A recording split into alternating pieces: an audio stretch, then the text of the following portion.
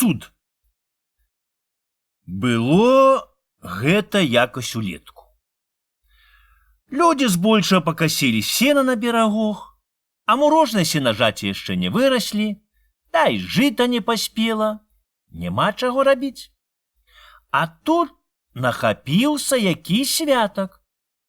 Не то, каб уже якое вялікае свята, але ўсё ж святок, трэ святкаваць. Бо часамі малы наробіць гарэй, як вялікі. Ці варта, ці не, а трэ шанаваць. Хоць якое там шанаванне, адзін прыклёп. Сабе рабіць не можна, бо яшчэ нашкодзіць. А людзі не наймаюць, бо самі абрабіліся і нікому не трэ. От хіба ісці на работу ў двор. Так добре, калі там є работа. У дварэ можна рабіць не тое, што ў малы святак, але і ў самае вялікае свята.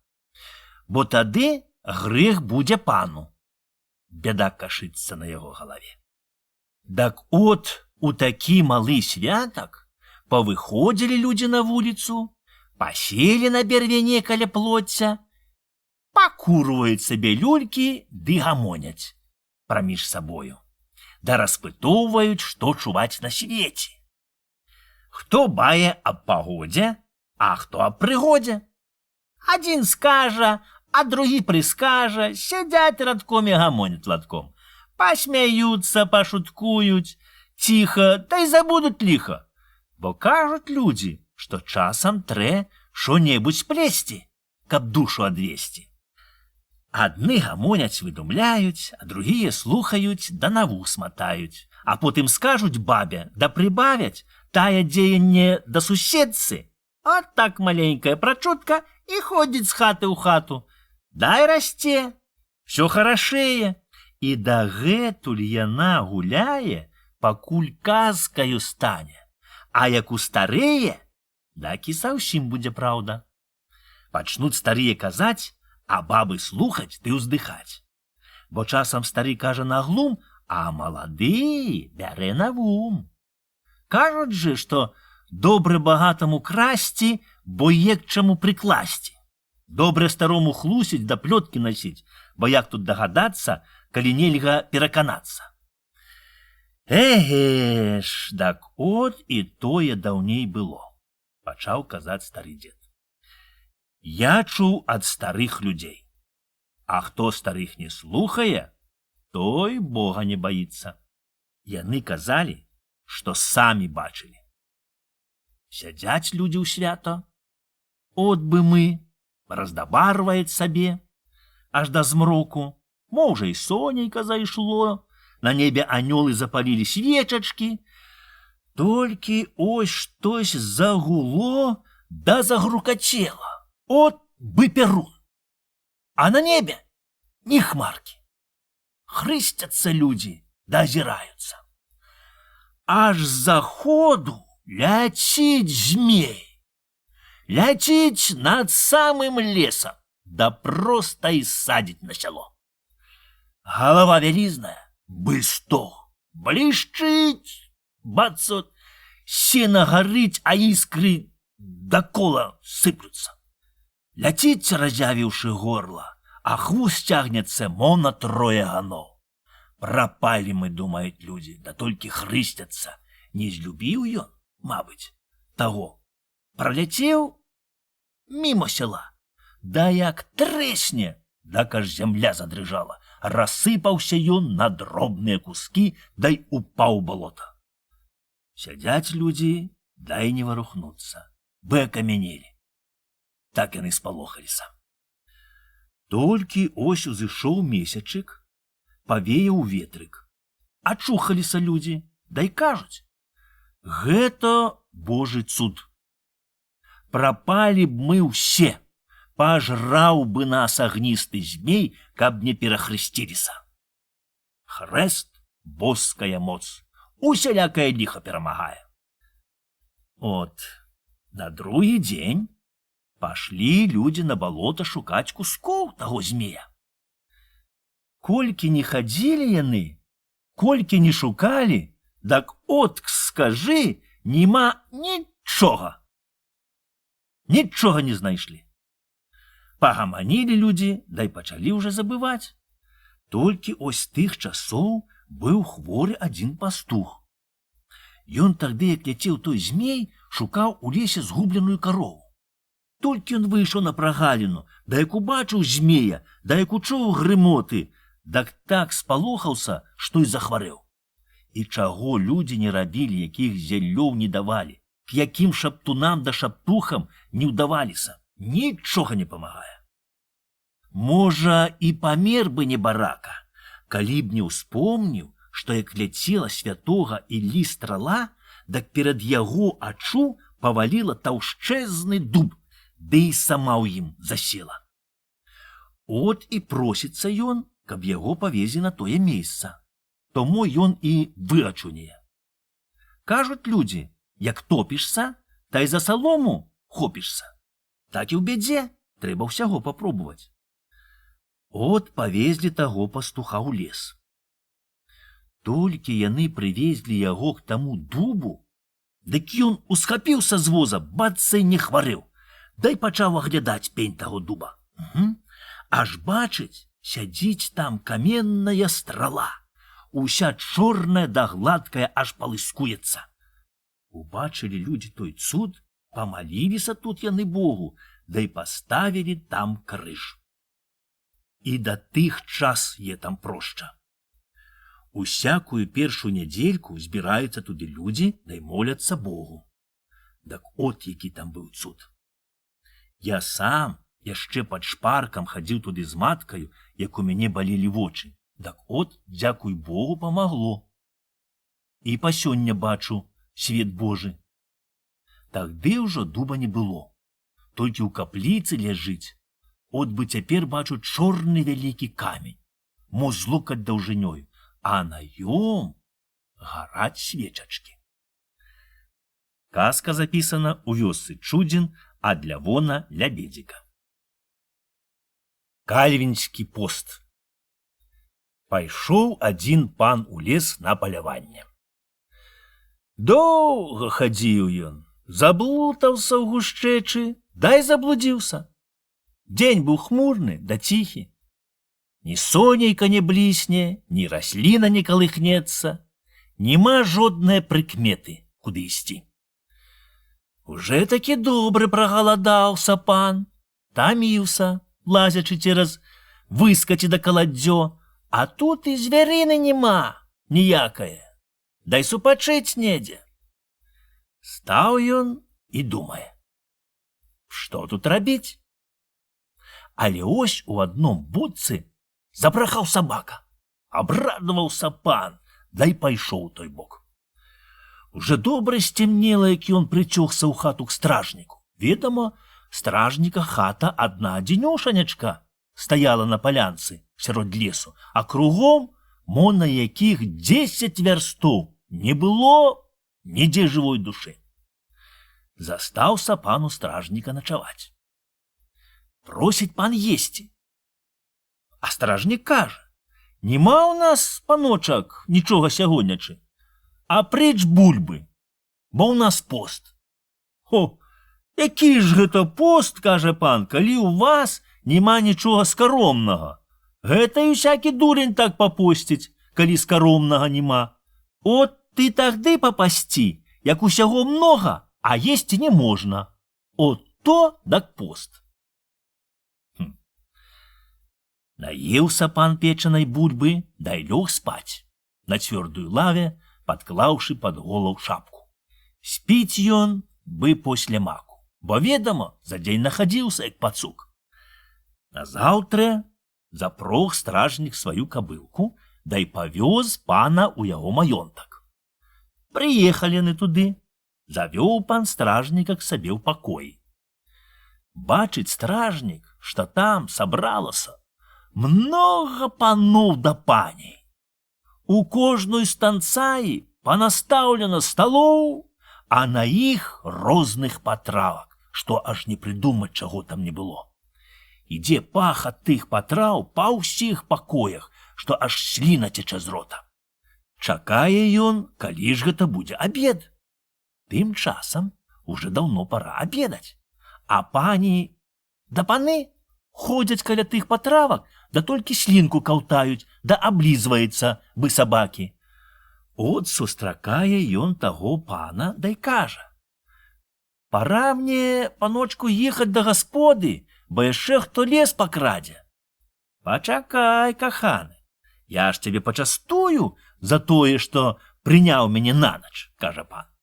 Застаўся стражнік. Тым часам уже і даў Бог вечар, а абеду няма. Стражніка уже даўно ў жываце перабурчала і ў роце перасохла, бо ўсю сліну пакаўтаў, пазіраючы на смачныя патраўкі. От і пытае ён у лёкая: «Калі будзе абед?» «Заўтра». «Аб гэтай пары», – адмаўляе лёкай. «Бачыш, мае паны кальвіны, а ў кальвінаў сягоння пост». «Дак гэта яны так посцяць. Бо кажуць яны, то не пост, калі няма чаго есці, от то пост, калі ўсяго многа, а есці не можна». Не вытрымаў стражнік, ускочыў на сваю кабылку, да ва ўсю ноч папёрся да гасподы, каб хутчэй наесціся хоць поснае бульбы.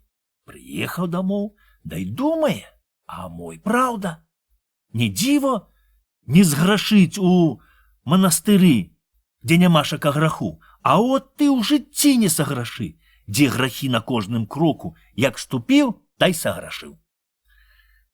Казка запісана ў вёсцы Чудзін ад Лявона Лябедзіка. Сабака і грошы. Быў у аднаго чалавека вельмі разумны сабака. Таго сабаку не кармілі. Хіба калі-нікалі гаспадар кідаў яму скарынку хлеба да агрызеную косць. Таго чалавека была вельмі паганая жонка. Яна заўжды выганяла сабаку з хаты мяшалкаю або качаргою ці блівала вадою. Той чалавек быў жаласлівы нават да ўсялякага жывёла. Ён часта гаварыў жонцы, што трэба сабаку карміць, бо мы ж не ведаем, праз чыю ласку жывом. Пачуўшы тое, паганая жонка толькі зневажала свайго гаспадара, да яшчэ і гарэй біла сабачку. «Сабака, як кот, – крычала яна, – павінен сам сабе знайсці корм». І праўда, бедны сабака цэлы дзень бегаў туды-сюды, шукаючы сабе корму. Больш усяго любіў ён грабціся ў зямлі, каб злавіць мыш або крата. От пайшоў раз той чалавек у поле, где на мяжы стаяла ігруша, каб натрэсці дзікіх ігруш. Ідзе ён і думае сабе: натрасу повен кашэль груш, занесу ў гумно, высыплю ў мурог, яны там сапрэюць і хутка пагняюць, будзе добра есці дзецям гнілку, а рэшту баба высушыць да наварыць узвару. Падыходзіць ён к ігрушы, аж бачыць, яго сабака грабецца тут на мяжы. Падышоў ён туды, сабака ўбачыў хаджаіна, выскачыў з ямы, лашчыцца, кідаецца на грудзі, да ўсё зноў скача ў яму. Зірнуў чалавек у яму, аж там стаіць повен гаршчок грошай. Блішчыць золата, бы сляза. Забраў той чалавек грошы ў кашэль, натрус ігруш наверх і папёр да гасподы. Уже быў падвечарак, як ён прыйшоў дадому. Жонка падаіла карову. От той чалавек наліў у місу малака, накрышыў туды хлеба, да й даў сабацы. «Жонка, давай лаяцца, давай зневажаць, да праклінаць, на чом свет стаіць». На сілу гаспадар сутрымаў трохі эту шалёную бабу. На другі дзень ён велеў бабе кожны дзень варыць страву сабацы, да карміць яго малаком. Ашалеў гаспадар, думае баба. Дай жа я хіба атручу сабаку, а то ён скорміць яму ўсё малако. Пабегла баба к суседкам, жалілася на сваю горкую долю, праклінала гаспадара, та й выпрасіла атруты. Наварыла яна стравы, усыпала туды атруту, дай атруціла таго сабаку. Вярнуўся з работы гаспадар, дай даведаўся, што сабака здох, дак чуць не заплакаў, от так яму шкода было вернага слугі. Нема чаго рабіць. Дастаў ён хорошых дошак, збіў вельмі гожую труну, наслаў у яе пуху, дай палажыў туды сабаку. Потым выкапаў на могріцах яму, прынёс туды труну, дай пазваў папа хаваць змерлага. Прыйшоў поп і велеў адчыніць дамавіну. Зняў той чалавек з труны века, убачыў тут поп, што ў дамавіне сабака, а не чалавек, закрычаў і кажа, што за гэтакі абман сашлю да Сібіру, згнаю ў вастрозе. І той чалавек насыпаў папу поўную шапку грошай і просіць яго, каб пахаваў сабачку. Паглядзеў поп у сваёй ксёнжцы, дай кажа: «Усякае стварэнне дахваліць Господа». І пахаваў сабаку. Ідуць яны з могріц, а поп і кажа: «О, шкода, што больш не хаваюць сабак». Казка была запісана ў вёсцы Чудзін ад Лявона Лябедзіка. Закалдованая шапка. Быў сабе адзін нікчэмны мужчына. Да такі нескладны, плюгавы, што звычайныя людзі не хацелі на яго і плюнуць. Ніхто з ім не знаўся. Ніхто не зваў к сабе ў госці, ведама, пакідзішча.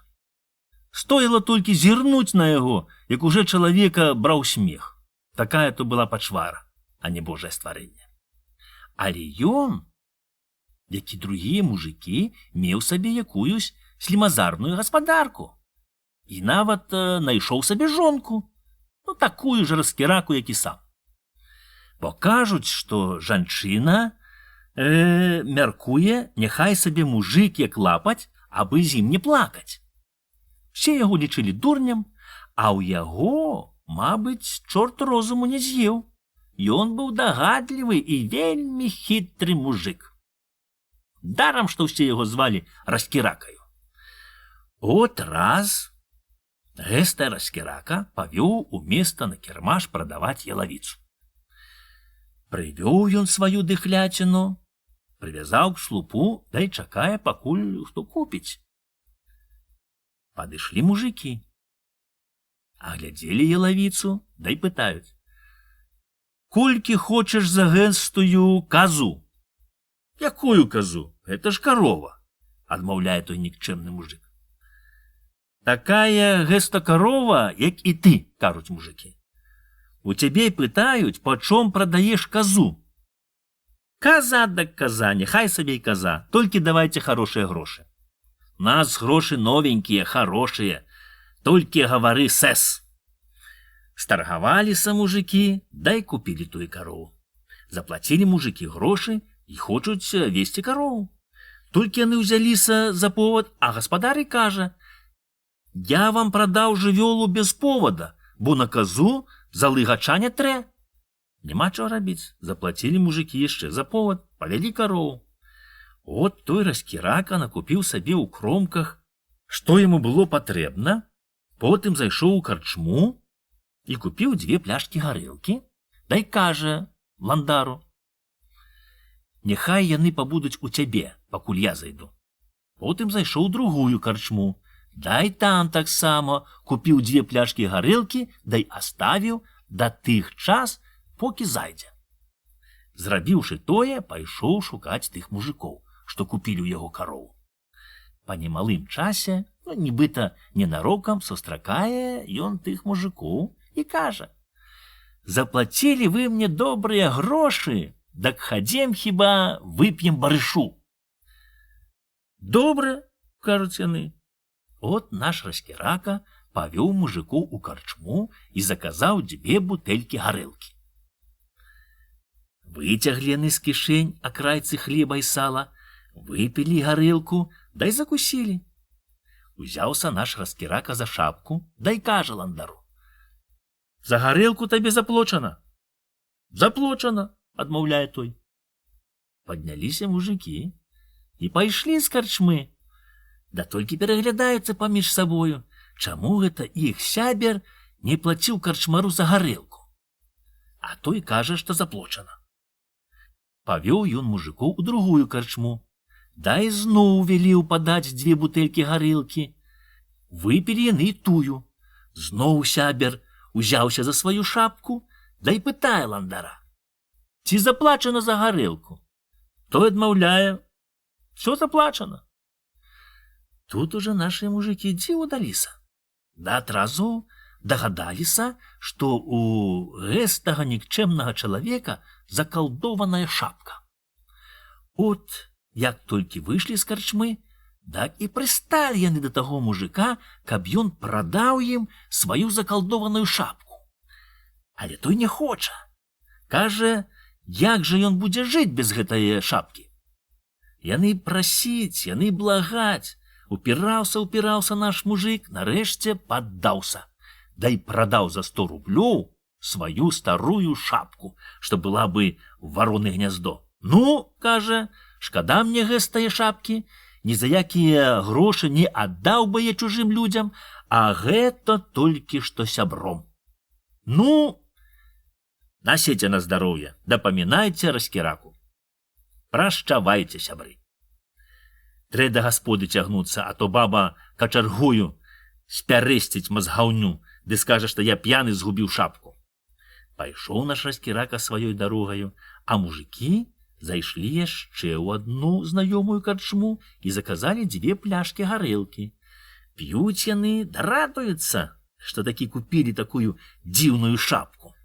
От выпілі яны гарэлку, адзін узяўся за тую шапку, дай кажа: «Заплачана». А той усміхнуўся ды адказвае: «Ну, калі нема грошай, дай запішу». Пайшлі яны ў другую карчму, і там выпілі пляшку гарэлкі. Узяўся вже другі за шапку. І кажа ландару, што заплочано. Але ландар і слухаць не хоча. «Стой, вы п'яніцы валацугі, мяне духнем гобіце! Я лепш ад вас памятаю, што заплацана, а со не». Заплацілі мужики за гарэлку.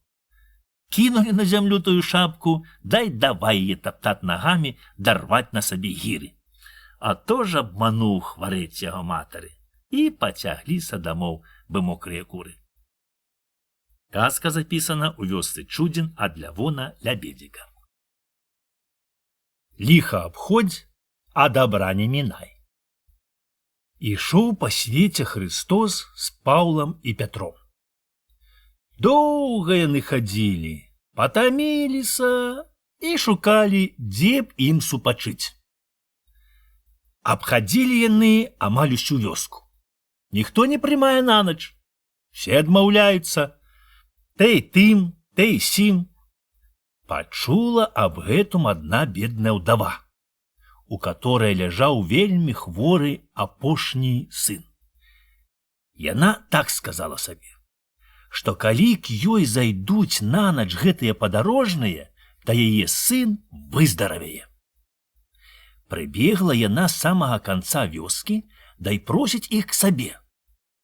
А тым часам Пятро і Павел зайшлі ў адну багатую хату, дзе было вяселле, та й залезлі на печ. Ну, ведама, на вяселлі заўжды людзей многа. Таўкуцца яны ў хаце, быў юны ўрэшаця. Прасіла іх удава к сабе, каб у хаце былі чужыя людзі, як будзе паміраць яе каханы сыночак. Прасіла жывым Богам, аж у зямлю кланялася, але Паўло і Пятро не ўважылі яе просьбы. Расцегліся з краю на печы, дай грэюць стары косці. Толькі Христос зжаліўся, дай пайшоў па гразі у самы канец вёскі к бедной удаве. Толькі ён улез у курную хатку удавы гэтай, як яе сын ачуняў, і ўстаў з пасцелі.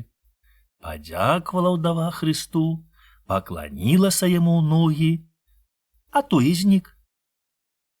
Тым часам На вяселлі хлопцы захадзіліся каля Паўла з Пятром. Дай пачалі лупцаваць іх паплескамі. Круцяцца на печы Пятро і Паўло. Быў юны на скаўрадзе, а хлопцы лупяць іх да прыказваць: не чапайце нашых дзевак, не лезьце на чужое вяселле. А тут прыйшоў Христос і велеў Паўлу і Пятру легці на другі бок печы. Зайшлі хлопцы на другі бок печы, дай кажуць: цяпер трэ правучыць і гэтых валацугаў, і давай іх пярэсціць, давай лупіць, так што аж пара з іх паваліла. Казка запісана ў вёсцы Чудзін ад Лявона Лябедзіка. Каму грэх, а каму не. Разумныя людзі кажуць: грэх у мех, а спасенне ў торбу. Хто кажа грэх, таго ў морду. Я чуў яшчэ ад свайго дзеда, калі яшчэ быў малым падшпаркам, а ён жа тагды згорбіўся, зморшчыўся, выпорхаўка. Бывала, сядзіць на прызбе ўлетку ў кажушку, дай грэецца на сонейку, а мы бегаем босыя ў адных сарочках, і пот з нас валіць. Бегаем ці слухаем байкі старога дзеда. А ён вельмі любіў казаць байкі. Шмат я пераняў тады ад яго тых баек, але, бачце, сам уже састарэўся, здурнеў і многа запамятаваў. От, дай Божа памяць, дзед расказваў, як Христос святым Пятром хадзілі па свеце, навучылі людзей. Доўга яны хадзілі пешкі, пазбівалі ногі, абадраліся да ніткі, а ўсё хадзілі давучылі дабру, згодзе, дабратэрскаму жыццю на свеце. Убачыў раз Пятро, што бабы павесілі на плоце вельмі многа рознага плацця. Надаела Пятру хадзіць у трансах.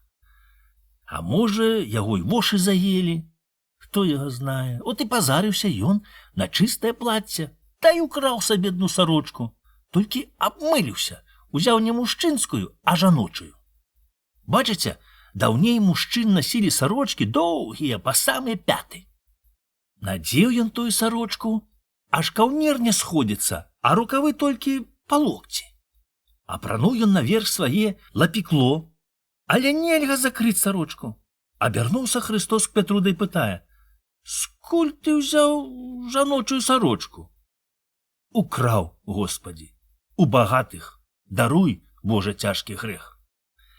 Глядзі, каб не абярнуцца ў жанчыну табе. Злякаўся Пятро, скінуў сарочку, дай панёс на тое месца, дзе яе ўзяў. Падыходзіць ён туды, дай чуе, там баба крычыць: кляне, галосіць, хтось украў сарочку яе, которую яна хавала сабе на смерць. Чаго ты крычыш і турбуешся, бабко? Пытае Пятро. А як жа мне не турбавацца, адмаўляе баба, калі хтось украў у мяне тую сарочку, якую я згатовіла сабе на смерць. Як жа цяпер я памру, калі ў мяне няма на смерць сарочкі? Дак ты, бабку, не памірай, кажа Пятро. Ой, мой саколіку, адмаўляе баба. Нашто ж я буду свет займаць, калі я ні навошта не патрэбна? А ты сабе жыві сама для сябе. Ой, не, мой родненькі, для сябе важка жыць, так важка, што лепш памерці. Як не ўгаворыў Пятро бабу, тая адмаўлялася.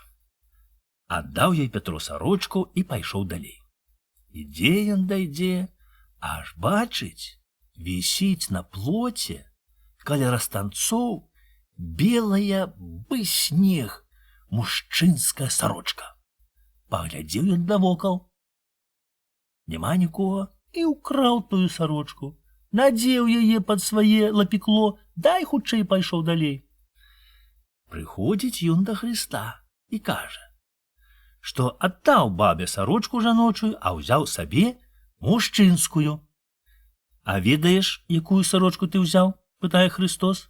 Не, Господі, адмаўляе Пятро.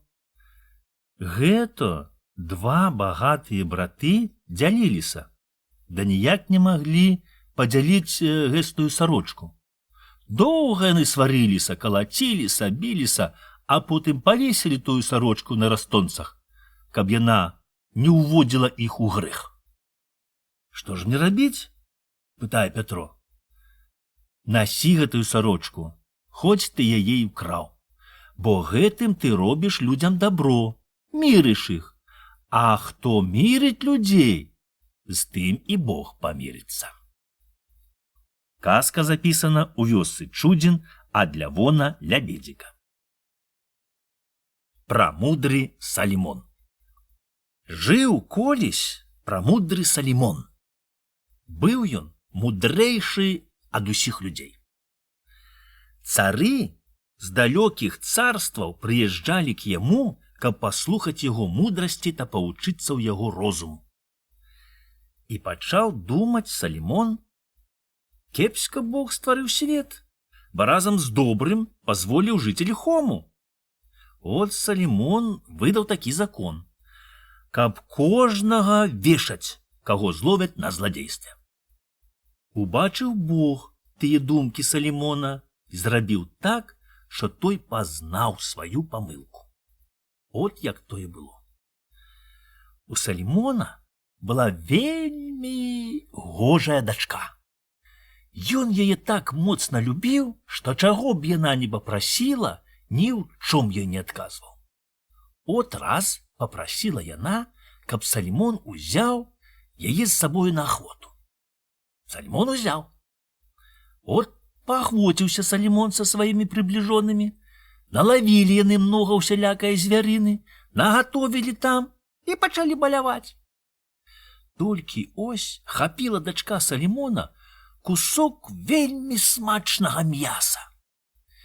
Ці мо яна вельмі моцна прагаладалася была на ахвоце, ці што толькі кусок у горле ў яе перасеў.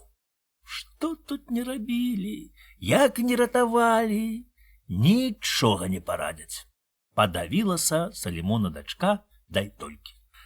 Засмуціўся Салімон, годзе баляваць. Паўёз з ахвоты любімую дачку хаваць.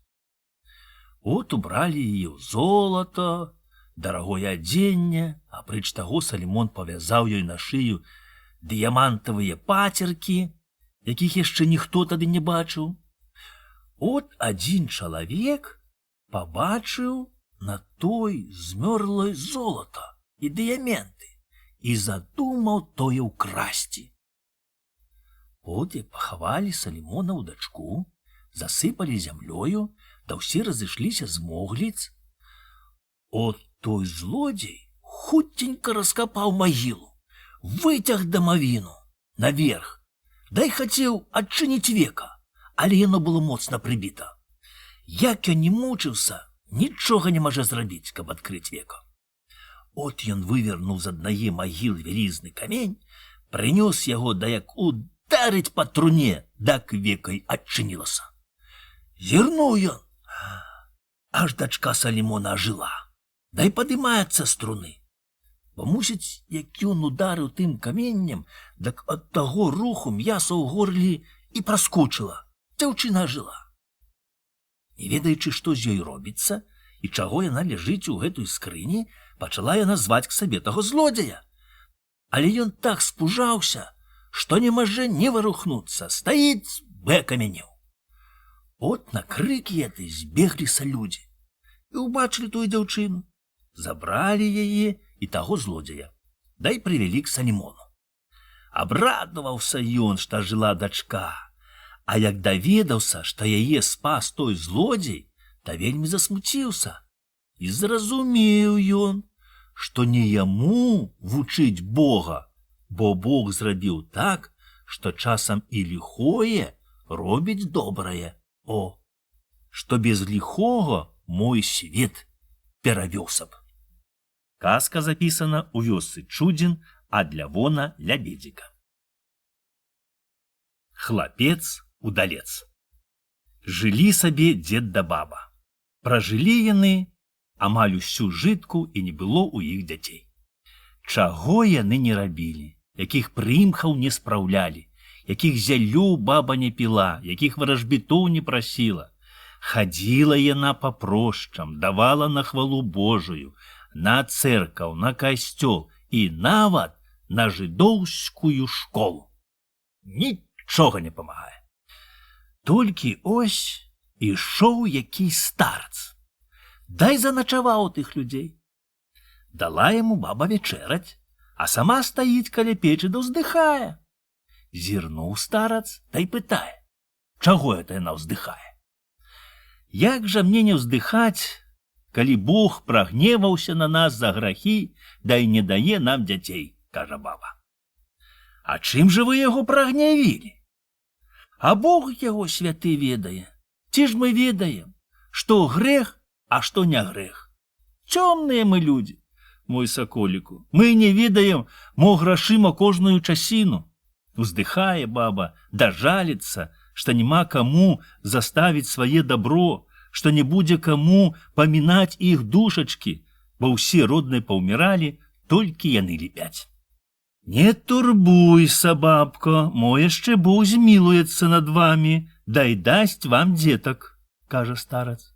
Ой, мой лябедзіку, парадзь, што мне рабіць?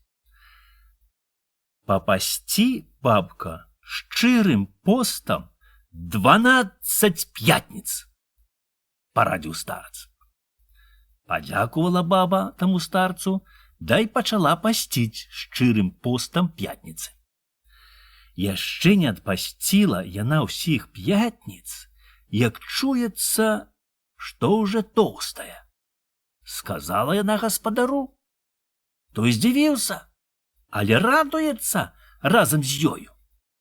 От прыйшоў час, і радзіла тая баба хлапчука. Ды такога маленькага, як мізерны палац. Хоць маленькі хлапчук, але ж, ведама, свае дзіця. Гадуе яго баба, песціць, проста і не адыходзіць ад калышкі. Згадаваўся той хлапчук, пачаў хадзіць, дабегаць, стаў такі праворны да жвавы, што дзед з бабаю і не нарадуецца на яго гледзячы. Толькі якім быў маленькім, такім і застаўся. Сядзяць яны за сталом, да сілкуюцца, а хлапчук бегае па сталу ды пераскоквае цераз ложкі. От надаела яму бегаць у хаце па лавах да па жордачках, і пачаў ён прасіць бацька, каб паслаў яго на работу. Доўга дзед адмаўляўся, нарэшце паслаў яго ў лес па дрова. Запрог гэта дзед кабылку ў сані, дай кажа, ну, едь, мой сынок, прывязі матцы дроў. Скочыў хлопец кабылцы ў вуха, шапнуў ёй, куды бегці, дай паехаў. Прыехаў ён у лес, дзе былі заложаны ў высокі стос дрова, падвёў к самаму стосу сані. Тым часам ветер як махне, так і вывернуў тую дзераўляку, каля якое быў заложаны стос. Той і абярнуўся проста на сані. Шапнуў хлапчук кабылцы ў вуха, та і павезла дрова ў вёску, проста на свой двор. Падзівіліся дзед з бабай, дай кажуць, хоць малы хлапец, да ўдалец. І празвалі яго з тых часоў хлапец-удалец. От пайшоў раз дзед у лес па грыбы, та ўзяў з сабой хлапчука. Пакуль дзед убачыць грыба звысока, так хлапец-удалец уже і знайдзе, да і цягне ў кашэль. Назбіраў ён грыбоў повен кашэль, так што дзед чуць плішчыць. Тым часам пан выйшаў у лес на паляванне, да і сустракае таго дзеда. От пан суняўся, да і пытае, ці многа назбіраў дзед грыбоў. Нічога, паночку, не назбіраў, адмаўляе дзед. Тут пан падышоў к дзеду, глянуў кашэль, да і кажа, што ж ты хлусіш, стары псюка, а гэта ж хто назбіраў? А гэта мой хлапчук, кажа дзед. Дзе ж ён? Ой, сцеражыся, паночку, закрычаў дзед, бо затопчаш майго хлапчука. А я ж думаў, што гэта грыб.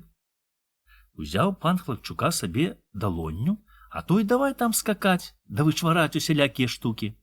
Вельмі спадабаўся пану той хлапчук. От і просіць ён, каб дзед аддаў яго яму на службу. Не хацеў аддаваць дзед, але хлапчук шапнуў яму, каб не баяўся, бо ён хутка вернецца. Наняў пан таго хлапца-ўдальца, даў за яго дзеду 100 рублёў, дай панёс да гасподы. Паказаў пан яго пані, а тая дзівіцца і з рук яго не пускае. От сабраў пан многа гасцей, каб яны падзівіліся на таго хлапчука. Селі яны за стол. Ведама, паны п'юць, ядзяць, балююць. Сабе дадзівяцца, як хлапчук скача на стале. От скакаў ён даскакаў паміж талерак, а потым ускочыў дадавай скакаць па панскіх лысінах. Крычаць паны дадганяюць яго, як мух. Але ён скача і скача. Ад аднаго пана да другога, ад аднае пані, ці паненкі да другое. Спалохаўся пан, дай прагнаў яго са стала надол. От размаўляюць сабе паны да пані, а том, а сём, а хлапчук ціхенька забраўся к пані пад сукно, дай давай там слыкатаць. Рагоча пані, аж пукаецца ад смеху. А ўсе пазіраюць да дзівяцца, чаго яна рагоча. Все думалі, што яна, мо, памяшалася. Але ось пані схапіла сваю сукню, дай задрала яе даверху, каб абараніцца, бо яна ж думала, што там мыш скочыла. Але ось адтуль выскачы той хлапчук. Абазліўся пан і давай яго чваліць сабакамі. Спусцілі з сабак цэлую свору. Яны за хлапчуком, а той ускочыў на кота. Дай трымаецца за шерсть. Сабакі за котом, а той ускочыў на дерева, з таго на другое, да за плот і ўцёк у поле. Саскочыў хлапец маладзец з кота, абярнуўся вераб'ём, дай праляцеў к бацьку і матцы. Радыя старыя, што сын вярнуўся дамоў, і не знаю, чым яго пацешыць. От баба спекла яешню, наварыла сала, ну ды частуе сынка, бы гостя. А ён дзюбануў крыху, дай годзе, бо ведама, колькі яму трэ, моментчык пераб'ю таму. Але стары кажа, ось мы паедзем у места, няхай ён сам сабе выбере гасцінцы. Сказаў стары, да запрог сваю кабылку, дай паехаў з хлапчуком купляць яму гасцінцы. От едуць яны, дай сустракаюць якогось пана. Хлапчук і кажа бацьку, я абярнуся выжлам, а ты прадай мяне пану. Толькі не аддавай ланцужка, та я зноў вернуся. Перакінуўся ён, абярнуўся выжлам, дай бяжыць за возам.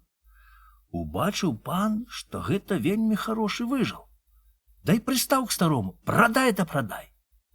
Злупіў стары з пана за выжла добрыя грошы, зняў ланцужок, дай аддаў. Толькі трохі ад'ехаў пан, аж злому выскачыў заяц. Выжал за тым зайцам цераз палянку да кусты, да ў лес і прапаў. Зваў пан, шукаў выжла, а таго і след прастыў. І не так яму шкода грошы, як таго сабакі.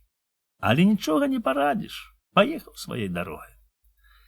Тым часам выжал дагнаў старога, абярнуўся хлапчуком, дай сядзець на возе. Ось прыехалі яны ў места, выбраў сабе хлапчук добрую адзежу, боты да шапку і накупіў усяго, што трэ хлопцу. Нашто табе такая вялікая адзежа, пытае бацька сына, калі ты сам ось які маленькі, паказвае стары свой мізерны палец. Тут сын абярнуўся у такога малайца, што толькі ў казцы сказаць. Убраўся ён у тую адзежу, накупіў бацьку і матцы розных падарункаў, дай паехалі яны да гасподы. Хутка высватаў ён сабе самую гожую дзеўку, а за нядоўгім часам яны і пабраліся. Справілі бацькі свайму сыну вельмі гучнае вяселле, дай пачалі баляваць. Аж ось і прыходзіць на вяселле той самы старац, што параіў бабе пасціць 12 пятніц. Пазнала яго баба, да і злякалася. Не бойся, бабко, кажа старец, а закажы другім, каб яны пятніцу пасцілі да паважалі. А сам знік. Мо п'яной бабе то і прычудзілася. А мой праўда, так от якое здарэнне. Казка запісана ў вёсцы Чудзін ад Лявона Лябедзіка. Няхай так будзе. Служыў сабе у аднаго гаспадара малады да вельмі ўдалы хлопец. З маленства ён яшчэ астаўся сіратою, да так і выгадаваўся на чужых людзях. Цяжка было яму, кажу вам, служыць, цяжка глядзець у чужы род, дачакаць, пакуль і яму хто дасць асушак хлеба якога, ці пагрызці якую-нибудь костачку. Ну, але нарэшце ён пачаў ужо служыць у аднаго вельмі багатага гаспадара.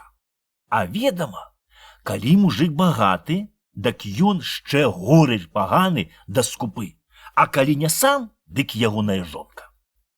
Ліха было таму парабку багатага гаспадара, да не хацелася яго пакідаць, бо ў яго была вельмі гожая дачка, што так спадабалася, як ніхто на свеце. Як не цяжка парабку, як не есть яго, не піліць паганая гаспадыня, а ён служыць, робіць дзела бы чорны вол той, да яшчэ і грае на скрыпачцы, ці пяе сабе, да так гожа, што толькі заслухацца. І вось закахалася ў яго хаджайская дачка. Ведама, маладосць. А маладосць не глядзець на тое, што бацька да маці не аддадуць яе за бездомнага парабчука, у которага парток сваіх нават няма, а глядзіць на ўроду, да слухае яго песні, да ігру на скрыпачцы. От злюбіліся яны, да і тояцца ад бацькоў, баяцца, каб тыя не прагналі парабка. Сустрэнуцца яны на ігрышчы, ці абы-дзе пры людзях, дак дзяўчына таго парабка і к сабе блізка не падпускае. Чмыхне, дай адвернецца. Але ж кажуць, што шыла ў мяшку не схаваеш, так і каханне.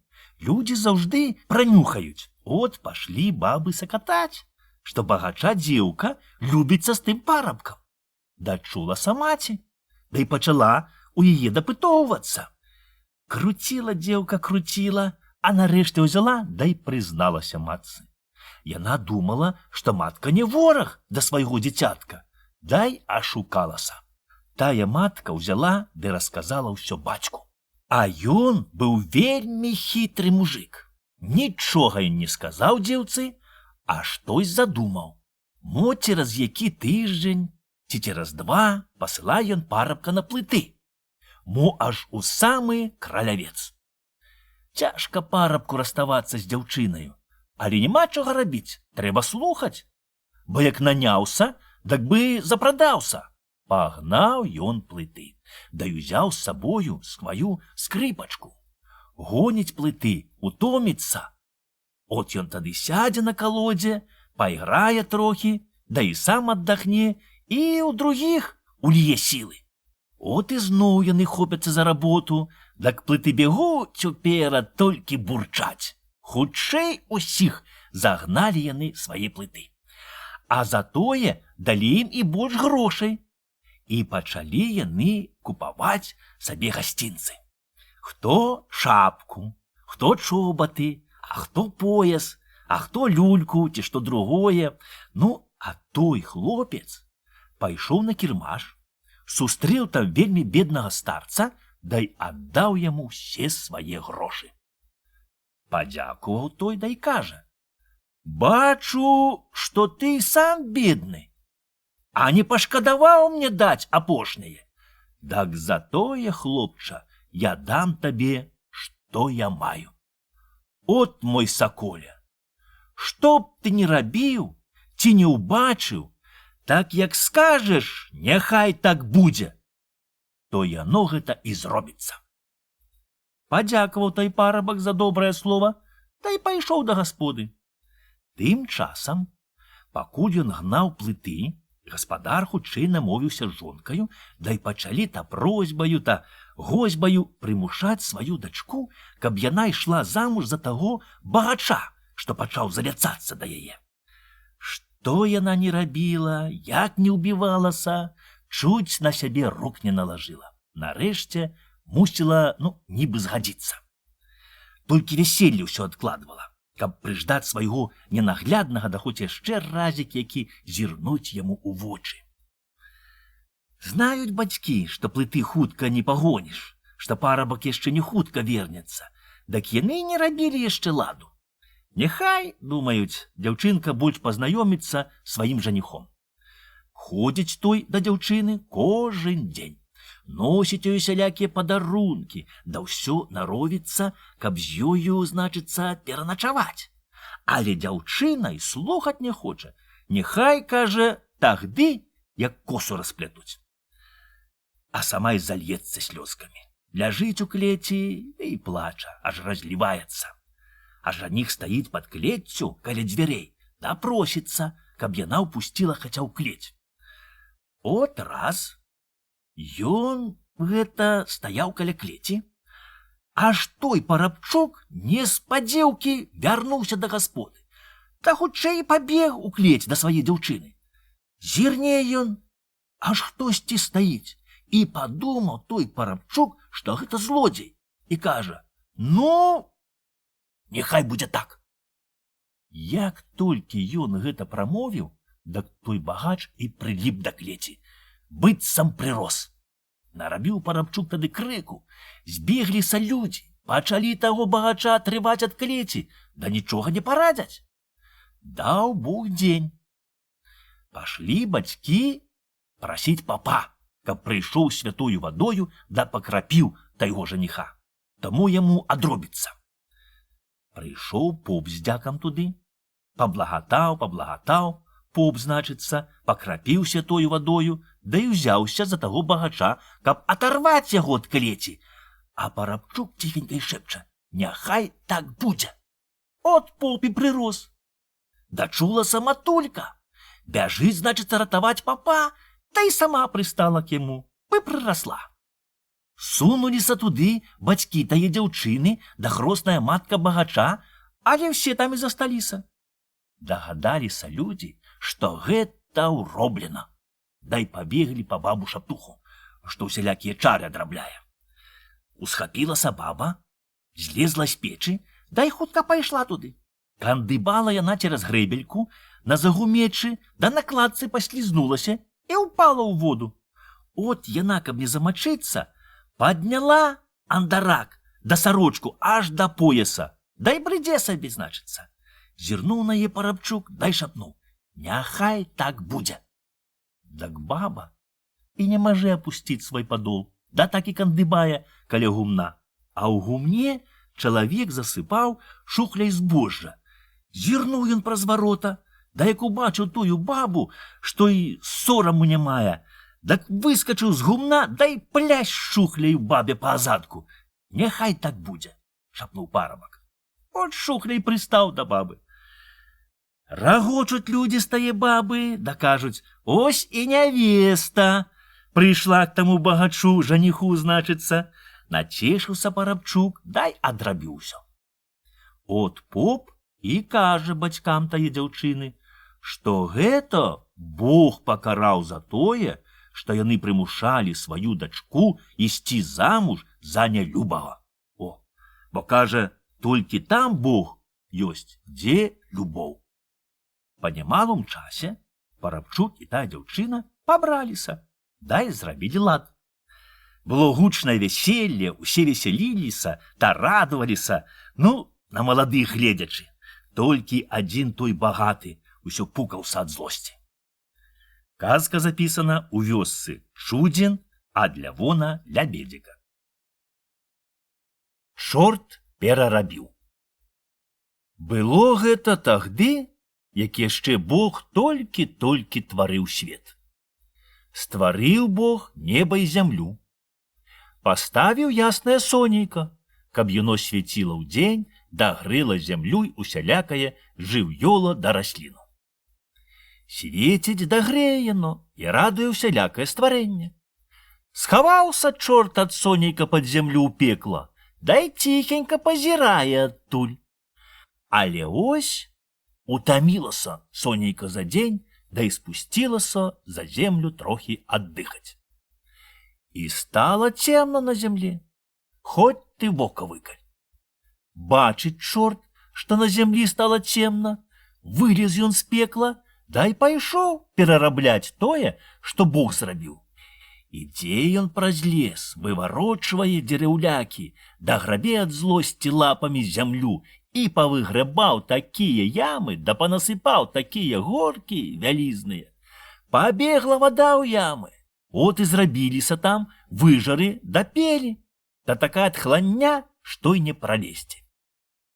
Трапіў ён у дзераве слепат, паглядзеў, што пчолы збіраюць мёд на патрэбу людзям, да воск на хвалу Божую, от чорт узяў, дай напляваў у дупло. Так адтуль адразу і высыпалі шаршні да восы і пачалі яго рэзаць, пачалі сляпіцаю лезці ў вочы. Схапіў ён жменю вецця, аж маргнуў лісцё, дай давай махаць. Давай абганяцца ад шаршнёві воз. Як марскане ён роскамі, так і парасцякае шаршнёў і воз на дробныя кускі, а з тых парабіліся мошкі, камары, да ўсялякі гнюз, і грызе ён чорта, аж на ём шкура пукаецца. Абганяўся ён абганяўся, выскачыў на поле, да давай хватаць да сыпацца пяском. Падае пясок на зямлю, а з яго прарастаюць усялякія паганыя зялля. Так насеяў ён гэстае пошкудзі па ўсёй зямлі, але нельга яму абараніцца ад гнюса, от і схаваўся ён у воду, да і зрабіў сабе там лагво. Пагнаўся гнюс за чортам, лётае над вадою, але не можа яго адтуль выкурыць. Пасядзеў чорт там, да і запаганіў усю воду, пакуль людзі не пачалі свяціць яе да выганяць адтуль чорта.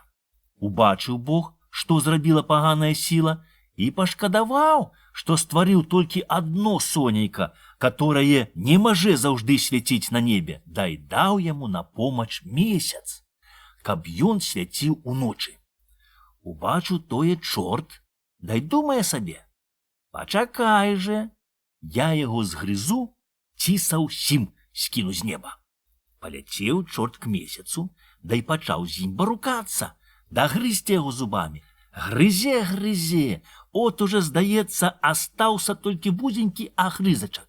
Бачыць месяц, што яму цяжка барукацца з чортам. От ён памаленьку ўсё адступае к сонейку, каб яно абараніла яго ад чорта. А тым часам чорт, от уже, здаецца, пракаўтней апошні агрызак месяца.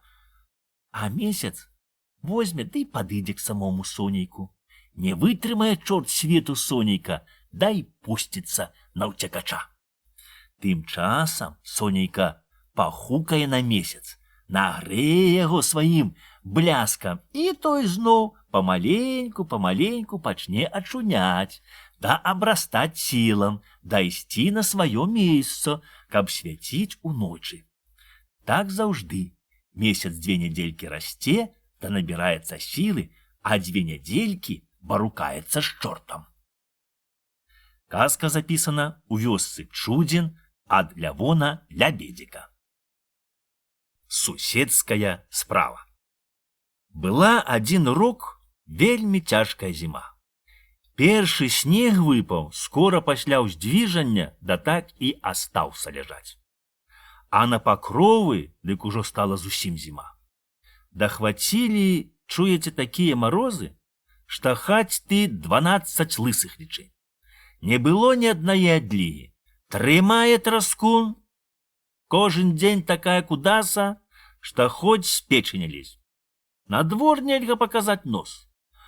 А тут уже блізка благавешчання, а на вуліцы горы снегу роўна з харомамі.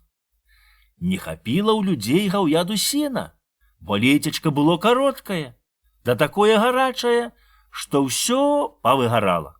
Сенажаці яшчэ перад Іванам пачарнелі бы зямля. Мо яшчэ да каляд стравілі не то што сена, але ўсё заваляшчую саломку. Уже наўласа людзі паздзіралі стрэхі на корм, але нічога не парадзяць. Гаўяда раве галоднае, да хапае снег. От пачалі людзі секці тонкае вецце, вазіць яго з лесу, дадаваць гаўяду. От гэта біліся людзі, каб дачакаць цяпла, да выгнаць гаўяда на пашу. Былі тут, значыць, і багатыя людзі. Яны мелі многа сена дома і ў стажках на балоце, але яны не хацелі прадаваць, як іх не прасілі суседзі, бо кажуць, і нам не хопіць да вясны. От аслабелі ў аднаго чалавека каровы, да ўжо і зусім здыхаюць з голаду.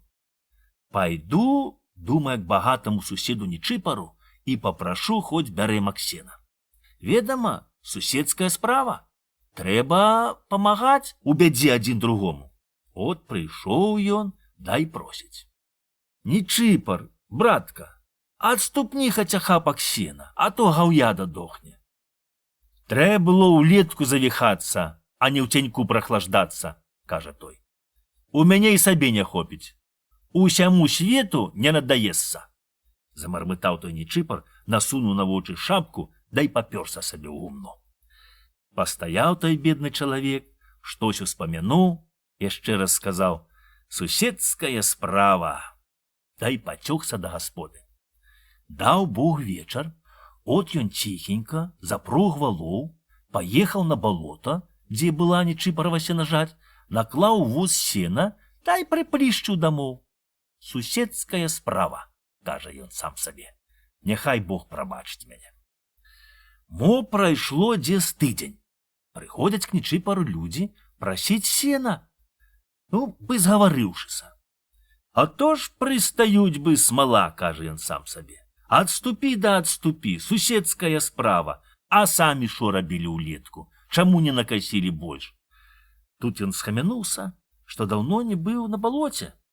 Трэба паглядзець свайго стажка, а то лепш забраць дамоў, а то ж хто ўкрадзе. Адступі, адступі.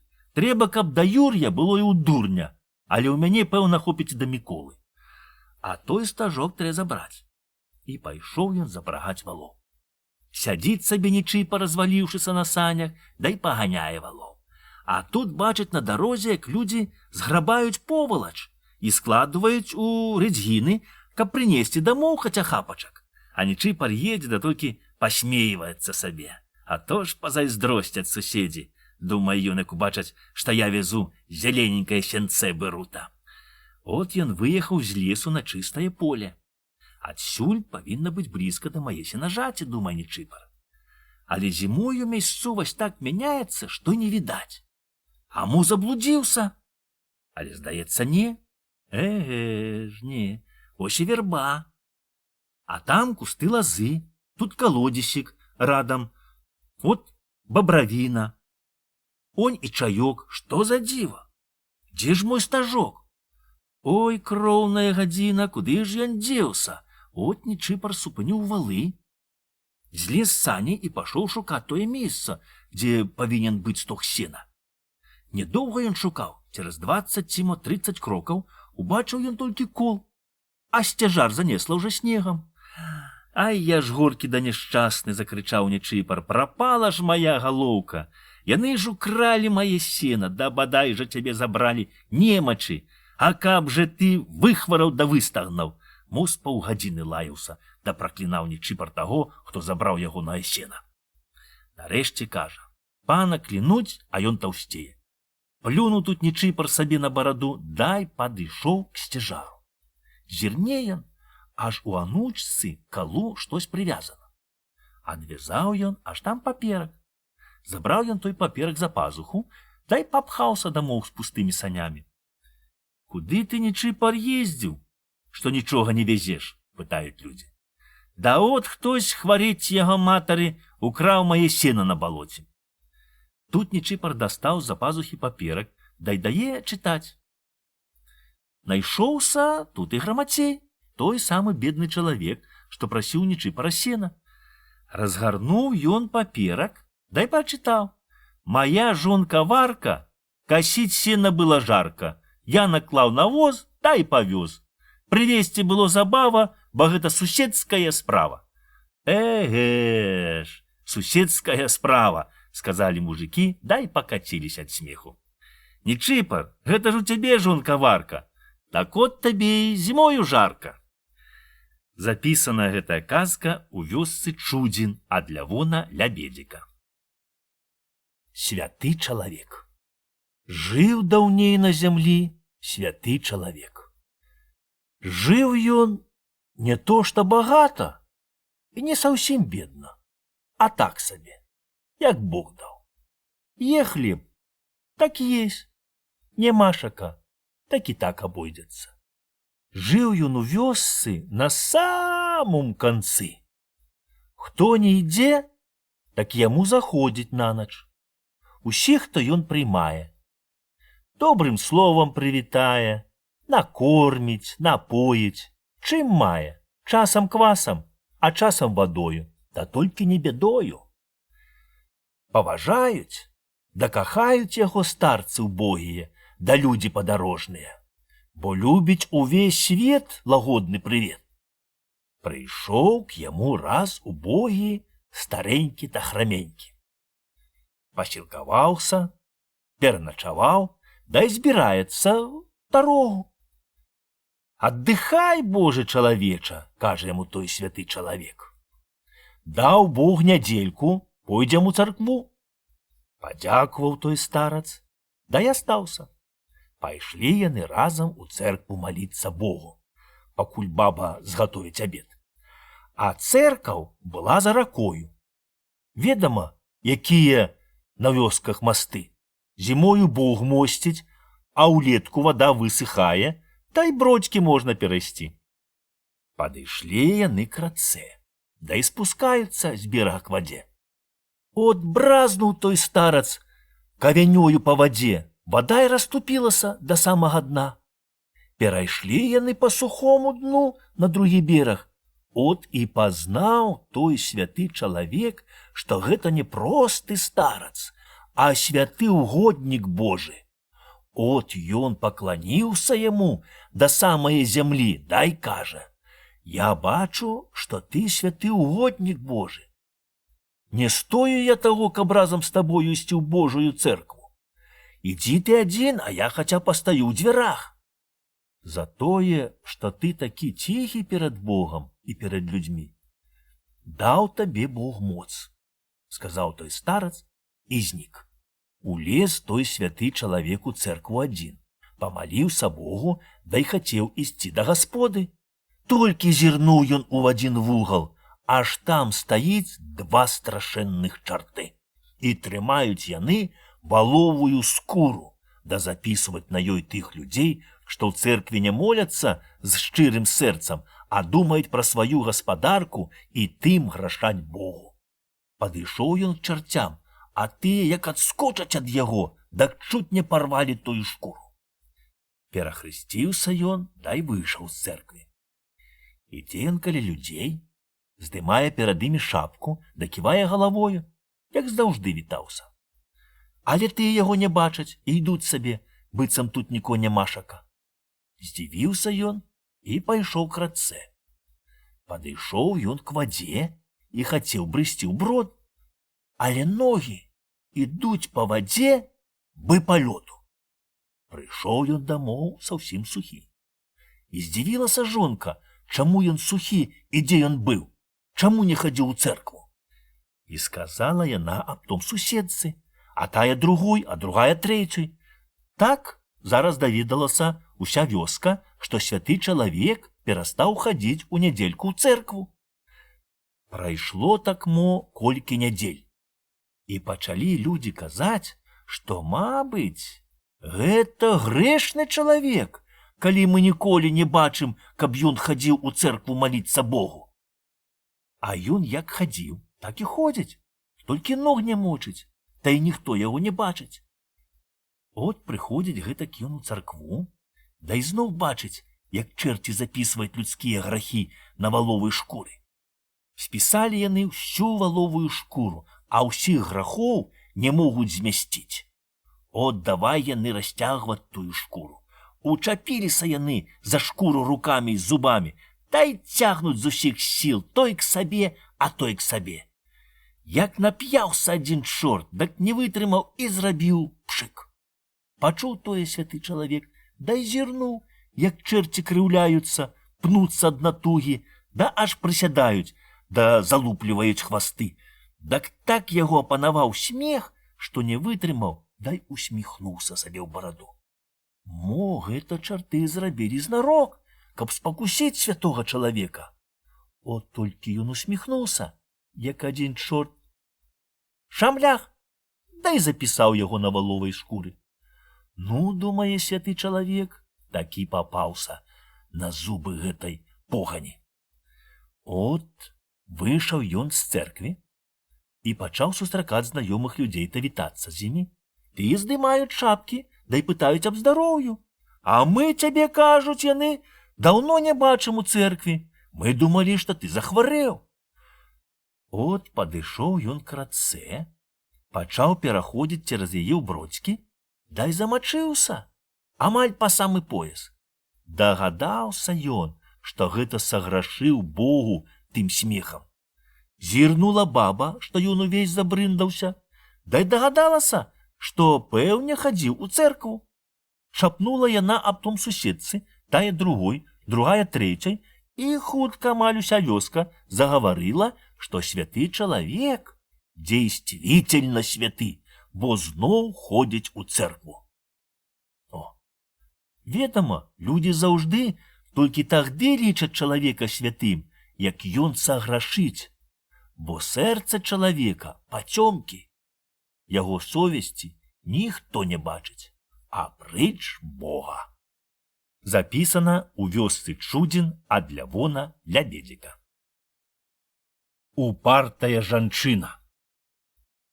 Былі ў бацькі да ў маткі 3 дачкі.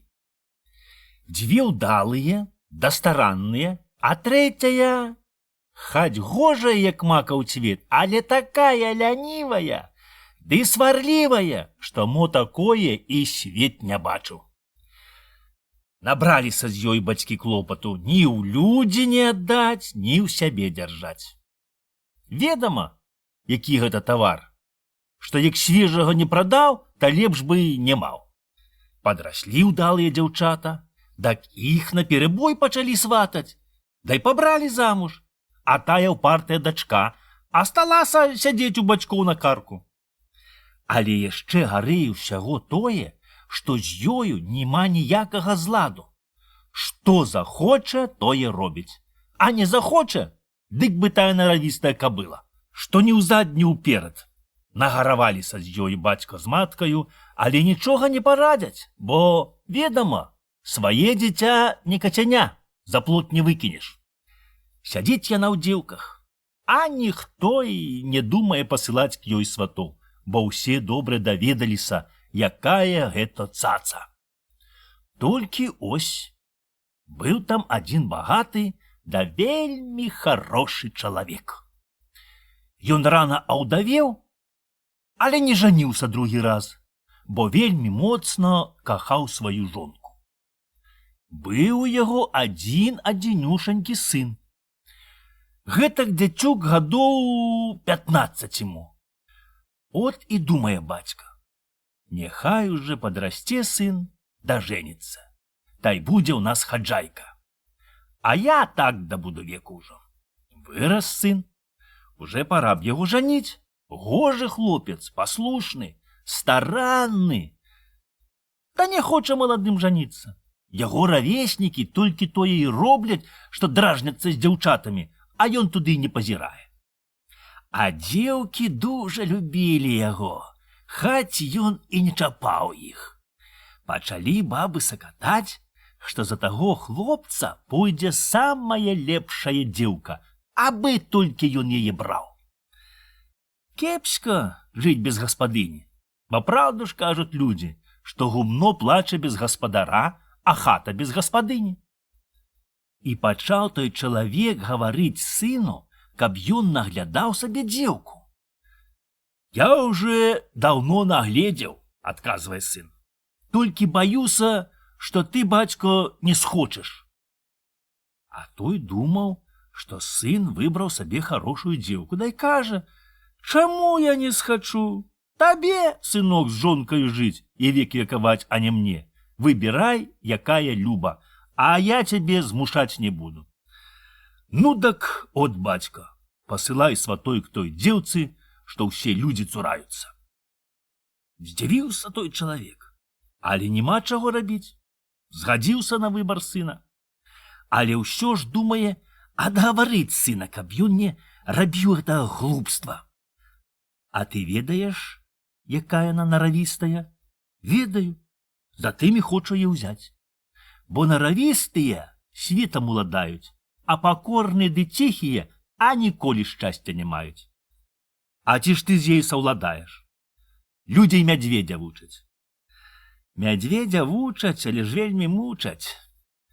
Нема чаго больш казаць, пайшоў той чалавек у провяды. Прыходзіць ён бацьку, тая упартая дзеўкі, дай кажа: так і так, мой сын хоча з ёю пабрацца. Што ты гаворыш, добры чалавеча? За твайго дзіцюка пойдзе самая лепшая дзеўка, а моя гультайка толькі такая упартая ды наравістая, што з ёю ён нічога не парадзіць. Ён малады хлопец, ад Бога грэх яму свет завязваць. Калі ж ён сам так хоча, мала што блазны хочуць, а нам ім трэ кіраваць, бо Бог нас запытае, які мы дзецям далі спосаб. Пачула з-за печы тая дзеўка, дай кажа: а я пайду за яго, бо ён гожы хлопец. Маўчы, дурная! Крыкнуў на дачку бацька, дай кажа таму чалавеку: от скажы ты свайму сыну, што калі ён саўладае з маёю наравістаю жарабіцаю, то мо саўладае з гэстаю упартаю дзеўкаю. Тагды няхай бярэ. Пайшоў той чалавек і ўсё расказаў сыну. Добре, кажа сын, я спраўлюся з той жарабіцаю. От пайшоў ён к таму чалавеку, зірнуў на тую жарабіцу, адно ж яна стаіць у зрубе без варот, да толькі храпе, да капытамі грабе землю. Ніхто к ёй падступіцца не можа, а корм і воду толькі спускаюць цераз верх. От той хлапец закінуў жарабіцы на шыю пятлю, зацёг вяроўку, та й запрог жарабіцу ў сані. Прывязаў ён на сані млынавы камень, сеў сам, дай папёр жарабіцу па ралі. А дзела было па лету. Рэжуць па лазы зямлю, бы па рошу. Жарабіца нясе, ляціць, бы маланка. А хлапец яшчэ і пугаю паддае ёй ахвоты. Насіла нанасіла па ралі, спацела, аж шум з яе кускамі падае. Нарэшце стала такая мягенькая, што хоць давай дзіцяці, дык і тое паедзе. Ну, здольны ты хлопец, кажа той чалавек. Дак пэўне справішся і з маёй дачкой. Пабраліся яны. Справілі весельлейка, але ось захварэў бацька маладога, да праз тыдзень і памёр. Пагараваў сын, патужыў, але з Богам не паспорыш. Ён ведае, што робіць. Пахаваў ён бацька, дай давай правіць гаспадарку адзін з маладою жонкаю. Клапаціцца цэлы дзень, робіць за двох, а прыйдзе да хаты, так там няма ні абеду, ні куска хлеба, смецце не вымецяно, у печы не паляно, каровы равуць, свінні скрыгочуць, хать бяры дай уцякай. А жонка сядзіць сабе, даглядзіцца ў відэлька ці гожая. Маўчыць ён, да ўсё робіць сам. А ёй толькі тое трэба. Наесца гатовага, та й качаецца на палу, ці прастарэкуе з языкатымі жанкамі на вуліцы. Кепска, думае гаспадар, гэ не будзе ніякага ладу, бо ведама, гаспадар без гаспадыні не чалавек, а паўчалавека. І давай ён прывучаць да заахвочваць да работы гультаяватую жонку, але чаго ён не рабіў, нішто не памагае. Бо жонка не цікавіцца гаспадаркаю, а ўсё наровіць, абы ёй наесціся да паляжаддзя. Даў Бог нядзельку. От і кажа гаспадар: хадзем к сябру ў госці. Хадзем, адмаўляе жонка, та й пачынае апранаць на сябе лепшае плацце. Сабраліся яны, дай пайшлі. Сябер жыў у суседняй вёсцы, мо за вярстоў 2, а то й 3. Трэба было ім ісці праз лес. Убачыла жонка ў лесе ягадкі, да і пачала іх рваць. Рве да сыпле сабе ў рот. Атышліся яны ад дарогі ў гушчэчу. Жонка і закружылася, да і не ведае, куды ісці. От гаспадар пасадзіў яе на муравейнік, да і кажа: пасядзі тут, а я пашукаю дарогі. Толькі маладзіца села на муравейнік, як мурашкі налезлі к ёй пад андарак. Да давай рызаць за што папала. Яшчэ мо гаспадар атышоў на паўганоў, як яна падняла крык, што блохі кусаюць.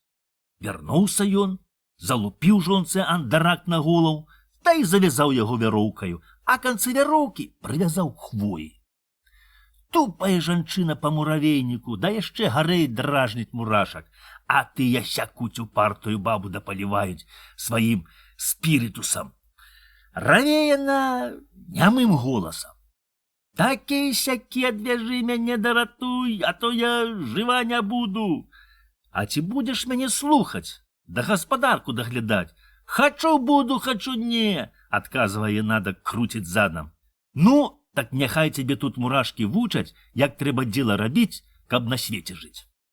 А сам атышоўся, да збірай ягадкі». Круцілася, накруцілася, але нарэшце не можа вытрымаць, да і кажа, што будзе і варыць, і печы паліць, і прасці, і ткаць, шыць і мыць, да і гаспадарку даглядаць, а яго слухаць да шанаваць. От заклялася яна, да забажылася, што пакіне сваё гулітайства да нораў. Толькі тагды адвязаў ён яе ад дзерава да аслабаніў голаў. Падвёў гэта ён яе к выжару, да і велеў улезці ў воду. Стала жонка мягкая, хоць ты яе ў вуха ўлажы. От абмыла на мурашак, да і пайшлі яны да гасподы. З тае пары людзі не надзівяцца. Што гэта стала з маладзіцаю? Што яна і гной возіць, і раскідае, і не то што жне, але і косіць. Гаспадар яшчэ спіць, а яна ўжо каровы падоіць, у печы выпаліць, стравы наварыць, да і будзець яго снедаць. Дачуўся аб том яе бацька. Прыйшоў к дачцы ў госці, да і дзякуе зяцю, што навучыў яго дачку, як Бог велеў на свеце жыць. Запісана у вёсцы Чудзін ад Данілы Куляша. Мужик, цыган і яўрэй. Жыў сабе адзін мужик. Ён не тое, што быў вельмі багаты чалавек, а так сабе, всякі такі гаспадар. Гараваў да працаваў круглы год, такі меў кавалак хлеба да асьмакі на бяду. Не слухаў ён людзей, што тыя кажуць, як Бог пашле напасць, та грошы чорт дасць. Не слухаў, а збіраў грошык да грошыка, да і хаваў у страху. Панадзіўся к яму хадзіць цыган. Ведама, у цыгана заўжды многа часу, і он кожен дзень ходзіць у госці. Дзе баба пачастуе кавянёю або мешалкаю, а дзе гаспадар спяражэ пугаю або свісне цэпам. А яму хоць бы што, сляпіцаю лезе ў вочы. Дай, бацю, сала, каб цябе ліха не знала. Дай, хаджаечка, круп, каб здарова была, як дуб. Напрыкрае добрым людзям, дык тыя, каб адкаснуцца і дадуць цыгану што-небудзь. А не, дык ён і сам возьме. У цябе, хаджаечка, многа, а ў мяне нема. Падзелімся, бо Бог дае на ўсіх долю. Ото ж прычапіўся хварэць тваей матары, крычаць жанкі, та й суну цыгану ад чапнога якога блінцоў ці аладак, а каўбасу ды падмазку ён і сам схопіць. Прыходзіць раз цыган к таму чалавеку, да й кажа: «От, бацю, я табе прывёў рой пчол. Забірай да садзі ў вулей, няхай будуць палавічныя». Зірнуў чалавек, аж сапраўды, у садочку звіўся рой пчол. Не знае таго чалавек, што той рой выйшаў з яго вулля. От абабраў ён рой, дай пасадзіў яго ў свой вуллей. «Цяпер мы сябры», кажа цыган. «Але ж сябры». «Ну, дык частуй, бацю, сябра». Пачаставаў мужик цыгана раз, другі, да й пытае: «А калі ж ты, сябрэ, мяне пачастуеш?» «Пачакай, пачастую, як вырастуць у мяне грошы». Ну, гамоняць яны тое, але не бачаць, што тут ціхенька падышоў яўрэй, да і слухае, бо ўчуў, што яны гавораць пра грошы. «Ну, вазьмеце мяне ў хаўрус». «Чаму ж не?» – кажа цыган. «Сябра поле, а твае насенне, а я буду збіраць. Што зародзіць, та падзелім пароўну». «Рэхт», – кажа яўрэй. От прынёс ён цыгану да мужику жменю асьмакоў. Пабаранаваў мужик у агародзе, дай пасеў тыя асьмакі. А цыган і кажа: «Сябра, ці няма ў цябе больш?» Дастаў мужик з трахі свае асьмакі, дай пасеяў там жа ў агародзе. Пашоў дождж, прыплескала тыя грошы, да вымыла. Да кіны блішчаць. Пазваў цыган яўрэя, дай пайшлі ўсе яны разам збіраць тыя грошы. Назбіралі цэлую шапку. Прынеслі ў хату, дай пачалі дзяліць. Бачыць яўрэй, што яму дасталася грошай больш як 3 жмені. Загарэліся ў яго вочы, от так стаіць і трасецца бэасіна. Ну, цяпер зрабілі практыку, давайце сеяць больш. Рад яўрэй, аддаў тыя грошы ды прыдубіў яшчэ цэлы мяшок. Пасеяў мужик тыя грошы, а цыган сеў на гародзе вартаваць. Ну, каб куры не паклявалі. Пойдуць людзі на работу, а цыган пільнуе, ды збірае сабе тыя грошыкі. Так усё і пазбіраў. Прыбягае яўрэй, ды пытае: «Ну, што, грошыкі ўзышлі?» «Не, яшчэ не ўзышлі, бо вельмі засушыла. Няхай ось пройдзе дождж, да прыгрэе сонейка, да яны пойдуць расці бы на дрожджах». Чакаў яўрэй, пакуль узыдуць грошыкі, да так і не дачакаўся. Дагадаўся і мужик, што абмануў яго цыган. Надаваў яму карак, да і выгнаў з агарода. От з тых часоў і няма ў мужика сяброўства з цыганам. Казка запісаная ў вёсцы Чудзін ад Данілы Куляша. Дзеўкі і чорт. Жыў сабе адзін чалавек. Ён рана заўдавеў і астаўся толькі з маленькай дачкой. Прыгожая, даздатная на ўсялякую работу была сіротка, але, ведама, дзіця не можа ўправіцца у дамоўцы, не то, каб яшчэ і дагледзець гаспадарку. Думаў чалавек, да і надумаўся жаніцца ў другае.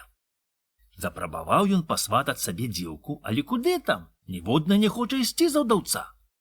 Нема чаго рабіць, пачаў ён шукаць удаву. Але бездзетныя ўдовы выбіраюць сабе хлопцаў, да яшчэ жвавых да гожых. Ну і ўзяў ён нарэшце адну ўдаву, да яшчэ і з дачкою. Па немалым часе пашла ў яго хаце калатня да сварка. Дачка жонкі была такая дзераза, такая языкатая, да паганая, што проста беда.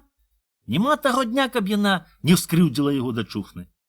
Да й жонка не ўзлюбіла падчарыцу, пачала яе зневажаць да папікаць, што яна та тое, та сёе не так робіць, да не так, як трэба, цісне да піліць падчарыцу, есць яе бы і ржа жалеза, а сваю дачку песціць да балуе.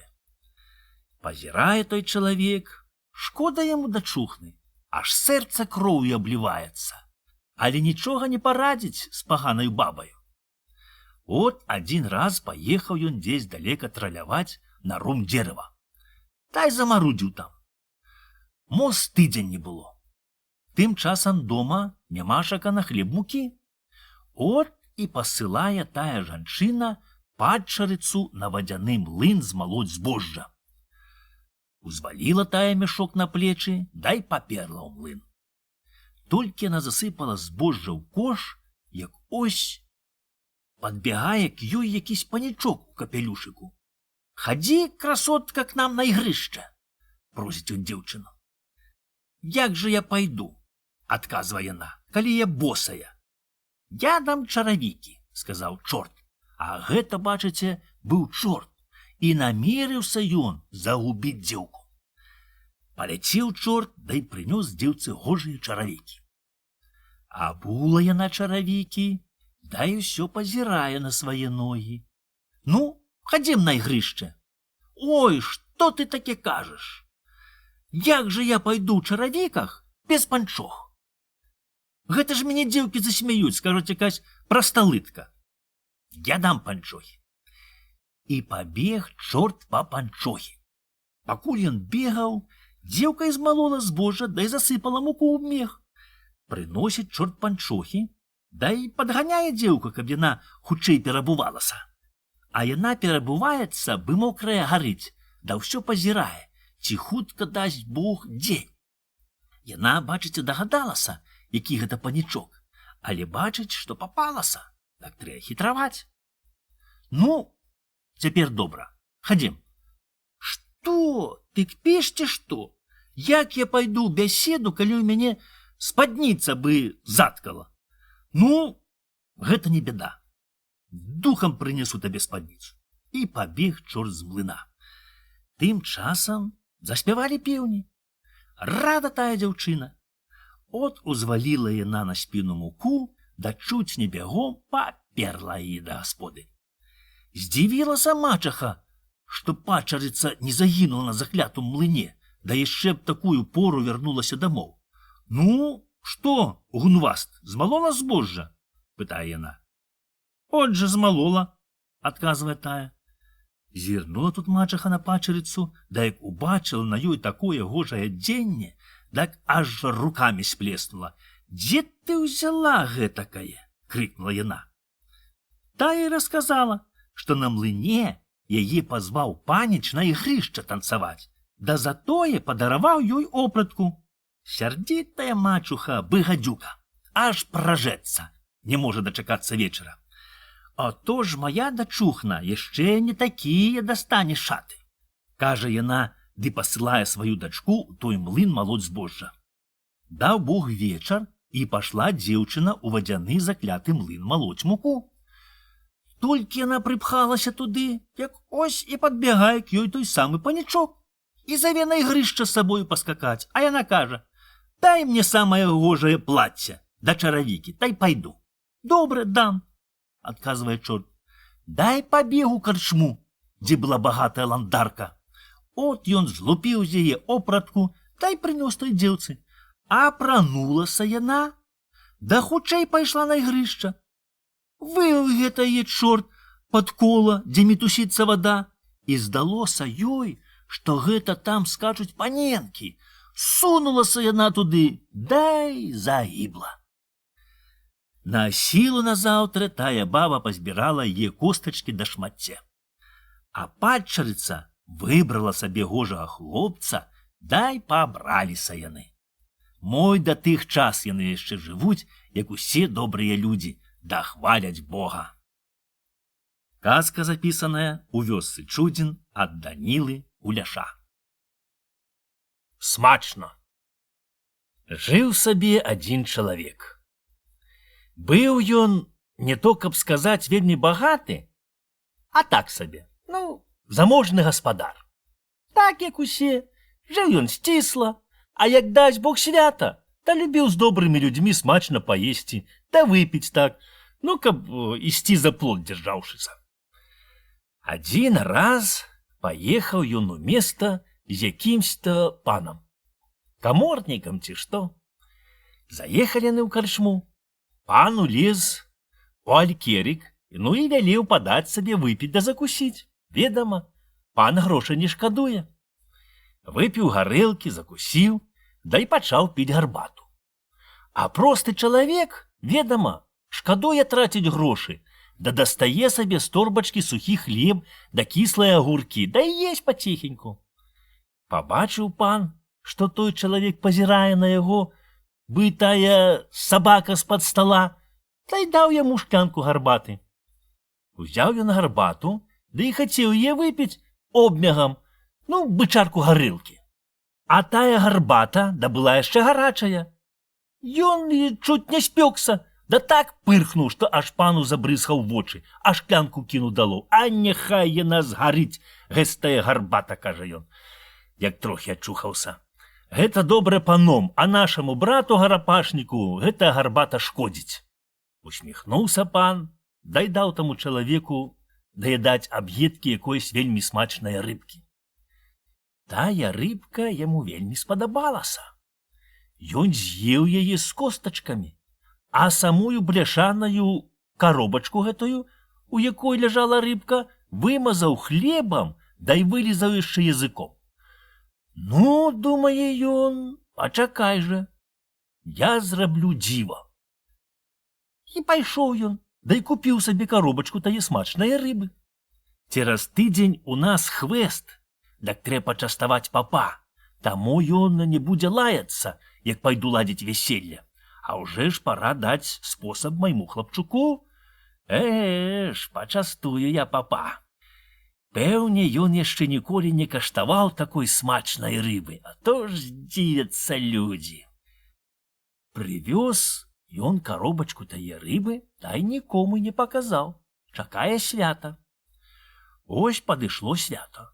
Набралі людзі гарэлкі, наварылі, напяклі да насмажылі усялякай усялячыны. Ну, паехаў поп з дзякам і пачалі служыць у цэркве. Паапраналі людзі лепшую адзежу, да й пайшлі пад цэркаў. Хто памаліцца, паставіць свечку, дадаць папу саракоўку на абедню, ну, а хто людзей паглядзець ці сябе паказаць, ну, або сустрэць сяброў, знаёмых, ну, і пазваць іх сабе на пачостку.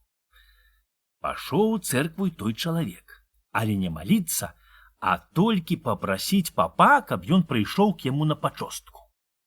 Поп абяцаў зайсці проста з цэрквы. От той чалавек пабег да гасподы, прынёс у хату тую бляшанку, рассек яе сякераю ды развярнуў долатам, дак адтуль так гожа запахла рыба тая, што ён аж пачаў блізвацца. От пакрыла баба стол, да й наставіла на ём усялякай усялячыны. А ён на самым покуце, ось, дзе сядзіць ці поп, ці дурань, паставіў тую рыбу. А сам зноў пайшоў у цэркву. От стаіць ён у цэркві, шэпча малітвы, а сам усе думае пра тую рыбу. Думае, якая яна смачная, і як спадабаецца папу, як усе суседзі будуць яму завідуваць, да дзівіцца, скуль ён дастаў такую смачную рыбу. Схамянуўся ён, пачаў хрысціцца да адбіваць паклоны. Але як ён не хрысціўся, як не стукаўся ілбом аб гразкую гэту ды мокрую падлогу, а смачная рыба ніяк не выходзіць з галавы. Што ён не рабіў, а не мог вытрымаць, каб не збегаць да гасподы.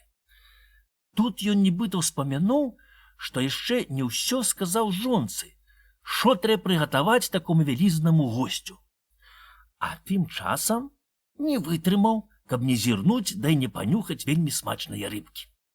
От уже дзяк заўёў харуімы, зрабіў колькасць выкрутасаў, выцягнуў бы журавель доўгую шыю, стаў на пальчыкі і так увесь падняўся ўгору, бацца хацеў паляцець, каб прапець такім тоненькім галаском, як паюць на небе анёлы. Людзі пачалі хрысціцца, кланяцца, зірнуў той чалавек, што ўсе моляцца, што на яго не звяртаюць увагі, дак ён бокам паўз сцяну, да і выплішчыўся ціхенька з цэрквы. Тут ён падумаў, што яго ўжо ніхто не прыкмеціць. Але як на ліха, насустрэк чорт нясе кума. Ён хацеў увільнуць ад кума, да і павярнуў на агароды, але там было вельмі гразка, так што ён мусіў рукамі чапляцца за платы, каб прайсці. Затым ён і замарудзіў. Тым часам кум, мабыць, дагадаўся, шалыгнуў шырокім крокам, та й загарадзіў яму дарогу. «Добрый дзень, куме!» На сілу вымовіў той, выняўшы з зубоў люльку і сплёўваючы, каб пачаць гаворку. «Здароў быў, куме! Куды гэта ты прэсса цераз агароды?» «Хачу збегаць да гасподы, штосьці сліну гоніць», — схлусіў ён і пачаў пляваць. «Брэша», — падумаў той, да і кажа, «от і ў мяне штось каля сэрца завіло». Тут ён пачаў рукою круціць па грудях. «Хіба хадзем, куме, да заморым чарвяка? Бо гэта, мабыць, рабакі», — прыбавіў ён. «Куды цяпер ісці? Будуць людзі смяяцца. Чаго ж нам, куме, ісці? У карчму мы пойдам. Хадзем лепш ка мне». «Чаго к табе?» «Та ўжо ж хадзем лепш ка мне». Тут ён успомніў пра рыбу, ну і не мог вытрымаць, каб не пахваліцца перад кумам. «А гарэлка є? Трохі є? Хадзем. Я штось табе пакажу. Хадзем». От улезлі яны ў хату, якраз тагды, як баба пекла блінцы. От яна накінулася на гаспадара, чаго ён прыйшоў з цэрквы, дай давай яго страміць да зневажаць. Лаецца баба, на чом свет стаіць, а ён маўчыць, да толькі чмыхае носам, ведама, як вінаваты. «Ось штось сліну гоніць, мабыць, асца», — кажа ён. Тут баба яшчэ гарэй пачала крычаць і крычала да лаяла патуль, пакуль аж ахрыпла. От толькі тагды змоўкла. От гаспадар зняў з паліцы пляшку гарэлкі, дай наліў добрую чарку. Дай же, Боже, за год дачакацца, да здаровенькім дар Божы спажываць, сказаў гаспадар, перахрысціўся і чуть-чуть хлебануў з чаркі. Але выцер рукавом мокрыя вусы, даліў чарку і даў куму. Дай же, Боже, каб усё было гожа, каб здаровы былі, да багаты, да гаршком грошы мералі. Будь здарова, кума. От ён перахрысціўся, абярнуў у рот чарку, да толькі плюнуў, што вельмі добра. Але ж гарэлка ў кума добрая, сказаў ён дзеля хвасону, падняў палу світы, да і выцер вусы і бораду. Закусі, куме, чым Бог паслаў. А што ж ты хацеў мне паказаць? Эге ж. А я чуць не запамятаваў. Ось гэтую рыбку. Ці бачыў ты, куме, такую ці не? Не ведаю, ці бачыў, ось закаштую. І пачаў ён смакаваць тую рыбу. Ото ж смачна, гаворыць ён, да ўсё есть тую рыбу. Бачыць гаспадар, што вже хутка папу нічога не застанецца, дай намякае куму, каб ён дагадаўся і больш не еў. Бо і дорага ж, звесна дорага, дык зато і смачна. Але от скажы, куме, гаворыць ён, падставіўшы к сабе бляшанку з рыбаю, чаму ж яна такая смачная, а? Бо й дарагая ж? На яе ўсе ліха, чуть не крыкнуў гаспадар, як убачыў, што кум уже даедае тую рыбу. От затым той смачна, што вельмі ж дорага, сказаў кум, дай вылізаў начыста каровку. Казка была запісана ў вёсцы Чудзін ад Данілы Куляша. Не тут, дак там. Жыў сабе адзін вельмі скупы чалавек. Ён быў такі скарэда, што не то каб другім, але і сам сабе шкадаваў даволі наесціся. От і прадражнілі яго скупердзягаю. Бала цыгае ён па полі бы бусел, да збірае каласы па іржышчы. Убачаць яго дзеці, дай крычаць: «Лядзі, лядзі, онь цыгае скупердзяга!» Ніхто не ведае, ад каго тое пайшло, толькі ўсе пачалі гаварыць скупердзяга да і скупердзяга. Перш ён кідаўся на дзяцей, да лаяў іх, а потым прывык. Дасць Бог свята, збяруцца людзі дзе-небудзь на вуліцы, закураць люлькі, да і гамоняць сабе пра тое, пра сёе, шуткуюць, дарадзяцца, калі што сеяць ці збіраць, калі начынаць касіць або што другое, а скупердзяга яшчэ да сонейка схопіць торбу да весло, пералезе цераз платы, каб ніхто не ўбачыў, дай суне на рэку лавіць рыбу. Камары ця вады рэжуць яго там бы нажем. Мошкі вочы слепяць, а ён не варухнецца. Сядзіць на беразе, дай не дыша, каб не спалохаць рыбіну. Пакуль людзі гамоняць да кураць люлькі, дык скупердзяга нацягае поўную торбу акуню да язёў. Убачаць людзі, як ён прэ дамоў рыбу, дай пачнуць на кпінкі прыставаць, каб даў ім закаштаваць тае рыбы. А ён бяжыць, сагнуўшыся, і не пазірае на людзей, але хутчэй суне да гасподы бы воўк у лес. Скупердзяга, дай хоць якога-небудзь бабура або ментуза, чуе ён збоку, але прэ моўчкі не азіраецца. Скупердзяга дык скупердзяга і ёсць, смяюцца людзі. А ён хаць бы што, маўчыць бы пень. А добра ён умеў лавіць рыбу, было цэлае лецячка ловіць да сушыць, а сабе шкадуе закаштаваць. От выдаўся добры год. Налавіў да насушыў скупердзяга рыбы цэлы воз. Запрог кабылку, дай павёз у места прадаваць. «Куды ты, скупердзяга?» – пытаюць людзі. «У места. Везеш на продаж рыбу? Няхай сабе і так», – кажа ён, дасцёбае кабылку пугаю, каб не слухаць, што там гавораць. «Прывязі нам абаранкаў, скупердзяга!» – ляціць за ім насмешлівы голас, а ён сцёбае кабылку да тузае лейцамі. «Усё дай да дай», – мыркае ён сабе пад нос. «На гатовая кожан разявае халяву. А ты не выскаляй зубоў з маладзіцамі, да ідзі сам сабе налаві. Мо трасту схопіш, а не рыбы. Ну, старое падла, каб цябе ваўкі зарэзалі, цягніся, ваўкарэзіна, а то як сперажут, дык і ногі выпруціш. Пужае ён кабылку, а тая целюхаецца памаленьку цераз гаёк каля ракі, дзе маскалі пабудавалі сабе на лета буданы з палатна, дай дужаюцца сабе ці качаюцца на траве. «Здравствуй, хаджаін! Дай агню прикурить собачую ножку», — просит скупердягу один москаль. «Здравствуй, служивый», — отказывая ён и супыняя кобылку. Обступили его москале, закурили собачьи ножки, гамоняць, ды распытоўваюць, куды ён едзе и что везе на праданне. Рад скупердяга, что такие важные москалі гавораць з ім за панібрата, дай вушы развесіў. Тым часам один москаль что шапнул другому. Той повернулся на подборках, дай побег к радцы. Там ён привязал к вяроўцы долата, дай пачаў яго швыраць у ваду. «Что гэта ён робіць?» — пытаў москалёў скупердяга. «Ловіць рыбу», — адказваць ён яму. «Чым же ён ловіць?» «Долатам». «Что за дзіва?» — думае скупердяга. «Здаецца, я добра ўмею лавіць рыбу, а ніколі не бачыў, як гэта ловяць рыбу долатам». «І добра бярэцца?» — пытае ён. «Вельмі добра. Ён сягоння многа наловіць». Зацікавіўся скупердяга, злез з воза, да і пайшоў к радцы глядзець, як маскаль долатам ловіць рыбу. Падыходзіць ён туды, аж маскаль швырае долата ў раку, дай прикажа: «Дарыся, рыбка малая і вяліка». Выцягне ён долата, да зірне, што на ём нічога нямашака, а тойдзецца далей, дай там швырне долата ў воду.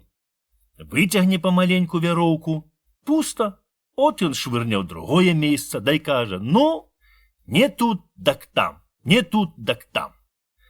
Вядзе ён скупердягу паўз реку ўсё далей да далей, да злуе, што не бярэцца рыба. «Ніпачом, не тут, дык там». Кідаў ён долата, пакуль надоела.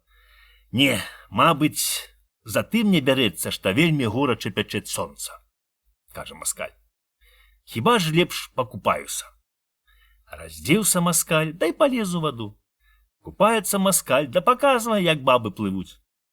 Пабачыў скупердяга тую практыку, дай вярнуўся к возу. Зірне ён, аж няма маскалю, няма рыбы. Ён туды, ён сюды, немашака рыбы. Бацца яна ў ваду плюхнулася. Казка была записана у вёсцы Чудзін ад Данілы Куляша. Няхай панічом лагодкі. Жыў у нас ландар. Пакуль ён сядзеў у карчомцы, дашынкаваў гарэлку, шолудзі ніколі не зыходзілі з яго мазгаўні. Не сядзіцца яму ў карчомцы, бегае бы непрытомны та на вёску, та ў двор, та да млына, та на роў. Бегаў ён, круціўся быў юну рэшаце, нарэшце прычапіўся шапарам у багатага купца на руме. Пачаў ён там аблічаць возчыкаў, так круціць людзям плату за работу. Дак тым вельмі спадабаўся купцу. Вот і зрабіў той яго самым старшым шапарам, дай паслаў у каралявец прадаваць лес. Зарабіў той многа грошай. Нагледзеўся, якая карысць з лесу, дай пачаў сам купаваць пушчы. Загубіць адзін лес, так хутчэй закупляе другі. А праз гадоў 5 нямаль спляжыў лес ва ўсёй акрузе. Бачыць, што больш няма карысці з лесу, от ён і ўзяў арандаваць вялікі маёнтак у аднаго пана, который заўжды дзесь круціўся за граніцаю, ці моў аршав якой жыў. Але ведама, сам ніколі гаспадаркі не ўёў, так і не ўмее даглядаць зямельку. Папробаваў адно лецячка гаспадараваць сам. Аж трасца яму зрадзіла на полі, а не збожжа. От ён на другі год уже наймае сабе акамона, дай дае яму поўную ўладу рабіць, што захоча і як знае. А сам застаўся ў месце весці гандаль. Маёнтак быў вельмі добры. Акамон так паўёў дзела, што ў двары ўсяго многа. Узгадаваў ён гаўяда, развёў усялякіх птушак да свіней цэлую чараду. Еш, што захочаш, хоць расперажыся. дачуўся новы пан, што ў том двары вельмі добрае жыць улетку. І захацеў ён прывезці туды на лета сваю балабосту дай бахуроў. Але перш паехаў сам. Бахуры ўжо былі не лапыя хлопцы, вельмі хацелі пажыць лета у панском маёнтку, бацца панічы. От прыехаў новы пан, агледзеў двор, і вельмі яму не спадабалася, што Акамон развёў там многа свіней да ўсялякага птаства. Пашоў ён у агарод, аж там акурат жонка Акамона нарвала цыбулі, да нясе да станцаі. «А на што ты рвеш цыбульку?» – пытае ён. «Ведама на што», – адказвае тая. «От стаўку, да зраблю квас, та будзем палуднуваць, бо больш няма чаго есці». Пабег пан к Акамону, да і наваліўся на яго. Што ты робіш? На што пазваляе сарваць цыбульку? Чаму ты не рэзаш гусей і індыкаў? На што табе свіння? Калі іх дае схаць усе, а лагодкі няхай паніцом». «Якія лагодкі?» – пытае эканом. «Ведама, якія. Цыбулька, рэдзька да часнок. Ес усе, а няхай лагодкі маім паніцом будуць». Казка запісана ў вёсцы Чудзін ад Данілы Куляша. Цесля. Сабраўся адзін стары чалавек будаваць сабе хату. «Я ўжо нядоўга пажыву, — думае ён, — але збудую добрую хату. Няхай мяне памінаюць унукі да праўнукі». Наняў ён цеслю, да і пачаў з ім выбіраць места. Аблюбавалі яны харошае места на ўзгорачку, дзе з даўніх часоў ляжаў вялікі камень. Цесля аснаваў хату так, што камень якраз застаўся на покуце, пад вуглом. От уже чуць не саўсім гатова хата. Якось прыйшоў к таму старому другі малады цесля. Пачалі наглядаць хату. Пазайздросціў той новы цесля свайму таварышу, што ён вельмі добра збудаваў хату, да і пачаў дурыць старому голову. Пачаў яму гаварыць, што тое нядобрае, тое нягожае, камень не на месцы, ды так падбухторыў старога, што той і сам пачаў думаць: «А мой сапраўды хата кепска пабудавана. Што тут рабіць?» – думае ён. Малады цесля гожа меле языком, але нічога яшчэ не будаваў, да, мабыць, і не ўмее будаваць. А калі ён такі гойстры, да такі здатны, як сам сябе хваліць, так няхай памагае старому цеслі, няхай вучыцца да робіць як лепш. І наняў ён маладога цеслю, каб ён памагаў старому. І пачаў тут малады цесля перарабляць да псаваць. Тое та іншае, да ўжо такоўскага нарабіў, што брыдка і людзям паказаць. Бачыць ён, што кепска, та й кінуў тую будову. Тым часам стары чалавек памёр. Гаспадаром стаўся яго малады сын. З гэтым сынам ужо даўно таварышаваў той малады цесля. От ён і давай падбухторываць маладога гаспадара, што трэ хутчэй дабудаваць хату. Але што яна так кепска пабудована, няма жоднага хараства, што яе трэ хіба саўсім перарабіць. Слухаў той, слухаў. Нема як плюнуць таварышу ў вочы, але каб адчапіцца, наняў яго разам старым цесляю дабудаваць тую хату. От малады цесля перш звярнуў дах, да зрабіў новую стрэху з цацкамі да спеўнікамі. Але пачалі людзі смяяцца, даказаць, што гэта не хата, якась будка. От і пачаў ён з року ў рок перарабляць у той хаце та адну сцяну, та другую, та вымаць падваліны, та прасякаць новыя дзверы. Нарэшце вывернуў з-пад вугла той вялікі камень. Пахілілася хата на адзін бок, да так і стаіць на смех добрым людзям. «Тут мала добрага матэрыялу, — кажа вельмі разумны гэты малады цесля. — Трэба навазіць лепшага». От і пачаў ён выбіраць давазіць лепшы матэрыял. Навазіў ён лесу цэлую гурбу, роўна з хатай.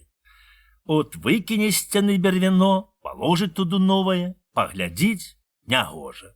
Зноў вымае да закладае новае. Так і не дабудаваў ён хаты. Казка запісана ў вёсцы Чудзін ад Данілы Куляша. Два камяні. Ляжыць на шляху вялізны камень. Хто не ідзе, та супыніцца каля яго, пасядзіць, супачыне, а той падсілкуецца трохі. Мо са ўсяе акругі зналі людзі той камень і шанавалі яго. От збудаваў сабе адзін чалавек млын. Але нема дзе ўзяць камянёў. Паехаў ён у места, да і купіў там верхні камень. Узваліў яго на воз, запрог пару валоў, да і вязе па шляху. Пад'язджае ён к таму месцу, дзе ляжаў той камень. Толькі ось прыгрыла сонейка, напалі на валоў, а вады, слепні, да зракі, да як пачалі іх рэзаць, дак на тых аж шкура лопаецца. Матаюць валы галовамі, хвастамі круцяць, аж кульбакі да занозы трашчаць. Ляжыць на возе камень, та думае: от якія важны да патрэбны людзям, што мяне вязуць як пана. Вельмі я слаўны да высокі, не такі, як ось той, што валяецца онь на шляху. На бок з дарогі барасцісну, як порхаўку. Тут валы, як закруцілі, дак і зачапілі за камень. Вось зламалася, воз пахіліўся, гардны камень шусь дало, да так рызануўся аб той камень, што аж печанцы ў яго трыснулі. Ляжыць ён і не варухнецца, да толькі злуе, што прыйшлося легці разам з такім брыдкім каменем. Пабедаваў чалавек, дай пацёгся з валамі да гасподы. Потым дагадаўся ён, што гэта так Бог даў, каб звярнуць яго ўвагу на той камень. От пазваў ён майстра, агледзеў той, дай выкаваў у млын сподні камень з таго вялізнага каменя, што дарам валяўся на шляху. Прывёз той чалавек абодва камені да млына, дай палажыў іх, як трэ, у под. Ляжыць сподні камень, да толькі радуецца, што хоць нарэшце дачакаўся таго, што мажэ паслужыць людзям, мажэ малоць ім муку, каб яны з яе пяклі сабе дар Божы. А верхні камень, скрыечы зубамі ад злосці, далая сподняга таварыша: куды табе да мяне, як захачу, дак я цябе задушу. Не ты, а я мялю муку, дай мялю толькі тагды, як сам хачу, от пабачыш, як я змялю. Пры гэтым ён так закруціўся, так зашумеў, што аж распаўся на кускі. Пабедаваў мельнік, дай выкінуў тыя кускі ў гразь, як ні навошта не патрэбныя. Купіў чалавек новы верхні камень. Доўга малоў ён, але і той змалоўся. А сподні камень папаўся такі добры, што меле мой да тых час. Казка была запісана ў вёсцы Чудзін ад Данілы Куляша. Стралец і рыбак. Праўду людзі кажуць, што ў стральца дым густы да абед пусты, а рыбак, як памочыцца, та і есці не хочацца. Былі ў бацька два сыны. Выраслі яны, як дубы. А бацьку всё палёгкі нема. Большы старэнны быў хлапец, але з самага маленства толькі рабіў пасткі да ўсялякія лавушкі. А як падрос, дак дастаў сабе стрэльбу, та й пачаў з ёю пестувацца. Людзі ідуць на работу, а ён ускіне стрэльбу на плячо, дай шмых у лес або ў балота. Цягаецца там увесь дзень, а прыйдзе да гасподы з пустымі рукамі, да галодны бы воўк. Перш сварыўся на яго бацька, але потым і замаўчаў, бо бачыць, што нічога не парадзіць, калі такая ў сына ахвота. Цягаецца стралец, аж у яго жылы рвуцца, а прыбытку няма ніякага. Бо ён пук 10 грошай з рук, дым густы, а абед пусты. А часамі зловіць зайца за яйца, так і таго хутчэй нясе пану, каб той даў пораху. А меншы сын прыдаўся такі гультай, што хоць вазьмі дай выгань вон. не хоча ні за што ўзяцца ў гаспадарцы. Толькі дзень і ноч сядзіць на рацэ да будзіць рыбу. Наловіць ён шапку бабуроў ці плотак, а якая ў хаджайстве карысць ад гэтага? Пачаў і на яго бацька сварыцца, што толькі марнатравіць час, а не робіць дзела. Але і меншы сын не слухае бацька, бо, ведама, ахвота гарэй няволі. Як яму рабіць дзела, калі яго цягне на рэчку, а? Думаў стары, як тут адвучыць сыноў ад ліхога налогу, але нічога не можа прыдумаць. Толькі ось прыходзіць к яму якийсь дзядок. Дай застаецца на ноч. Жаліцца стары таму дзядку на сваіх сыноў. Жаліцца, што нагадаваў дзяцей, а не мае на старасці падмогі. Выслухаў дзед, та й парадзіў яму, што рабіць. От на другі дзень сабраліся сыны ў хату, селі вячэраць, дай пачалі расказваць, якія з імі на дзень былі прыпадкі. Большы сын кажа, што яшчэ з самага рана натрапіў ён на цэлую чараду коз. І была там каза з казянятамі, да стары барадаты казёл. Але от толькі ён злажыўся, каб выстраліць, аж у казла ў ноздрах закруцілі восы. Казёл як чмыхне, як вылеціць з ноздраў цэлы рой воз, да як пачне резаць казу з казянятамі, так яны ўсе і сунулі ў гушчэчу. Пайшоў ён, кажа, сачыць па следу, да і спаткаў лося. Да такога рагаля, што было б мяса на паўгада. Прысеў гэта ён за пень, да і чакае, пакуль лось падыдзе бліжэй. Садзіць рагаль проста на яго, садзіць, аж зямля стогне, да толькі рагамі алешнік ломіць. Падышоў ён, можа, на паўгоні ці менш. Але ось прыгрэла сонейка і закруцілі ў яго ноздрах шаршні. Трымаўся, кажа лось, да як чмыхне, так і вылецеў з ноздраў цэлы рой шаршнёў. От лось верць галавою, дай сунуў у выжар купацца, каб абганяць шаршнёў.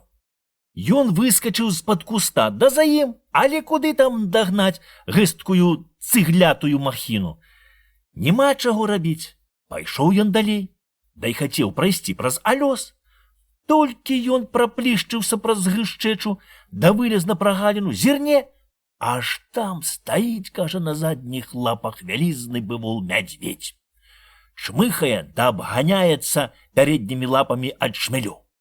Дагадаўся ён, што гэта толькі што чмялёў рой выйшаў з ноздраў мядзведзя. Дагадаўся, што ў такі час мядзведзь вельмі драпежны, дай пабаяўся страляць, а скары узлез на алешыну. Дак от, кажа, і сядзеў там гадзін 5, каб не сустрэцца з мядзведзям. А шкода, што не стрэльнуў, добрая была б шкура. Пачаў расказваць і малодшы сын, як ён лавіў рыбу.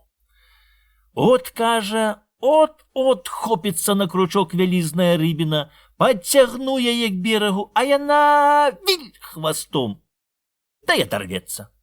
Адну дык я ўжо чуць не ўхваціў рукамі, толькі не ўтрымаўся, да і шабул дых у воду, на сілу выкарабкаўся. Слухаў бацька, да і кажа, мусіць, сынкі, звярына ў лесе, а рыба ў рацэ, да не ў руцэ. Стралец страляе, а гаспадарка гуляе.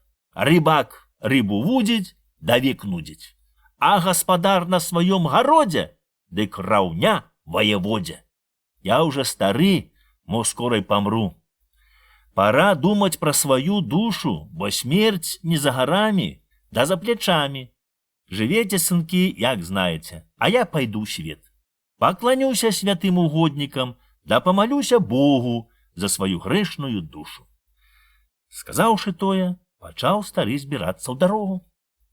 Па немалым часе пайшоў стары ад цэркві да цэркві, ад прошчы да прошчы. Засталіся сыны без бацька, а гаспадарка без гаспадара. Дык хутка ўвесь двор і запусцеў. Не паспелі стралец да рыбак азірнуцца, як няма чаго і ў рот палажыць. От і пачалі яны спрачацца, хто вінават. Спрачаліся, але праўды не даканаліся. Толькі ось прыходзіць к ім той самы дзядок, што заходзіў к іх бацьку, да і застаўся нанач. Трэ пачаставаць падарожнага, а тут нечым. Старалец кажа брату: «Няхай бы ты налавіў рыбы, каб было чым прыняць Божага чалавека». А рыбак адмаўляе брату: «Няхай бы ты настраляў звярыны, каб пачаставаць старца». «Дзякуй вам на добрым слове», – кажа старец. «У мяне є хлеб, што добрыя людзі далі». От дастаў ён з торбы хлеб, сала, сыра ды яец і пачаў частаваць стральца і рыбака. Як ні сорам было ім прымаць пачостку ад беднага старца, але голад не свой брат. Забудзеш і сорам. Накінуліся галодныя стралец да рыбак, дак чуць не ўсю торбу апрасталі ў старца. Наеліся яны, так і пытае іх старец, чаму яны такія бедныя. «Хіба, кажа, вам Бог даў якое няшчасце, ці што?» Перш сорам было ім прызнацца, а нарэшце такі прызналіся, што ў іх прапала гаспадарка. «А як жа уперад жылі?» – пытае старец. «Бацька гаспадараваў», – адказваюць яны. «А ён малады ці стары?» «Стары?» «Так от бачыце, ён стары, да гаспадаркаю карміўся, сам і карміў вас, а без гаспадаркі вы маладыя да здаровыя не можаце пражыць». Дагадаліся браты, што ні звярынаю, ні рыбаю без гаспадаркі нельга жыць. Дай узяліся яны за хаджайства. От хутка яны направілі гаспадарку, а тым часам вярнуўся стары бацька. Зірнуў ён туды-сюды, да і пазнаў, што яго сыны набраліся розуму, што страляюць тагды, як звер набяжыць, а рыбу ловіць, як яна сама у кош лезе. От ён і кажа: «Цяпер я спакойна памру, бо бачу, што мае сыны ні стральцы, ні рыбакі, а гарапашнікі-гаспадары, як і я сам». Казка была запісаная ў вёсцы Чудзін ад Данілы Кулеша. Пан і мужик. Быў адзін вельмі добры маёнтак. Зямлі, як вока схваціць. А зямля добрая, зраджайная. От, здаецца, пасадзі дзіця, дык і тое вырасце. А сенажаць ему рожныя, сена некуды дзяваць. Двор каля самай ракі, будынак, палацы, добра аж будоўля ломіцца. Кругом сад, бацца ў раю.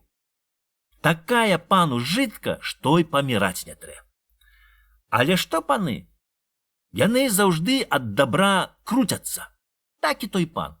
Прыедзе бала ў двор, бегае бы шалёны, да крычыць на камісара, лае дворню, а тыя жаляцца на нашага брата мужика. А ведама, так заўжды, што калі што не так, дак вінаваты мужик.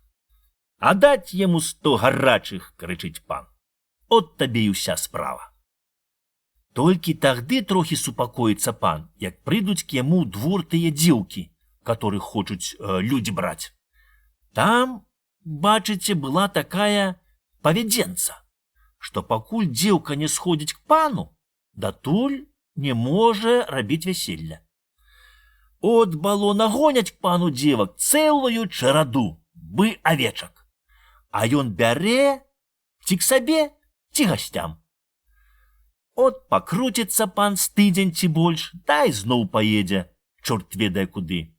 Кажуць, ён усё ездзіў у Аршаву ці за граніцу. Яго люкай раз падвыпіў, дак казаў, што ў пана быў такі яшчэ другі маёнтак. Але ён прайграў яго ў карты. Мо хлусіў, а мо і праўда, хто яго ведае.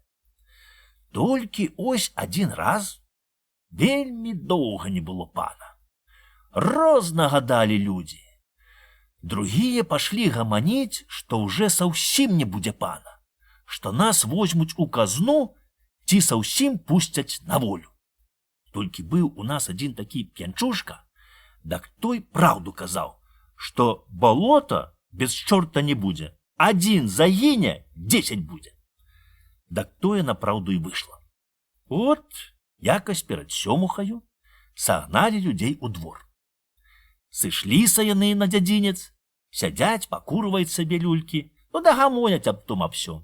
Уже і сонейка паднялося, да й пачало каціцца долу, а яны ўсё сядзяць, чакаюць вядомасці, на што іх сагналі. Усхапіўся той п'янчушка, да й кажа: «Хай бы нам далі па чарцы гарэлкі чарвячка замарыць, а то штось каля сэрца от так і завіло». Пачалі людзі шуткаваць, да смяяцца. От дзень хутчэй прайшоў. Зірнулі яны, аж уже і сонейка нізка, вечар блізка. Выйшаў камысар, да й велеў прыходзіць назаўтра раненька. А то ж дарам прапаў дзень, бацы свінні з'елі, кажуць людзі, да й цягнуцца хто ў карчму, а хто да гасподы, бо ўжо духі падвяло. Хадзілі так людзі, без дай рады, мо колькі дзён. Нарэшце ось і прыехаў асэсар, і з ім якісь незнаёмы пан. Пайшлі яны ў пакоі, да й пачалі сабе сілкавацца.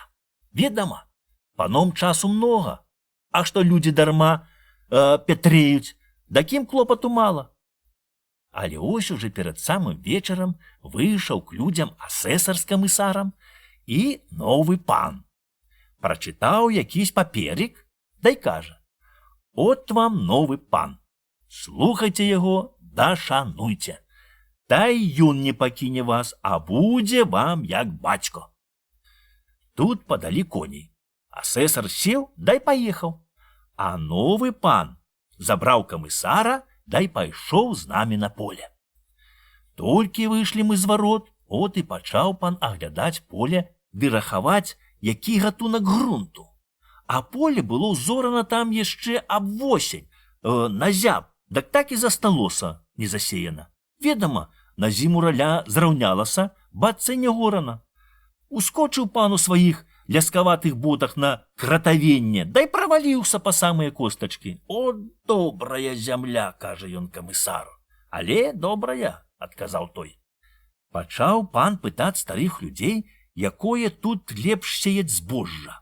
А тыя кажуць, што як Бог дасць, дак усялякае зародзіць. Схіліўся тут пан, узяў жменю зямлі, да й палажыў яе ў губу, нібыта смакуе, на якое збожжа яе лепш абярнуць. Пазіраюць людзі, што пан языком выбірае зямлю, да па смаку пробуе, што на ёй добра зродзіць, да толькі смяюцца з дурнога пана. Яны думаюць, што пан толькі чмуціць, нібыта па смаку можа пазнаць добрую зямлю. От закаштаваў пан зямлі, да й зноў пытае людзей, якое збожжа тут лепш зародзіць. Маўчаць людзі, да толькі пазіраюць адзін на другога. Але ось выскачыў той п'янчушка, да й кажа: «Не, паночку, дарэмная хватыга, толькі тагды ад зямлі пазнаць смак зможаш, як на яе гною паложыш». Казка была запісаная у вёсцы Чудзін ад Данілы Кулеша. Бязногі багатыр. У неякум царстве, у неякум государстве жыў-быў каваль да каваліха. Спарадзіла каваліха на яе ліха гожага хлапчука, да бязногага. Расце хлапчук не на радасць, а на горе. Ведама, калека з роду, якая радасць бацькам.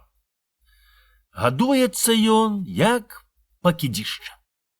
Управіцца каваліха каля печы, дай бяжыць у поле ці ў агарод, а хлапчук валяецца па зямлі, да смокча скарынку, або жуе параную картоплю. Кінула яго раз каваліха на дзядзінцы, дак чуць яго там свіння не з'елі. Не шкадуе каваліха на яе ліха свайго дзіцяці, бо кажа, якая з яго карысць. Калека не памога, а толькі абуза. Хаць бы яго Бог свету прыбраў, а тут ён наперакор расце да таўсцее. Вырас уже хлапчук не лапы, але не ходзіць, да толькі поўзае. Карміць яго кармі, а карысці з яго ніякае няма. Яшчэ гарэй пачала яго праклінаць матка, да наракаць на Бога, що даў ёй сына не на ўцеху, як людзям, а на бяду. Слухаў каваль праклёны дурное бабы, але нічога не можа парадзіць. Шкода яму хлопца, але ад бабы жыткі няма. От нарэшце не вытрымаў ён, запрог кабылку, пасадзіў на воз сына, дай паўвёз яго ў лес. Заўёз ён далека ад вёскі, дай хацеў там пакінуць сына на страту. Але ўбачыў у лесе маленькую хатку. Улез ён у хатку, аж там нікога няма. Зірнуў ён туды, сюды. У хатцы ўсе е, а гаспадыні няма. От ён унёс сына ў хатку, да там і пакінуў. А сам сеў на воз, да па кабылцы. Патарахцеў ён хутчэй, не аглядаючыся, каб ніхто не дагнаў. Сядзіць хлапчук адзін у хатцы, да разглядае, што там є. Толькі ось прыходзіць які старенькі дзядок і просіць напіцца. Рад бы я даць табе напіцца, кажа хлапчук. Да не магу хадзіць. Дзядок прысунуў да хлопца вядро з вадою і кажа: зачарпні, да перш закаштуй сам, ці хорошая вада.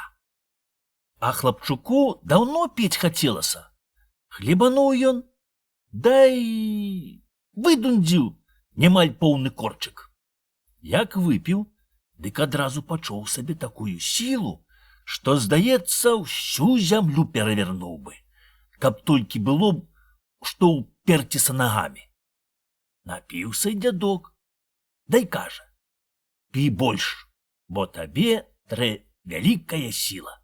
Дай знік, бацца яго і не было. Падзівіўся хлапчук, думаў, што гэта яму прыснілася. Але бачыць, што ў яго здаровыя ногі, што ён так ідзе, што пад сабою і зямлі не чуе. Напіўся ён яшчэ тае вады, дык і чуецца, што яму нема роўні на ўсём свеце. Хацеў ён яшчэ больш напіцца вады, да як узяўся за збан, так і разгнёў яго, а вада вылілася. Схапіў ён вядро, дай пабег да крыніцы. Шукаў ён яе, шукаў, нема, от бы ў зямлю правалілася. Варочаецца ён да хаткі. Аж і тая прапала. Ён туды, ён сюды, да так заплутаўся ў гушчэчы, што не ведае, куды ісці. Пастаяў ён трохі, дай пайшоў проста. Ідзе ён, а спераду пападзецца тоўстая хвоя або дуб, як печ. От схопіць ён адной рукой дзерава, дак тое хрусне бы саломіна. Ідзе ён, даварочае дзераўлякі, быццам там віхар праляцеў. А ён ломіць лес дзеля таго, каб зрабіць метку, да ў другае туды не прыйсці. Доўга ён так ішоў, пакуль выйшаў на дарогу, а там паабапал дарогі ляжалі вялізныя камяні, быццам валы. От і пачаў ён перакідаць тое каменне на дарогу, бы картоплю. Толькі ось едуць багатыры. Пад'ехалі яны, дай супыніліся, бо нельга ехаць далей, каменне мяшае. Здароў, дзяцюк, кажуць багатыры, што ты робіш? Граю сабе, кажа той хлапчук. От багатыры злезлі з коней, да хацелі апрастаць дарогу. Узяліся яны за адзін камень, але не могуць яго і крэнуць. Падышоў тут хлопец, да і згроб тое каменне ў роў. О, паедзем з намі, кажуць багатыры. Як жа я паеду, калі ў мяне няма коня, адказвае хлопец. Выбірай сабе коня з нашых. Пайшоў хлапец выбіраць сабе коня. Але толькі паложыць коню на спіну руку, дак той упадзе на пярэднія каленкі. Перабраў ён так усіх коней, а сабе не выбраў нігоднага. От пайшоў ён з багатырамі пешкі. Толькі ось бачыць ён, што каля дарогі мужык скародзіць поле. Кобылка у яго худая, маленькая, але жылістая. Палажыў ёй хлопец руку на спіну, а яна і не ўхмылілася. О, пачаў ён таргаваць тую кобылку, але мужик не хоча аддаваць ні за якія грошы. А навошта мне грошы, кажа ён, яшчэ хто заб'е, а без канякі як я ўпраўлюся з гаспадаркай? Без канякі чалавек не чалавек. Памяняй сваю кобылку на коня, кажуць багатыры, бяры сабе на выбар, якога хочаш. Хто мяняе, у таго хамут гуляе, кажа мужик. На сілу багатыры ўламалі гэтага мужика за пару самых лепшых коней і выменілі хлопцу тую кобылку. Сеў ён на кобылку і паехалі яны далей. Толькі ось пад'ехалі яны к той вёсцы, дзе жыў хлопца бацька, да і сталі каля кузні каваць коней. Не пазнаў каваль сына, так ён змяніўся. Да падкаваў яго кобылку. От і просіць кавальчук, каб бацька выкаваў яму булаву.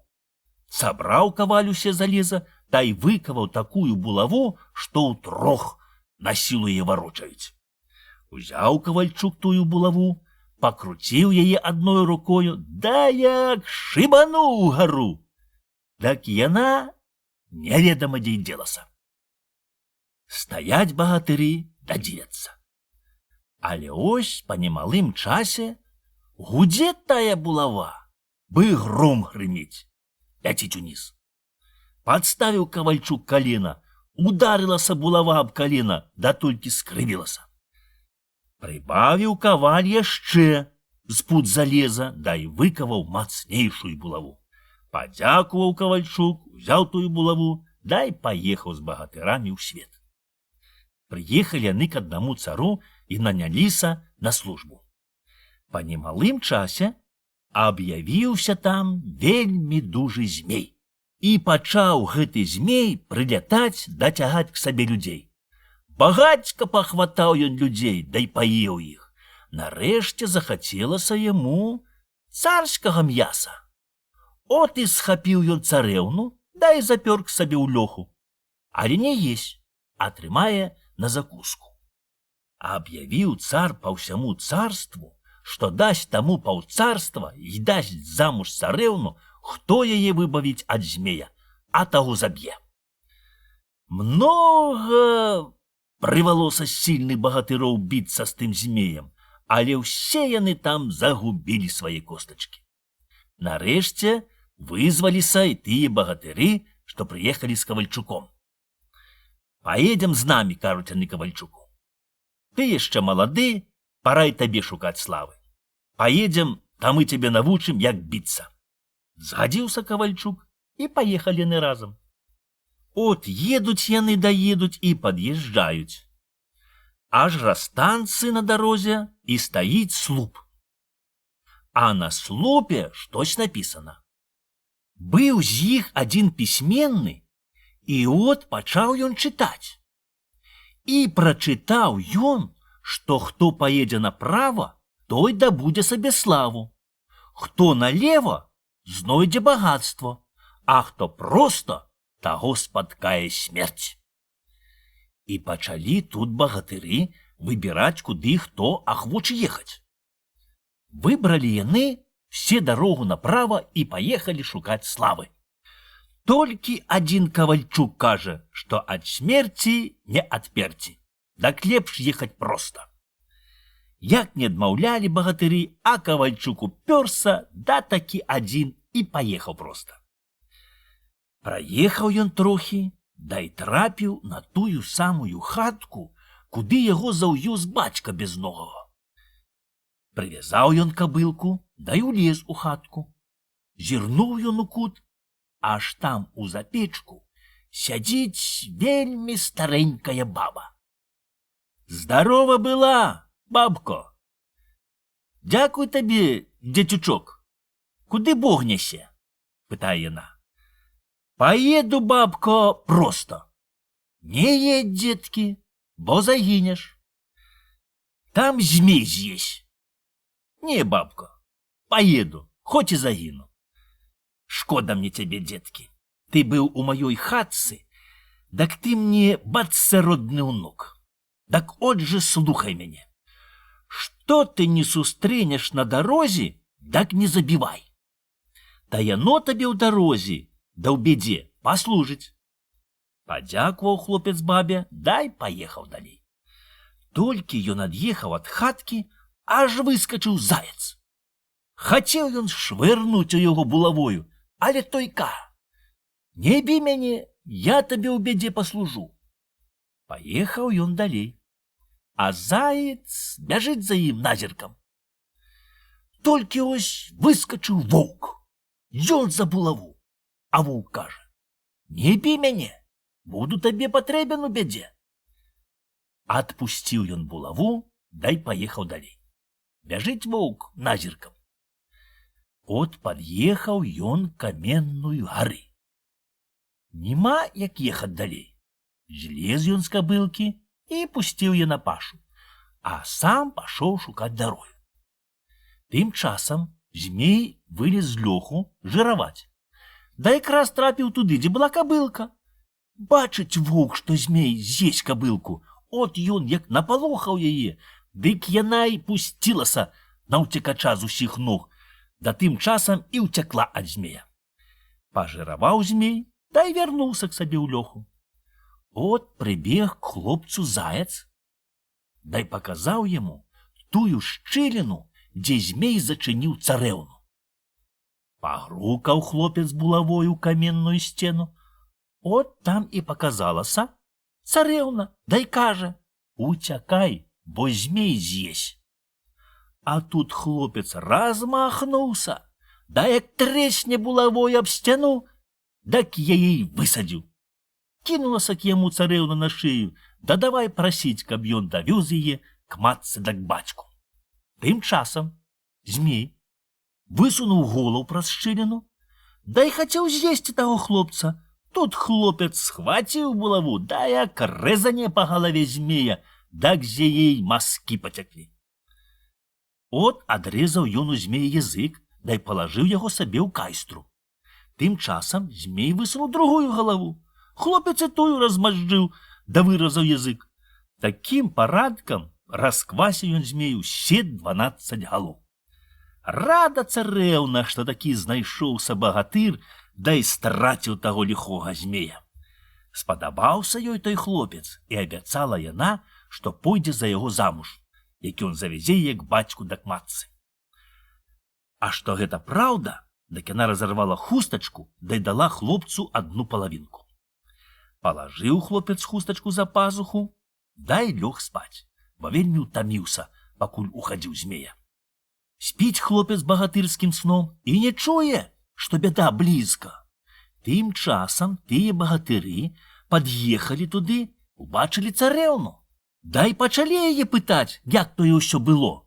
Расказала яна ўсё, як было, да і кажа, што пойдзе замуж за таго хлопца.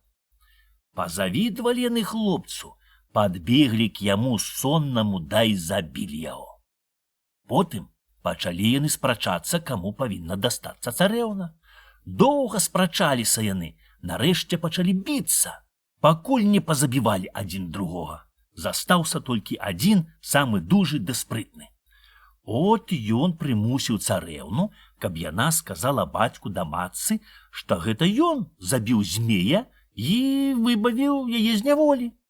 Не маю чаго рабіць, трэ згаджацца, бо яе кахана хлопца няма ў жывых. От той багатыр пасадзіў царэўну на свайго каня, дай павёз яе к цару. Тым часам заяц пабег да крыніцы, набраў там жывое вады ў рот, прынёс, дай пырснуў хлопцу ў вочы. А жыў той, дай прахапіўся. Зірнуў ён, аж царэўны ўжо няма. Дагадаўся ён, што тут было ліха, да чуць не заплакаў ад жалю. Хацеў ён хутчэй бегці к цару, да расказаць там усю праўду. Дак, ведама, пешкі далека не забяжыш хутка. Тым часам воўк пабег па лесе, да і трапіў яго кабылку. Напужаў ён яе, да і прыгнаў туды.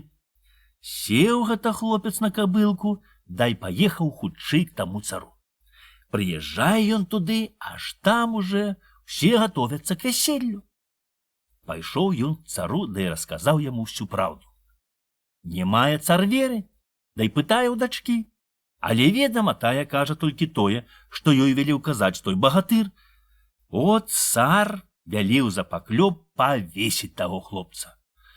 Тут толькі пачалі яго пытаць, хто ён такі. Я, кажа, бязногі багатыр, а больш я вам анічога не скажу. От уже вядуць таго бязногага багатыра вешаць. А тым часам царэўна пашла ў сад гуляць. Ідзе хлопец, да і бачыць, што каля плоцця туляецца заяц. От ён выняў з-за пазухі тую хустачку, да і кінуў зайцу. Схапіў заяц хустачку, да і прымчаў к царэўне. Зірнула тая, да чуць не абамлела. Чаго ты? Пытае цар.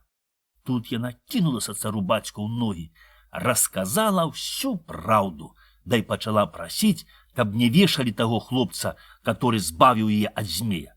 От цар велеў не вешаць таго хлопца і прывесці яго ў палацы. Прыйшоў ён сваёю кайстраю, да і стаіць. Пачаў тут цар пытаць яго, як тое было. Расказаў ён усё, як было. А той багатыр кажа, што гэта няпраўда. Тагды бязногі багатыр выцяг з кайстры змяіныя языкі, дай пытае, а гэта што? Змешаўся той багатыр, а царэўна показала бацьку абедзве палавінкі хустачкі. Тагды ўсе й паверылі. Таго ліхога багатыра павесілі, а бязногі багатыр жаніўся з царэўнаю, дай заўладаў палавінаю царства. Справілі гучнае вяселле, і я там быў, мёд піў, па барадзе цякло, а ў рот не папала. Казка запісана ў вёсцы Чудзін ад Данілы Кулеша. Мужик дурень, як варона, а хіцер, як чорт. Было тое даўно. Як свет яшчэ не быў такі хітры, як цяпер. Жыў сабе адзін мужик. Да такі дурны бы варона. Пакуль стары бацька правіў, дагэтуль яшчэ вялася сякая такая сельмізарная гаспадарка. Але ось бацька заняпаў, з тыдзень пакачаўся, да й аддаў Богу душу. Застаўся дурень адзін. Нема ў яго дроў, от ён палез на хату, паскідаў са стрэхі дошкі, да й навалачыў іх у хату цэлы вораг. Напрэ тых дошак поўную печ, да й запаліць. Тырчаць дошкі з печы, так што і прайсці нельга. Чаму ты іх не пасек, кажуць суседзі. Гэта ж ты яшчэ сцяло спаліш. Яны і самі згараць, на што іх сеч, адказвае дурень-то, пагравае сабе чэрава перад полымем. Даў Бог весну. Прыгрыла сонейка. Пачало зганяць снег. Палілася зверху вада, да так, што дурному і недзе схавацца ў хаце. От ён узвалок у хату кадушку, палажыў яе бокам, да і залез у яе. Сагнала з поля снег, пачалі людзі ладзіць сохі да бароны, пачалі гатовіцца абрабляць зямлю. Пайшоў і той дурань рапараваць сабе соху. Бачыць ён, што ў сасе астаўся толькі адзін рагач. От ён узлез на дуба, сеў на галіну, да і сячэ яе. Што ты робіш, пытаюць людзі. Гэта ж ты ўпадзеш.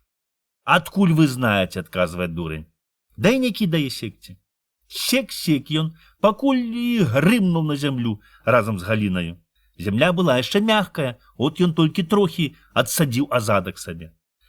Пашлі людзі араць да сеяць. Сабраўся і дурень. Ён перш пасеяў, пабаранаваў, да давай так ды араць. Дурень, што ты робіш? Гэта ж трэпеш араць, а потым сеяць. Не кіем апалкаю, кажа дурень, дай робіць, як сабе хоча. Ты чорта хрысці, а ён кажа, у воду пусці. Гавораць людзі, дай годзе вучыць дурнога. Але, ведама, дурню сам чорт памагае. Выдалася вельмі сухое лета, а ў дурня на полі зарадзіла лепш, як у людзей. Нажаў дурень хлеба паўнюсенькае гумно, намалаціў збожжа цэлую клець. Цяпер У цябе много хлеба, кажуць жанкі. Дак чаму ты, дурань, не женішся? Я чакаю, пакуль жонка сама мяне ажэніць, адказвае дурень. Пасмяяліся жанкі, дай пайшлі расказваць, што дурень чакае, пакуль баба сама яго ажэніць. От была там адна маладая удава бездетуха. Да такая паганая баба, што яе гаспадар не вытрымаў, да і заселіўся. І прыйшла тая баба к дурню, да й кажа: «Дурны ты, дурны, чаго ты жывеш, быцень? Давай паженімось». «Ги-ги-ги, а чаму не? Жаніся са мною», адказвае дурень. Пашла баба к папу, назбірала людзей, да й зрабіла лад. Толькі пабраліся яны, як пачала баба піліць дурня, дабіць яго кавянёю. Церпіць дурень, думае, що так і трэба. Ведама, на тое ж ён і гаспадаркам было бабе на ком пачасаць руки. Зневажала яго, зневажала баба, біла-біла, а ён хоць бы што, маўчыць бы пень. Яшчэ гарэзлуе паганая баба, ды лупіць яго абяручкі та мяшалкаю, та качаргою. Шкода стала дурному бабу, што яна саўсім адсадзіла сабе руки. От і пабег ён ад яе на ўцекача. А бабе толькі тое трэба было. Пабачыла яна, што гаспадар уцякае, дык яна за ім. Я ж табе пакажу сякі-такі, які ты гаспадар, што з свае хаты ўцякаеш. Я ж табе пакажу. Бяжыць баба ззаду, да пярэсціць яго, па чым папала. Пабег ён цераз агарод, да й пераскочыў цераз стары калодзеж. А баба разагналася, да шусь туды, на самае дно. Як ляцела яна, так і села, чорту на карак. Не паспеў той агледзецца, як яна давай яго лупіць мяшалкаю, пачом папала. Круціўся чорт, не ведае, што рабіць з паганай бабай. Прысеў на кортачкі, прыгнуў між кален голаў, каб баба не пазбівала рагоў, сядзіць, да аж пішчыць. Зірнуў дурень, што баба, чорт ведае, куды дзелася, дай паглядзеў у стары калодзеж. Нахіліўся ён туды. Тым часам баба задаволілася муштраваць чорта, да глядзець, як бы адтуль вылезці. Убачыў чорт, што дурень нахіліўся над калодзезем, дай давай яго прасіць, каб адратаваў ад бабы. «Што хочаш дам», кажа чорт, «толькі аслабані ад паганай бабы». Кінуў дурень чорту вяроўку. Той схапіўся за яе, дай палез. А баба зноў шамялях яму на карак. Вылез чорт і вынес на сабе і бабу. Да як суне, так толькі хвост зацеліпаўся. Баіцца чорт варочацца ў стары калодзеж, да й залез к пану ў пакоі. Грукае чорт у пакоях усюсенькую ноч, не дае паном супакою. Пашла перачутка, што ў пана ў пакоях атубаваўся чорт, да не дае панам жыць. Якое толькі рады не даваў пан, ён і прасіў ксяндза, да свяціў пакоі свянцонаю вадою, курыў рознымі свянцонымі зёлкамі, прасіў знахароў, але нічога не памагае. Сядзіць чорт, да кожную ноч спраўляе там ігрышча. Саўсім выракся пан пакояў. От дурень пайшоў да пана, та й кажа, што ён умее, як чарцей выганяць.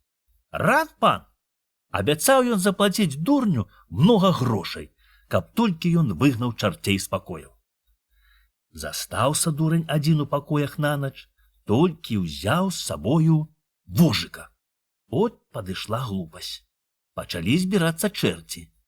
А дурень і кажа: «Ой, уцякайце, бо сюды ідзе баба, та задасць яна вам перцу. О, дзякуй табе, кажа чорт, што ты перасцярог. Наш табе за тое гасцінца». І дае чорт дурню цэлую жменю грошай. Схаваў дурень грошы за пазуху, да й кажа: «Чуеш, он ідзе баба». А то тупаў скорбся вожык. Спужаўся чорт, падагнуў хвост, та й не ведае, як ад бабы ўцякці. «Заплаці мне, як ты абяцаў», кажа дурень. «Да я тебе схаваю». «Добра», кажа чорт. Там і там закопаны грошы. возьми их сабе, толькі схавай мяне ад бабы. Дастаў дурень з кішэні ражок з табакаю, адчыніў яго да кажа: лезь сюды. Палез чорт, на сілу змясціўся там. Зачыніў дурень ражок, дай палажыў у кішэню. Тым часам убачылі чэрці, што гаспадара іхняга няма, так і сунулі, хто цераз комін, хто цераз шчыліну, дай чорт ведае, куды дзеліся ўсе. Заплаціў пан дурню цэлую копу грошай, да яшчэ даў і гасцінца. Пайшоў дурень, дай выкапаў там повен гаршчок срэбра, был лускі. Забраў ён грошы да гасподы, дай захаваў пад печ. Толькі ось зноў зневажае яго баба. От ён взяў, адчыніў ражок, а чорт адтуль выскачыў. Убачыў чорт бабу, да так спалохаўся, што й акамянеў. А баба спалохалася ад чорта, та й годзе зневажаць. От з тых часоў пачалі яны добра жыць да грошы спажываць. Казка запісана ў вёсцы Чудзін ад Данілы Куляша. Дзявочы набор.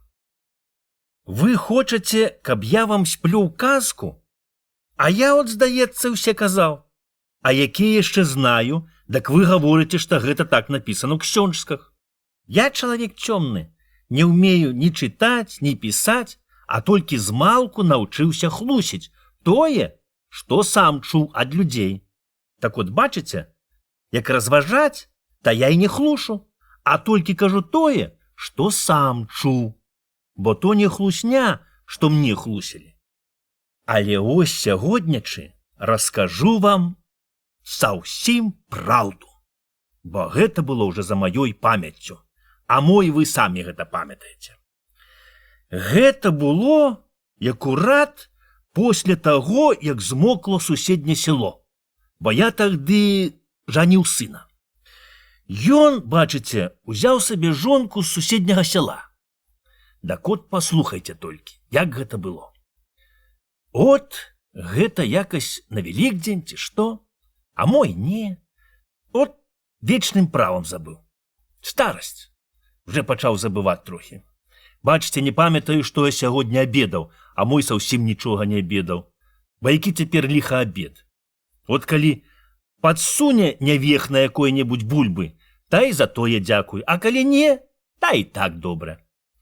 Дак ось гэстую нявехну мой сын узяў тагды так штучна, што проста смех і людзям казаць. Дак што ж гэта я хацеў расказаць за памяць? Вспомніў. От гэтак сядзімо мы на Юр'я з бабаю, каб ёй на том свеце лёгенька ікнулася. Сядзімо мы на Юр'я, яна яшчэ наварыла чырвоных яец, каб ісці на могліцы. А бачыце, Юрый быў якраз на радуніцу. От сядзімо мы, а нябожчыца й кажа: ці не пара нам свайму кузёмцы рабіць лад? А я кажу, што ён яшчэ ж малады хлапчук, што яму яшчэ не запах хвартух. Дай нам яшчэ на прыкры цацкацца з нявехнаю. А яна кажа: ой, Данілка, баюся я, каб не было гарэй. Дай кажа ціхенька: хіба ж ты не чуў, што кажуць людзі? А што? Пытаю я. Мала чаго наплетуць тыя людзі. Ой, гэта, мабыць, праўда, гаворыць яна. Баюся я, каб мы не засталіся без нявехны. Што ты, баба яку? Хіба ці наш сын неўдаль ці што? Што яму дзеўкі не знойдзецца? Гэстага тавару шмат. Дак ты не чуў, кажа яна. Ты не чуў, што людзі гавораць: быцца будзе на дзевак набор. Да што ты перахрысціся? Каму гэстыя дзіравыя гаршкі патрэбны? Ось у Сымона аж 5, дак пэўне ён рад, каб іх хоць разам забралі, але няма такіх дурных людзей. От мы гэтак пагаманілі, дай пайшоў я папаіць кабылку. Ну, ці што, дай высунуўся на вуліцу пабалакаць з добрымі людзьмі. От пачаў я закурваць люльку, аж чую, усе як у бубен б'юць, гамоняць, што белы рускі цар заваяваў якое ж чужое царства. Але там усе чорныя людзі, арабы ці што, А мо то і заўсім не людзі, а налпы якія, ліха іх знае. От кажуць, каб развесці там белых людзей, цар вялеў зрабіць на дзевак набор, дай паслаць туды на прыплод. Але, мабыць, з гэтага нічога не будзе. Калі не нагоняць туды маскалю, шуткуюць дзецюкі. Але ж, кажуць, туды завуць ахвотнікаў і з нашага брата, не толькі з маскалёў. А Мікіта Гаравый кажа, а я першы пайду ахвотнікам. Да пачалі тут дзецюкі шуткаваць да смяяцца, што Мікіта хоча быць над бабамі бы пявун над курамі. Пагаманілі мы мужчыны, дай годзе, а бабы пашлі ляскатаць, пашлі божкаць, да так напалохалі дзевак, што тыя ходзяць чуць жывыя. От тагды к нам заявілася сама свацця, дай давай сватаць за нашага кузёмку сваю дачку. Яна вельмі баялася, каб яе не ўзялі у маскале, да не загналі к тым арабам. Не хацеў я, каб кузёмка маў такую жонку. Але нябожчыца, моя бабка, светлы ёй рай, пачала і так, і сяк гаварыць, дай угаварыла мяне. От тагды зрабілі мы лад. Дак ото наш кузёмка уцёк з цэрквы, як вянчалі, дай схаваўся ў лозу. На сілу яго там трапілі, да сілком прыцяглі ў цэркву. Толькі гэта мы зрабілі вяселле, як ось і прыязджаюць к нам пісар са старшыною перапісваць дзевак. Сядзіць пісар, да ўсе піша, аж пяро скрыпіць, бы зімою лапаць. Маткі ў слёзы, а дзеўкі ўсе разбегліся ў лес, дай пахаваліся ў лозу. Сядзяць там і не чхнуць. Пачалі гэта маткі хадзіць да пана пісара, да старшыны, і пачалі насіць яйца, сала, палатно, або што другое, дай прасіць, каб не запісвалі іх дзевок. Наладувалі пісар да старшына добра 2 вазы, дай паехалі сабе. А дзевак на сілу з лазы дамоў залучылі. Так от вам не казка, а чыстая праўда. Запісана ў вёсцы Чудзін ад Данілы Кулеша. Цікавасць.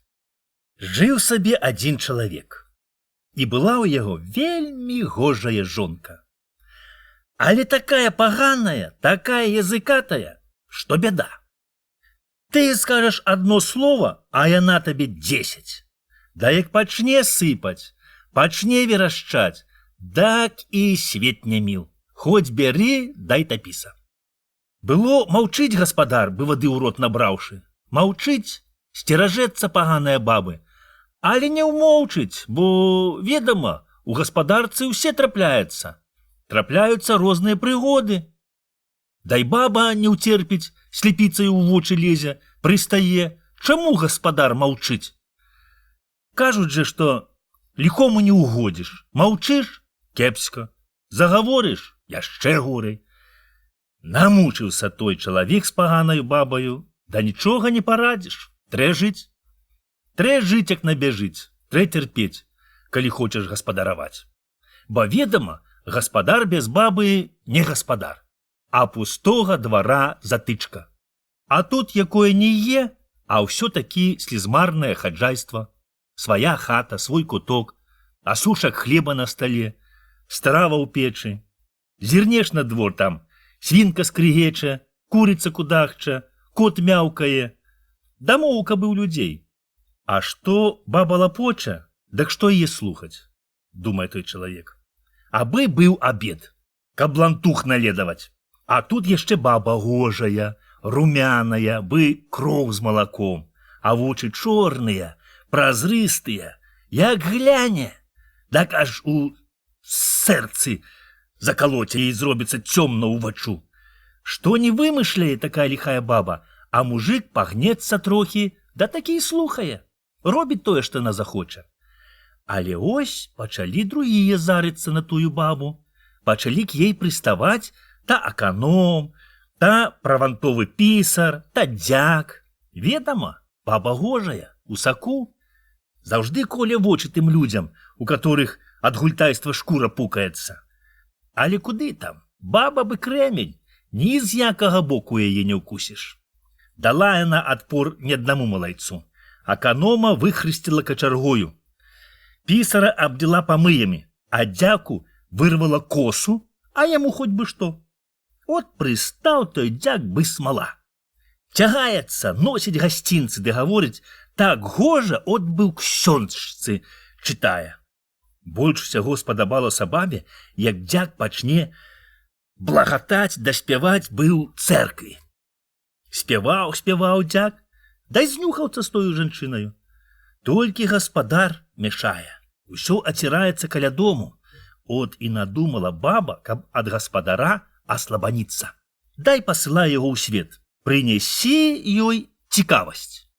Надаела, кажа, мне такая жытка, ніякай цікавасці я не бачу.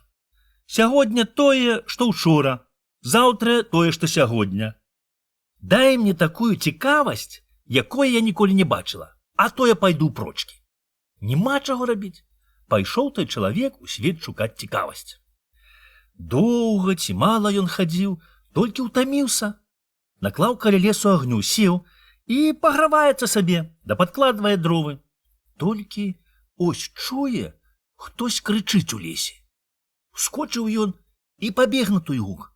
Прыбягае, дай бачыць, аж абярнуўся цяжкі воз, а пад ім ляжыць чалавек, і не можа з-пад яго вылезці. Узяў гэта ён вагу, падважыў воз і аслабаніў таго чалавека. Дзякуе той, абяцае, што паможа ў прыгодзе. От паднялі яны воз, пад'ехалі к агню, дай заначавалі. Пагрэліся яны каля агню, от той незнаёмы чалавек і пытае: «Куды ты, чалавеча, ідзеш?» «У свет», адмаўляе той. «Чаго ж ты ідзеш у свет?» «Таго й таго», кажа ён, «от моя ліхая жонка паслала мяне ў свет, каб я дастаў ёй цікавасць, якое яна яшчэ не бачыла. І кажа, калі я не дастану такой цікавасці, то яна пойдзе ў прочкі. А што я буду рабіць у гаспадарцы без бабы, а?» «Эй, братко, ведаеш што? Хаць цікавасцей вельмі многа на свеце, толькі трэба ўмеючы іх шукаць. Куды не зірні, усюды цікавасць. Да не кожнае бачыць. Ось і я пакажу табе цікавасць». Сказаўшы тое, пайшоў ён к возу, дастаў з яго горшчык, пеўня і прыгаршчы круп. Потым наліў у горшчык з біклагі вады, зарэзаў пеўня, аскуб яго, апаліў на агні, выпатрашыў, абмыў і палажыў у гаршчок. Насыпаў туды круп, трохі солі, да і прыставіў к агню. Па немалым часе крупнік зварыўся. Тады ён прынёс 2 ложкі, дастаў з варэнькі бохан хлеба і кажа: «Садзіся, будам вечэраць». Павячэралі яны, а ён і кажа: «Ці ж гэта не цікавасць, а?» Паглядзеў на яго наш гаспадар і кажа, што ў гэтым ён не бачыць ніякай цікавасці, бо і яго баба гэтаксама варыць крупнік.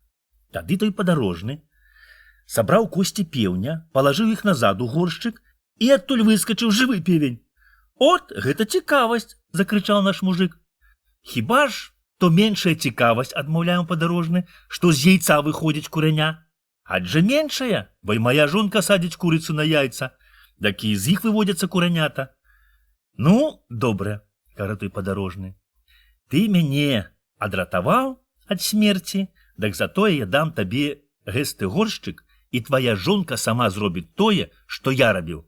От ёй і будзе цікавасць».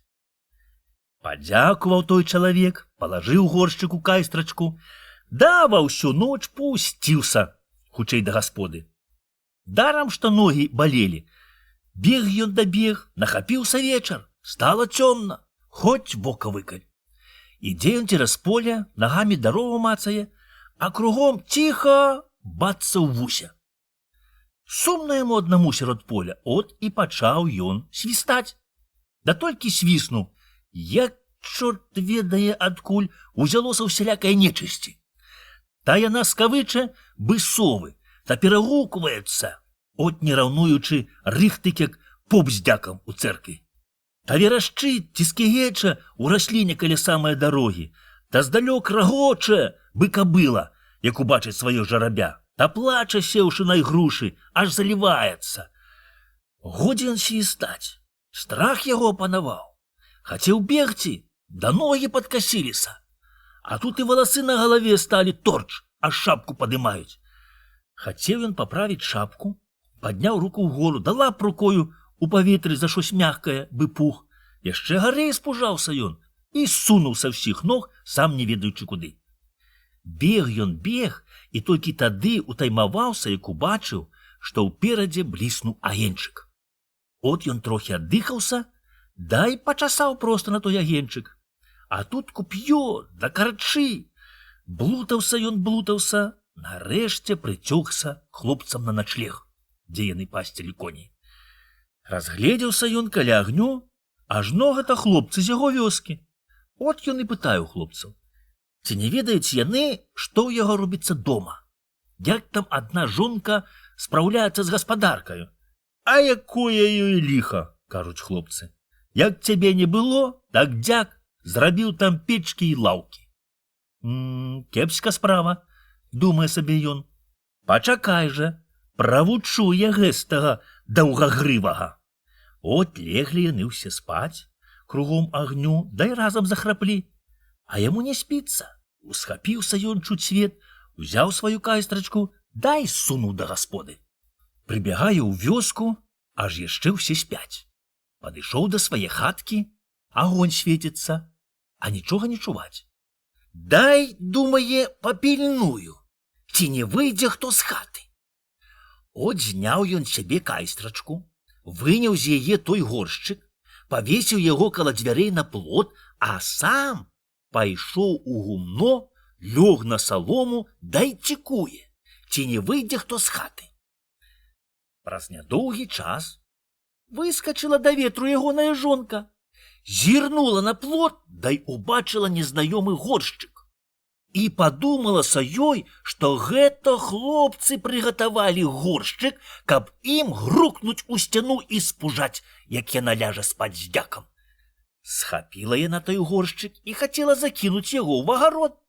Так куды там? Рука к горшчыку і прыстала. О, забыла яна і асцярогу, да як закрычэць ад страху, аж дзяк спужаўся.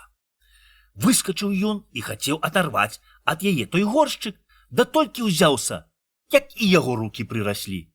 Збегліся тут на крык людзі, да хто хопіцца, дак і прырасце. Нарэшце падышоў і сам гаспадар. Адчапіў ён усіх, апрыч дзяка, дай давай лупцаваць та жонку, та дзяка, дай прыказваць: от гэта цікавасць, дак цікавасць, от гэта цікавасць. І датуль лупіў, пакуль задаволіўся. Тагды адняў іх рукі. Запісана ў вёсцы Чудзін ад Данілы Кулеша. Першы бровар. От, так як цяпер, яшчэ за даўнейшыя часы людзі забылі Бога і так грашылі, што Бог абазліўся, дай задумаў загубіць людзей патопам. З усіх людзей аставаўся толькі адзін праўдзівы чалавек — Ной. Ён баяўся Бога і чыніў яго волю. Бог любіў Ноя за яго пакорнасць і велеў яму збудаваць каўчэгу. О! Толькі Бог велеў Ною рабіць гэта ціхенько, каб ніхто не знаў і не зрабіў сабе гэсткія каўчэгі.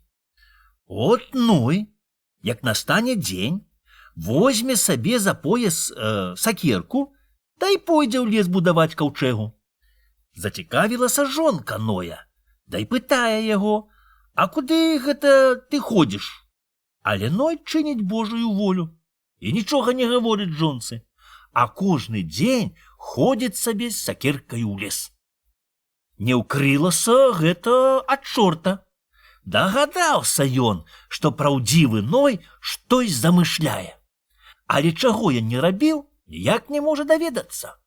От і падкаціўся ён к Ноявой жонцы, дай намаўляе яе так і сяк выпытаць у Ноя, куды ён ходзіць і што ён там робіць. Папробавала жонка Ноя яшчэ раз папытаць яго, куды ён ходзіць і што робіць. Але Ной заўсім змоўк і нічога не гаварыў. Жонка ў слёзы. Давай упікаць Ноя, што ён ходзіць к другім жанчынам, што ўжо даўно яе не любіць, а толькі падманьвае. Сляпіцаю баба лезе ў вочы, лаецца, крычыць, кідаецца біцца, але нічога не памагае. Маўчыць Ной, бы рыба. А як уже вельмі заходзіцца жонка, та Ной возьме сакерку, тай у лес, шукай яго там. Бегае, бегае баба, лазіць цераз каладдзё, утоміцца, дай з плачам варочаецца да хаты.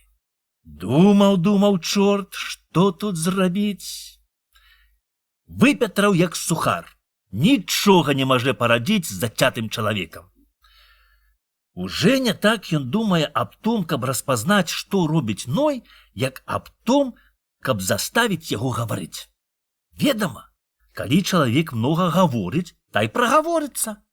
От і прыдумаў чорт яшчэ адзін спосаб, як зрабіць, каб чалавек многа гаварыў. Падкаснуўся ён к Ноевой жонцы яшчэ раз і просіць спрабаваць новы спосаб. А тую і прасіць не трэ. Бо яе такая злосць узяла на Ноя, што яна гатовай чорту душу запрадаць, абы паставіць на сваём. Рад чорт, што баба ўсімі спосабамі гатова памагаць яму. Рад, аж хвастом круціць, бы сабака, да капыт аб капыт пастуквае, бы гусар шпорамі. Што ж ты прыдумаў, каб зламаць упартасць майго гаспадара? А ось што, кажа чорт, нахіліўшыся к самаму яе вуху. Слухай, да рабі, як я буду табе казаць. Бачыш, якая сіла ў хлебе? Хлеб усяму галава. Як чалавек галодны, та ён маўчыць. А як наесца хлеба, та язык у яго развяжацца. Гэта такая е сіла ў хлебе. Толькі трэба гэтую сілу згусціць. А як жа е згусціць? Пачакай, не спяшы на шыбеніцу ўперод бацька, бо хто спяшыць, той людзей насмяшыць. Гэтая сіла льецца ў цябе з носа, як ты месіш хлеб. От пачала жонка Ноя мясіць хлеб, а чорт падставіў ёй пад нос пасудзіну, дак туды па капельцы нацякло якоясь вады, чуць не поўная пасудзіна. Што ж гэта такое? Пытае баба. Гарэлка, адказвае чорт. Яна так называецца за тым, што з гары падае, да і за тым, што хто яе многа вып'е, та згарыць. Гарэлка. Яна ў хлебе рэдкая, а ў жанчын густая, моцная. От затым, калі мужчына пасядзіць каля жанчыны, та хутка ап'янее, як ад хмелю. От ты напой свайго гаспадара гарэлкаю, так ён, як ап'янее, пачне гаварыць і скажа табе, куды ён ходзіць і што там робіць. А гэта яму не зашкодзіць? Пытае баба. А хіба ж ты яму зашкодзіш? Адказвае чорт, выскаліўшы зубы. Паляцеў чорт па свайму делу, а жонка Ноя нагатовіла добрыя стравы разам з гарэлкаю, дай пачала частаваць свайго гаспадара, як ён вярнуўся з работы. Сама села на супраціў, да ўсё ўгаворвае. Еш, мой голубе, еш, ты ж так утаміўся, да прагаладаўся. Наеўся Ной і чуецца, што ап'янеў. От так і чэшацца язык, каб пагаварыць з жонкаю. Толькі бачыць ён, што ззаду яе хтось хаваецца, бы цень. Дагадаўся ён, што гэта чорт прычапіўся да бабы, каб яе да і яго разам спакусіць. От ён павячэраў, да хутчэй моўчкі лёг спаць. Назаўтра, яшчэ чуць свет, узяў ён сакерку, дай пайшоў у лес. Падходзіць к каўчэзі, аж бачыць, мышы папраядалі дзіркі ў дне, і вада ў каўчэгу прасачылася. Зірнуў ён у тыя дзіркі, аж бачыць, туды пазалазілі жабы, каб сабою заткнуць дзіркі. Дагадаўся Ной, што Бог яго перасцерагае, каб не піў гарэлкі, да і нічога не казаў жонцы. Бачыць чорт, што нічога не зрабіць з Ноем. От ён навучыў жонку Ноя і яго сыноў, як з хлеба гнаць гарэлку.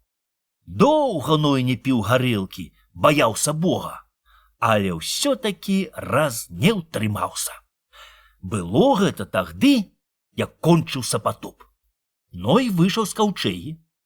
Да як паглядзеў на зямлю, як на ёй усё гожа, як радасна свеціць сонейка, як яно адбіваецца ў расінках, дак яму так радасна зрабілася на сэрцы, што ён пачаў спяваць і скакаць. Але старыя ногі не хацелі служыць яму. А жонка кажа: выпі да выпі, так памаладзееш. Выпіў ён, да нядоўга паскакаў і зваліўся ў канаву.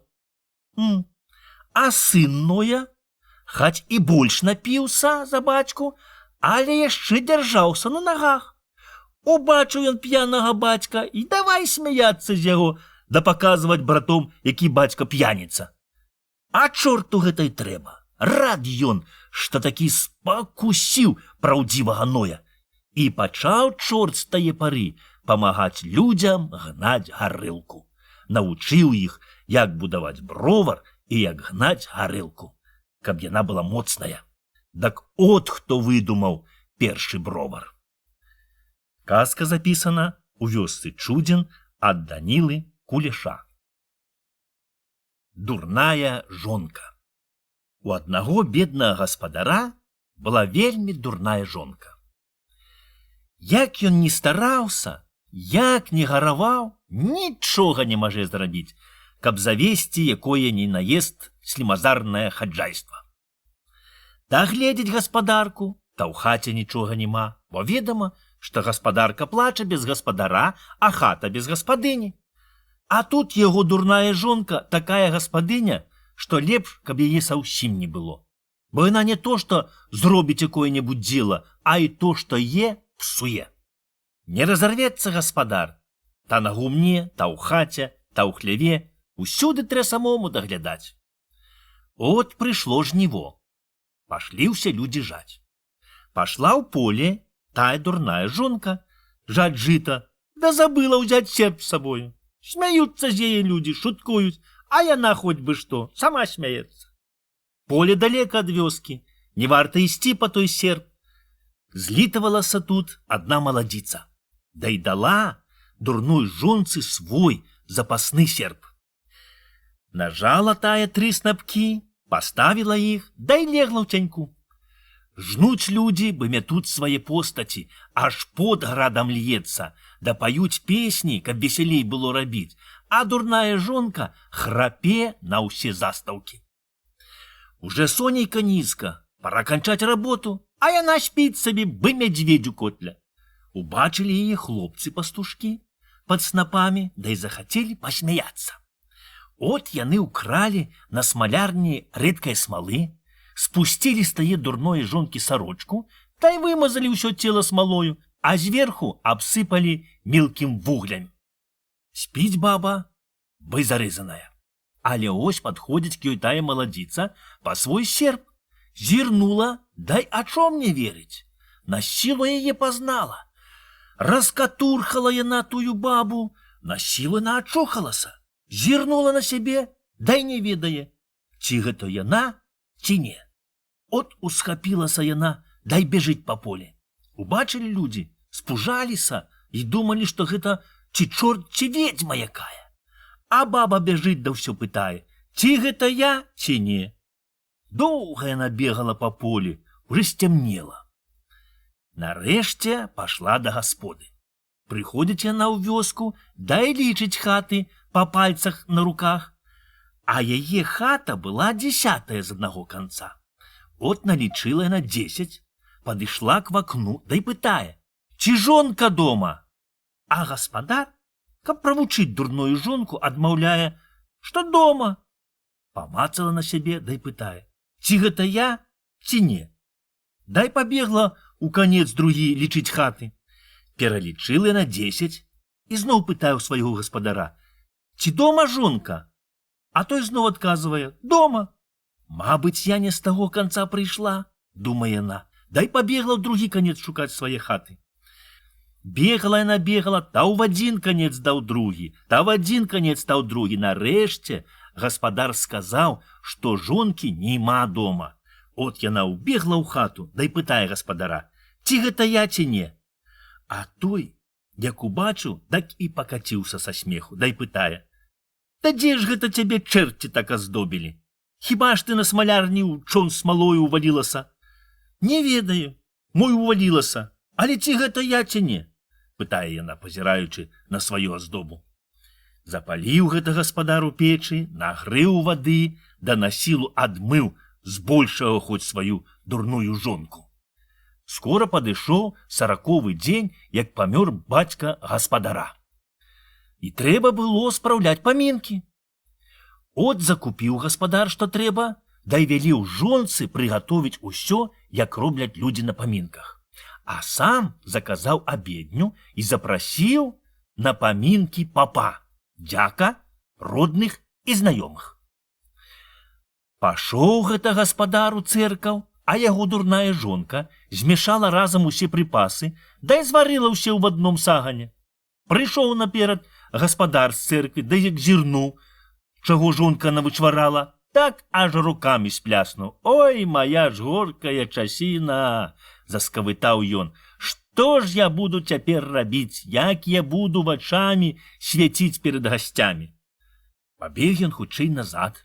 Да давай перапрашаць гасцей, каб не гнявіліся, што нямаша капачосткі.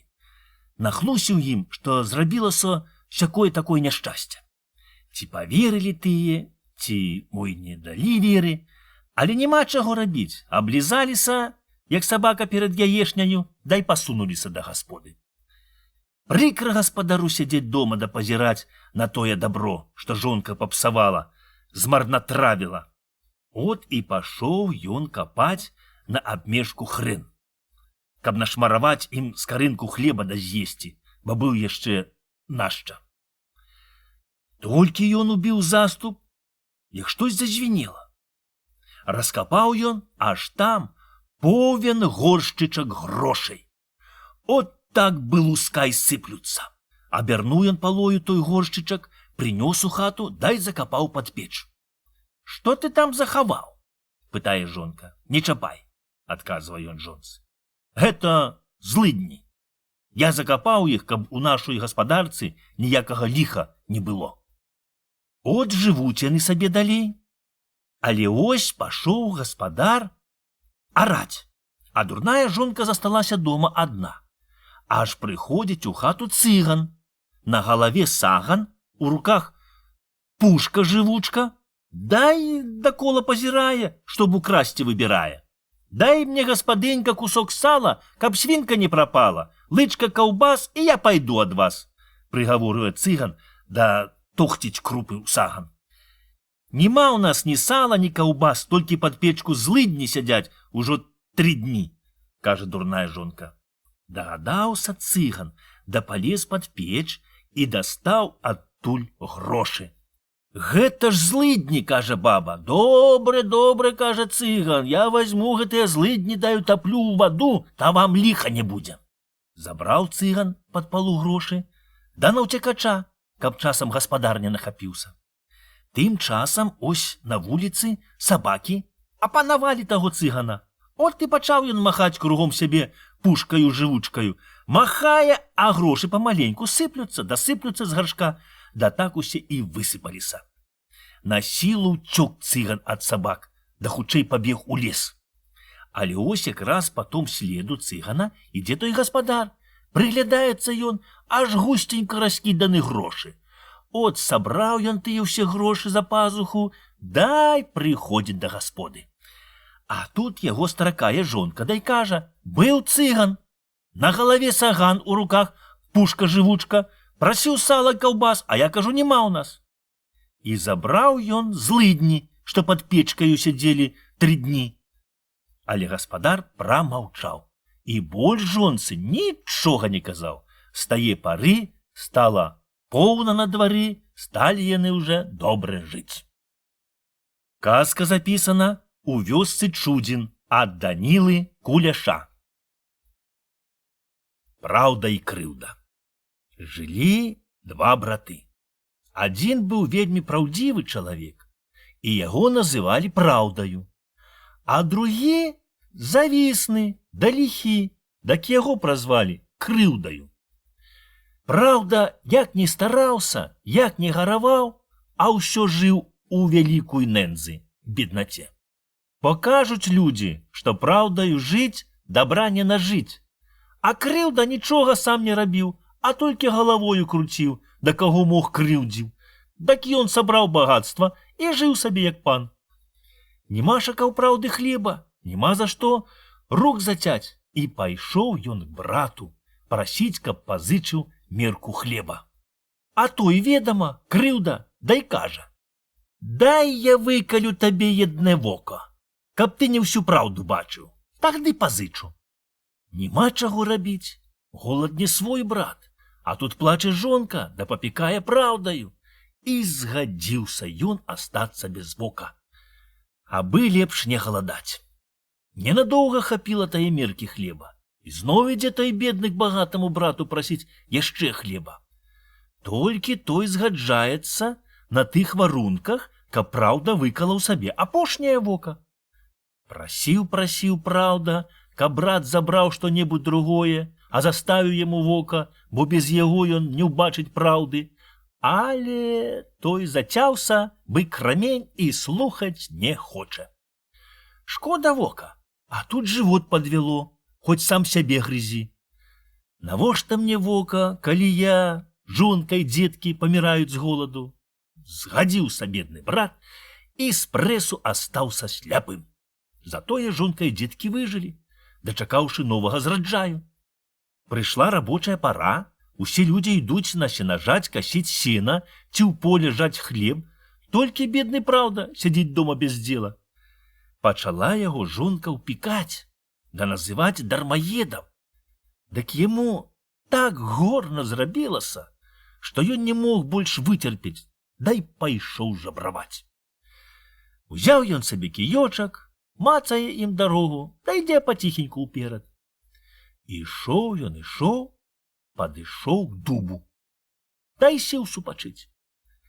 Сядзіць ён ціхенька, да Бога хваліць, што хоць жыў астаўся, не памёр з голаду, але чуе, што хтось на дубе гамоніць.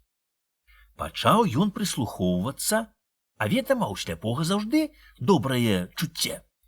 Ось і чуе ён, што на дубе сядзяць нячысцікі, да і кажуць, дзе ў зямлі грошы захованы. Закмеціў ён тое месца, пасядзеў яшчэ трохі, аддыхаў, та й пайшоў туды, дзе былі захованы тыя грошы. Прыйшоў ён да таго месца, да й пачаў кіёчкам разграбаць пясок. Капнуў ён 2-3 разы, дай абмацаў там цэлы кацёл грошай. Налядаваў ён торбу грошай, як панесці, дай пайшоў да гасподы. Убачыла жонка тыя грошы, годзе ўжо ўпікаць свайму гаспадару, да скарэй пабегла к багатаму крыўдзе пазычаць мерку, каб памераць тыя грошы. Той пазычыў. Замерылі яны грошы, жанчынай адносяць тую мерку назад. Узяла завіснага крыўду цікавасць. Якое такое збожжа яны мерылі, калі людзі яшчэ не намалацілі? Узяў ён тую мерку, да й давай яе трэсці, каб з-пад абручоў выкалаціць зярнята. Аж адтуль і пасыпаліся асьмакі. Так гэта ж яны мералі грошы, прамовіў сам сабе крыўда, да аж затросся ад хсцівасці. Не вытрываў ён і хутчэй пабег к брату пытацца, адкуль ён узяў так многа грошай, што аж меркаю мераў іх. Ведама, праўдзівы брат, і расказаў яму ўсю праўду, як то і было, як яму горна было сляпому сядзець дома, як ён пашоў жабраваць, як падышоў пад дуб, як пачуў, што нячысцікі кажуць, дзе схованы грошы, як пашоў туды, да і выкапаў іх. От жыве, праўда, па праўдзе, да Бога хваліць, што яму і сляпому жабраку паслаў спосаб да жыцця.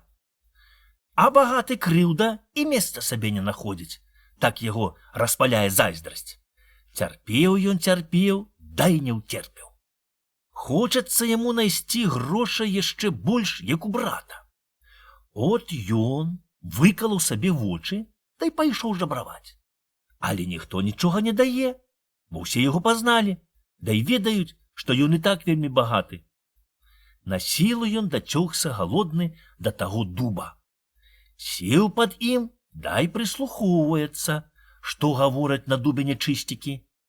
Але ось адзін і кажа, што, мабыць, хтосьці іх падслухаў, як яны казалі, дзе схованы грошы, дай забраў. А другі кажа, гэта, мабыць, той жабрак, што сядзеў пад дубам, як мы гаманілі. Але ж, гэта ён. Да ось ён і цяпер тут сядзіць, сказаў адзін нячысцік, зірнуўшы ўніз. Кінуліся нячысцікі на таго хцівага багача, дай разарвалі яго на кавалкі. Праўду кажуць, што крыўдаю свет пройдзеш, да назад не вернешся. От і асталася з той пары праўда на свеце без ачоў, і нічога яна не бачыць. Казка запісаная ў вёсцы Чудзін ад Данілы Куліша. Палешукі-палевікі. Было ў бацька 12 сыноў. Да ўсе яны былі вельмі ўдалыя хлопцы. Жылі яны ў цёмным лесе, дзе вадзілася многа ўсялякага звяр'я. Пасцілі свае гаўяда, лавілі звярыну. Суседзі жылі далека і рэдка рабілі ім шкоду, бо баяліся ўдалых хлопцаў, каб не нагрэлі ім па затылку. Жылі яны разам і слухалі старога бацька. А ён уже сівенькі былунь. Сядзеў сабе ў кажушку і па лету, та й камандуваў. І быў у іх лад, і ўсё было добре. Яны ўсе пажаніліся, і было ў іх многа дзяцей. Але ўсе слухалі старога, і кожны рабіў свае дзела. Толькі ось памёр стары бацька. І пачалі жанкі сварыцца паміж сабою. Пачалі калаціцца да падбухтэрваць сваіх гаспадароў. І такая ў іх пайшла калатня, што і жыткі няма. Ведама, калі бабы чаго захочуць, та й сам чорт іх не пераставіць. А тут яны ў адзін голас крычаць: «Дзяліцца, дзяліцца!» Пачалі браты дзяліцца, што рабіць? Калаціліся яны, пакуль дзялілі гаўяда, да ўсе дабро, а як пашлі дзяліць зямлю, так пачалі біцца, што чуць адзін другога не пазабівалі. Да так і не падзялілі мой па сённяшні дзень тое зямлі. Калоцяцца браты паміж сабою за зямлю, захватваюць чужыя дзялянкі, ніколі ў іх немашака спакою.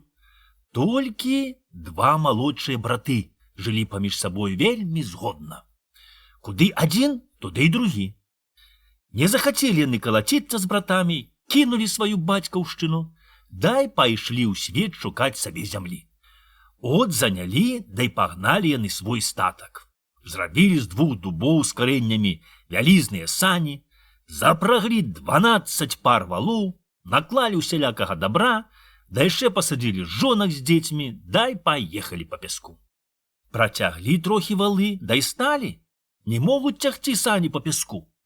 От большы брат давай падкладваць у поперак пад палазы круглыя калодкі. Коцяцца калодкі, і сані паўзуць уперад. Надаела меншаму брату падкладваць калодкі пад палазы, то ён і кажа: «Давай, братко, зробім такую прыладу, каб калодкі сонглі круціліся пад палазамі». Дай зрабілі яны колы. Лёгка пацяглі валы, так што яшчэ і самі селі на воз. Едуць яны даедуць і пад'язджаюць к вялікай рацэ. Шукалі яны, нідзе не знайшлі плыткага месца, каб пераехаць уброд. А тут захадзілася вялікая бура. Лес раве, бы звер. Ветер ломіць дзераўлякі, бы баба кастрыцу, да і кідае на зямлю рэку. Плыве па вадзе дзерэва, бы плыты. Зірнуў на тое малодшы брат, да і дагадаўся, як перабрацца цераз рэку. От давай яны з братам лавіць на рацэ дзерава, да звязваць яго разам. Навязалі, да і зрабілі плыт. От сунялася бура, падагналі яны той плыт шчыльна да берага ракі, запраглі валоў, да і звялі воз на плыт. Стаяць яны на плыце, да кіруюць доўгімі жэрдкамі, а плыт і сам плыве за вадою.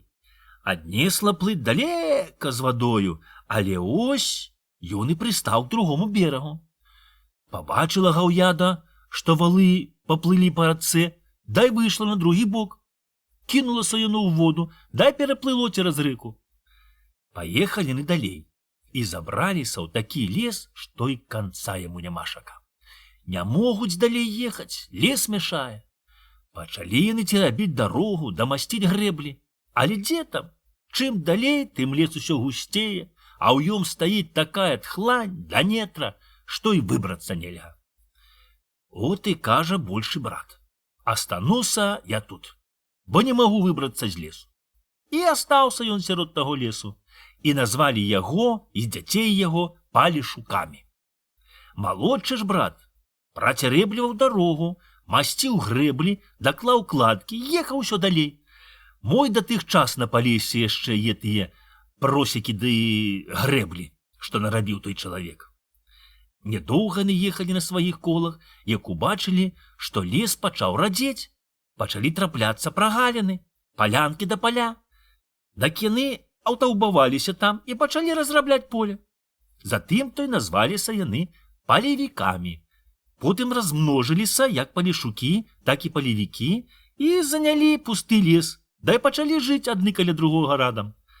Праз немалы час у палешукоў і палевікоў развялося многа гаўяда, да і сялякага звяр'я, і ў лясок было больш, чым у том месцы, дзе аўтабаваліся тыя 10 братоў іхніх.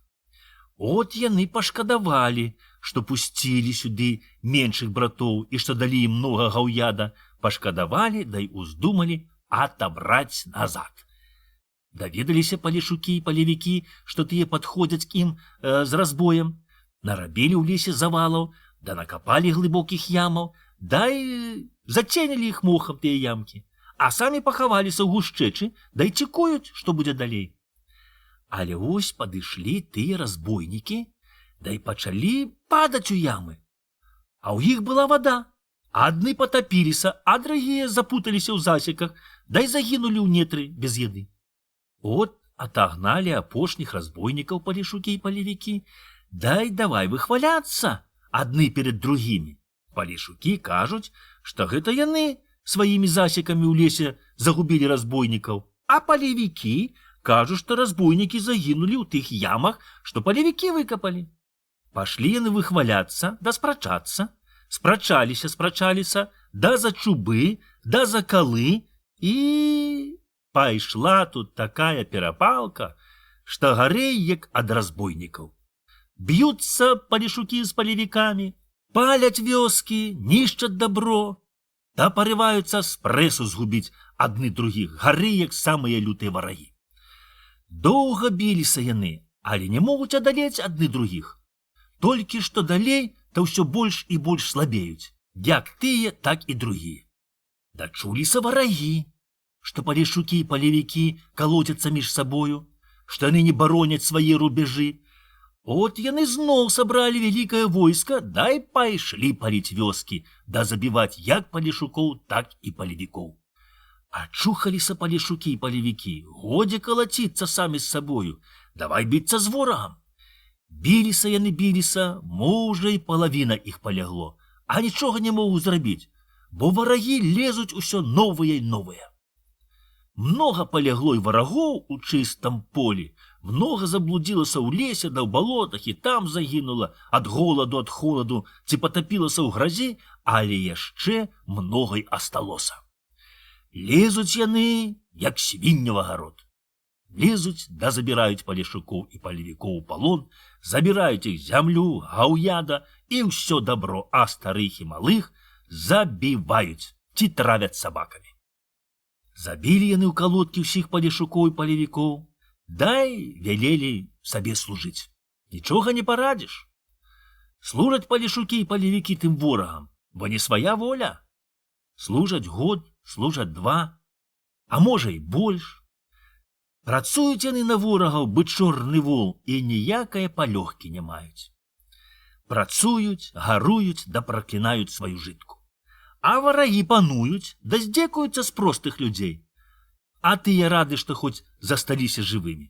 Бачаць паны, што простыя людзі змірыліся, от і скінулі з іх калодкі. Радыя простыя людзі дзякуюць Богу і за тое. І пачалі яны працаваць на паноў так шчыра, як самі на сябе. А паном тое толькі трэба. Працуюць простыя людзі, а паны толькі камандуюць да падганяюць. І атучыліся паны ад усялякай работы, да так атучыліся, што без простых людзей не могуць і жыць, бытая птушка, якія выпусцяць з клеткі на волю. Бачаць тое простыя людзі, да толькі смяюцца з паноў. Яны смяюцца, а паны хацьбы што, балююць сабе, да яшчэ больш прыбаўляюць работы. Бо яны-ка рагочуць бы жарабцы за тым, што мала дзела ў іх. Яшчэ гарэй стала людзям, і пачалі яны рабіць паном дземсту. Та свіран спаляць, ці гумно, та кароў загоняць у такую тхлань, што яны там і пагінуць, та свіней патопяць, але ад таго і самі не маюць чаго есці. Бо, ведама, жывуць на ардынарыі, пана і чорт не бярэ. Ён у суседа дастане, а людзі падыхаюць, да пухнуць з голаду. Што тут рабіць, што парадзіць? Ні з якага боку нельга пазбавіцца ад тых паноў. Але ось прыходзіць туды які старенькі дзядок, да і кажа: «Людзі, людзі, вас многа, а паноў жменя. І гэтая жменя здзекуецца ды ездзіць у вас на карку. Ці гэта ж вы людзі, ці авечкі?» Пагаманіў ён в адном месцы, да ў другом. От і схамянуліся людзі, да і пачалі варушыцца. Знайшліся ўдалыя хлопцы, сабралі сабе шайку добрых малайцоў, да і пайшлі пярэсціць, да мясіць тых паноў. Бачаць тыя, што гэта не пярэліўкі, да і пусціліся наўцякача. Хто ў лес, а хто ў чужыя краі. От аслабанілі палешукі і палевікі свой край ад тых варагоў. Але не ведаюць, як ім жыць, бо кожен хоча быць большым. Ніхто не хоча гараваць, а кожны пнецца панаваць. І стала ў іх жытка гарэй, як пад панамі. Што тут рабіць, розуму не прыложаць. З'явіліся тут яўрэі з усялякай усячынаю, да і пачалі яны крычаць, як на кірмашы: «Мы купцы з места слаўнага Брэста. Маем тавары, па чарцы гары, розныя зёлкі, стужкі да голкі. Што хто захоча, возьме за клотча. Возьмем мы смужкі, збожжа з кадушкі, дак вам за тое плацім мы ўдвое перцам і імберцам, гарылкаю і чэрцам». Аступілі іх бабы, цягнуць з хаты да склець усялякае дабро, дабяруць сабе гулкі, каснякі, жуковіны, чарвец да рознае зелля. А мужыкі, як наваліліся на гарэлку, дак гатовы апошнюю сярмягу з сябе зняць, абы яшчэ кварту дастаць. От з тае пары аўтабаваліся яўрэі у кожнай вёсцы, да і збудавалі сабе корчмы да кромкі. От жывуць сабе, да і кажуць: «От цяпер вы будзеце ўсе бы паны, бо мы так зробім, што вам усім будзе весела і работа не будзе карцець». П'юць мужыкі, да весяляцца, а пра работу і забылі. Тым часам агледзеліся паны, да рум назад. Схамянуліся людзі, да ўжо позна. Казка запісана ў вёсцы Чудзін ад Данілы Кулеша. Шчодрая і скупая жанчыны. Паслухайце, што было даўней, як яшчэ Хрыстос і Божая Маці хадзілі па зямлі да вучылі людзей. Мо гэта было і недалека адсюль, бо вось пад тычынамі і цяпер яшчэ ляжыць камень следам боскае маткі. У кожную першую нядзельку туды збіраюцца людзі, моляцца Богу і даюць на хвалу боскую хто свечку, хто лён, воўну, хто грошы, а дзеўкі да маладзіцы прыносяць рушнікі або палатно. От ідзе раз Христос з Божаю маткаю праз адну вёску. Яны ідуць босыя, бы старцы, спросяцца пад вокнамі. Падышлі к адной хаце, убачыла старцоў шчодрая жанчына, да і кінулася шукаць хлеба, каб хутчэй даць ім. Зірнула яна на стол, аж там ляжыць толькі невялічкі акрайчык. От яна й кажа: «Пачакайце трохі, я збегаю ў стопку па хлеб». Пабегла яна з хаты на двор, аж бачыць, што свіння цягне на дзядзінцы палатно, што яна паслала бяліць. Схапіла яна барджэй тое палатно, збегала ў стопку, узяла бохан хлеба, та й прынесла ў хату. От адкроіла яна вялікі акраец, дай дае старцам. А Христос і кажа: «Насіць табе не перанасіць», а сам і пайшоў. От тая жанчына давай насіць у хату палатно і хлеб. Насіла яна насіла, уже запоўніла ўсю хату пад самую столь, а ўсё не можа перанасіць усяго палатна з дзядзінца і хлеба са стопкі, бо пакуль яна вернецца, та там уже зноў е. Забегла к ёй адна суседка. Яна была вельмі завідушчая жанчына. Пабачыла яна, колькі палатна і хлеба ў тае шчодрыя маладзіцы, дай пытае, адкуль яна ўзяла. А тая й расказала, як то і было. «Пачакай же, думае яна, зраблю і я, ды яшчэ лепш». Падзівілася яна цуд, дай пабегла дамоў. Але ось па немалым часе Христос з Божаю маткаю прыходзіць і к той жанчыне, а яна якраз саджала ў печ хлеб.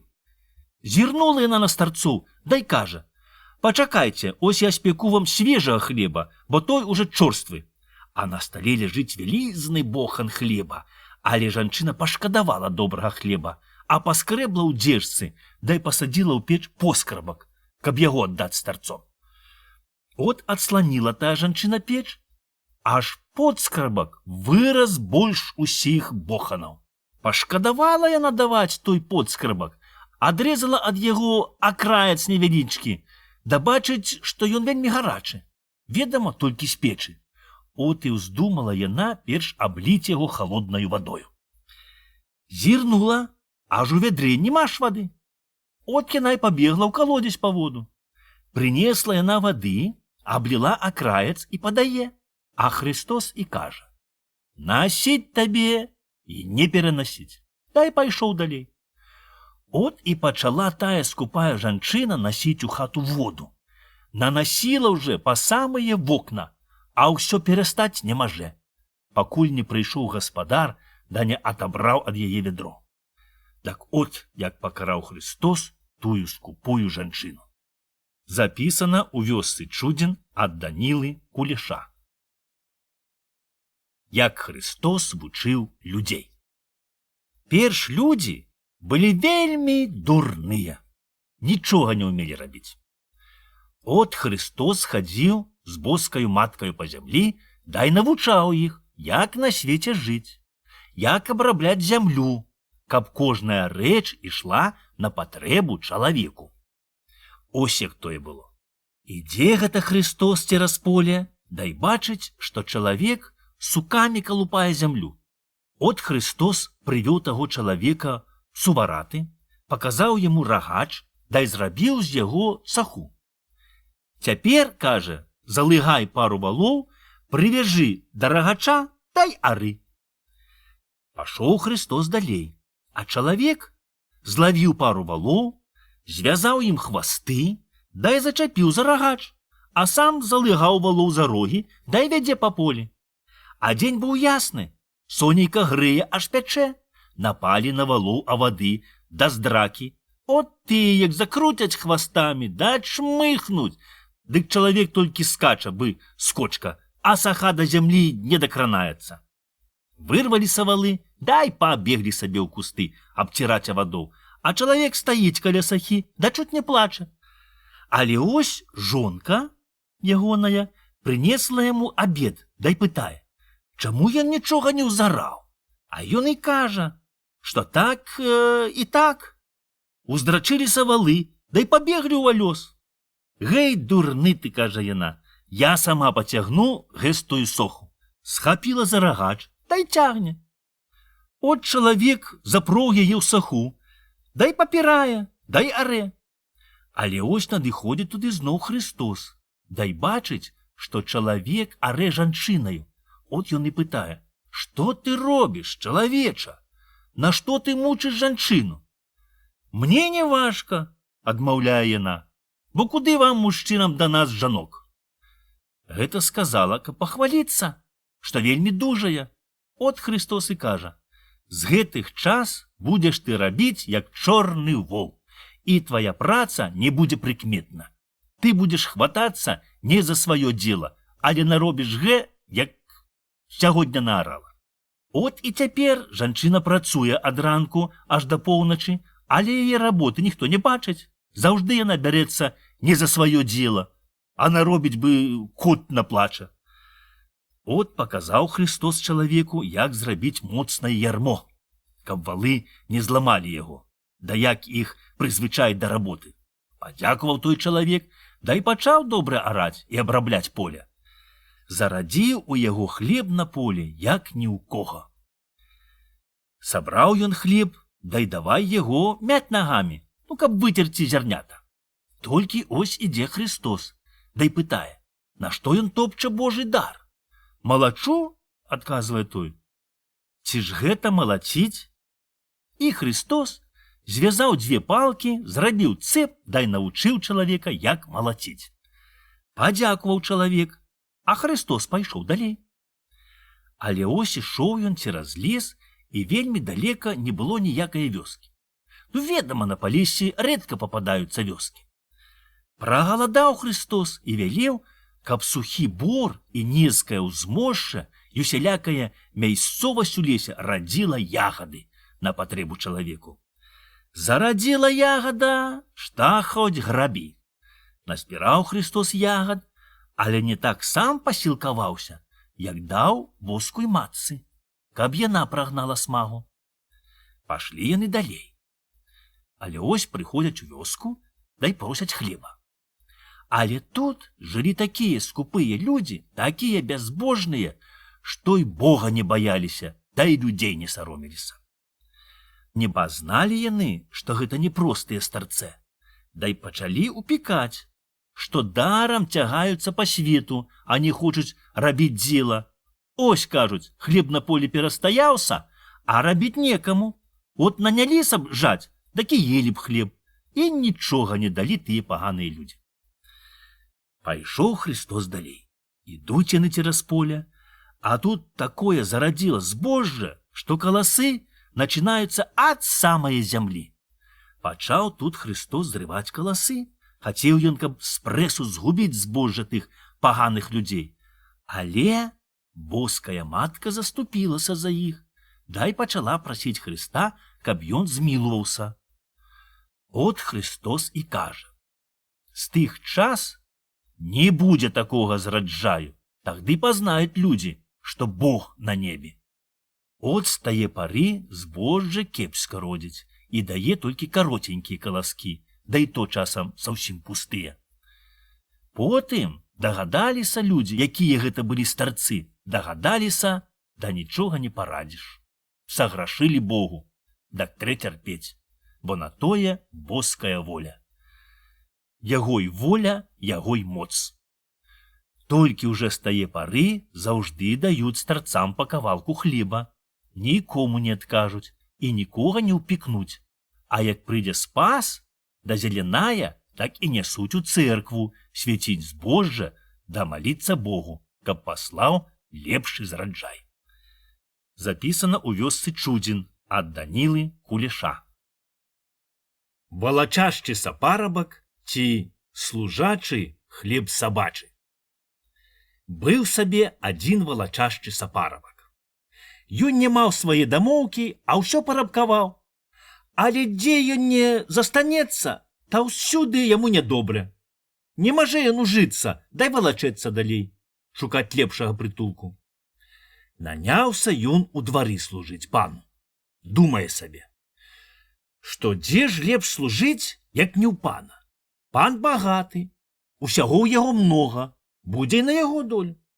Служыць ён пану верна, шчыра працуе, а пан усё частуе яго кожен дзень. Гультай, пся крэў, няма што бялозы. Ведама ж, праўду кажуць людзі, што служы пану верне, так ён табе перне. бо ў пана ласка па парог. Пан дурны работы не знае, ды толькі панукае. Яму не трэ добра рабіць, а як ён вяліць. Кінутай парабак пана, а гідла яму глядзець, што ўсё робіцца не на карысць, а на паказ, і пайшоў шукаць лепшае гаспадаркі. Доўга ён цягаў сабе з дзела, да і зайшоў у карчму аддыхаць, да людзей распытаць, ці не трэ каму парабка.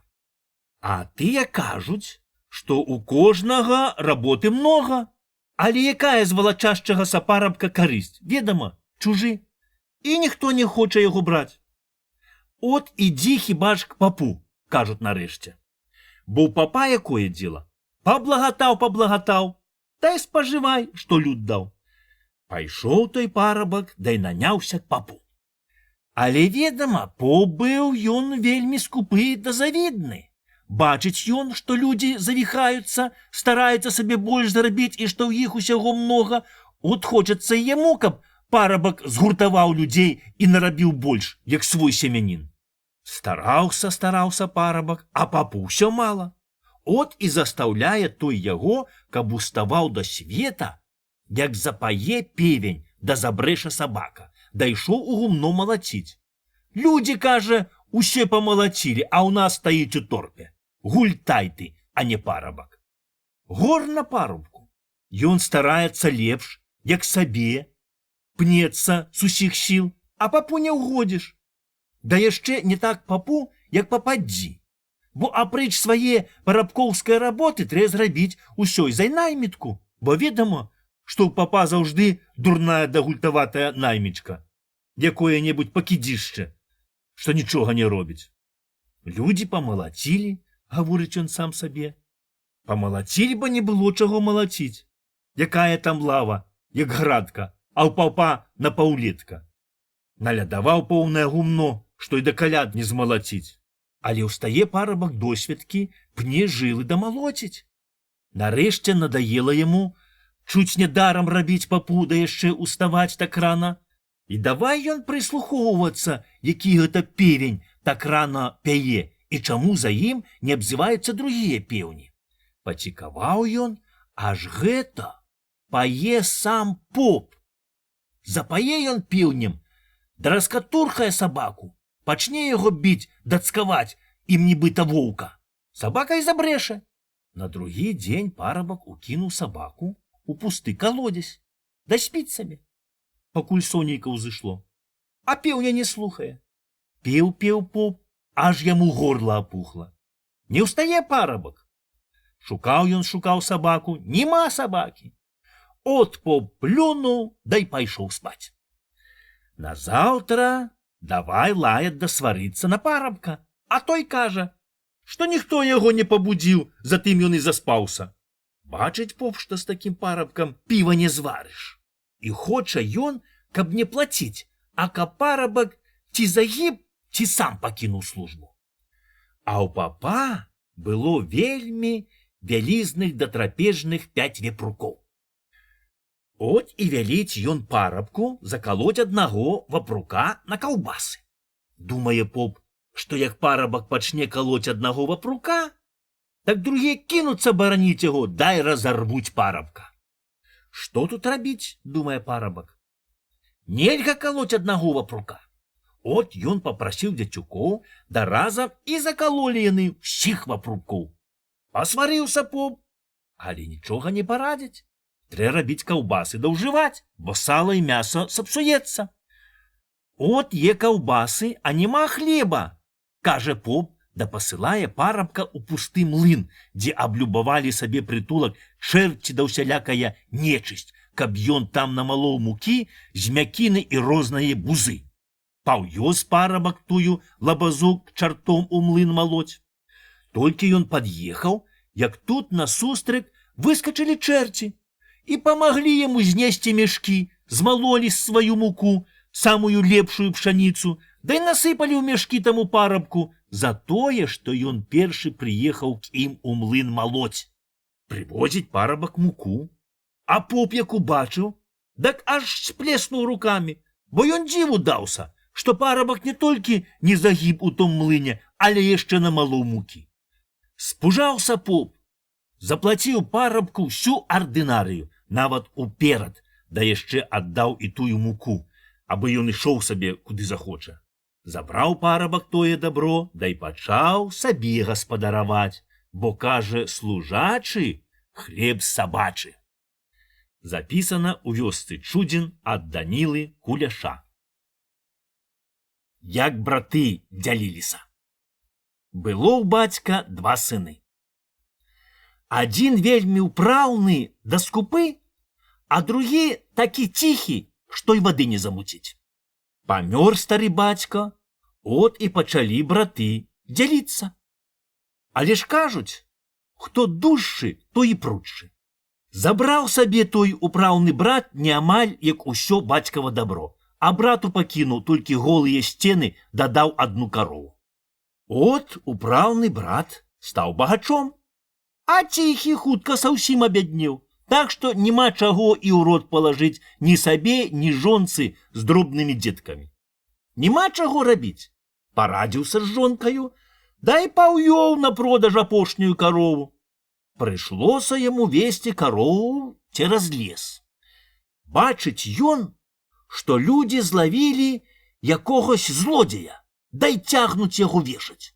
Той просіцца, так і сяк, клянецца на прамілы Бог, што ён не вінен, што гэта на яго паклёп. Куды там, тыя і слухаць не хочуць. Нагнулі бярэзіну, прывязалі заверх вяроўку, да ўжо і петлю зашмаргнулі. Шкода стала таму беднаму злодзея.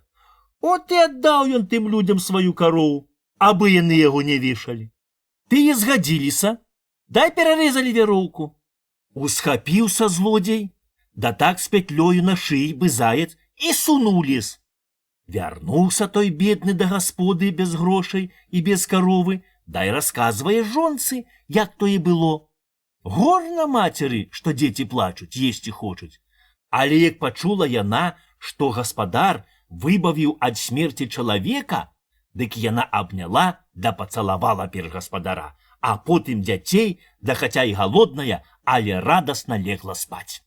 Спяць яны, дак ось жонцы прысніўся такі гожы сон, што яна аж прахапілася, да й забыла, што сніла. Толькі і памятае, што вельмі пахло.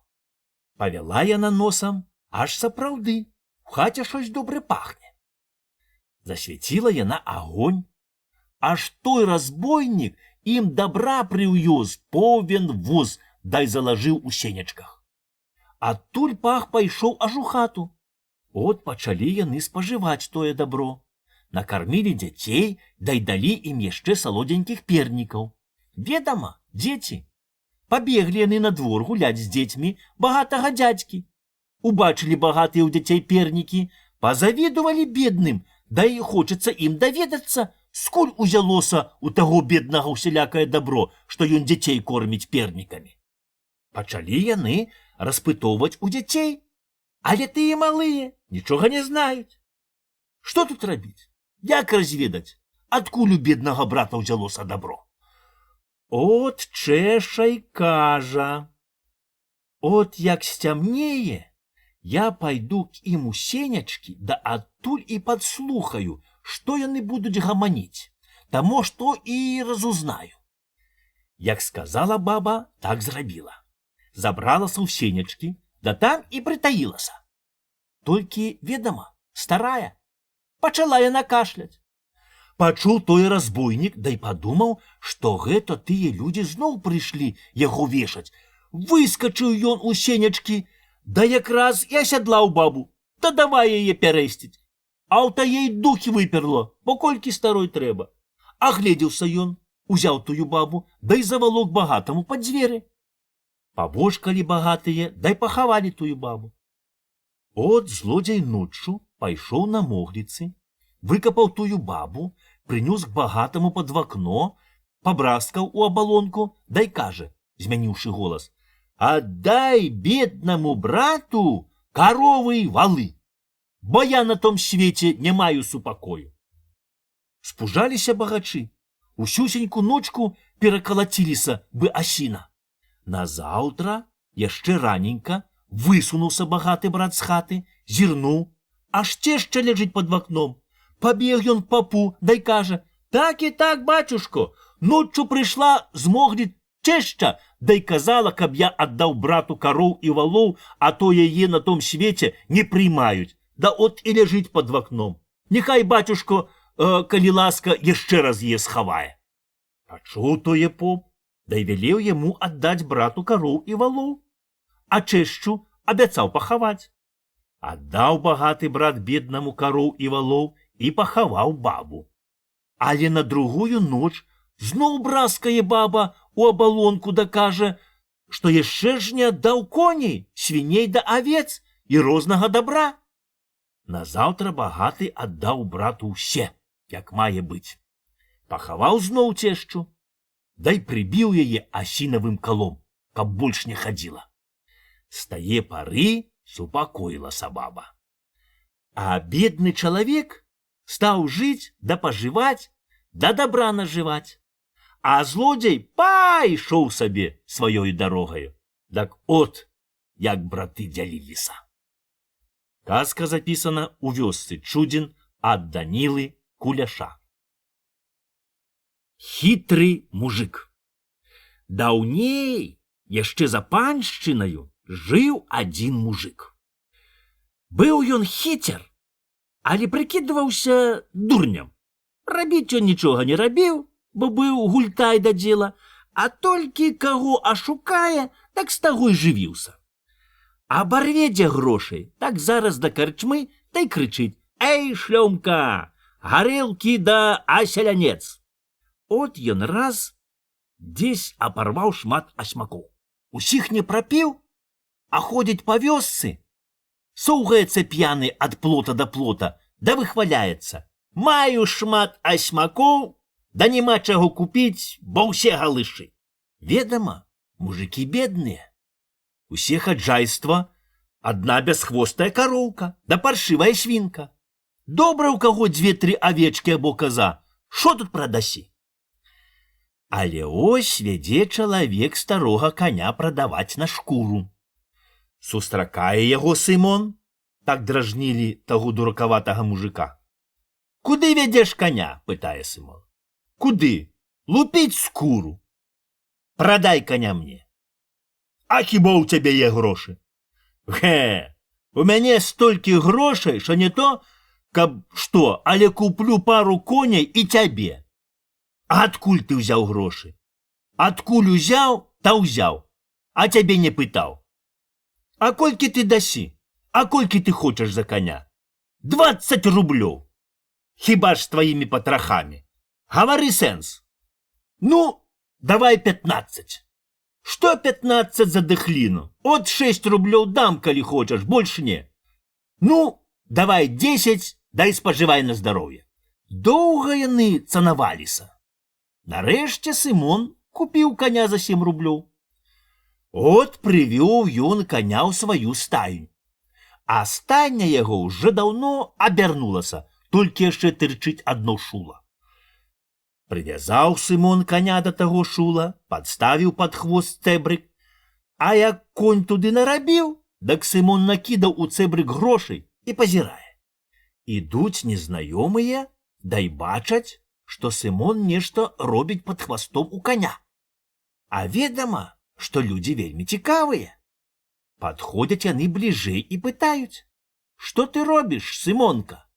«Што раблю?» – кажа Сымон. «Хіба ж вы сляпыя, што не бачыце, што раблю?» А сам тым часам вымае з цабэрка колькі залатовак.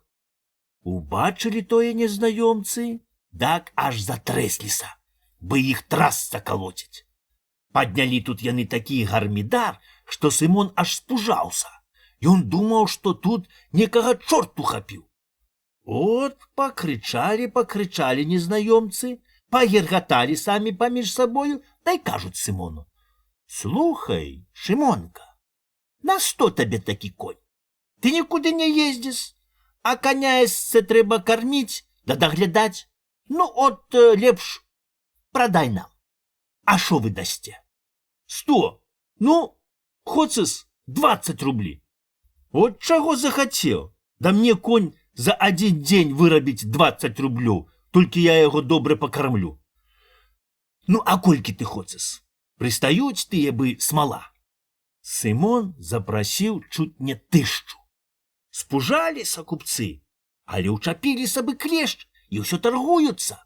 Таргаваліся яны таргаваліся, але нарэшце мусілі заплаціць Сымону 300 рублёў. Павялі яны коня, а Сымон узяў грошы, да й пайшоў хутчэй у карчомку.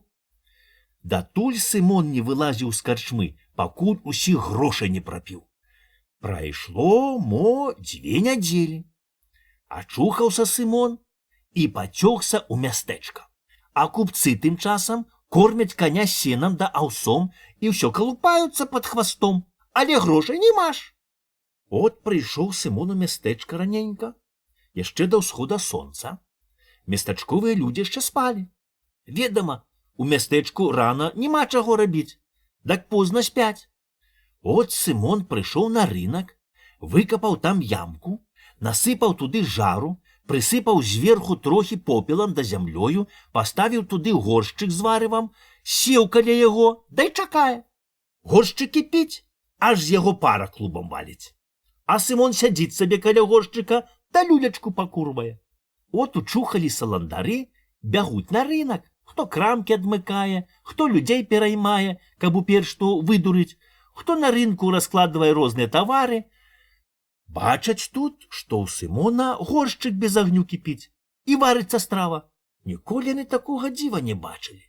Забіліся яны ў кучу, патраслі пейсамі, паергаталі, дай кажуць Сымону: «Цуес, Сымонка, на што табе горшчык? А ў чом жа я буду страву варыць? Купі сабе другі, а гэты прадай нам. Мы добра заплацім». Тут прыбеглі тыя людзі, што купілі ў Сымона старога коня. От давай яны крычаць на Сымона, што ён абмануў іх, бо конь назаўтра здох і ніякіх грошай не даў. Адбяром, крычаць, горшчык за тое, што ты нас падмануў. От жа я вам дудатыя бельма кіпятком высмалю. Зачапеце толькі, хварэць вашой матары. Бачаць тыя, што грозьбаю Сымона нічога не парадзіш. Давай яны прасіць яго, каб прадаў ім свой горшчык і судзяць за яго 5 рублёў. Але Сымон упёрся. От давай яму 10 рублёў, хоць што хочаш, танней не аддае. Шкода купцам грошай, але не могуць Сымона абдурыць. Ну, Сымонко, трасца твоей матары, ты і так нас абшукаў, бяры 6 рублі. Ну што з табою рабіць? Бяры 7. Да хавай, Боже, я аднаго шэляга не скіну, плацяце 10. Гэтакая начэніна, да яна 100 рублёў варта.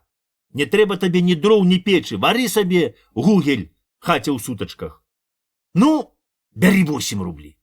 Не трэба мне вашых грошай, я свае маю асьмакі. І што з табою рабіць, Сымонка? Вазьмі уже 10 рублі, да давай нам горшчык. Да ўжэ ж лічэце асьмакі, што з вами рабіць? Прысталі бы смала да азадку. От заплацілі тыя Сымону 10 рублёў і забралі гарачы горшчык. Пачакайце трохі, крычыць Сымон, я забыўся, што ў горшчыку варацца тараны. Павыцягваў тут Сымон з горшчыка тараны, завінуў іх у капусны ліст, палажыў за пазуху, дай пайшоў у карчомку. Тут ён зараз патрэбаваў гарэлкі, выпіў і давай таранамі закусваць. Патуль сядзеў Сымон у карчме, пакуль не прапіў усе грошы. Тым часам аглядзеліся купцы, што Сымон іх абшукаў, і пашлі к пану жаліцца на Сымона. Пасылае пан парабкаў па Сымона. Пашлі тыя шукаць Сымона. Доўга яны шукалі, нарэшце знайшлі ў карчме пад лаваю. Ляжыць Сымон п'яны быпласт. От яны вылілі на яго, мо вёдзер з 10 халоднай вады. Тагды толькі Сымон трохі ачухаўся. Тым часам парабкі падхапілі яго, дай цягнуць к пану на расправу. Дайце пахмяліцца, кажа Сымон. Та я і сам пайду. Паставілі Сымону кварту, далі аселянец, дай лусту хлеба. Прынеслі ще і кістых агуркоў, частуюць Сымона, каб толькі ён ішоў да пана. Напіўся Сымон, наеўся, аж пояс распаразаўся, дай пайшоў да пана. От прывялі Сымона і давай на яго жаліцца. Выслухаў пан пакрыўджаных і распытаў Сымона, але той п'яны нічога не адказвае. Думаў пан і не ведае, што тут рабіць з Сымонам, і аддаў яго пакрыўджаным, каб яны самі рабілі з ім, што захочуць. Павалаклі тут тыя Сымона на рынок. Збеглася сюды людзей цьма цьмушчая. Няма люся мястэчка. Старыя і малыя крычаць, гергечуць і паднялі такі гармідар, як на гамана. Крычалі яны, крычалі і парашылі Сымона утапіць ці павесіць. Перш яны змоўклі, але потым зноў пачалі крычаць. Адны кажуць «атарвецца», другія кажуць «усплыве». Зноў пачалі крычаць, спорыць. Адны хочуць павесіць, другія ўтапіць. Доўга яны крычалі, аж ахрыплі. Нарэшце пытаюць самога Сымона, як ён хоча. Ці каб павесілі, ці каб утапілі. «Эх, хварыць вашой матары», – кажа Сымон, – «рабіце як лепш». От параіліся тыя, да і згадзіліся паміж сабою, што трэ Сымона лепей утапіць. От пасадзілі яго ў мех, завезлі лычкам і занеслі к рацэ. Але тут уздумалі, што не спыталі рабіна. Кінулі яны мех з Сымонам на дарозе каля ракі, да і пабеглі пытаць рабіна. Пакуль рабін сядзеў над бубляю ды мысляваў, выехаў пан з мястэчка к суседу ў госці. Едзе пан каля ракі, да і бачыць, што ляжыць мех, а ў ім хтосьці варушыцца. Як пачуў Сымон, што хтось едзе, што гэта, мабыць, пан, бо хурман паліць з бича. От ён давай крычаць: «Ратуйце, добрыя людзі! Не ўмею ні чытаць, ні пісаць, а за караля везуць!» Учуў тое пан і захацелася яму зрабіцца каралём. Вялеў ён хурману спыніць коней. Злез з качобрыка, падышоў к Сымону, развязаў мех да й кажа: «Я ўмею чытаць і пісаць, з мяне добры будзе кароль. Давай я ўлезу ў мех, а ты мяне завяжы». Улез гэта пан у мех, Сымон моцна яго завязаў, а сам сеў на качобрык, да й паехаў у маёнтак панаваць замест пана. Тым часам пакрыўджаныя вярнуліся ад рабіна, да й укінулі пана ў раку. Толькі забулбатаў пан і пашоў на дно бы камень. А Сымон з тае пары зажыў панам. Бо кажуць жа людзі, што калі шанцуе, та й у лапцях танцуе. Калі шчасце, та й з меха вылезе. Запісаная казка ў вёсцы Чудзін ад Данілы Куляша. Заводскія коні. Былі у аднаго чалавека вельмі добрыя коні. Куды ён не паедзе, та ўсюды іх абступяць людзі, да ўсё пытаюць: дзе ён узяў такія коні? Напрыкла яму каждаму спавядацца, от і пачаў ён шуткаваць, да гаварыць на кпінкі. Чаго толькі ён не выдумоўваў, як не чмуціў, да не смяяўся з людзей. От раз сабраўся ён у место на рынок, запрог свае коні, а каб не ехаць у лекцыі, ускінуў на воз з паўдзесятка гарбузоў. А той год гладкія да вялізныя зрадзілі ў яго гарбузы. Толькі ён супыніў на рынку коней, якось адусюль збегліся цікаўныя, акружылі воз да й пытаюць: «Чые гэта ў цябе коні?» «Чые? Вядома, чые. Мае. Але вельмі добрыя коні». «Адже ж добрыя, бо заводскія». «Якія заводскія? Што ты кажаш? Што ты чуеш?» «Той кажу, заводскія, бо сам завёў». «Як завёў?» «Да хварыць вашай матары! Не ведаеце, як коні заводяць, добрыя людзі. Звесна, сеў, як курыца на яйца, да і высядзеў жарабят. От і коні, да яшчэ якія». «Ну, а дзе ты ўзяў такія яйца?» Бачыць той чалавек, што і праўду думаюць, што коней высіджваць на яйцах. Ну да давай яшчэ больш шуткаваць. От ён ім і адказвае: «Хіба ж вам вочы павылазілі, што не бачыце? А гэта ж на возе ляжаць». Зірнулі тыя на воз, да і хапіліся мацаць тыя гарбузы. «Прэч недаверкі, бо яшчэ папсуеце яйца, дык не выйдуць жарабята». Да і пачаў сербаць цікаўных пугаю, каб адагнаць іх ад воза. Разагнаў з іх збольшага, да хацеў ісці па свайму дзелу, але ось адзін мужык прыстаў бы смала, Прадай да прадай тыя яйца, прадай да прадай. Чаму не прадаць? Купі. Я ж на тое і прывёз, каб прадаць. А колькі ты дасі? А колькі хочаш? Колькі? Давай по 25 рублёў. Ну, што ты так дорага? Якое дорага? Ты зірні, якія коні. Бачыш, заводскія. Ну, нема чаго казаць, коні добрыя, але і грошы добрыя. Ну, а колькі ты уступіш? А нічога не уступлю. Гэта я прадаю, што самому некалі сядзець, а трэ збожжа малаціць. Ну, уступі трохі, то я ўсе заберу. Ну, хіба так. Ну, што ж з табой рабіць? Бяры ўжо ўсе за 100 рублёў. Заплаціў купец грошы, забраў тыя гарбузы, дай пытае, а як гэта трэба на іх сядзець? Ты завязі іх у хмызняк, вучыць той, дзе многа ялоўцу. Пасячы з яго ветак, зрабі кубэльца, та і сядзі, покуль высядзіш. Толькі скінь плюндры, бо нічога не будзе, дабавіў той, дай паехаў з рынка, каб у крамках закупіць усё, што трэба ў гаспадарцы. От замовіўся купец са сваёю жонкаю, каб яна насіла яму абед. А сам зрабіў, як яго вучыў той чалавек, дай сядзець на тых гарбузох. Сядзеў ён, сядзеў, уже весь выпятраў, дай скочкі да мурашкі яго заелі, а нічога няма. Памацае ён тыя гарбузы, паверне на другі бок, да зноў сядзіць. Прыходзіць жонка, дай кажа, ну, ты іх трохі пабоўтай.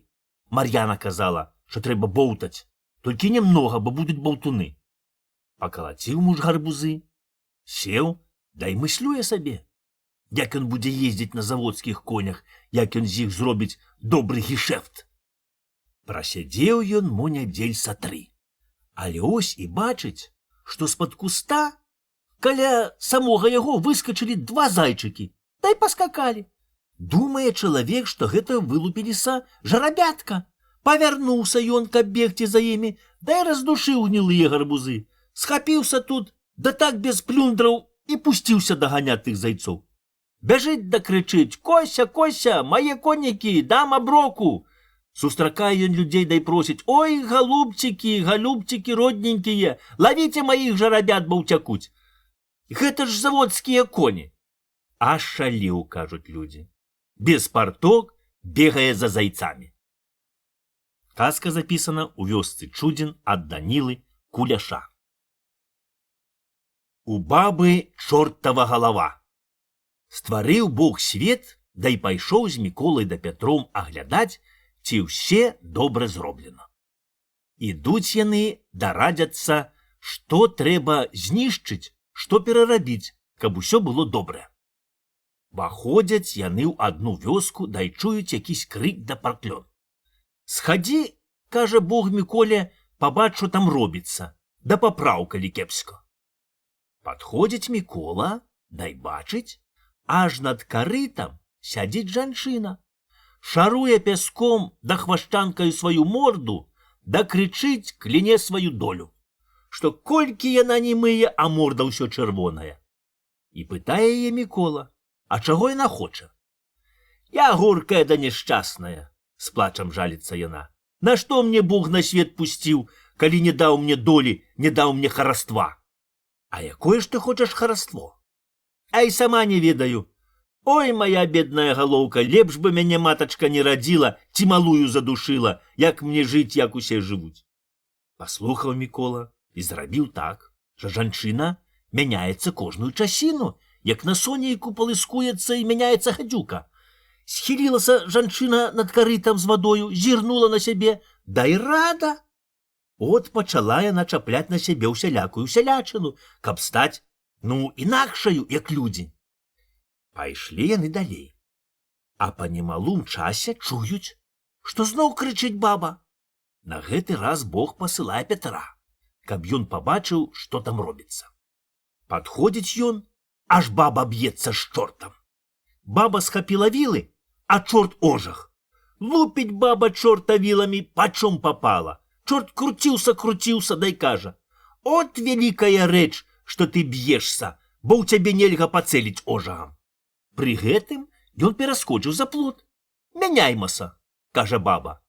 От памяняліся яны, чорт даў бабе ожаг, а яна перакінула яму цераз плот вілы. І пачалі яны зноў біцца. Пырне чорт бабу віламі, так яны і захраснуць у плоце. А баба, што пырне, та зробіць у чорта дзірку. Зрашаціла яна чорта так, што мо не засталося радзімага месца. Але чорт не здаецца. Кінуў ён вілы, пераскочыў назад цераз плот, та і схапіў бабу за грудкі. Водзяцца яны бы п'яныя. Патаміліся абое, але не здаюцца. Кожны хоча паставіць на сваё. Паглядзеў на тое Пятро, да і пайшоў к Богу. От Бог пасылае яго, каб развёў бабу з чортам. Прыйшоў Пятро, расцягаў іх, але нічога не парадзіць, бо так яны спляліся, што і вадою не разліць. Прыйшоў Пятро назад ні з чым. Але Бог зноў пасылае, каб ён іх развёў. Абазліўся Пятро, што праз іх яго Бог турбуе на старасці гадоў. Папробаваў іх расцягці, але ніяк не маже. От сцяў ім галовы, да й давай расцягваць. Але баба так сашчаміла рукі, што й без галавы, а чорта не пускае. Расчаміў ён у бабу рукі, раскідаў іх, да й пайшоў к Богу. А што, развёў? Пытае Бог. Не, Господі, я ім сцяў галовы. Недобре зрабіў, кажа Бог. Ідзі прыстаў ім галовы, та яны ажывуць. Пайшоў яшчэ раз Пятро, да са злосці хутчэй прыставіў ім галовы. Толькі абмыліўся, да голаў чорта прылажыў бабе.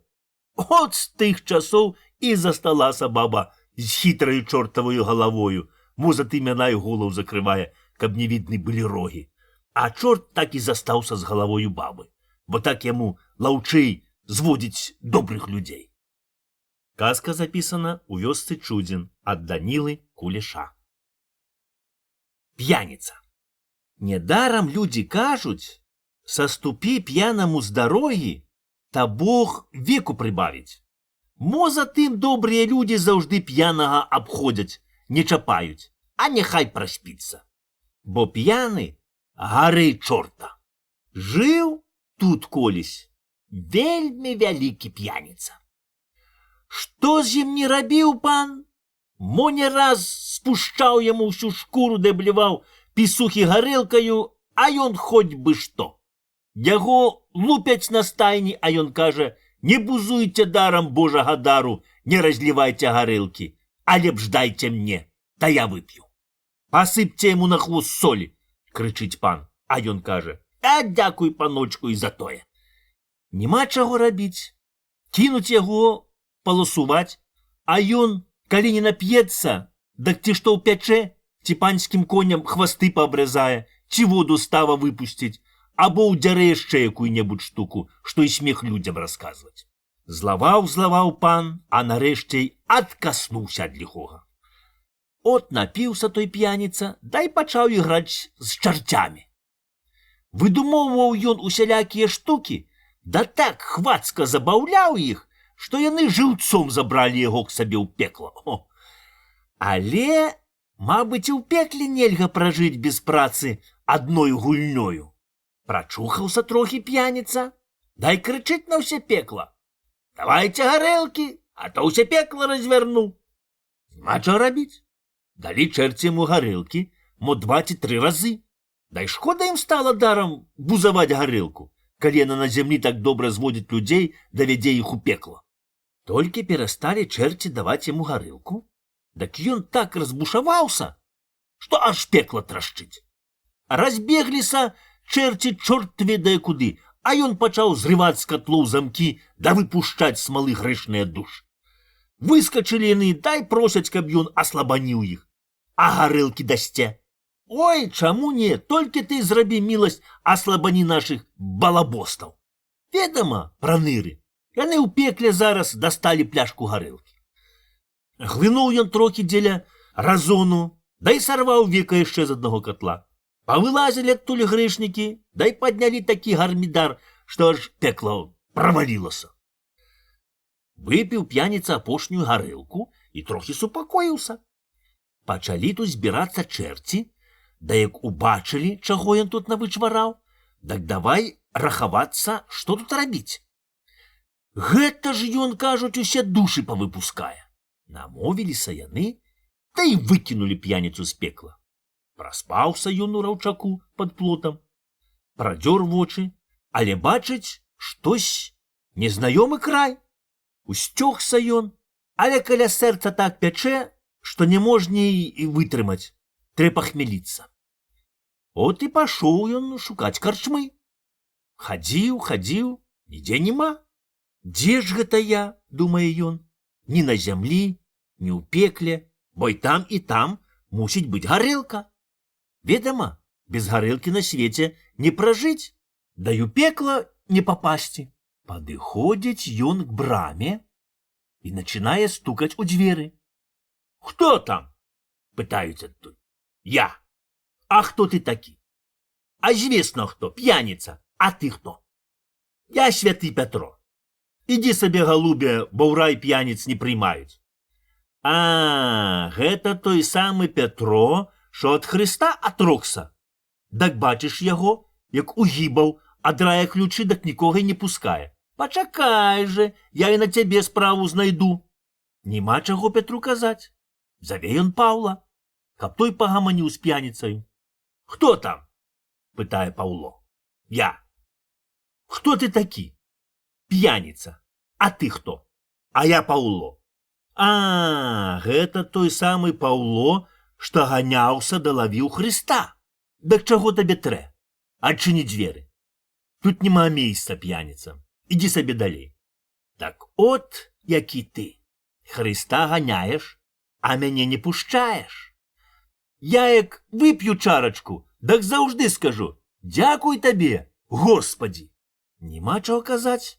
Пайшоў Паўло дай пазваў Івана Еваналіста.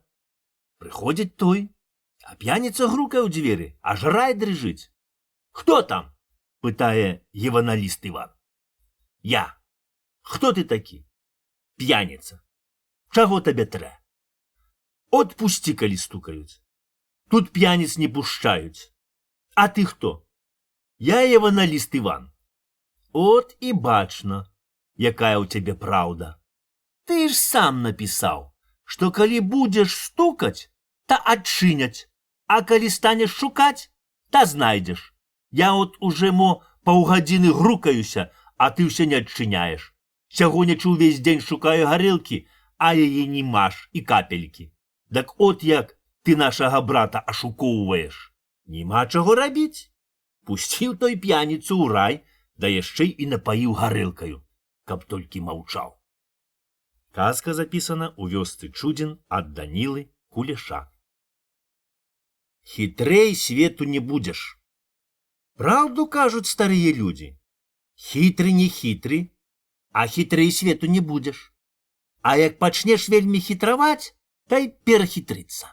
Чула я ад аднаго старога чалавека, што тут дзесь недалечка жыла адна вельмі хітрая баба. Яна і была такая хітрая, што хітрэй самога чорта. У яе была дачка, адным адзінца. Але то, кажэце, была яна такая ж хітрая, як і матка. Жыве сабе хітрая баба, ліханька не знае. Людзі гаруюць, працуюць, зарабляюць кусок хлеба, а баба і так сабе цягне, што не запарве. Я, кажа, мірская, і ўсё мірское, дак мне можна і браць. А як трэба што аддаваць, та яна крычыць. Галасуе, што Бог не велеў крыўдзіць бедную ўдаву з сіроткаю. Не чапалі яе добрыя людзі, кажуць, няхай ёй ліха і беда. Ты яе пальцам кранеш, дак і не адчэпішся, бы ад ліхое скулы.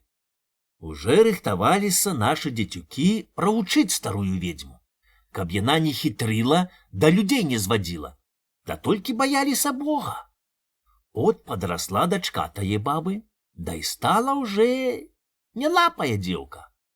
Але, як і матка, нічога не хоча рабіць, а толькі сядзець ды прыхарошваецца. Уже трэба гатаваць рушнікі да ледаваць кубел, бо не за гарамі прыйдуць і сваты, а дзеўка не то, каб што, але і латкі сабе не залапіць. А ведама, У гаспадарцы трэ ўсе ўмець рабіць, бо кажуць жа людзі, дай Боже ўсе ўмець, да не ўсе рабіць. От хітрая баба пашла на кірмаш, накупіла там рознае жаночае рухомасці, паказвае тое людзям, да кажа, што гэта нарабіла яе дачка. І пашла прачутка, што бабіна дачка такая здатная да работы, што ніхто таго не зробіць, што яна навычварала. От после каляд і пачалі к ёй хадзіць сваты. Дык куды там, баба й слухаць не хоча. А дзеўка кожнаму хлопцу дае рэкуз. Немаль зрэкузавала ўсіх хлопцаў ва ўсёй акрузе.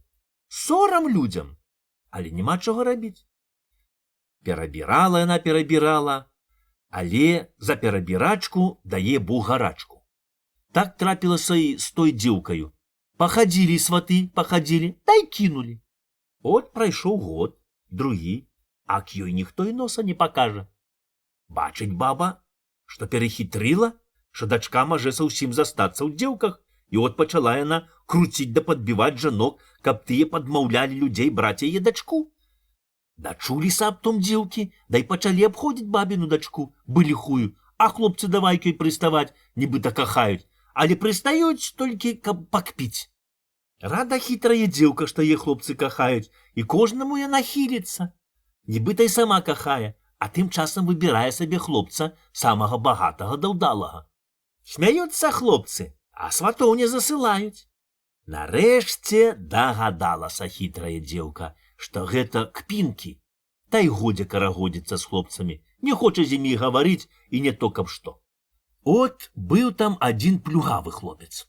Ён яшчэ з маленства пасціў у папа свінне, та служыў у жыдоў, та дзесь цягаўся па свеце, да так разбэсціўся, што яго добрыя людзі сабе і не прымалі. Пачаў той хлопец піць да красці. Злавілі яго людзі, павучылі трохі, дай пусцілі.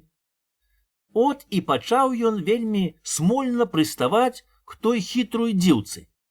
Але куды там? Тая і слухаць не хоча. Дзе яна пойдзе за такога п'янчушку-валацугу? От той хлопец і пачаў хітраваць. Пашла раз тая хітрая дзеўка ў лес па ягады, а той хлопец за ёю назіркам. Падышла яна к палянцы, да і рве сабе маліны. На палянцы расце проса, а каб яго не пілі птушкі, дык гаспадар зрабіў апудала. Павесіў на жэрдку рваны лапсардак та дзіравы капелюш, брэшата, дай падап'ёр тоўстым дручком. Стаіць апудала, целепаецца ад ветру, да пужае, не то што птушак, але і людзей.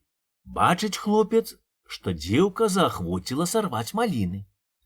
От ён скінуў сваю вопратку, зняў з апудала лапсардак да капелюш, адзеўся разбойнікам, узяў той дручок, та кінуўся з гушчэчык той дзеўцы.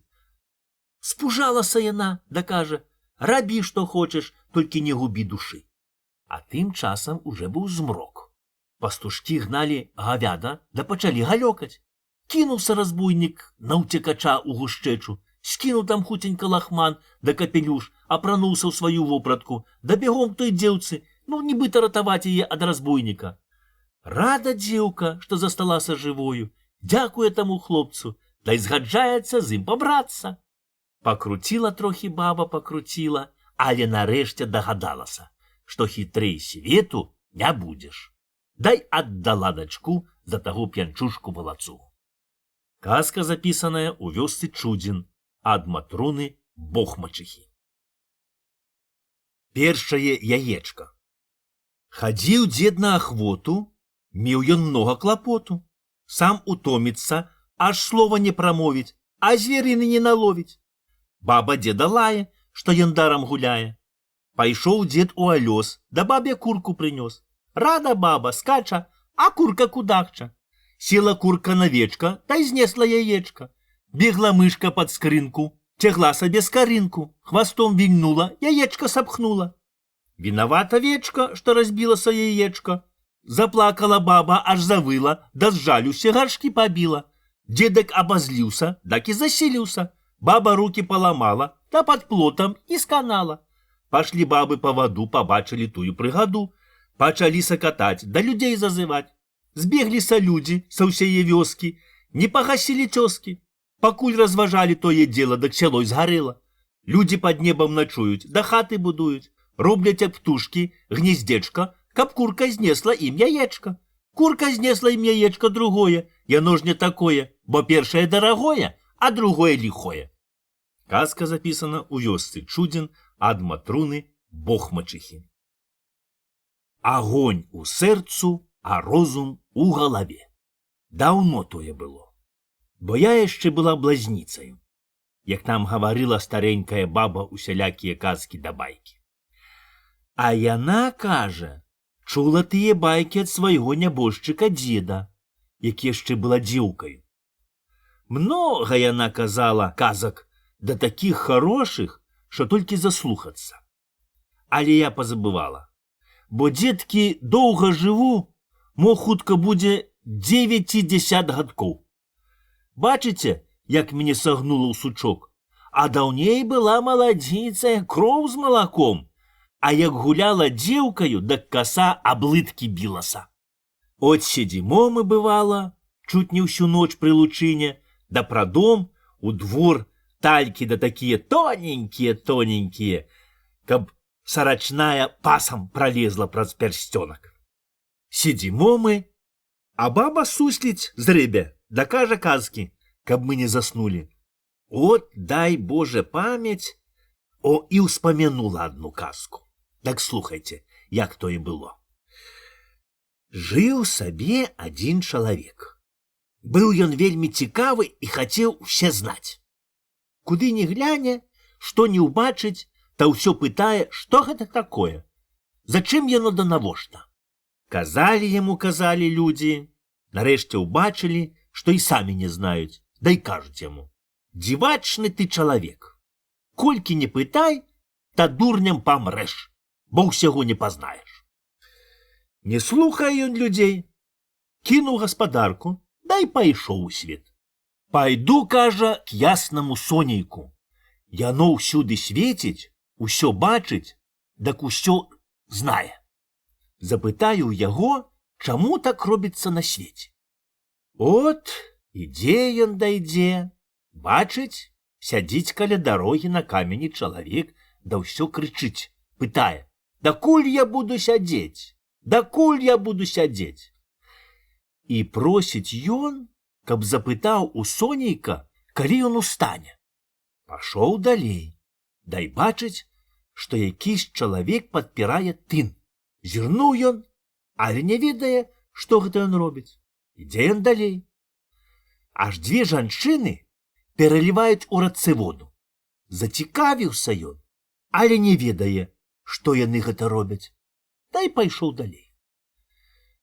Можа, і зусім блізка падышоў ён к сонейку, дзе яно за зямлю ўсходзіць на неба, дай бачыць, што чалавек пераграбае смецце.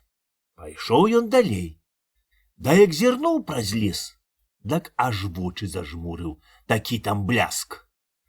Падышоў бліжэй ён, бліжэй, аж гэта сонейка палацы блішчаць у золаце, быў агонь гарыць. На сілу пайшоў ён туды, чуць не аслеп ад бляску, да і сустракае там сонейка матку. Тая й пытае, чаго ён прыйшоў? Прыйшоў, ён кажа, да сонейка, каб запытаць, за чым так робіцца на свеце. А тая й адказвае, што сонейка паднялося на неба, аглядаць адтуль зямлю. Пачакай, яно хутка вернецца. От ён наклаў сабе агеньчыку, сядзіць, грэецца, да смажыць сала на ражэнчыку. Наеўся сала з хлебам, захацелася яму піць. Пайшоў ён к рацэ, каб напіцца. Толькі ён схіліўся к вадзе, аж адтуль выплыла вельмі гожая паненка. Да як зірнула на яго, дак ён і стаў быў копаны. Стаіць, пазірае, дай ачу не можа аторваць ад яе. Спадабаўся і ён той паненцы. От яна і кажа яму: не пі вады з ракі, бо тагды сонейка цябе спаліць. Дай павяла яго пад стары дуб, дзе была крыніца. Схіліўся ён, да і пачаў піць тую чыстую да халодную воду. Колькі ён не п'е, дак усё больш хочацца і не можа ніяк напіцца. Годзе ты піць, кажа тая паненка, бо ўсе добры ў міру. От ты хочаш усе знаць, зачым яно гэ, а не інак, а не ведаеш таго, што хутчэй выпіць усю ваду, чым усё знаць. От ты трохі напіўся, тай будзеш жыў, трохі свету пабачыў, тай будзеш знаць пра патрэбу. Зірнуў ён, аж сонейка опускаецца з неба ў свае палацы. Трэці туды, але не можа ён аторваць ачу ад тае паненкі, а яна і кажа: «От мой бацька вярнуўся да гасподы. Глядзі, нічога не кажы яму, што ты пазнаў і што мяне бачыў». Тут яна узнялася ўгору, та й заблішчала адтуль гожаю зоркаю. Пайшоў ён да сонейка ў палацы. Убачыла яно, што чалавек асмеліўся прыйсці да яго, да як пачне смаліць яго да пякці, дак аж мур кругом трашчыць. А ён як напіўся халоднай вады, дак і не гадкі. Абазлілася сонейка, давай яшчэ гарэй пякці. А ён шапку насунуў на вочы, дай падходзіць бліжэй. Бачыць яно, што нічога не парадзіць з упартым чалавекам, от і пытае яго, што яму трэ. Расказаў ён сонейку, чаго прыйшоў. А той ей кажа: «Як будзеш усе знаць, та хутка памрэш». І бліснула яму сонейку ў голову. От і пачуў ён, што многа знае, але галава гарыць, а ў сэрцы холадна, бы лёд. Выйшаў ён ад сонейка, дай сустракае сонейка матку. От тая й кажа: «Памрэш ты, чалавеча, калі не сагрэеш сэрца, бо без сэрца галава згарыць». Дагадаўся ён, як нагрэць сэрца. Дай пашоў шукаць тую паненку, дазваць яе з неба. Пачула яна і хутка пакацілася з неба яснага зоркаю, да і стала каля яго тою гожаю паненкаю. От і загарэлася ў яго ў сэрцы, да і пачуў ён, што пакуль будзе там гарэць, патуль ён будзе знаць, чаму так усё робіцца ў свеце. От пабраліся яны, да і пайшлі ў яго край. От падходзяць яны к таму месцу, дзе чалавек пераграбае смецця. «Ой, чалавеча, — кажа ён, — ты ў смецці шукаеш згубленыя грошы, да дарам траціш час. Ідзі ты рабіць дзела, та хутчэй заробіш больш тых грошай». Пазнаў той чалавек сваю памылку, дай пайшоў гараваць да працаваць, дак і нажыў гаспадарку і грошы на патрэбу. Ідуць яны далей. Аж тыя жанкі ўсё пераліваюць воду. І растлумачыў ён ім, што колькі б яны не пералівалі, та вада вадою будзе. Як колькі б яны не гаварылі, та нічога не выгавараць. Ідуць далей. Аж чалавек падпірае тын. От ён і кажа яму: «Не падпірай, у жыццю гнілое, бо яно ўсё роўна ўпадзе». Нарэшце падышлі яны к таму чалавеку, што ўсё сядзіць на камені, та пашлі міма яго. Атышліся трохі, от ён і кажа здалеку: «Патуль ты сядзіш, пакуль другі тут не сядзе, бо ў жыццю кожен займае сваё месца». От прыйшлі яны ў яго край, нашлі тую вёску, дзе ён жыў, але там уже без гаспадара і хата яго абярнулася, да і хлопцы расцягалі яе на вагонь. Няма чаго рабіць, трэба жыць, як набяжыць. І пачаў ён будаваць сабе харомы да заводзіць гаспадарку. Па немалым часе абрабіліся яны, дай пачалі жыць да пажываць, да дабра нажываць. І дзівіліся людзі, што яны жывуць і ніколі не тужаць. Пачалі яго пытаць, чаму яны так добра жывуць. А ён і кажа: «Затым мы добра жывом, што ў нас вагонь у сэрцу, а розум у галаве». Запісана ў вёсцы Чудзін. Ад Матруны Бог-мачыхі. Не любіць. Стрэліся каля калодзеся дзве маладзіцы, дай загаварылі. Агапа, хто гэта табе скрывіў морду? Гаспадар ці што? Не, моя родная. Гаспадар у мяне такі ціхі, як цяля. От уже 4-е лецечка, як мы пабраліся, а ён не то, каб што, але нават ніколі прыкрага слова не прамовіў. Я і так, я і сяк, знарок зневажаю яго, або кліну, а ён хоць бы што. Маўчыць бы вады ў рот набраўшы. Ціхі ў цябе, гаспадар. Ён нікога і пальцам не зачапіў. Бачно, што вы жывеце ў згодзе. Не, моя родная, не любіць мяне гаспадар. От затым і не лае, і не б'е, як іншыя мужыкі. Дыхае моя доля з маім гаспадаром. Які гэта мужык, калі ён жонку не б'е? Не можа наша сястра жыць без таго, каб яе мужык не ўшчуваў. Так гэта же добра, калі гаспадар не б'ецца. От пажыла б ты з маім расколам. Зірні, што ён нарабіў, бачыш? Все цела ў сіняках. Ой, моя родная, найдзе на яго якаясь хвароба, дак ён табе дыхнуць не дасць. Так б'е, та ўшчыпне, та лаецца, та зневажае, на чым свет стаіць, хаць бежыць апіса. Бо ён цябе любіць. Любіць дакі чубіць, а мой ціхі быцяля.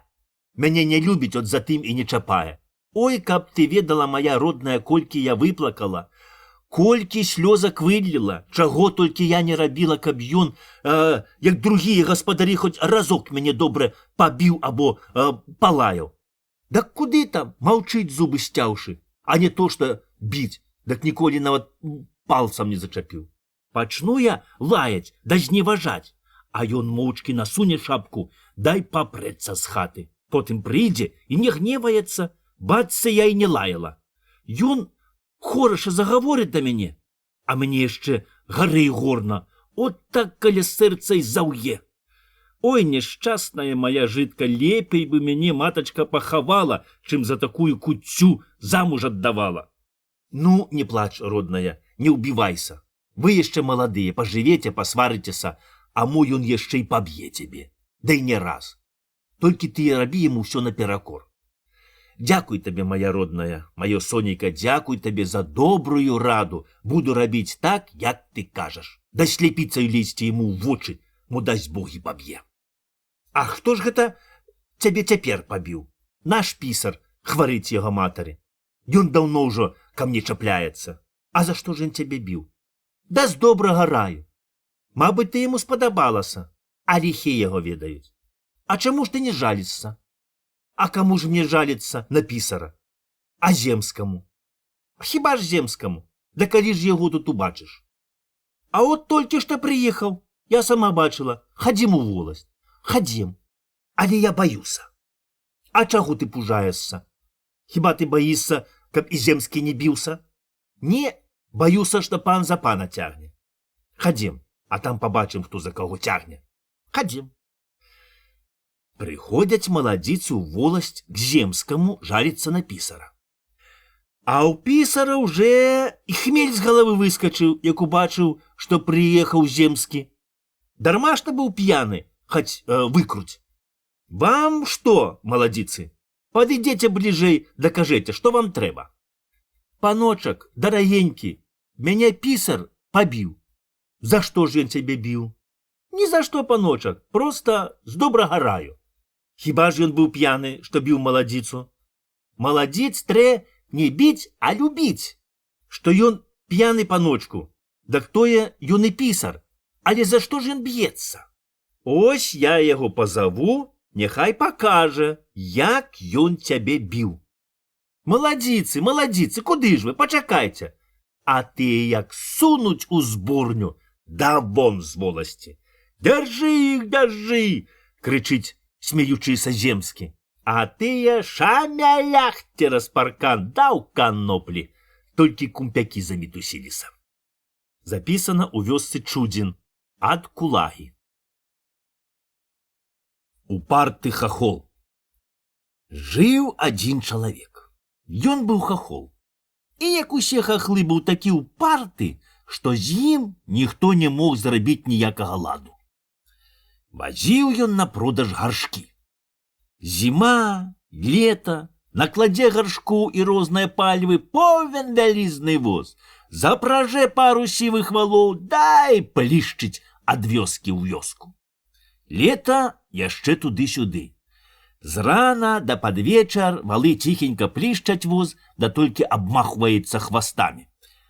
Але як прыгрэе сонейка, да нападуць на валоў авады, здрок да ўсялякі гнюз, от ты як закруцяць галовамі. Як падымуць хвасты, да сунуць у кусты або ў балота, так гаршкі толькі трашчаць. А воз скрыпіць быў совеснага чалавека. От себе! Крычыць упарты хахол да пыркае валоў асном, а ты ей без таго пруць, аж воз раскідаецца. Чаго цябе нячыстая сіла нясе ў такую спёку? Пытаюць яго людзі. Няхай бы ты пачакаў, пакуль спадзе гнюз гэты. А ён, хаць бы што, маўчыць да пакурвае сабе люльку. Гэта ж яны табе ўсе гаршкі ператаўкуць, дай ярмо зломяць. Няхай таўкуць, адказвае упарты хахол, дай пыркае валоў асном. Але от прыйдзе зіма, наваліць снегу на мокрую зямлю, размесяць на дарозе гразь да гліну, што і ног не выцягці, а упарты хахол вязе гаршкі на колах. Зробіцца калесо, бы тачыла, валы на сілу цягнуць, а ён такі прэцца, хоць у такую негадь добры гаспадары сабаку не выганіць з хаты. Прыпхаўся ён раз у вёску. Сышліся бабы, абступілі воз, бы вараннё падла, выбіраюць, да таргуюць гаршкі. Тая трымае за пазухай яйца, тая насыпала ў прыпол круп, ну ці якога збожжа, тая прынесла палойку льну або пучок шчаціны. Дык куды там? Зацяўся упарты хахол, дай хоць бы што. Плацяце грошы, кажа. А дзе ўзяць грошы, калі іх нямашака мова ўсёй вёсцы? Сакаталі бабы, а ён маўчыць да курыць сабе люльку. Не прадаў ён нігоднага гаршка, а тут уже сонейка нізка. Ведама, зімою яно не ўспее падняцца над лесам, як уже пара зноў спускацца на супачынак. От хацеў ён тут паначаваць, самому пасілкавацца, да супачыць, да і валоў пакарміць. Але бабы абазліліся, да і ніхто не прымае на ноч. Валы галодныя, аж снег хапаюць, ды ліжуць на вуліцы повалач. Няма чаго рабіць. Упарты хахол не траціць гумару і пхнецца далей. Ад'ехаў ён мо з вярсту ці больш летнікам, дай варочае на зімнік. Тут сустракаюцца людзі, дай кажуць, не едь, чалавеча, зімнікам, бо ўправіш у балота воз, та яшчэ і жыўёла загубіш. Не слухае упарты хахол, едзе далей. От прапхаўся ён ганоў з двое. Як пад возам затрашчаў лёд. Калесо правалілася. Пачаў ён пароць асном валоў, а ты як рвануць, воз абярнуўся, гаршкі пасыпаліся бы гарох, а валы праламалі лёд, да увязлі ў гразі па самыя рогі. Хацеў хахол выпрагці валоў, да і сам усунуўся ў палонку па самыя вушы. Пачаў тут ён крычаць, дазваць людзей на ратунак. Пачулі тыя людзі, вярнуліся, да на сілу выратавалі таго упартага хахла да валоў, а возы гаршкі так і загінулі. Так от, якія хахлы упартыя. Запісана ў вёсцы Чудзін ад Савіцкага. Разумны і дурень. Былі ў бацька два сыны. Адзін разумны, а другі дурны. Пакуль бацька ўздужаў, дак ён сам правіў гаспадаркаю. Сыны рабілі дзела. А як бацька пастарэў, да ўжо не ўздужаў прыганяць сыноў да работы, та разумны сын пачаў агінацца, пачаў увельваць ад работы, да ўсё цяжкае дзела узвальваць на дурня. А той, ведама, як дурны, запрокся бы чорны вол у соху, да і не бачыць пра светлыя гадзіны. Разумны та ў людзі, та ў карчму, та ў воласці куды, а дурень як устане самага ранна, так да познае ночы та ўчэцца ў гаспадарцы, да так робіць, што аж жылы ў яго трашчаць. Камендуе разумны брат дурням. Дарам, што старенькі бацька пазірае на тое пад слепаватымі вачамі, да толькі галавою круціць. Нічога не парадзіць, бо ж кажуць людзі, што трэ тады вучыць дзяцей, як яны каля лавы ходзяць, бо як вырастуць, та яны цябе ўжо навучаць, та й памучаць. Сядзіць старенькі бацька ў запечку, да толькі ўздыхае. Рад ён і таму, што хоць нявестка не гоніць яго з хаты, а то куды там яшчэ і разумнага сына яму ўшчуваць. І пачаў разумны сын цягнуць сабе з гаспадаркі дабро, да заводзіць атарыцу. Ён цягне, а жонка памагае. Яшчэ за жывым бацькам нажыліся яны, сабралі грошы, справілі сабе вопратку, але не дзяліліся. Бо шкода было аставацца без дурнога рабочка, што хадзіў цёмны да чорны быкомін, а дзела рабіў за ўсіх. Але ось памёр стары бацька, і пачалі браты дзяліць спадкі. Разумны брат, як вельмі ўпраўны, забраў сабе ўсе, што лепшае, а дурню заставіў старенькую хату да кучу смецця. Узяў сабе разумны парабка, выбудаваў новую хату, да і жыве, бы пан. А дурень не ведае, за што і узяцца. Даў яму брат адну кароўку, дак ён і тую не ведае, як дагледзець. Стаіць карова ў загарадцы, раве галодная, да б'ецца, аж плот раскідае. Пачуў разумны, як раве карова, да й кажа: няхай бы ты выгнаў яе на пашу. Заняў дурень карову, выгнаў яе на яравы палетак. Та і пасецца ў збожжы, а ён сеў сабе на мяжы каля дарогі, зрабіў саломінкі, дудачку, да іграе.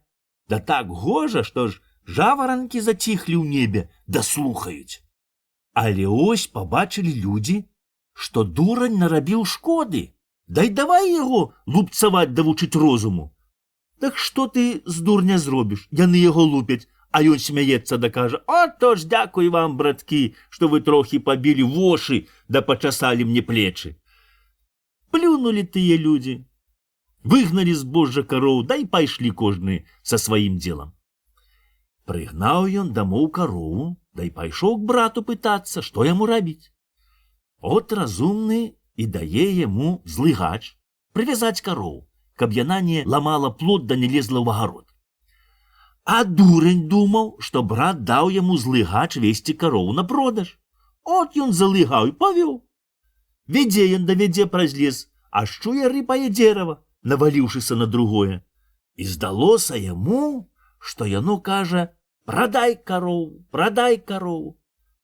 От ён прывязаў к таму дзераву карову, да й пытае: «А калі ж заплаціш грошы?»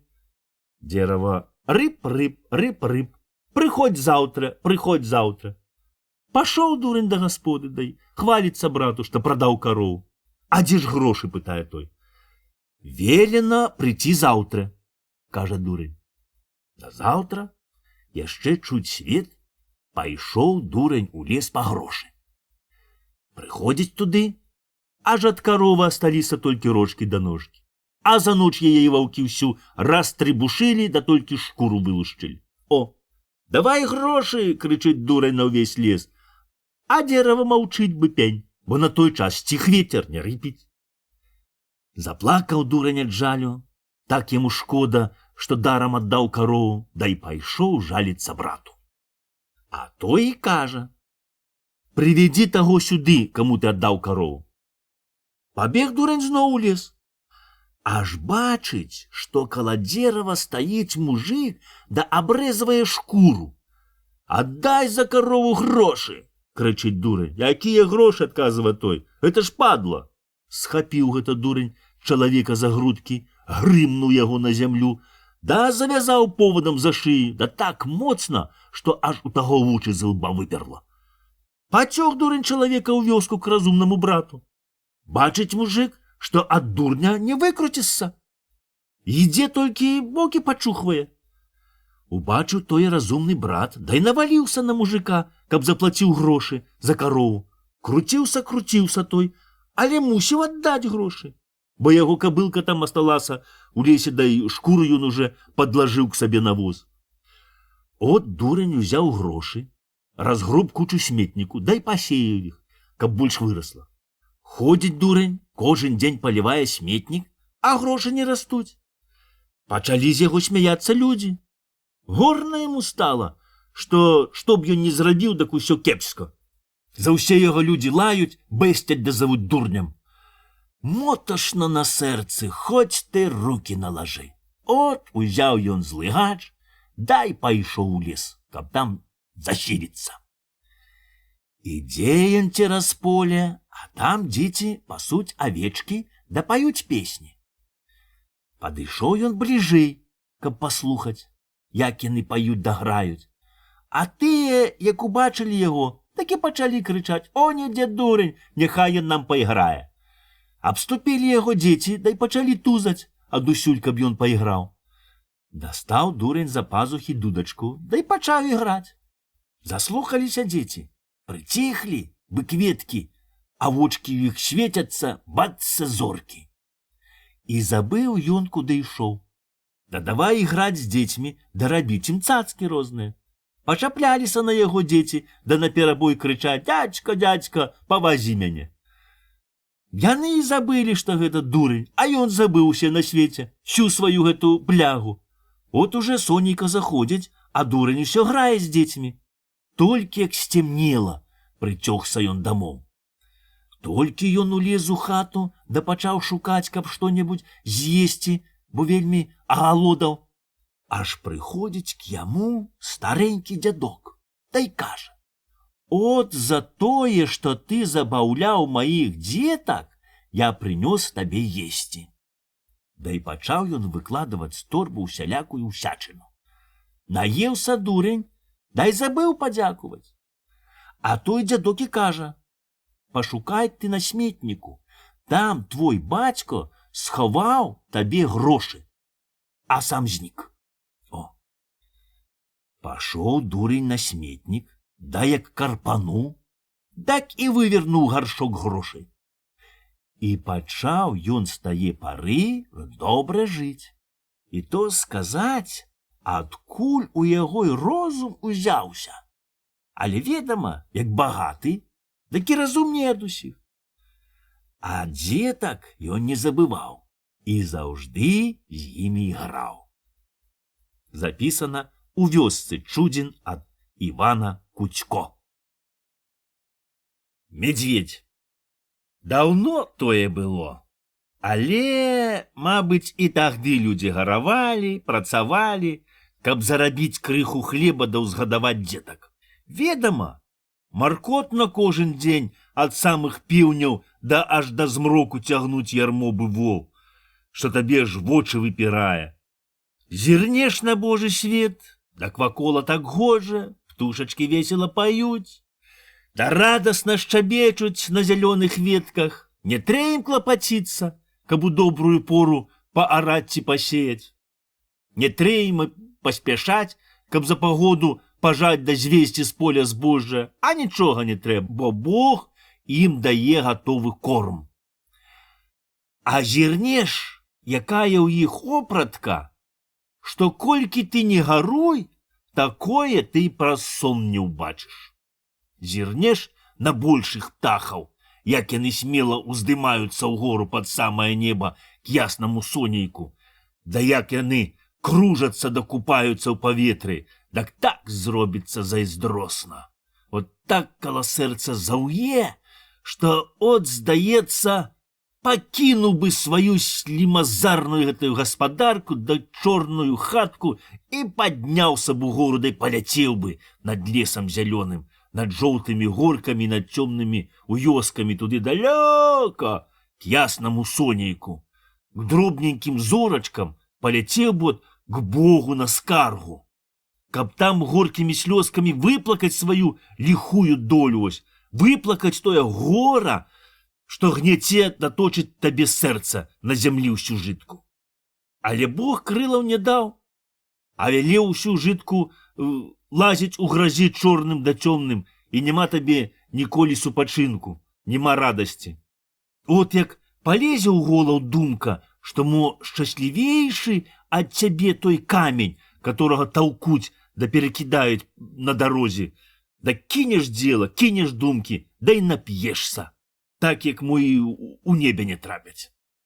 Выпьешь одну-другую кварту, и побяжит якаясь сила по жилах, загуде у голове, бы огонь у печи, и сдается табе, что от каб уперся у что-нибудь, так и землю переверну, такая у тебе чуется моц. А вып'єш яшчэ, так ноги самі так і ходять, так і тупають, бацца ў таго панськага жарабца. Руки махаюць бы крылы ў ветраку. І здаецца, што гэта не руки, а крыла, што імі не дзела рабіць, а толькі летаць да кружыцца. І цесна стане табе у чорную хатцы. Вылеціш на шырокі Божий свет, да так табе зробіцца весела на сэрцы, што толькі поешь да поешь. И хочется тебе, каб усе люди с тобою передаскакали бы на веселье. Так вот что робить гэсная живая вода. И не диво, чему наш брат Гарапашник робить, як чорный вол. Клопотиться, а як уже нельга больш вытрымать, дык и лыкне живое воды, дай забудя свою гаротную житку. От, кажуць, быў у нас такі адзін чалавек, што ён не меў палогу да гарэлкі і не любіў яе піць кожен дзень, а толькі прымаў тагды, як душа з цела вылазіла, да прагла са радасці да лепшага жыцця. Уже колькі раз ён чуць не засіліўся, хацеў прадаць чорту душу, каб толькі ён даў гарэлкі. Але, мабыць, дрэнная была ў яго душа, калі за яе сам чорт не захацеў даць кварту свае гары. Нема гарэлкі і нема за што купіць, дак ён валяецца бы калода да спіць, каб хаця прысніўся радасны сон, бо жытка гары ад пекла. Гэ спаў ён мо паўжыткі, аж бокі адлежаў. І кажуць яму людзі: чаго ты валяешься, абібок? Гэта ж ад людзей смех і ад Бога грэх. За што ж мне грэх? Отказывая ён. Нехай таму грэх і смех, хто не дае мне гарэлкі, а без гэстае жывучкі я ні на што не гош. Да гэта ж ты опусціўся бы мокрая курыца. Мабыць, так Бог даў. Мыркнуў ён, да і сунуўся сабе у берлог. Дзецюкі, кажа адзін чалавек, давайте купімо яму гарэлкі, дамо ён сваімі штукамі у нас крыху адгоніць плягу, а то так каля сэрца і ўе, аж моташна. Добре, кажуть тыя.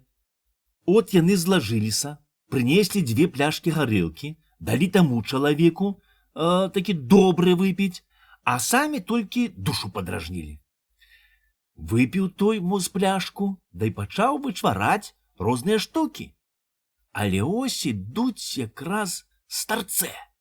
Пабачыў той п'яны, апрануўся ў кажух, вывернуўшы яго ўверх шэрсцю, да й пабег пужаць тых убогіх.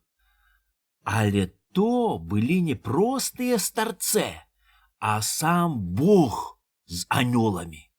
Зірнуў Бог на таго чалавека, да і абярнуў яго у мядзведзя. Пашлі старцэ далей, а ён папробаваў распрануцца. Да куды там? Кажухі прырос. Сунуўся ён к людзям, але тыя спалохаліся, да й пахаваліся, хто куды трапіў. От і пацёгся ён у лес, да там і да тых час жыве. Улетку цягаецца да пужае людзей, а ўзімку спіць, дасце сваю лапу. От затым у мядзведзя чалавечыя ногі, і ён вельмі любіць гарэлку да салодзенькі медок. Запісаная казка ў вёсцы Чудзін ад кажана. Аўсяная дворня. Сышлася вся дворня і жаліцца, што пан корміць іх толькі адным аўсом. Даніла, братка, ты ўсім нам галава. Дай ты нам раду, што рабіць з панам? Зморыць ён нас гэтым аўсом. Эй, Сцепане, не табе гэта казаць. Ты бываў у свеце, многа бачыў, многа чуў, а я нічога не знаю. Як я тут дам раду? Праўду кажа Даніла, калі ты, Сцяпане, не парадзіш, то ўсе мы паздыхаем ад гэстага аўса. Што я параджу, калі пан кажа, бачыш, якія дужыя коні ад аўса, от такая дужая моя дворня, бо яна аўсяная. Ой, мы горкія! Што тут рабіць, што пачаць?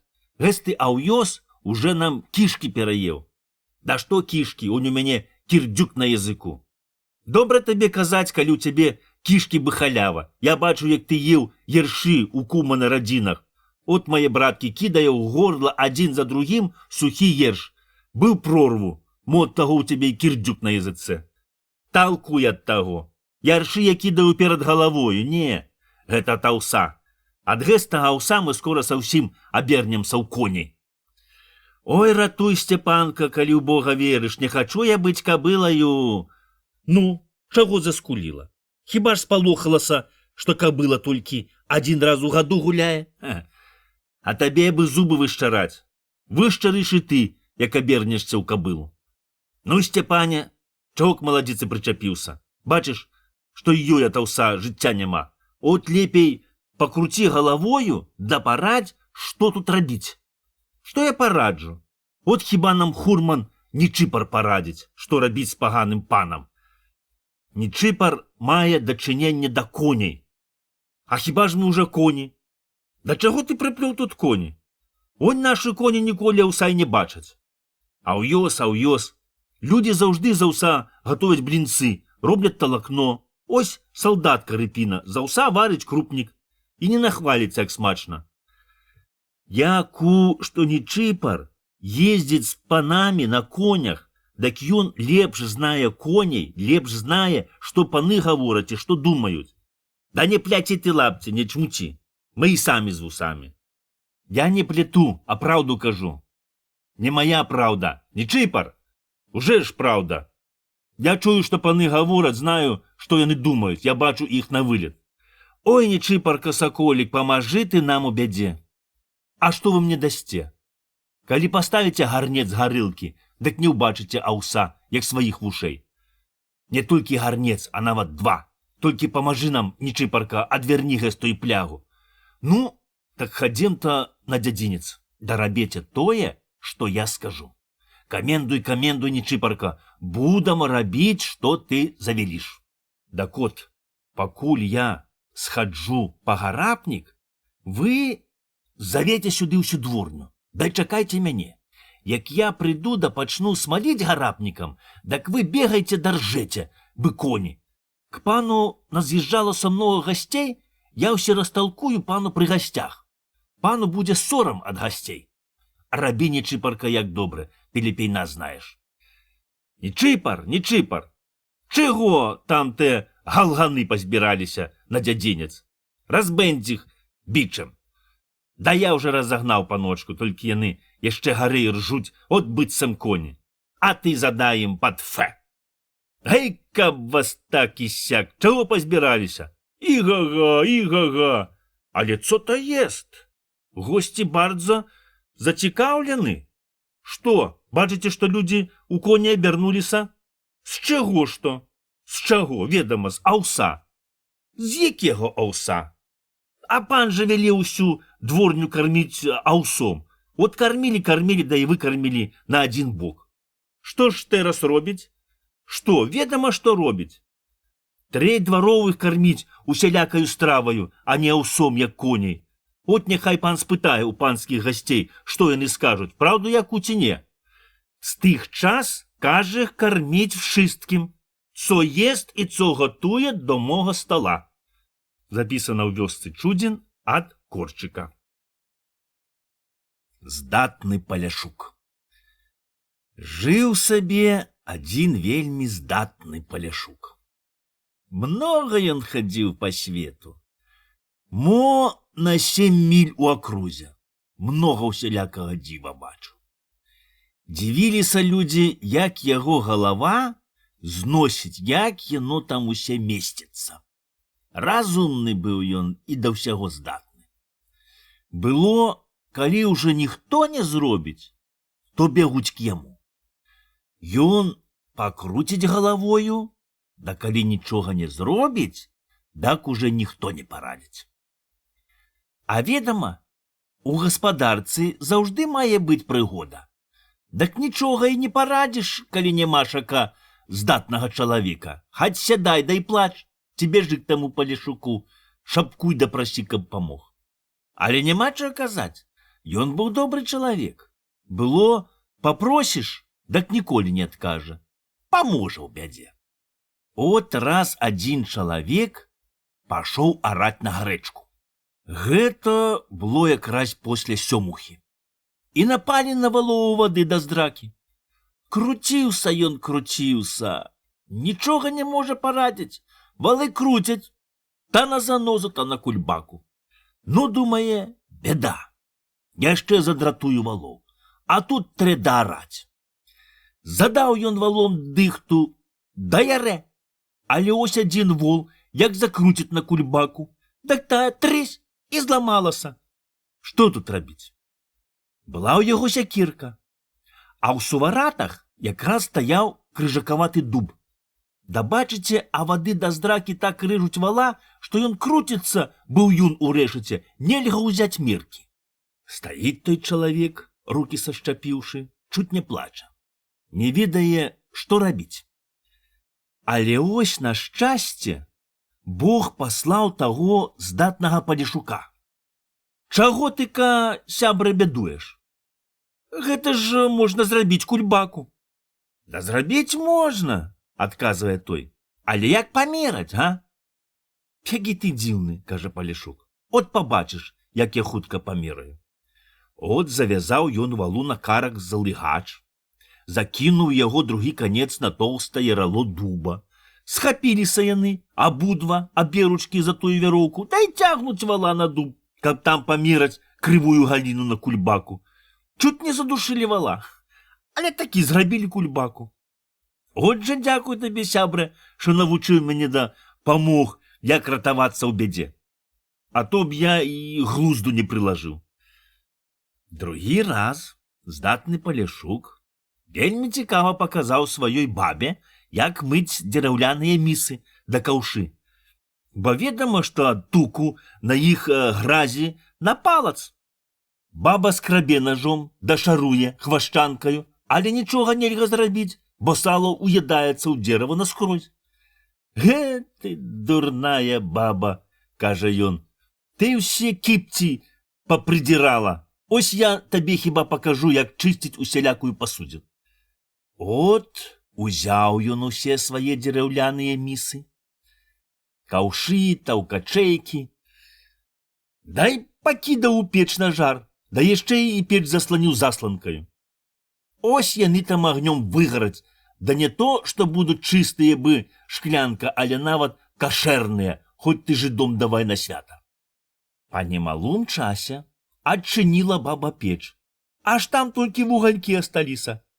Схапіла яна кавяню, да давай пярэсці таго здатнага Палешука, да прыгаворваць: от же табе хварэць тваей матары, як у бабскія дзела мяшацца. Ты б даглядаў свайго гумна, што там павуцінне да гразь, што нельга ўлезці, а не пазіраць на мае місы. На сілу Палешук выбег з хаты, да пачаў пачухваць патыліцу да спіну. Ачухаўся трохі ён, да і пацёгся ў гумно. Зірнуў ён, аж праўду казала баба, што там гразь да павуціння, да так навісла над страхою, што еш зусім не зорка. От жа, думае, я высмалю гэстую пошкуць да зраблю гумно бляльку. Выкрасаў ён агню, зрабіў саломы зубленку. Да давай памаленьку апаліваць пад страхою павуць. Страха была сухая, як порах, толькі ён запаліў павуць, а полымя як шыбане, як пабяжыць, як зоймецца адразу ўся страха, та пацеруха, дак ён на сілу выбег з гумна, да давай крычаць зваць людзей на ратунак. Пакуль збегліся людзі, страха і павалілася, а гумну гарыць бы свечка. Бачаць людзі, што ўжо нельга нічога парадзіць. От яны і кажуць: ты чалавек здатны, хутка пабудуеш новае, яшчэ лепшае гумно, а гэта няхай ідзе на хвалу Божую. Згарыла гумно да звання. Пашоў той здатны Палешук у лес пушчаць дзерава на гумно. Насцякаў ён дзераўляк, дай давай іх вазіць у вёску. Прывяжа дзераўляку валу за хвост, дай гоніць таго пугаю. А вол як рванецца, дык і адарве хвост. Падрываў ён сваім валом хвасты, а нігоднага дзераўлякі не прывёз у вёску. Убачыла тое баба, як пачала яго дубасіць, пачала яго пярэсціць мешалкаю, так ён кінуў гаспадарку, дай уцёк у лес. Бяжыць, дай чуе, што дзяцел крычыць цэх, цэх, цэх, цэх. І здаецца яму, што гэта яму грозіць баба. Ён далей прэз усіх лапатак. А тут скрыпіць дзерава, рып-рып, рып-рып. А яму здаецца, што гэта баба кажа: дам, дам, дам, дам.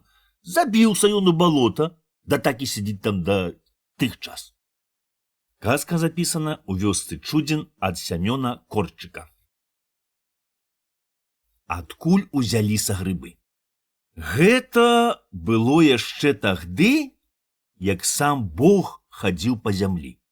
Бо даўней людзі яшчэ не грашылі, як цяпер, і Бог любіў іх, і навучаў, і паказваў, як жыць на свеце, каб усім было добра. От раз ішоў Бог сваімі святымі людзьмі па вёскам. Ішлі яны, як простыя жабракі. З Богам былі Пятро, Ілья, Барыс і Мікола. Добрыя людзі прымалі іх, частавалі, чым Бог паслаў, яшчэ давалі на дарогу. Ведама, часам вёскі вельмі далека адна ад другое, а на дарозе нічога няма. Ну а Пятро заўжды любіў наладаваць свой трыбух. От раз яны доўга цягнуліся праз лес, а кругом і дымам не пахне. Прагаладаўся Пятро, аж яму пад дыхавіцу закалола. Пазірае ён паабапал дарогі, ці няма дзе якіх-небудзь ягад.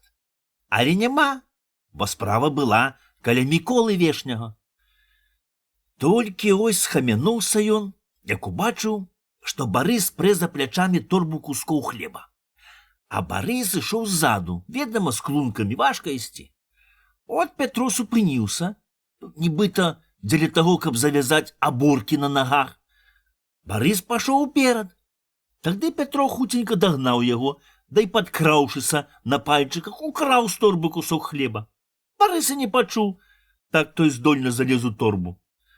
Ідзе сабе Пятро, да беззубым ротам жуе сухі хлеб. Набраў ён повен рот. А тым часам Бог знаў тое, да і запытаў у Пятра, ці не ўтаміўся ён, ці не трэ яму аддыхаць. Не мажэ Пятро адмаўляць Богу, бо ў роце хлеб мяшае. От ён нібыта кашляе да паціхеньку выплёўвае хлеб, каб Бог не закмеціў. Але Бог і кажа: не выплёўвай на землю, гэта ж Божий дар. Няхай з яго вырастуць грыбы на патрэбу людзям. От з тае пары і пайшлі ў лесе расці грыбы, которымі і цяпер карыстаюцца людзі. Запісана ў вёсцы Чудзін ад Кругліка. Дурень. Даўно тое было. Мо яшчэ нашых прапрадзедаў не было і на свеце. Жыў сабе адзін багаты чалавек. Ён, відаць, знаўся з ліхімі. Затым у яго і было многа ўсялякага добра. А грошай было, як трэсак. Ведама, ад свае працы багат не будзеш. Бо як не працуй, як не гаруй, а тут табе чорт дзірку знойдзе. Не паспееш азірнуцца, як туды-сюды і ўсё і разойдзецца. А той багаты чалавек толькі пахаджаў сабе, да даглядаў парабкоў да наймічак. А гаспадарка расла бы грыбы. Людзі от працуюць дзень і ноч і ніколі не бачаць прасветлыя часіны. То прыпадкі адзін па-другому да нашчадку знішчаць ім гаспадарку, та звір нападзе да зарыжа самая лепшая гаўяда, то на само змінтрэжыцца, та ўсходзіцца навальніца, да градам у адзін момант загубіць усё збожжа, та з добрага раю прычэпіцца хвароба, якая дапачне цябе гнесці даламаць, так што ж жытка не міла. Зірнеш і дзівішся, чаму гэта багатага чорт не бярэ, а? Чаму гэта ў яго гаўяда цэла? Чаму гэта град дойдзе да яго рыза, дай закруціць назад, ці зверне ў бок?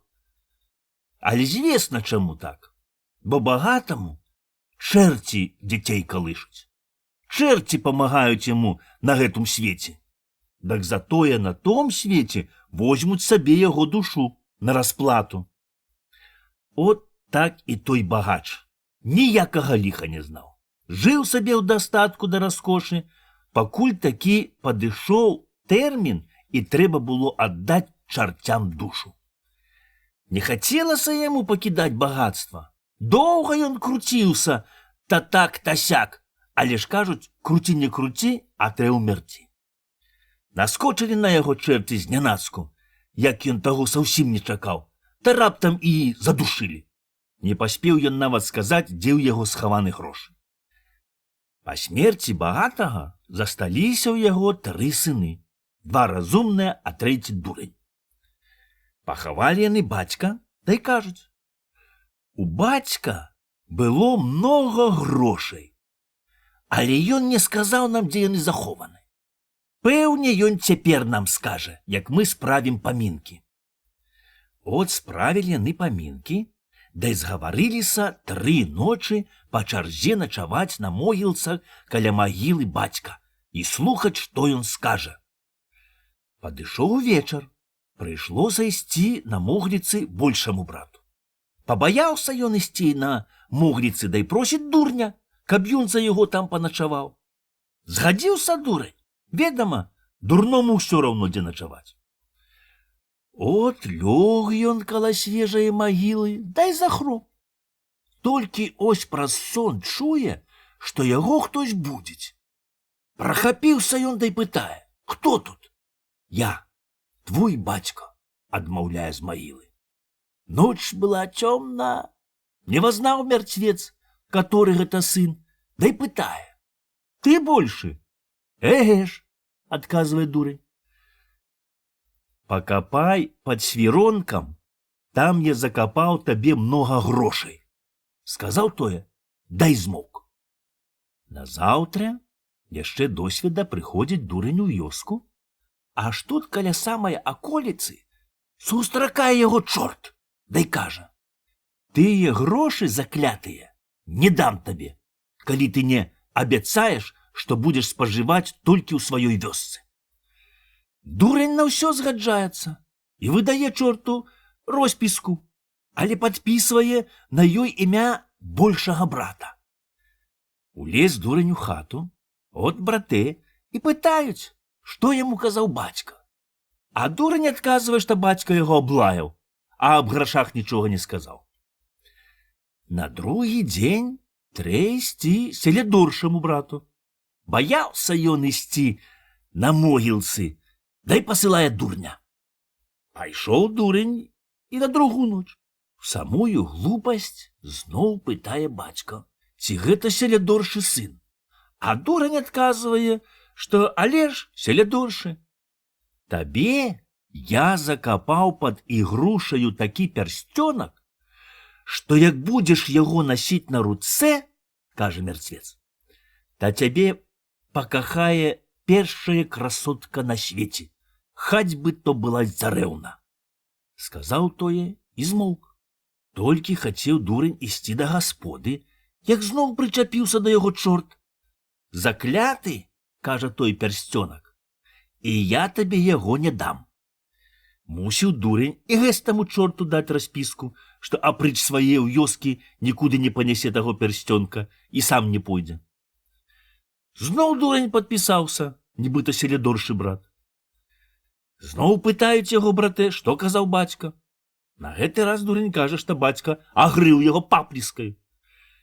На трэцюю ноч пайшоў дурень на могліцы ўжо сам за сябе. На гэты раз мярцвец пытае: «Ці гэта меншы сын?» «Але ж, — адказвае дурень, — табе я заставіў старую торбачку, — кажа бацька. Ты ў ёй заўжды знайдзеш яду, каб падсілкавацца». Замаўчаў мярцвец, а дурень пайшоў да гасподы. Падслухоўваў чорт, што яму скажа мярцвец, але не сустракаў больш дурня, бо чорту такая торбачка не патрэбна. Прыйшоў дурень да гасподы, а браты пытаюць, што яму казаў бацька.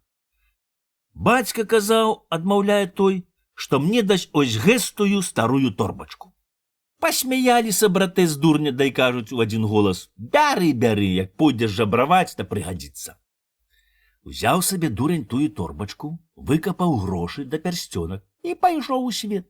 Бо ведама, з вялікімі грашыма да з зачараваным пярсцёнкам няма чаго жыць у цёмную вёсцы. Браты не спынялі яго, бо ведама, якая ў гаспадарцы з дурнога карысць, толькі трэ дарма хлебам карміць да апранаць.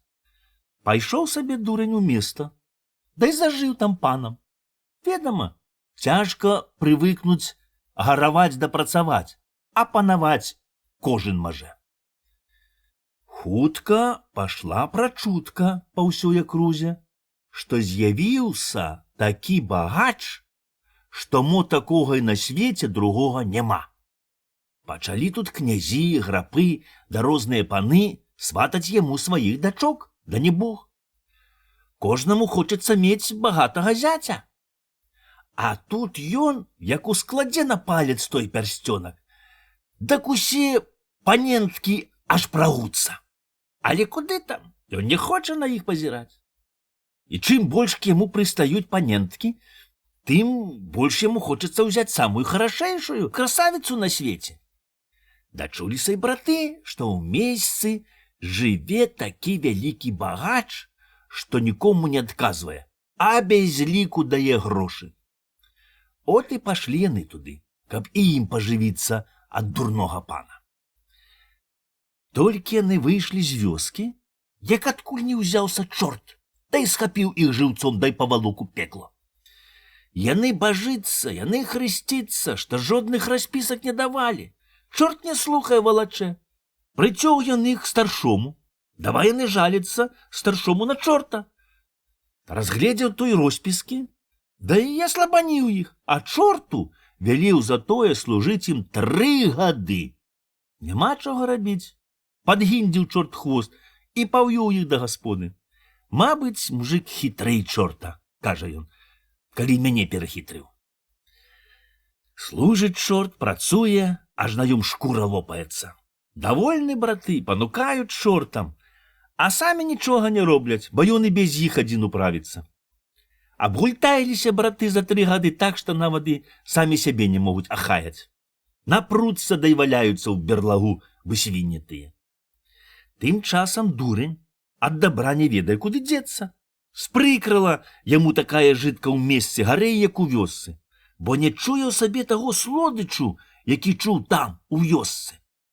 Тут панентак хаць-гаць хаці.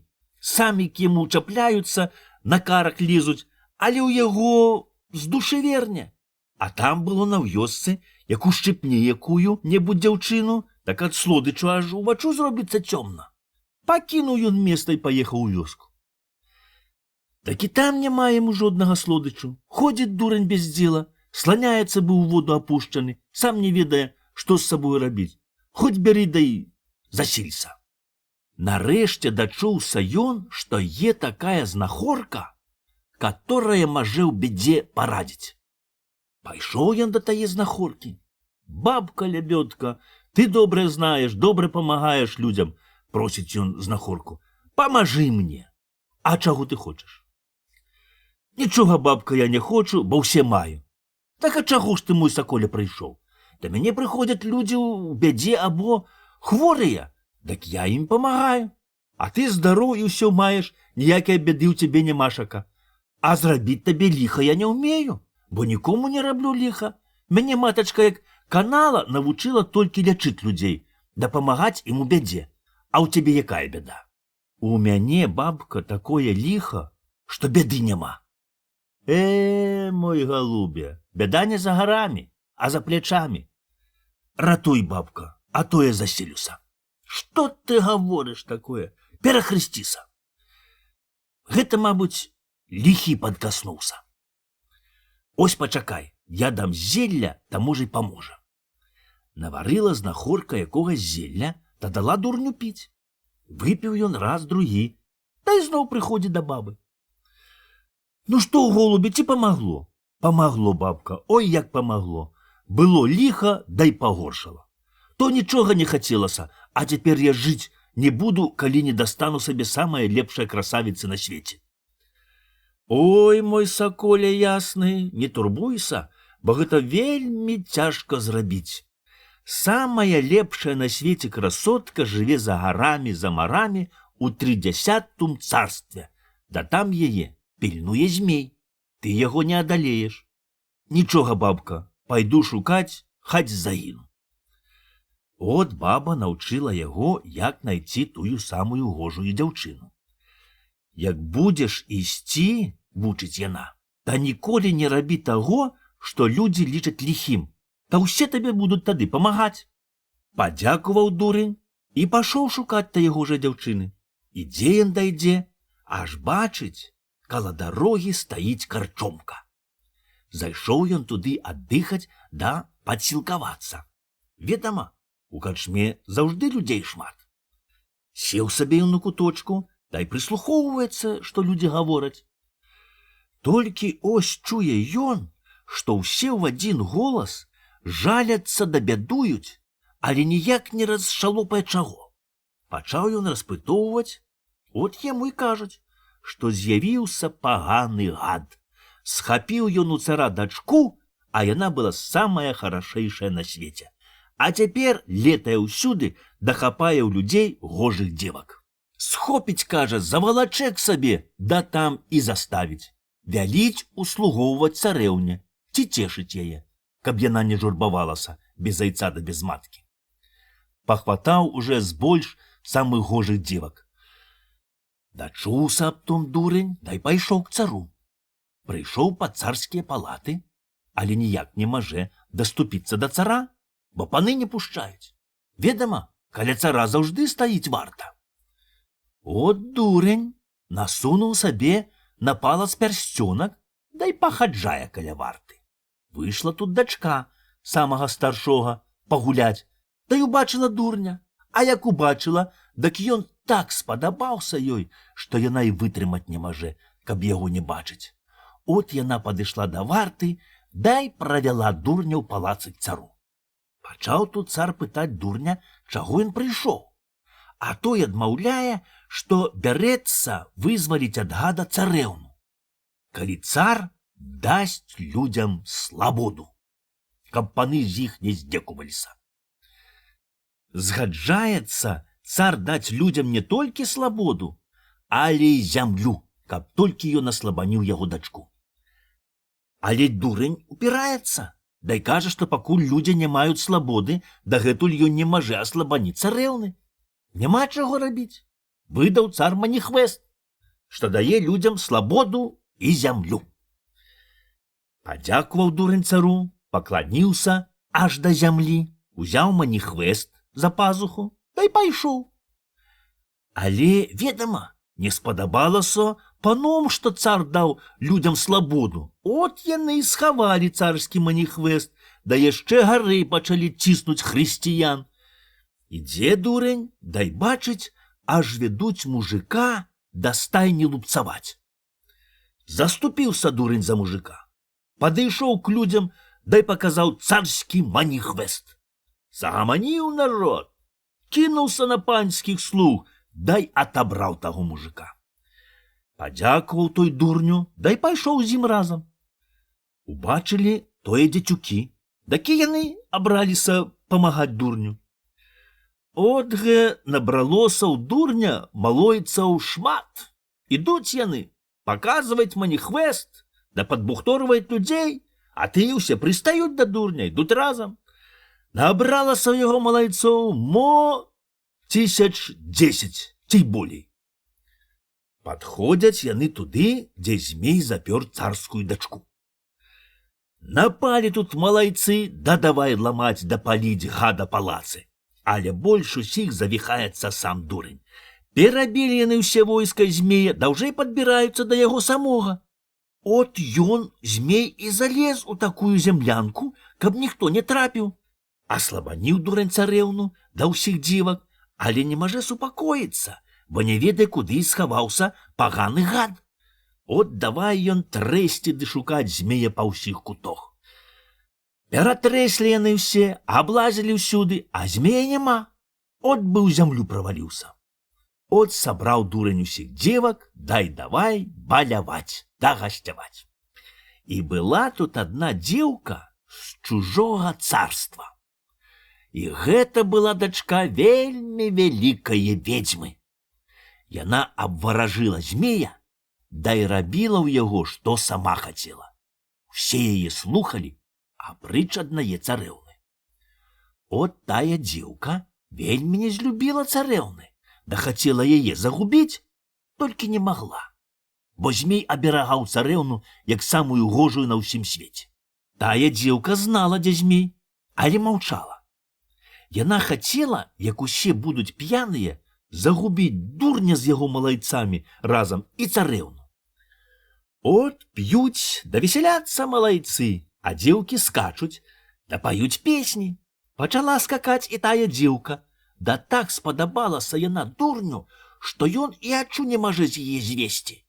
Зірнее то на царэўну, то на яе, то на царэўну, то на яе, але яму здаецца, што не царэўна, а тая дзеўка самая гожая на свеце.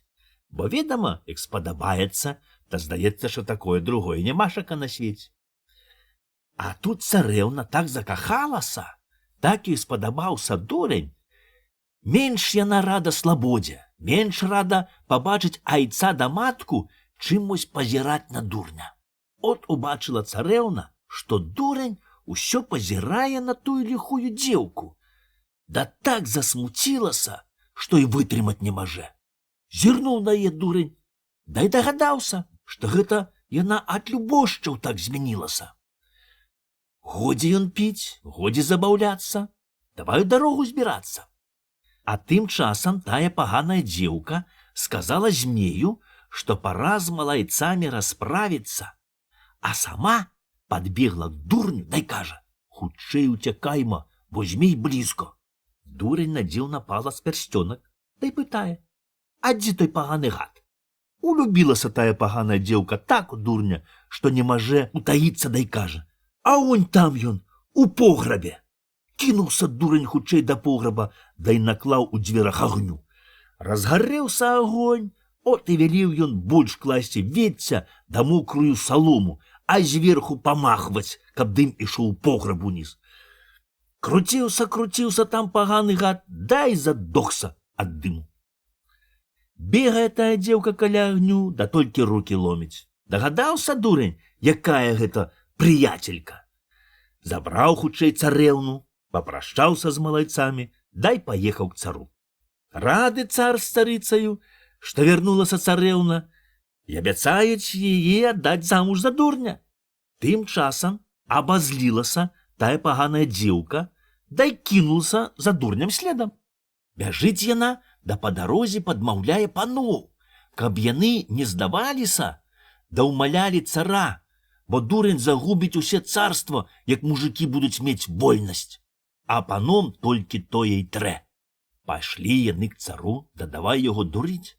Дурылі, пакуль той і здаўся. Ведама, як утапае, дак сакірку абяцае, а як вылезе, та й тапарышча адбірае, бо за добрае злым заплата. От так і той цар. Хутка змяніў свае слова, адвярнуўся ад дурня, а мужикоў зноў аддаў паном. І стала людзям яшчэ гарэй, як было. Схапілі паны дурня, да і выдалі тому чорту, которага ён абшукаў. Бо, ведама, дурень ніколі не зробіць добра.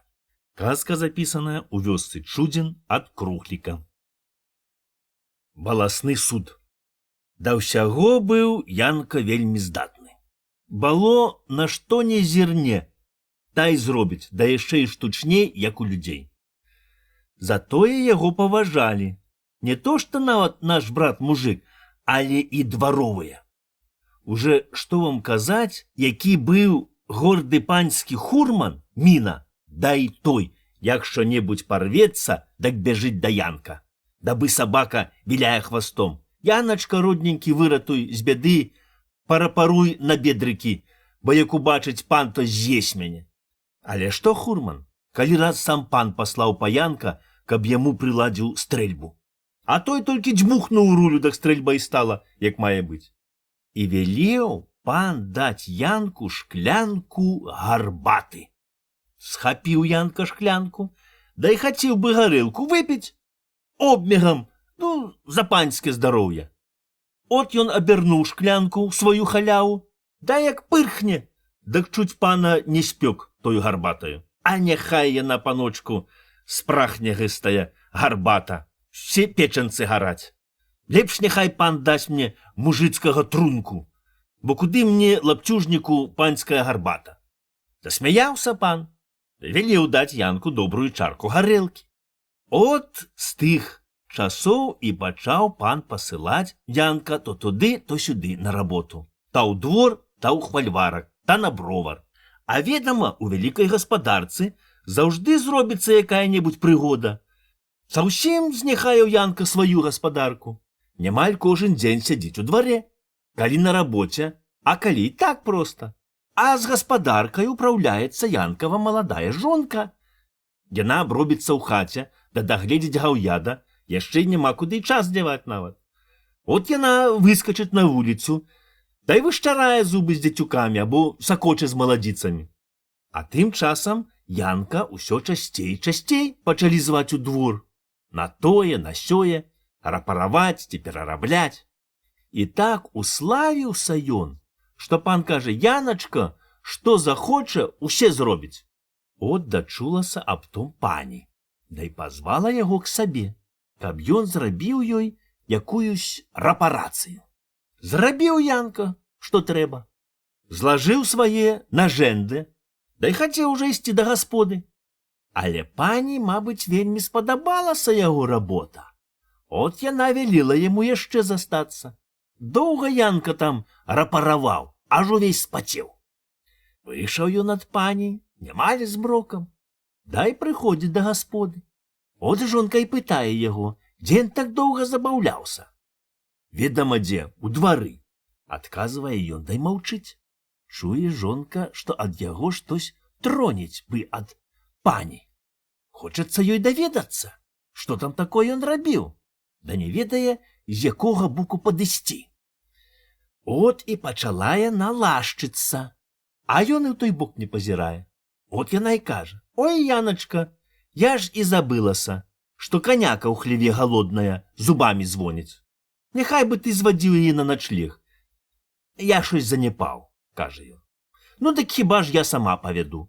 Ну чаго табе турбавацца? Каняка за ноч не здохне. А раненька я прыпну яе на прыгумечы. Перлася маладзіца і хаць бы што, павяду да і павяду, павяду да і павяду. От апранула на кажушок, закруціла хустку, да і павяла каняку на лужок. Толькі яна выехала за вёску, аж сустракае дзецюка.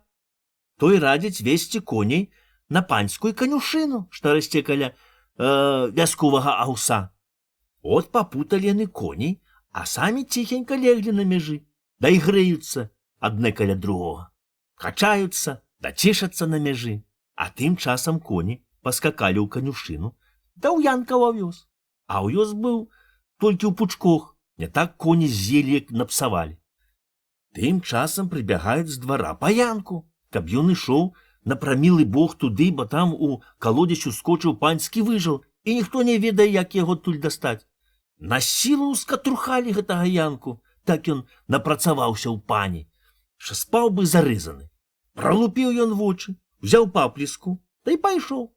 Толькі ён падышоў к свайму рызу, аж бачыць, у яго ўсе пасуцца коні.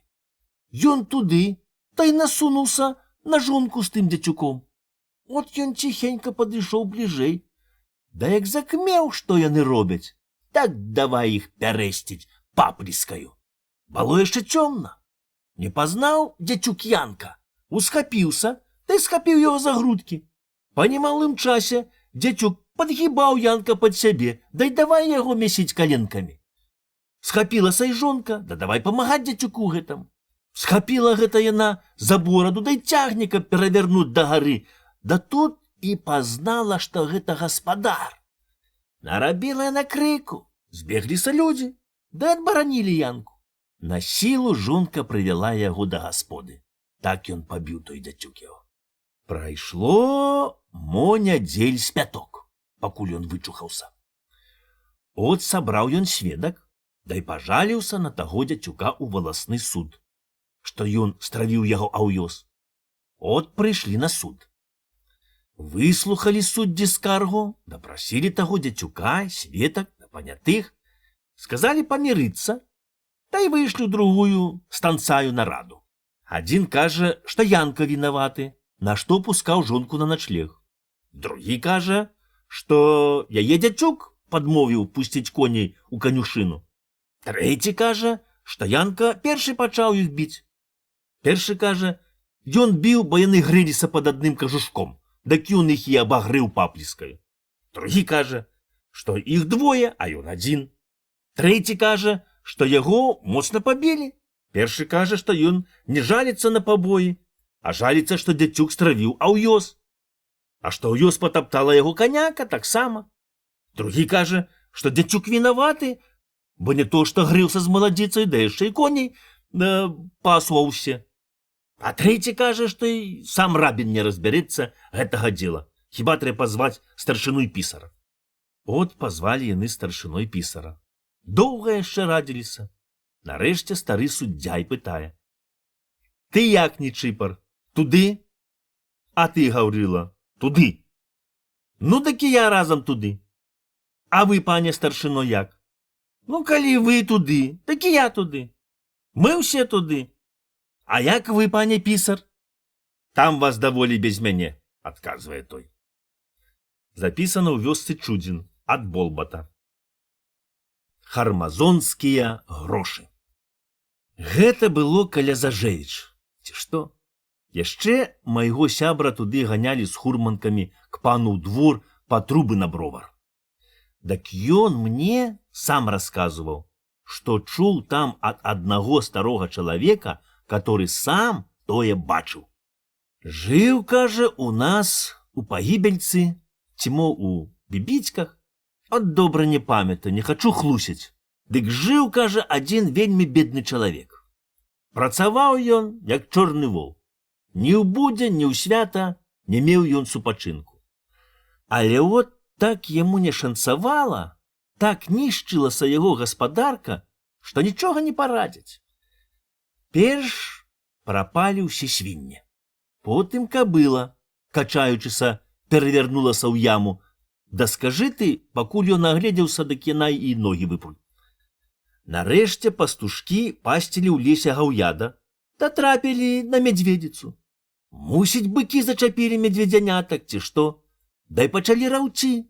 Толькі ось выскачыла мядзведзіца, схапіла друк, ды і паадсаджвала гаўяду клубы.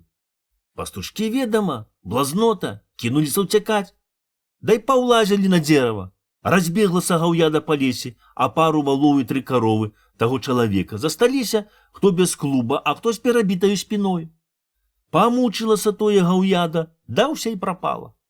Асталася ў таго чалавека толькі адна цяліна, да і ту ваўкі зарэзалі. О, самі ведаеце, якая гаспадарка без гаўяда.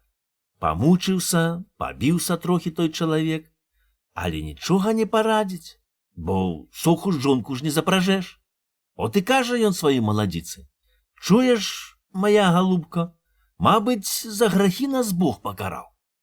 Яго святая воля, а мы кіньмо гэтую слімазарную гаспадарку, да хадзем у свет, таму, дзе натрапім сваю долю». А дзяцей у іх не было, бо яшчэ нядаўна толькі пабраліся. Кінулі яны хату, наклалі торбы, да і пайшлі. Прыйдуць у вёску, стануць к людзям на работу, да тыя накормяць, да яшчэ дадуць на дарогу. От дзесь на палессі, за старобінам, мабыць, зайшлі яны к аднаму вельмі багатаму гаспадару на ноч, да і засталіся ў яго на работу. А было гэта ўжо пад канец лета. Як людзі кажуць, што калі прыйшоў багач, пакідай рагач, да бяры сявеньку, да і сей памаленьку. От той чалавек пасеяў багачу жыта, а яго жонка капала бульбу. Яшчэ сонейка высока, а ён уже забаранаваў жыта, пусціў коней на пашу, а сам пашоў жонцы падкопваць картоплі. У гэты час багата гаспадара якраз не было дома, бо ён быў вельмі вялікі ведзьмар. дак яго заўжды людзі прасілі к сабе, каб ён атрабіў, якое трапляецца ліха. Ведама, у гаспадарцы трапляецца не тое, та другое ліха, ці які прыпадак. Всяке бывае. Бо кажуць, хто мае статак, та мусіць мець і прыпадак. Захварэе хто, бягуць к ведьмару, каб ён пашаптаў ці даў якога зелля. Прападзе ў лесе гавяда, завуць ведьмара, каб ён засек ад звера. Зробіць вораг у збожжы куклу, зноў ведуць к ведьмару, частуюць, даплацяць яму, каб атрабіў да вырваў тую куклу. А калі не мае ніякага прыпадку, дык і так гудзяць ведьмару. Бо ведама, калі хочаш на свеце жыць, дай Бога хвалі, дай чорта не гняві. От пачаў той бедны чалавек падкопваць картоплю, дай капануў каля самае мяжы. Чуе, щось зазвенела. Пракапаў ён там больш, дай дастаў адтуль гаршчок грошай. Пачалі яны радзіцца, што тут рабіць? Ці забраць гэтыя грошы сабе, ці аддаць гаспадару?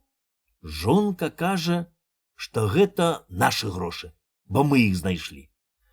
А чалавек кажа, што мы капаем гаспадару і выкапалі грошы на яго зямлі, дак гэтыя грошы трэ аддаць яму. І доўга яны спрачаліся, дай не ўбачылі, як ззаду падышоў той ведьмар, дай кажа: гэта грошы мае, бо я іх закляў. Забраў ён тыя грошы разам з гаршком у хату, палічыў іх, да і схаваў, а тым людзям даў толькі па 1 рублю. Падзякувалі яны ведьмару, пераначавалі, да і пайшлі далей. Доўга ішлі яны, от і захацелася ім есці. А ведьмар той быў скупы чалавек і нічога не даў ім на дарогу. Але бачаць яны пры дарозе карчомка. Зайшлі яны тады, узялі хлеба, аселянца, гуркоў, пасілкавацца, дай даюць той рубель, што ведьмар выдзеліў. Атрымалі рэшты. От яны пайшлі далей. Адышлі яны, мо вярстоў 5. Мацнуў той чалавек у кішэні, аж там ляжыць той самы рубель. Ён думаў, што гэта жонка палажыла яму ў кішэню свой рубель, і пайшлі далей. Заходзяць нанач у другую карчму. Пасілкаваліся яны трохі нанач.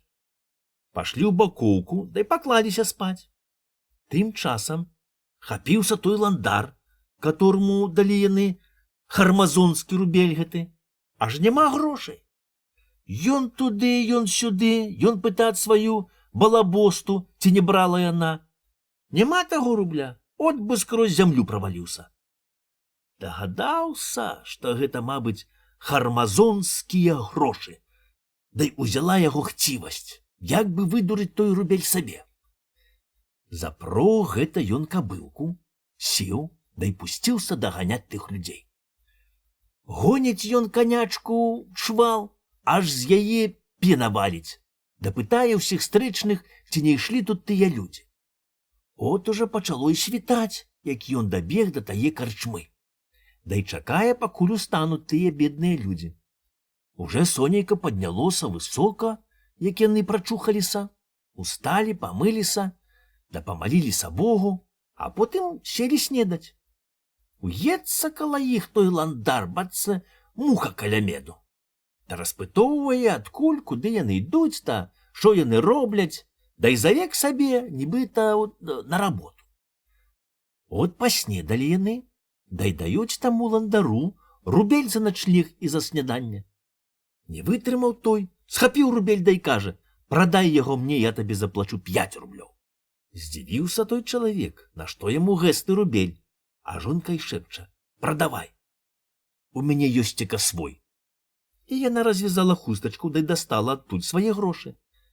Дагадаўся тагды чалавек, што яго рубель хармазонскі, да і кажа, што танней як за 100 рублёў ён яго не аддасць.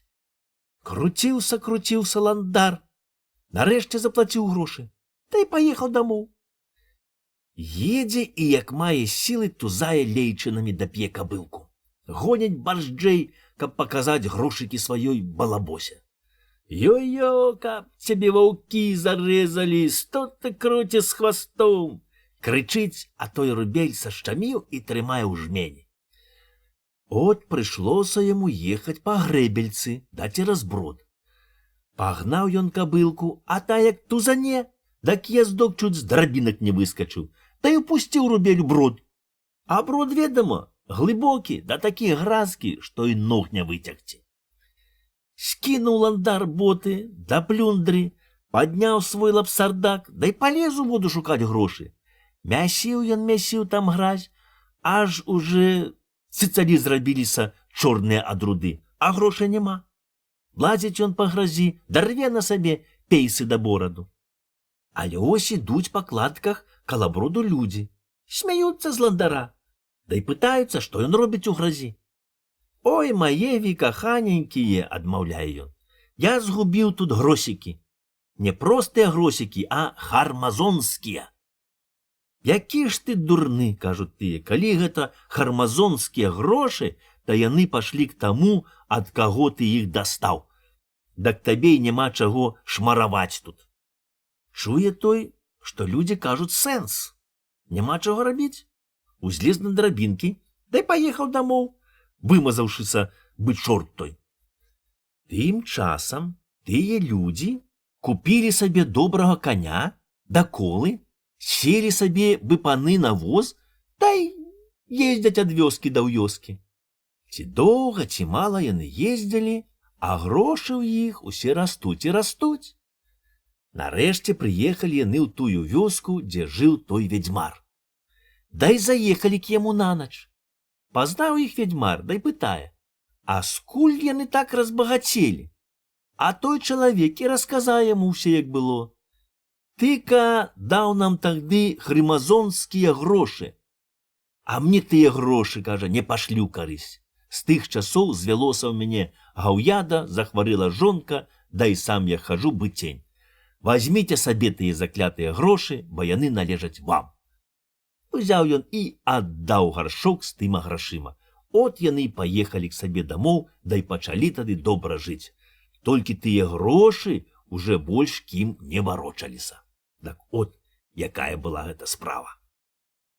Казка запісана ў вёсцы Чудзін ад Болбата.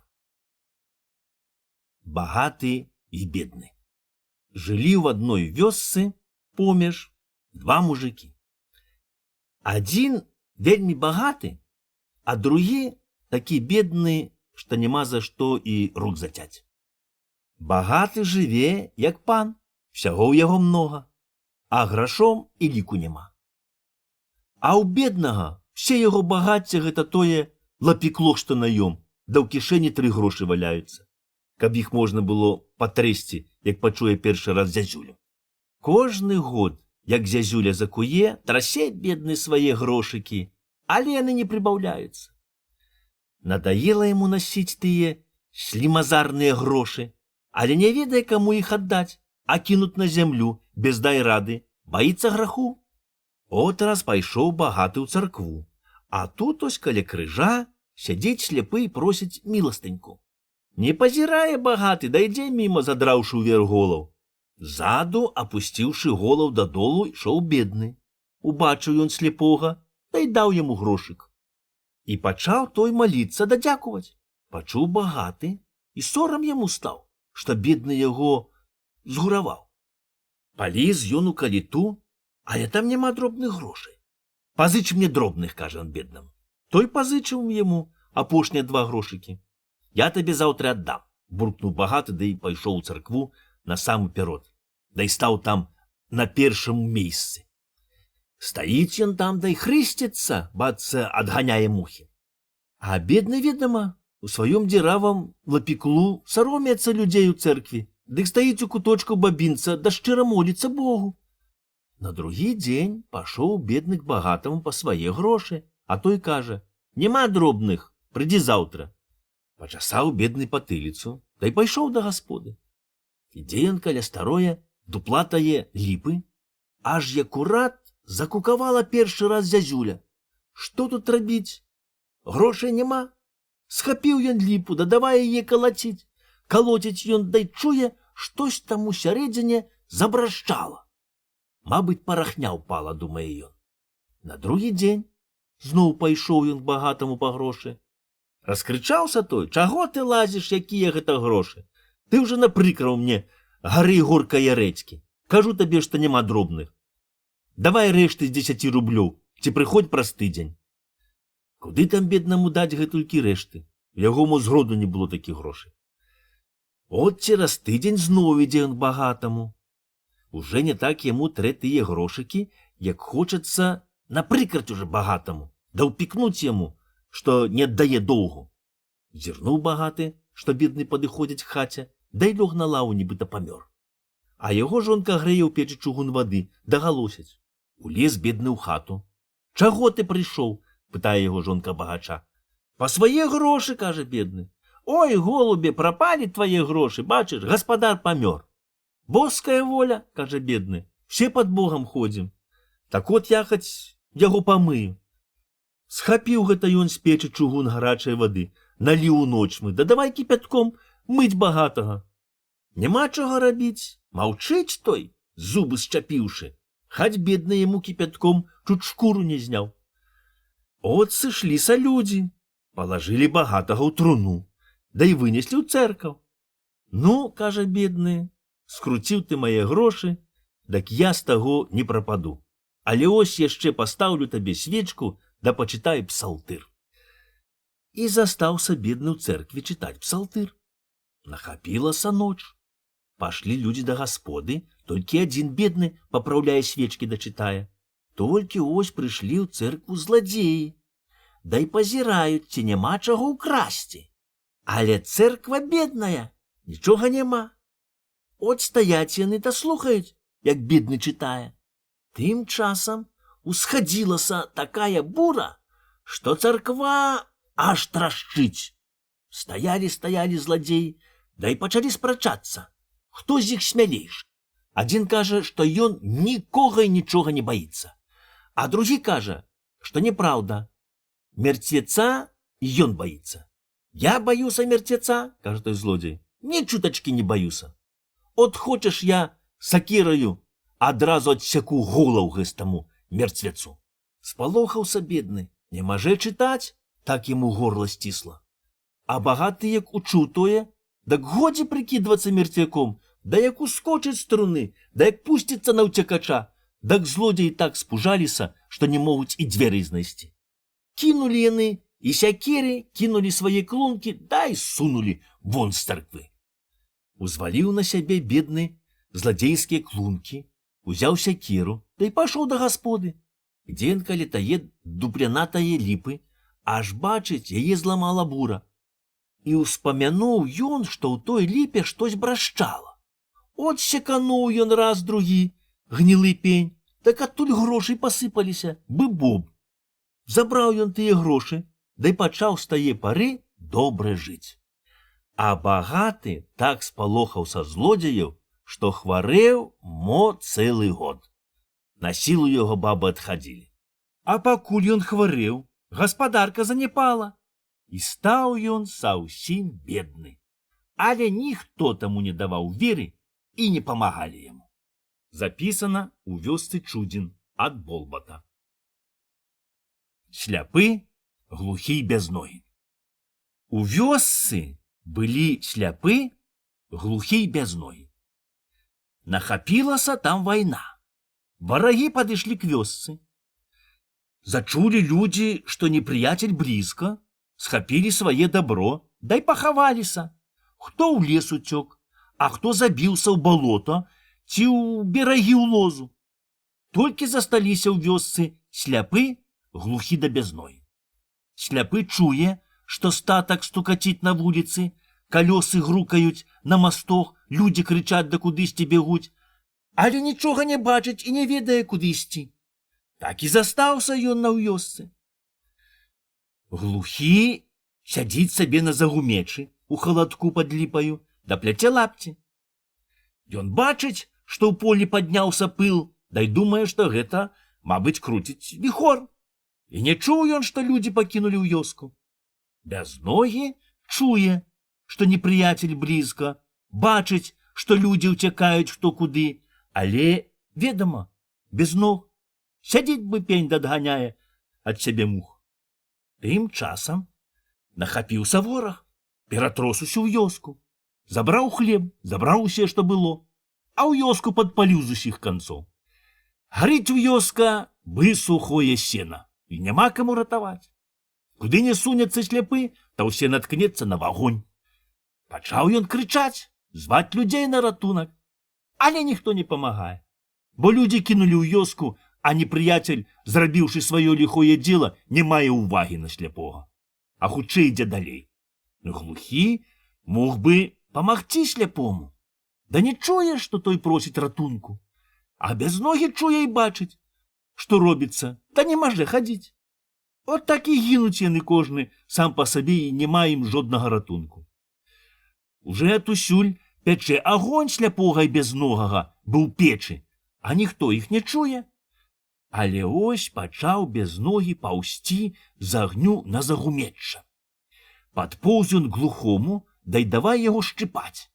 Хапіўся глухі, зірнуў на пажар, але не ведае, што рабіць. Не ведае, чаго хоча бязногі, і што ён мае сказаць яму.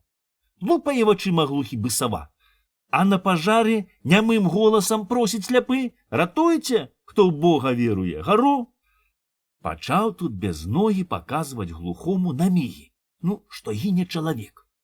Зразумеў той мігі, усхапіў бязногага сабе на плечы, дай папёр. Нясе бязногага, а той ім кіруе. Пашлі яны на голас паміж агню, дай вывелі адтуль сляпога. От атышліся яны ад пажару, селі пад крыжом, дай не ведаюць, што рабіць, сядзяць да плачуць. Знікла ў вёска, бы іх хто языком злізаў. Толькі курацца у шулы да дагараюць галавешкі. Нема ні яды, ні начлегу. Кругом ні дамоўкі, ні людзей. І пачалі яны радзіцца, як тут далей жыць на свеце. І надумаліся яны не пакідаць адзін другога да самае смерці, а рабіць усе, бы адзін чалавек робіць. От пайшоў глухі, да й прывёз перадок. Пераблуталі яны веццем аглоблі, пасадзілі на перадок бязногага, да й павезлі. Сляпы і глухі вязуць перадок, а бязногі сядзіць да кіруе. Едуць яны, як мае быць. Дзе яма, там пакажа глухі, дзе выюць галодныя ваўкі, там перасцеражэ сляпы. А дзе трэ ўбачыць стрэчнага да запытаць у яго дарогі, там паможа бязногі. Прыцягліся яны так у якуюсь вёску. Астаўся бязногі на сваём возе, а сляпы і глухі пашлі шукаць еды да вады. Чуе сляпы, што бурчыць вада. Штурх ён глухога, а то і ўбачыў крыніцу пад дзеравам, да й набраў вады. Бачыць глухі, што каля аднае хаты, што слетае многа варон да сарок. Падышлі яны туды, аж у клетцы поўна сыроў. Забралі яны тыя сыры. Забралі, да і хацелі вярнуцца назад. Але ось сляпы чуе, што ў хлеўчуку пішчаць да скрыгочуць парасята. Штурхануў ён глухога, а той і ўбачыў, мо паўтузіны парасят там. Так знайшлі яны хлеба, яец і другое жыўнасці, да і засталіся там жыць, покі не вернуцца людзі. Нанач залезуць на гумне ў салому, каб не знайшоў ліхі чалавек ці не напаў драпежны звер, а ўдзень вылезуць на сонейка, да і грэюцца. Ведама, сляпы не бачыць, дак затое так добра чуе, што к ім не падкрадзецца ані звер, ані злодзей. Глухі не чуе, але ён бачыць бы арол і ветрыць носам, як той сабака. От закмецяць яны якую-небудзь мітрэнгу, схопяць бязногага, да і схаваюцца ў пограб. Раз якось і там знайшлі іх якіясь абдзіранцы, да і хацелі пабіць. Але бязногі, як пачаў з імі жупіць, пачаў ім даводзіць, што з таго не будзе ім жоднай карысці, так і тыя не зачапілі калек. Так пражылі яны да тых часоў, пакуль скончылася вайна, і людзі вярнуліся назад у свае дамоўкі. Знайшлі іх людзі, да і дзівіліся. А як гэта яны маглі, будучы калекамі, перажыць такі ліхі час? Нам усё было нішто, адказваюць калекі, бо мы былі ў згодзе, быў от адзін чалавек. Запісана ў вёсцы Чудзін ад Болбата. Калі б старшыною. Было тое ў Піліпаўку, перад самымі калядамі. Як водзіцца, поп ездзіў па малітве. От зайшоў ён у адну хату, паблагатаў трохі, та й сеў на лаву каля стала, каб крыху пагрэцца, бо на двары быў вялікі траскун, і поп такі добрае уже прамёрз. У хаце, апрад жанчыны да падшпаркаў дзяцей, а нікога не было. Бачыць жанчына, што поп рассеўся каля стала. Няма чаго рабіць, пачала шукаць пачосткі. Тым часам поп сядзіць да круціць галавою. Пазірае ён, ці няма ў хаце чаго-небудзь здатнага, каб узяць сабе. Але няма нічога, бо трапілася хата вельмі бедная. Цікаваў поп, аж яму цёмна ўваччу стала, няма нічога, дай толькі. Але ось нарэшце закмеў даўгагрывы штось за балькаю. Што там тырчыць? Пытае ён у жанчыны.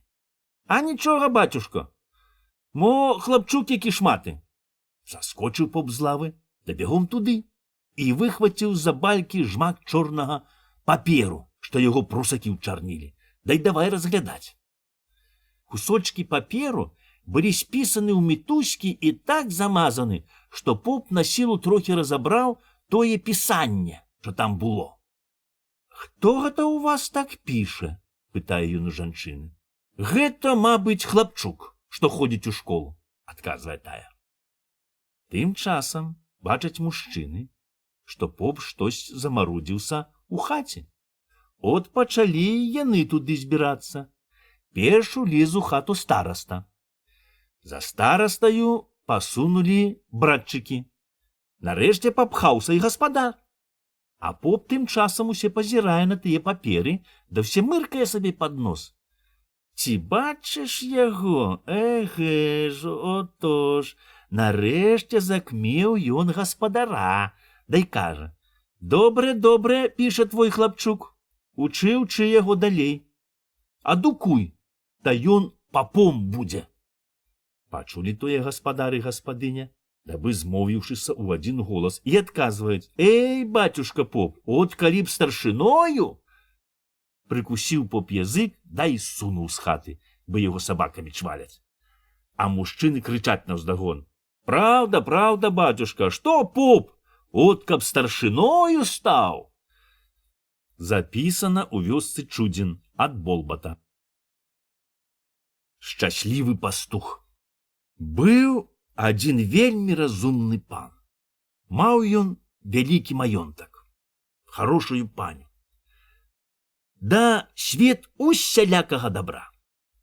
Але як недобра яму жылося, дак уся хацелася яшчэ лепшае жыцці.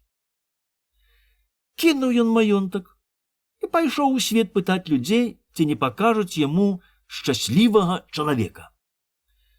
Доўга хадзіў ён, бо абышоў 3 царствы, але нідзе не можа трапіць такога чалавека, каб ён быў усім даволен і нічога больш не хацеў.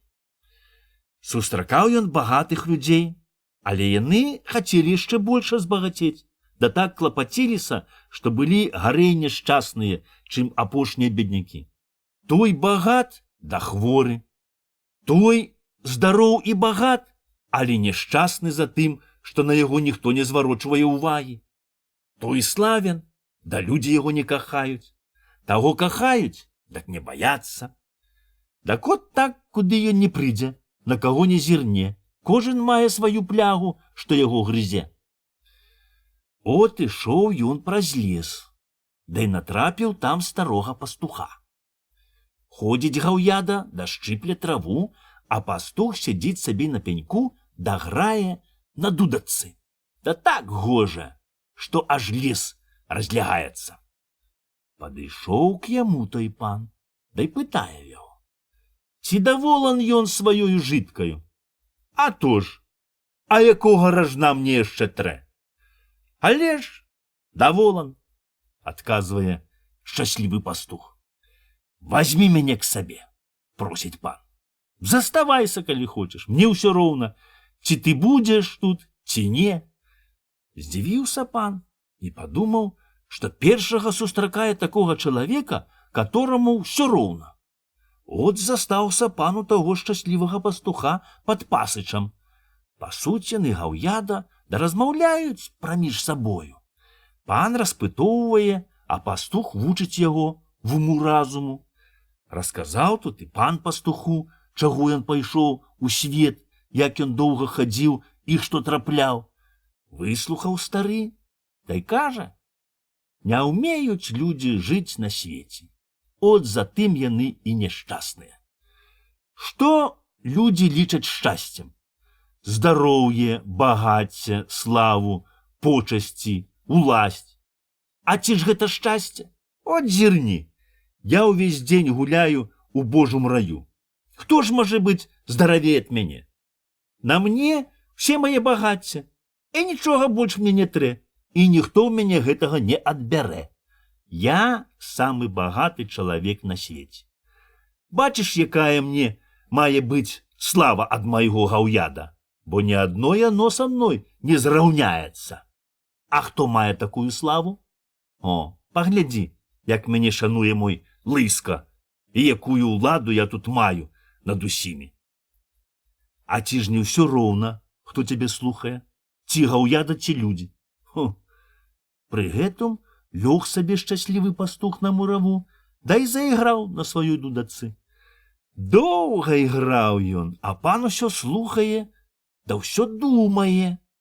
Зірнуў ён на пастуха і ўбачыў у яго вачу такое шчасце, такую радасць, чаго ён не бачыў анідзе ў свеце, ні ў кога. І пазнаў ён, што толькі той шчаслівы чалавек, хто даволан тым, што ён е і што ён мае. О! Падзякаў ён шчаслівым пастуху за навуку, да і вярнуўся дамоў. От з тае пары мой да тых час ён шчасліва жыве на свеце да радуецца, пазіраючы на Божы свет. Запісана ў вёсцы Бохава ад старога дзеда Савіцкага. Цікавая жонка.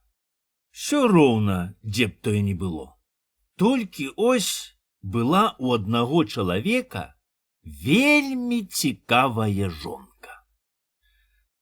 Усё то ёй раскажы, всё ёй пакажы.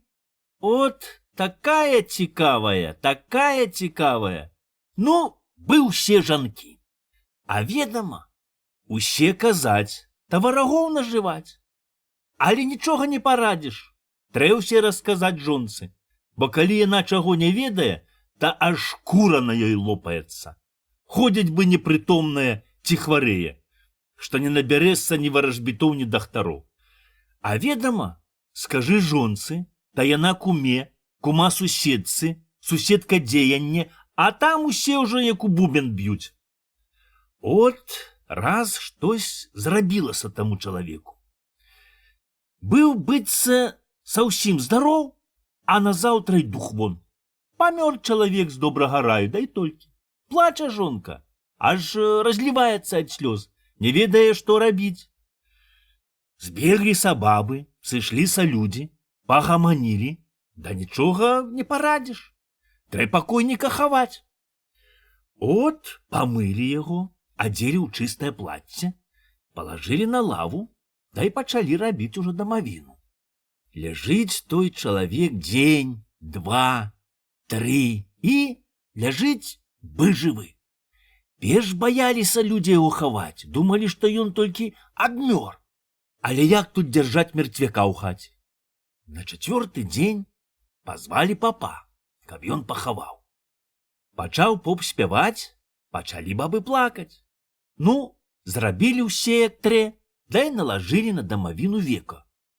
Толькі ось раптам той мярцвец прахапіўся, скінуў века, да і сеў у дамавіне. От што ж я моцна спаў, кажа ён. А людзі спужаліся, да ўсе ў рассыпную. Сам поп з хаты выскачыў, да давай крычаць, бацца яго рэжуць. Але ось памаленьку агледзеліся людзі, да вярнуліся ў хату. Устаў чалавек, да давай шукаць яды, ведама. На памінкі ўжо ўсе было прыгатоўлена. От ён выкінуў дамавіну вон, пазваў папа да добрых людзей, і селі яны за стол баляваць. Выпілі па адной, па другой чарцы гарэлкі, закусілі салодкімі патапцамі да канунам, разгаварыліся, да і пачалі распытоўваць таго чалавека, што ж ён убачыў на том свеце. Ведама, кожнаму цікава знаць, што робіцца там, адкуль ніхто не варочаецца. Расказвае той чалавек усе, што там бачыў. Толькі кажа, што аднаго не можа сказаць. Бо яму вялелі не казаць. Калі ж ён не паслухае да скажа, та тагды ж памрэ. Паслухалі таго людзі, да і кінулі дапытоўвацца. Ведаюць, што нікому не хочацца, каб ён паміраў. От разышліся людзі, да і ўзяліся кожны за свае дзела.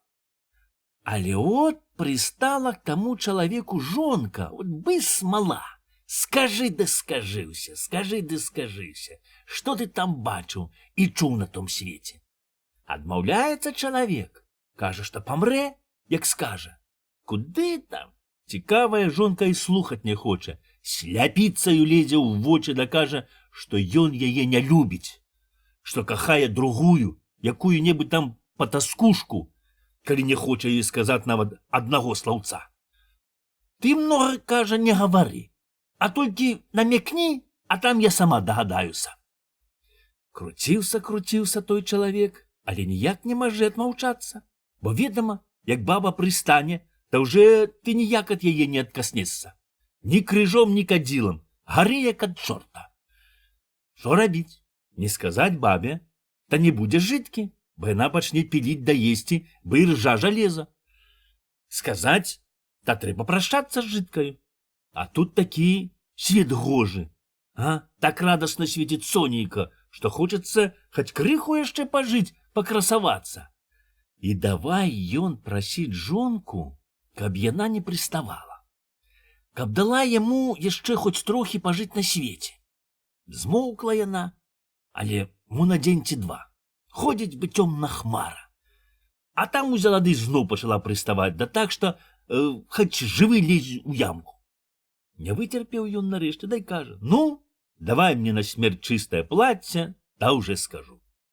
Прынесла яна плацце, узлажыў ён яго, да і лёг на лаву паміраць.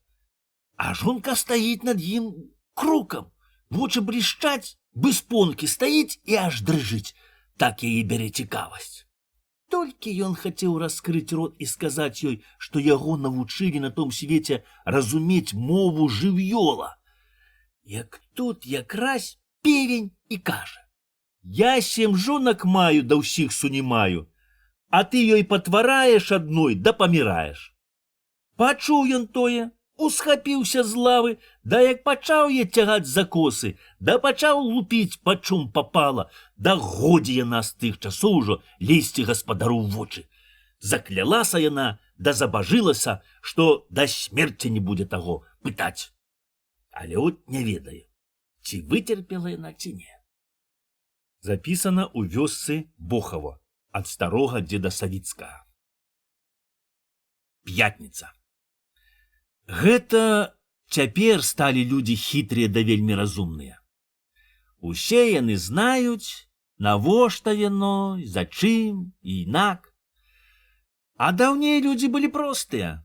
Працавалі да гаравалі, дак Бог ім усей даваў. Радасна яны сустракалі сонейка, як яно падымецца з-за зямлі, да аглядае, ці ўсе на сваём месцы, ці накормлена, да расою напоена, ці сагрэта да памыта. Радасна браліся за дзела, да і шчыра працавалі, як Бог велеў. На ўсіх долю, да і сабе на карысць. Радасна ж і праваджалі яснае сонейка на супакой, да і самі пасілкаваўшыся, чым Бог паслаў, лажыліся аддыхаць. Дзякуваць Богу, нарабіўся за дзянёчак, насыціўся, А цяпер аддыхаю. Нічога мне больш не трэ. Гэта казалі даўней людзі, такі добра жылося ім на свеце. А як пайшлі вельмі разумныя, да пачалі ўжо вымышляць, пачалі Бога вучыць, дак настала такая жытка, што хаць ты жыўцом ледзь у зямлю, або засілься да прадай чорту душу. Колькі ты не працуй, колькі не старайся, як не збірай добро, а на яго чорт меху жашые. Запхнеш одну дзірку, а тут табе 10, і ўсіх не наталіш. Бо ж кажуць, што адзін рабоч да не багат. От была адна маладзіца. Яна не слухала старых людзей, бо, ведама, маладая, дак вельмі разумная. Яна і свята не святкавала, і п'ятніцы не шанавала нічога. Жанкі, бывала, яшчэ сонейка не схаваецца за лесам, а ўжо зложаць свае ручайкі да верацёны, вынесуць у камору або на гору кудзелі да прасніцы, дай сустракаюць нядзельку або другое якое свята, а яна прадзему да поўначы перад святам і з поўначы па святу. А ў п'ятніцу усе робяць быот у будзень. Быў раз у чацвер святы Мікола. Схапілася яна назаўтра ў п'ятніцу з першымі пеўнямі, села за прасніцу, схапіла верацяно, дай давай пасукаць, давай круціць, так што тое аж гудзе. Але ось чуе яна, што хтось бразнуў у акно. Зірнула яна туды, аж пад вакном стаіць старенькая баба. Да такая старенькая, што чуть-чуть на нагах трымаецца. І пытае на тую маладзіцу, чаму яна так рана прадзе, да яшчэ і ў святую п'ятніцу. Змяшалася маладзіца, не ведае, што і казаць. Гэта ж свята, кажа старенька баба. Эй, бабко, грэх ленавацца, а рабіць не грэх, кажа там маладзіца. А хто ж табе гэта сказаў? Ніхто, я і сама ведаю. Дак наш табе ось гэстыя верацёны, а на іх напрадзі ты мне сягоння чы да вечара, я зайду. От сунула баба праз вакно москопу верацён, а сама знікла, от бы ў зямлю правалілася. Спужалася маладзіца, не ведае, што рабіць. Зірнула на тыя верацёны, дай думае, што трэ цэлы тыдзень, каб іх напрасці. А не паслухаць жа бабу страшна, бо бачно, што гэта не простая баба, а ці святая, ці ліхая. А ведама, людзі кажуць, што Бога хвалі, дай чорта не гняві, бо як прыйдзецца, тат рыгнецца. Сядзіць маладзіца, чуць не плача. Але ось і ўходзіць у хату сівенькі-прасівенькі дзядок. Зірнула на яго маладзіца, дай пачала ўспамінаць, дзе б гэта яна бачыла яго. Яе не здзівіла тое, што дзядок не браскаў ні ў акно, ні ў дзверы, а яны былі на засаўцы, дай завалены калом. Дзень добры, кажа дай дзядок. Здаравенек быў. Памагай Бог. Дякуй за добрае слово. Садзіся да супачын. Дякуй. Не садзіцца дзядок, да ўсе пазірае на тыя верацёны, а потым і пытае. А навошта табе, дзеткі, так багацька верацён? А гэта не мае, дзеду. І расказала тут маладзіца, як перад ім падыходзіла к вакну якаясь бабка, і што яна заставіла вось тут гэстыя верацёны, давялела ў адзін дзень усё напрасці. Што мне рабіць, дзеду, з гэстаю бабаю, га? Пытаецца та маладзіца. А ты паслухай мяне. А ты наві з клубка на гэстыя верацёны пакрысе пражы, да скажы, што напрала. Сказаў той сівенькі дзедок, та і знік. Толькі тагды ўжо маладзіца успомніла, што учора бачыла яго ў цэркві, як перад яго вобразам ставіла свечку. О, дзякуй жа табе, святы Мікола, чудатворац, што навучыў мяне, як выбавіцца з бяды. Памалілася маладзіца, дай абяцала яшчэ паставіць Міколе свечку. От намотала яна з клубка гатовыя пражы на ўсе верацёны, дай чакае тае бабы. Толькі сцямніла, як ось і браскае яна ў вакно. Адчыніла маладзіца в акно, а баба й пытае: «А што? Напрала мае верацёны?» «Напрала», кажа. Та й падае тыя ў ручайкі. «Ну, шчасце твае, што ты дагадалася, як зрабіць. А то я б скруціла цябе, як вяроўку». «А за што мяне караць, баба?» – пытае маладзіца. «А за тое, што ты святое пятніцы не паважаеш, да яшчэ досвідкі прадзеш». Знікла тая баба. Зніклі ручайкі. А маладзіца стаіць каля акна, да і не ведае, ці гэта было сапраўды, ці то ўва сне.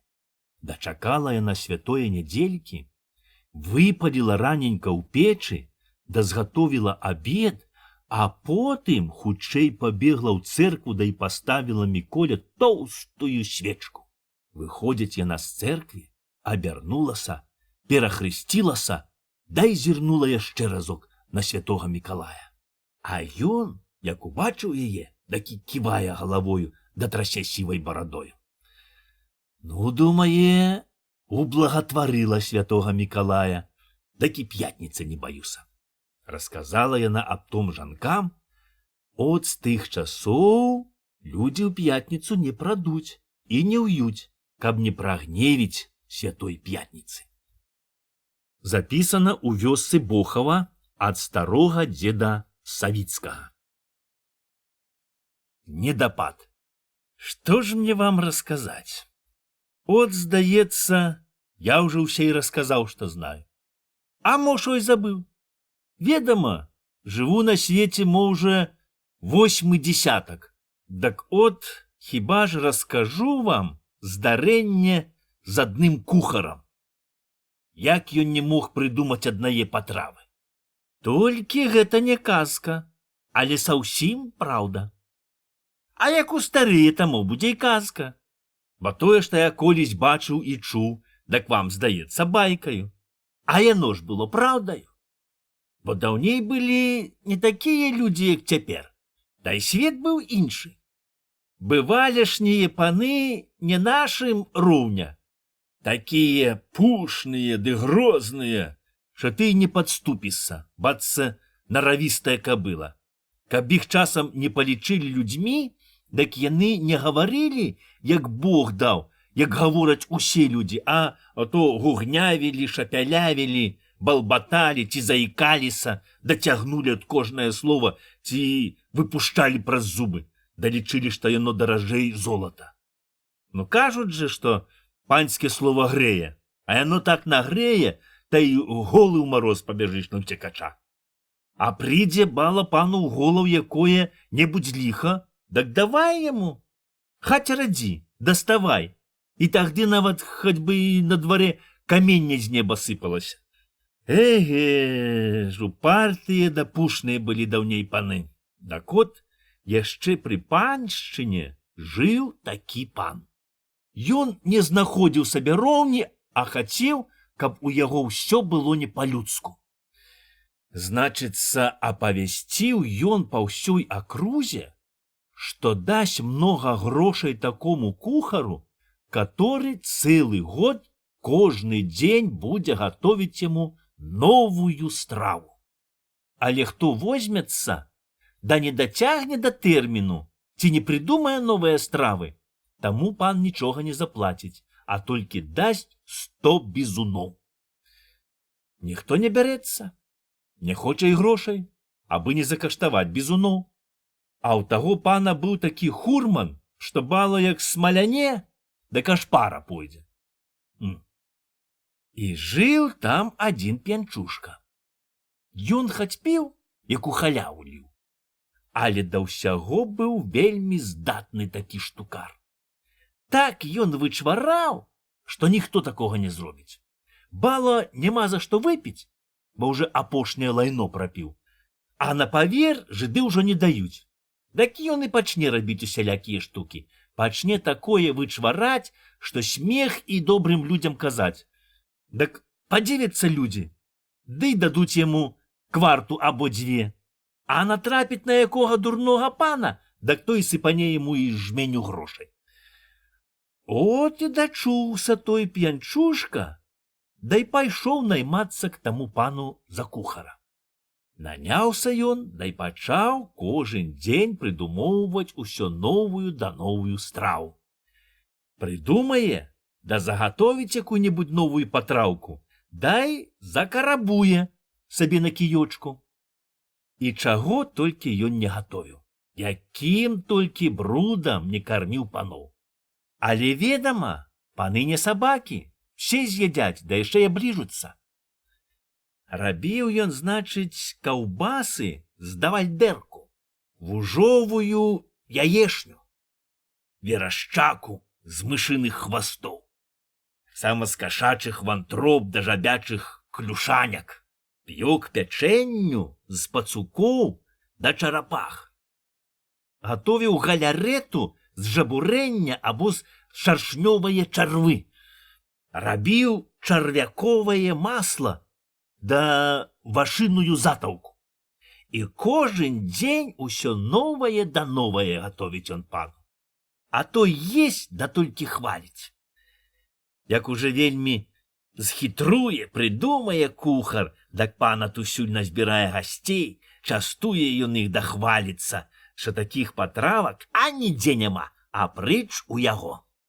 От так выдумоўваў той п'янчушка, да ўсё карбаваў кій. Нарэшце ўжо нічога не можа прыдумаць. От узяў ён кій, да й пачаў лічыць заробкі. Налічыў 300, копу і 5. Ну, думае, от і год. Хацеў ён уже ісці к пану на пенсію, да яшчэ запытаў людзей, ці ўжо год ці не. А тыя кажуць, што на яго няшчасце выдаўся прыбышовы год. Аблаяў п'янчушка Касьяна, што той яму зрабіў здраду, але няма чаго рабіць, трэба цягці да канца. Але колькі ён не думаў, як не круціў галавою, от хоць ты што, а нічога не прыдумае. А тут к пану атусюль раз'язджалася паноў, паняў да паненак быгною. Хоць ты гаць-гаці. Пахаджаюць яны, да чакаюць, што такое смачнае прыдумае штукар-кухар. Бегаў п'янчушка з палумійскам у руцэ, нічога не прыдумае. Дай пабег ён яшчэ раз у пограб, ці няма там чаго такога, каб з яго згатовіць новую патраўку, ці якую-небудзь страву. А тут уже і сонейка пачало падымацца ў гору. Пара гатовіць сняданне. Выбег ён на дзядзінец, а от уже пастух сабраўся выганяць на пашу гаўяда. Паднялося тое, пацягваецца, да ўгнойвае двор. Зірнуў п'янчушка і штось прыдумаў. Та й падставіў карове палумісак. Не ўпала далоў, сказаў ён сам сабе, дак гэта будзе недапад. Навару, да насмажу сягоднячы паном так смачна, што яны палцы паблізваюць. Пабег ён барджэй гатовіць недапад, тую апошнюю страву. От згатовіў ён, пачаў лёкай да пакаёўкі захаджацца каля стала. Пытае лёкай, якая ў яго чарговая патрава. Недапад, адмаўляе кухар.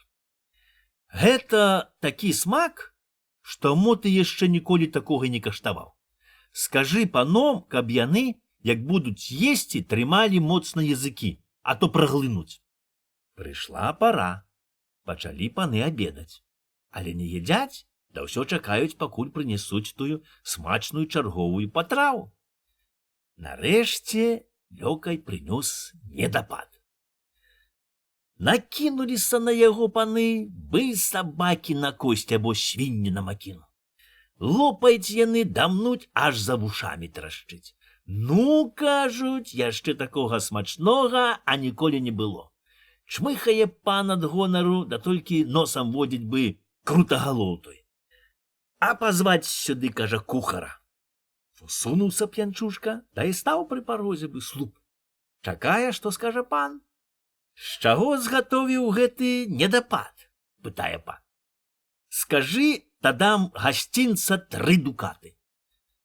Не можна, паночку, кажа кухар, бо сапсуецца. Не можна казаць, пакуль пан не разлічыць мяне, бо ўжо мне кончыўся тэрмін. От пан заплаціў п'янчушцы, як абяцаў многа грошай, да яшчэ даў гасцінца 3 дукаты. Насыпалі тут яму яшчэ і панскія госці грошай поўну шапку. От толькі тагды сказаў ён пану, да тут і ўсім гасцям, з чаго згатовіў недапад, а сам і сунуў на ўцекача, да проста ў карчму. Пачулі паны, да як пачало іх нудзіць, да вярнуць з душы, дак на сілу вычухаліся. А што было з панямі да паненкамі, дак аж брыдка казаць. От якое было здарэнне. Запісана ў вёсцы Бохава ад старога дзеда Савіцкага. Святое падрыгванне. Пашлі нашы людзі у заработкі, дзесь вельмі далека. Да і папалі там расколаў. Ну, у буднія дні жылі яны сабе ў лесе, пушчалі дзерева, дарабілі клёпку, а ў нядзельку пашлі ў вёску паглядзець, як там жывуць людзі. Прыйшлі яны раненька, да і паглядаюць сюды-туды. Вёска як вёска. Шырокая вуліца, паабапал хаты, а на канцы стаіць вялізная хата з крыжам на даху. Пачалі туды збірацца тамашныя людзі, да і кажуць, што гэта цэрква. Прыйшоў які сівы дзед. Адчыніў цэркву, вынес адтуль залезную штабу, павесіў яе на гвозд, да і давай паелупіць малатком. Звінець штаба, аж глушыць. А людзі здымаюць шапкі да хрысцяцца. Дагадаліся нашы дзецюкі, што гэта ў іх такі звон. Улезлі яны ў цэркву. У цэркві все як трэ. Канастас, пратэсы, абразы. Прыйшоў поп, да і кажа: «Делайте то, что я буду делать». От пачаў ён хрысціцца та адбіваць паклоны. Хрысцяцца і людзі, та грукаюць ілбамі аб памост. Запеў поп, падхвацілі тое людзі, да і паюць, бачца, у лесе пастухі галёкаюць. Нарэшце ўзяў поп чарапок з жарам, насыпаў туды ладану, да і пачаў кадзіць. Кадзіў ён кадзіў, а жанучы на нагах закурыліся. Валіць дым ад папа быцца з коміна. От пазіраюць людзі, да грукаюць ілбамі аб памост. А тым часам поп кінуў з рук чарапок, да давай тупаць, тушыць агонь. Убачылі тое людзі, да як пачалі ўсе тупаць, так аж царква трасецца. Але ось перабіраў нагамі поп, нарэшце не вытрымаў, мабыць, яму так добра прыпякло. От ён пакаціўся долу, да давай дрыгаць нагамі. Зірнулі тыя людзі, да ўсе раптам грым на памост, да давай дрыгаць нагамі. Паскідаў поп з ног лапці да анучы, забраў іх у ахапку, да тым і кончыў службу. Пачалі людзі расходзяцца з цэркві. От наш чалавек і пытае тамашняга старога: «А што гэта ў іх сёння за свята, што гэта яны рабілі ў цэркві?» А той і кажа: «Содня святога дрыгуна. От мы рабілі святое падрыгванне». Падзівіліся нашыя людзі, да й думаюць, што край, то абычай, а што сяло, то нораў, а што галава, то розум. Запісана ў вёсцы Бохава ад старога дзеда Савіцкага. Вока на палцы. Быў адзін мужик, да такі здаровы, як дуб, а ніякае ліха к яму не прыставала. Ніякая хвароба не магла падступіцца. «Якая такая хвароба?» – кажа ён. «Я жодная не знаю. От няхай прыйдзе, дак яшчэ пабачым, хто каго заломіць». Выхваляўся ён, выхваляўся, а нарэшце і к яму ліха падкацілася. Быў здароў, а тут раптам пачаў качацца жыватом. От так з добрага раю. Схапіла раптам, што ён аж раве немым голасам. Перш думалі, што гэта прыстрак, што на другі дзень само пройдзе. Але раве ён дзень, раве другі, а палёгкі няма. Уже пачарнеў ён, бы зямля. Пазбіраліся бабы, пачалі яны шаптаць: кинулі на чэрава гаршчок, паілі яго усялякімі зеллямі. От нічога не памагае. Памірае чалавек, дай толькі. Бачыць жонка, што гэта не пярэліўкі, дай пачала яна прасіць моцнага ведзьмара, каб ён атрабіў, бо гэта, мабыць, было ўдзеяна. Прыйшоў ведзьмар, агледзеў ён усю хату, вылазіў пад лавамі, пад палом, зірнуў у падпечак, дай кажа: «Это ўдзеяна». Пачала тут жанчына яго прасіць да благаць, каб ён злітуваўся да атрабіў. «Не бойцеся, атраблю», – кажа ведзьмар. От узяў ён з 7 калодзесяў вады, наліў яе ў пляшку, насыпаў туды попелу, напхаў вуглёў, дай яшчэ якоясь плягі, дай пачаў шаптаць. Шаптаў ён, пэўне, з гадзіну, дай даў тую ваду хвораму піць. Напіўся той, але яшчэ гарэй пачаў раўці. Пашоў ведзьмар да гасподы, а хвораму так падперла пад грудзі, што й дыхаць нельга. Равеян, так што аж па вуліцы чуваць. Дзівяцца людзі, што гэта сталася з гэтым здаравенным чалавекам. Памірае такі здараўяка, і ніхто нічога не магчэ парадзіць. Толькі ось на яго шчасце акурат едзе доктор. Параўняўся ён з тою хатаю, дзе быў хворы, пачуў, што там хтось раве, дай пытае: «А што гэта такое?» Расказалі людзі доктару усе, як было. От ён схапіўся з воза, улез у хату, дай пачаў лечыць таго чалавека. Нарэшце даў яму якогось зелля, дай паехаў к двару, хворой паненцы. Дак от, кажэце, назаўтра бы рукамі зняў. Здаровы чалавек, бы нічога не было. Прашкі людзі баюць, што доктуры не памагаюць. Той доктор добра памог, да яшчэ як. От дачуўся той чалавек, што доктор яшчэ госціць у пана. Дай пайшоў яму падзякаваць. Узяў ён за пазуху 10 яец, дай прыйшоў у двор, а тым часам доктор разам з панамі выйшаў у сад, ну і селі яны там у ценьку пад ліпаю піць гарбатку. Сядзяць сабе паны да паненкі, п'юць, закусваюць марцыпанамі, да і гамоняць з доктарам. Зняў той чалавек шапку, падышоў бліжэй, да цялюк доктару ногі. «Чаго табе, чалавеча?» – пытае доктор. «Дзякуй табе, паночку, што мяне адратаваў».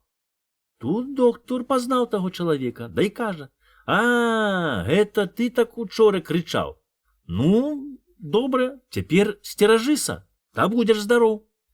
«Я здароў, паночку, дзякаваць Богу, дай табе. Ось я прынёс табе гасцінца». І пачаў ён даставаць з-за пазухі яйца. «Не трэ, замахаў доктор рукамі, лепш аддай сваім дзеткам». Тым часам зацікавілася пані, да і пачала пытаць доктора, а што ж такое было з тым чалавекам. От доктор і пачаў расказваць пані, што ў таго чалавека было ўсярэдзіне, з чаго ён так крычаў, што ён пачуў аж на вуліцы. Зачуў той чалавек, што доктор расказвае пані, што было ў ём усярэдзіне, да і просіць яго, каб ён паказаў свае рукі. Здзівіўся доктор, да і кажа: «На, паглядзі, калі такі цікавы. Рукі як рукі», – кажа мужик. «От каб табе да яшчэ вока на пальцы. Дак яшчэ не такім бы ты быў докторам». «Чаму?» – пытаюць усе. А звесна, калі пан доктор цяпер ведае, што робіцца ў чалавека ўсярэдзіне, так тагды улажыў бы палац з вокам у адно месца, да і пабачыў бы ўсе, што там дзеецца. Толькі гэта мужик прамовіў, як усхапіўся пан, да і хацеў яго біць. Але не было часу, бо як пачала пані да паненкі бляваць, да рыгаць, так адзін доктор не мог іх ратаваць, а пазваў пана. Запісана ў вёсцы Бохава ад старога дзеда Савіцкага. Хто мяняе, таго хамут гуляе. Жыў тут недалека каля Семежава, а мой за Семежавам адзін багаты чалавек. Ён не то, каб быў вельмі багаты, ну, а так сабе. Добры заможны гаспадар. Гараваў, працаваў, а жыў сцісла. Так і меў сабе нелапую гаспадарку, да і смакоў на патрэбу. А ведама, у нашым стане, калі е хлеб, вядзецца гаўяда, да пра ліхую бяду ляжыць дзе-небудзь у шчыліне які зламаны грош, дык уже і лічаць багатым чалавекам. А якое там ліха багацця? Праўда, у таго чалавека вяліся добрыя коні. От і ўжо перад смерцю выгадаваў ён такога коня хорошага, што проста як лялька. Глядзі і не нагледзішся. Паехаў ён на том кані да капыля, на кірмаш. Дак адбою не было ад людзей, агарнулі яны коня з усіх бакоў, да і стаяць дзівяцца, бо зроду не бачылі такога конякі. Дак не толькі людзі, а то, кажы ж ты, і паны, да жыды паразяўлялі пыскі, да дзівяцца, як гэта мужик ездзіць на гэсткам коні, як ён не растрасце яго драбінак. Пачалі тут яны смольна прыставаць к таму чалавеку. Прадай да прадай свайго коня, бяры якія хочаш грошы. А хіба ж я пайду да гасподы пешкі, адказвае той чалавек, гэта ж людзі засмяюць, а баба і вочы выбярэ. На сілу ён адчапіўся ад іх, да хутчэй купіў солі, там, тараноў, да бабы абаранкаў, ну ці яшчэ што. Карацей падабраў вожкі, звёў з гары, сеў на воз, да як паляцеў, дак бы маланка. Але недоўга красаваўся. Гэта было нароха, а перад багатнікам ён цягаў з балота атаву, да вельмі спацеў. А тут пад грудком была крыніца, а ў ёй вада чыстая, бы сляза, але холодная, бацца лёд. От ён як напіўся тае вады, так і занепаў. Жонка туды-сюды, давай шукаць людзей. А што яны не рабілі, якіх зялёў не давалі, а нічога не памагае. На 5-й дзень ён і аддаў Богу душу. Засталася жонка да сын. Сын уже такі нелапы хлопец, гэтак гадоў 20, а мой болей. Але, ведама, малады, дык яшчэ дурны, бы сабака да года. Які з яго гаспадар? За бацькавай галавою, дак і ён быў разумны, а як бацька памер, дак ён і не ведае, што і рабіць. А матка, ведама, жанчына, каля печы умее захаджвацца, а не правіць гаспадаркаю. От затым, па смерці старога, якась разам вся гаспадарка пайшла на ўпадак. То воўк зарэзаў самую лепшую карову, то сена зазімавала на балоце, дак не было чым карміць гаўяда, так што яно яшчэ да каляд выпетрала бы шчыпкі, да павычэсывала ўсю шэрсць. Та збожжа затухла ў засеку, дак ніхто яго і не хацеў купаваць.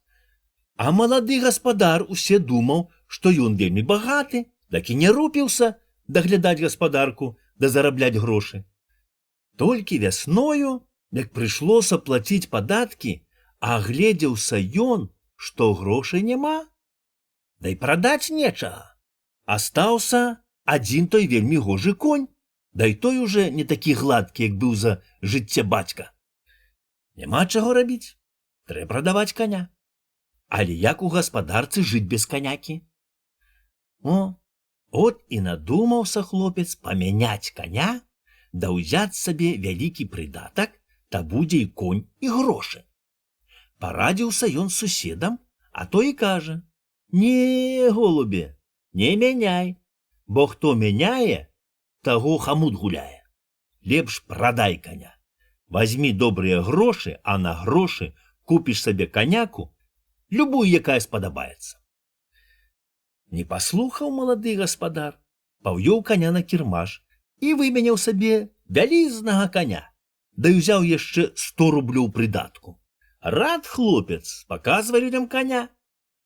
Зірнулі людзі ў зубы, аж таму коню уже пад 30 гадоў. Наступілі яму на ногу, так ён чуць не ўпаў. Абшукалі цябе канаводы, хварыць іх матары, кажуць людзі. Гэта ж саўсім дыхліна. Хоць ты вазьмі ды выкінь за плут яе. Цераз тыдзень паўёў хлопец мяняць таго каня зноў, да і выменяў сабе ўжо маладога. Рад ён, хоць і даў 50 рублёў прыдатку. Зноў паказвае новага каня людзям. Абышлі тыя кругом, паглядзелі ў зубы, памацалі акарак, наступілі на ногу, нарэшце давай махаць перад ачу. Хоць бы што, конь стаіць і не ухмыляецца. О, так гэта ж ён сляпы, кажуць людзі ў адзін голас. Пусцілі яго на дзядзінцы, дарызанулі пугаю, дык ён проста і сунуўся ў сцяну. Няма чаго рабіць, зноў паўёў хлопец гэты мяняць таго каня. І так датуль ён мяняў, поки выменяў такую каняку, што не прыехаў на ёй і да гасподы, бо яна ўпала пасярод дарогі, да і ногі выпруціла. Зняў ён хамут, палажыў яго на драбінкі, да так саматугам і прывалок іх дамоў. І застаўся ён без канякі. О, а хамут мой да тых час дарам гуляе. Запісана казка ў вёсцы Бохава ад старога дзеда Савіцкага. Князь Радзівіл Каханка. Жыў даўней у Нясвіжу адзін князь Радзівіл. У яго было многа маёнткаў па ўсёй случызне. Все паны яму служылі, бо ён быў над панамі пан. А з людзьмі ён хораша абходзіўся. Было з кім не загаворыць, та за кожным словам кажа: «Каханку, каханку». От за тое й прадражнілі яго: «Каханко». Добры быў князь Каханка. Толькі ён вельмі любіў шуткаваць да вычвараць розныя штукі. Ось раз аб'явілі ўсюды, што князь Каханка збірае к сабе атусюль усіх краўцоў. Назбіралася іх там такая сіла, што загрузілі ўсе место. Сядзяць яны на зямлі каля палацу, сядзяць дзень, сядзяць два, чакаюць, покуль выйдзе князь Каханка. Дадасць ім гасцінец. Только ось на трэці дзень чуюць яны, аж равуць мядзведзі. Пачалі яны азірацца ў той та ў другі бок, аж бачаць, едзе князь Каханка шасцярыком на мядзведзях. Аж пыл курыць. Падкаціў проста к палацам. От і кажуць яму слугі, што яго ўжо трэці дзень чакаюць краўцы. А, та добры Каханку, о, та я зараз. Кажа ён, дай паказаўся праз вакно. Падышлі краўцы пад вакно, стаяць без шапак, да чакаюць, што скажа князь. Вы краўцы? Пытае князь. А, та добра. Краўцы вельмі патрэбны людзям. Так от, што я вам параджу. Вы як будзеце шыць, так заўвязваеце вузел. О, гаспадар будзе вам дзякуваць і добром вас памінаць. Пры гэтых словах ён павярнуўся, та й пайшоў сабе. Пацягліся краўцы назад, бы мыла з'еўшы, а князь Каханка зноў кудысь паехаў. А ездзіў ён не па-людску. Аблету на санях, а ўзімку на колах. Шмат розных небыліц расказвалі людзі пра князя Каханку. Быццам бы выстраліў ён на паляванні ў чалавека, які аказаўся непадалёку, што за невялікую плату прымушаў мужикоў залазіць на дрэва і куваць бы зязюля, а потым шротам страляў па іх. А пасля ушчаў па іх пальбу соллю. Забіць, конечно, не заб'е, а толькі солі насыпле за шкуру. Крычаць людзі нямым голасам, а ён смаліць да смаліць. Пазвальваліся тыя далоў, да толькі чухаюць азадкі. Заплаціў ён ім па 3 рублі, дай кажа: гэта вам навука не за свае дзела не брацца. Зязюля дарма кукуе, да людзям грошы гатуе. Ну, гэта намекнуў на тое, што людзі кажуць, як пачуеш першы раз зязюлю, то трэба пакалаціць грошы, каб яны ўвесь год вадзіліся ў кішэнь. Так от які-то быў князь Каханка. Гучны да штучны. Дачулася аб'ём царыца Кацярына, а яна аб'язджала свае царства, да і захацела пабачыць яго. Паслала яна к яму сваіх генералаў, сказаць, што заедзе к яму, да толькі чакае, пакуль паправяць дарогі, бо яны вельмі трасуць. А гэта было па лету. От князь Каханка веліў высыпаць дарогу цукрам, да і паслаў па царыцу свой шасцярык мядзведзяў, которые былі запрэжаны ў сані. Пабаялася царыца Кацярына ехаць на мядзведзях. От тады князь Каханка прыехаў к ёй, кажуць, насустрач верхом на лосю. Як пабачыла тое царыца, так і села на сані, да і паехала на мядзведзях па цукру, бы па снегу, аж да самых палацаў. Бачыць ён, што царыцы спадабаліся тыя мядзведзі. От ён і падараваў іх ёй, а затое яна даравала яму залатую табакерку з дзям'янтам. Свеціць ён уночы, быў агонь гарыць. Носіць князь Каханка тую табакерку заўжды пры сабе ў кішэні, а як вымя яе поўначы, дык яна і свеціць замест ліхтарні. Пазбіраліся паны маладусюль, да й дзівуюцца на тую табакерку, бо такое зроду не бачылі. Дачуўся аб том кароль. Да й велеў, каб князь Каханка прывёз яму тую табакерку на паказ. Велеў князь Каханка запрэгці в сані 8 мядзведзяў. Сеў, да й паехаў да караля. Прыязджае ён да аршавы, ці што, да й садзіць проста да караля ў палацы. А як убачылі там мядзведзі, гэтыя дурныя ляхі, да як спалохаюцца, да пабягуць, так кароль адзін і астаўся. Паказаў князь Каханка яму табакерку, а той з рук не выпушчае, так яна яму спадабалася. І пачаў кароль прасіць, каб ён уступіў яму тую табакерку. Бяры, кажа, што хочаш, толькі аддай.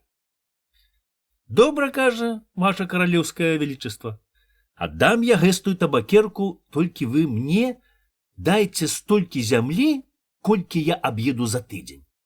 Кароль згадзіўся на тое.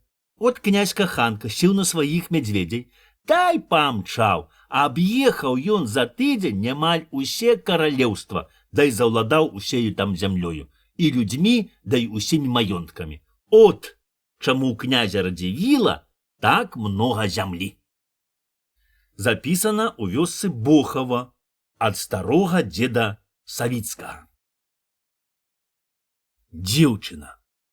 Гэта толькі цяпер так народу намножылася, што як толькі іх і зямля паднімае ўсіх. А даўней людзей было мала, а зямлі колькі хочаш. Землю мала абраблялі, а больш вось жывіліся людзі каля лесу.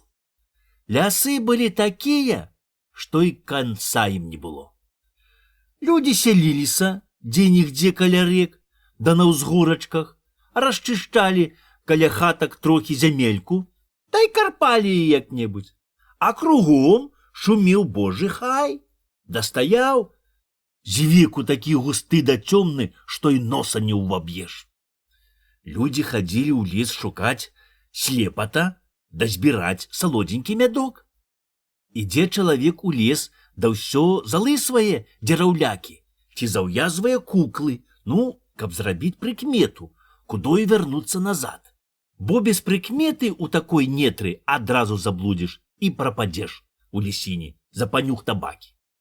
Адны толькі разбойнікі не баяліся цёмнага лесу. Але і тыя больш рабілі сабе курані ці буданы дзе-небудзь недалёка ад вёскі. Яшчэ я быў пад шпаркам, гэтак гадоў, можа, 10. От раз мы пасцілі гаўяда. А грыбоў было вельмі шмат. Дак гаўяда і разбеглася па лесе. Бегалі мы, да і загубілі цяліцу. Пабеглі гэта мы шукаць цяліцу цераз балотца на астравок. Да як прылезлі праз густы ельнік, дак і бачым, аж там стаіць маленькая хатка.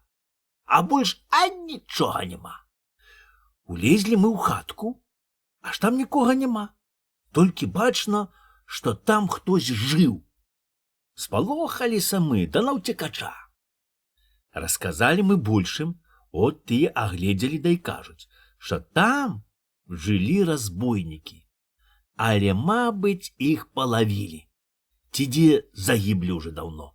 Бо страва ў гаршкох зацвіла, а каля парога зарасло зеллем. Тагды яшчэ быў у жыццю мой дзед. От і прычапіліся мы к яму, каб ён расказаў нам пра разбойнікаў. А мой дзед вельмі добра расказваў казкі. Толькі от не любіў, калі яго не слухаюць. Было пачне ён расказваць, а як толькі хто загаворыць або ўстане, закурыць люльку, так і кіне расказваць. Так от які быў мой дзед. Эге ж, так от. От прычапіліся мы к дзеду, каб ён расказаў нам пра разбойнікаў. Перш не хацеў дзед расказваць нам, пад шпаркам думаў, што мы, ведама, дзеці не будам слухаць яго. Але як мы забажыліся, да закляліся, што будзем слухаць, дак ён згадзіўся. Закурыў люльку, да і пачаў расказваць. Гаварыў ён так от павольна. Скажа 2-3 слова, сплюне, да і зноў скажа. Да і зноў скажа колькі слоў, пакуль не закашляе. Дзед кашляе, а мы сядзімо і не варухномся, а ўсе слухаем.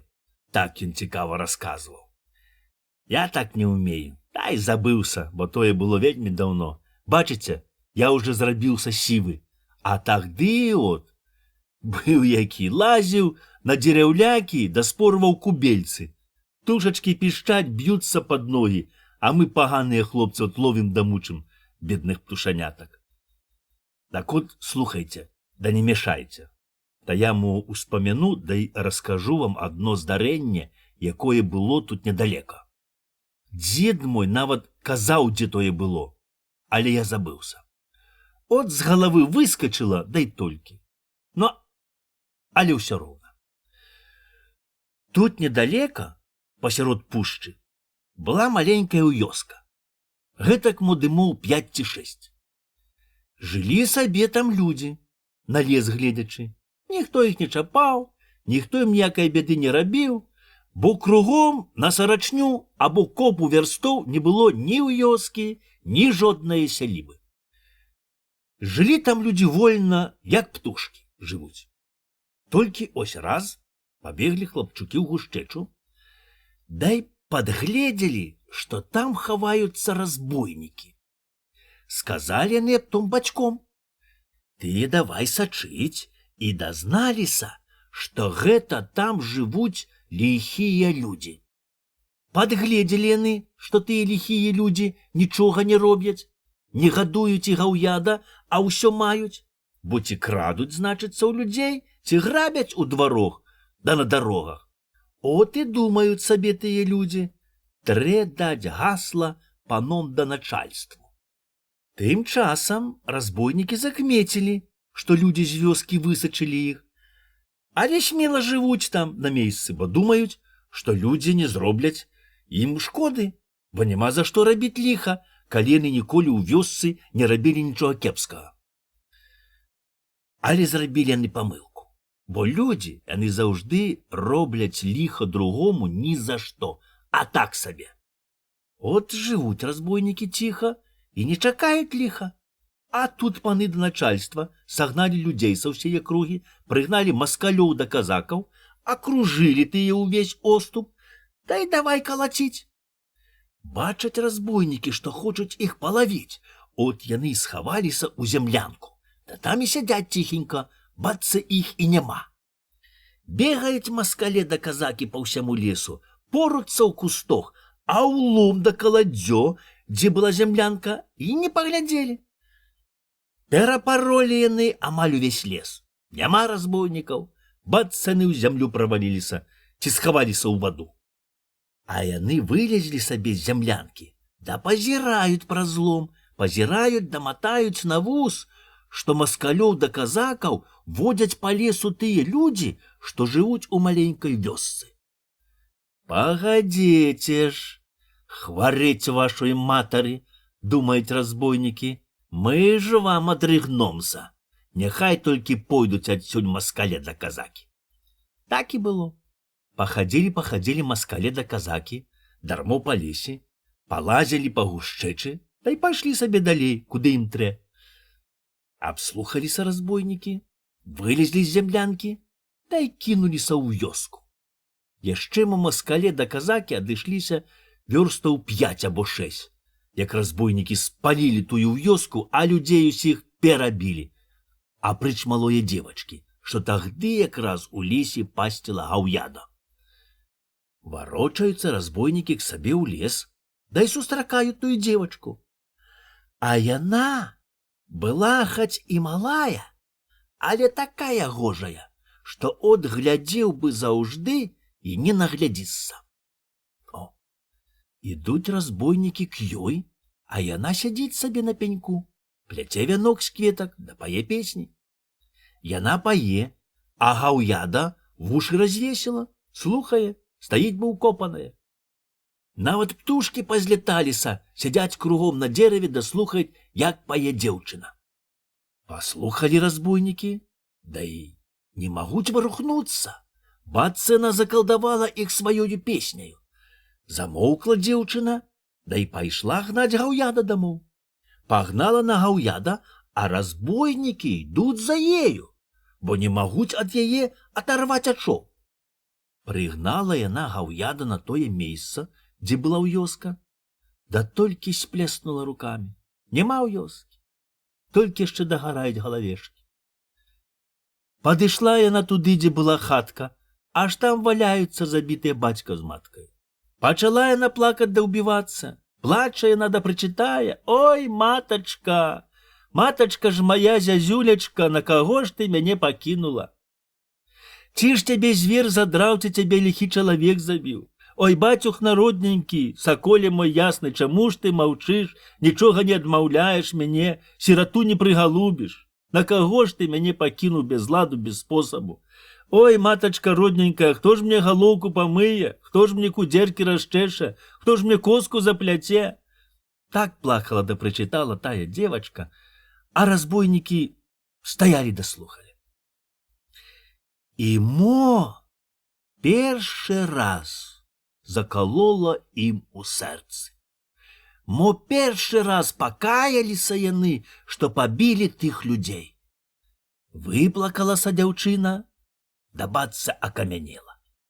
Сядзіць каля халоднае маткі, да пазірае бы непрытомная. От разбойнікі ўзялі ды пахавалі тых людзей. Забралі дзеўчыну, занялі гаўяда, дай пагналі ў лес. Доўга прадзіраліся яны праз гушчэчу. Нарэшце аўтабаваліся на прагаліне, дзе ў іх была другая хатка.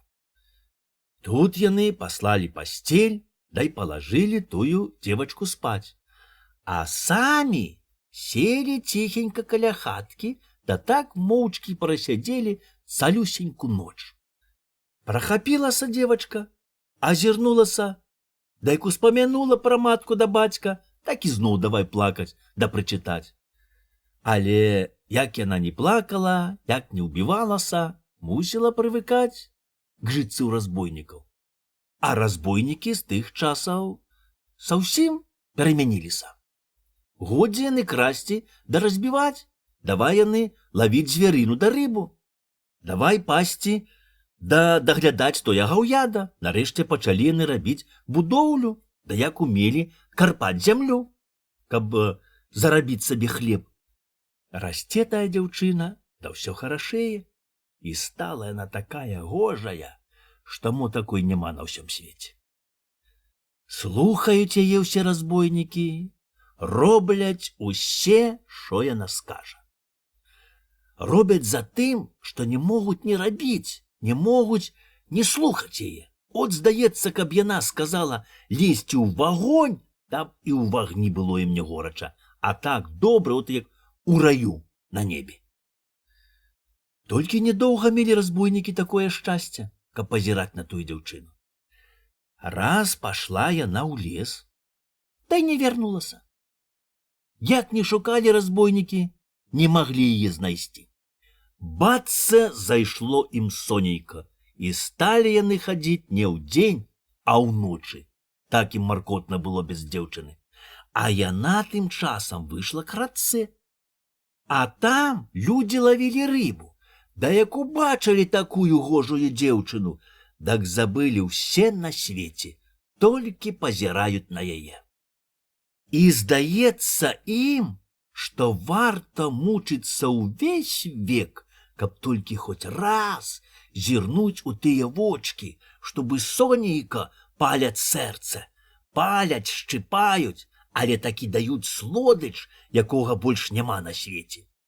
Пазірае дзеўчына, а людзям здаецца, што на свеце ўсё так гожа, так радасна свеціць сонейка, так добра жыць, што лепшага анічога і не трэ.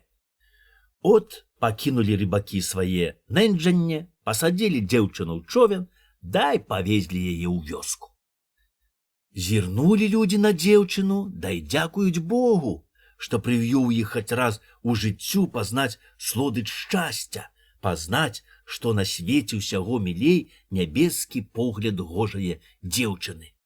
І дачуўся царэвіч, што там такая гожая дзеўчына, прыехаў туды і ўзяў яе к бацьку да матцы, каб там зрабіць дома лад. Але дзеўчына дарогаю заняпала, да й памерла. Налажылі тагды жалобу на ўсё царство. Прайшло многа часу, а такое дзеўчыны больш няма. Бо, мабыць, нябескі погляд дзяўчыны Бог судзіў бачыць толькі адзін раз у жыццю. Казка запісана у вёсцы Бохава ад старога дзеда Савіцкага. Ведзьмар. Жыла адна маскоўка. Да вельмі распусная баба яна была. Чаго толькі яна не вычварала. Праўда, недоўга яна пажыла з сваім гаспадаром, яго забрылі, да і здалі ў маскалі. Здалі яго і загналі дзесь так далека, што, можа, больш як 20 гадоў не было аб ём ніякае чуткі. Уже думала маскоўка, што яго і на свеце нямашака, што мо яго і косці пагнілі. Тым часам прыдбала яна сабе дачку. І ў маленстве была гэтая дачка вельмі гожая дзевачка. А як падрасла, так стала такою хорошаю, што толькі ў казцы сказаць. Хаць і казалі людзі, што яблычка ад яблонькі далека не коціцца, што дачка будзе такая ж распусніца, як і матка. Але за тою дзеўчынаю увівалася не амаль усе хлопцы з цэлай акругі. Такая яна была гожая да ўдалая. Але яна нікога к сабе не падпускала. Дзівіліся людзі, дай пачалі гаварыць, што гэта, мабыць, якісь вырадак, а не дзеўка. Толькі ось з'явіўся там на вёсцы якісь вельмі ўдалы і гожы хлопец і наняўся у ландара парабкам. О, ніхто не ведаў, хто ён, адкуль ён прыйшоў. Толькі пайшла памоўка, што ён ніколі не хрысціцца і не ходзіць у цэркаў. Але другія казалі, што парабку і не трэба хадзіць у цэркаў, калі тамака і папоў ніколі не бывае. Ну, пагаманілі людзі, дай замоўклі. Толькі ось спазналася дачка маскоўкі з тым парабкам. Але, ведама, няма якім пабрацца, бо ні ў яго, ні ў яе нічагусенька нямашака.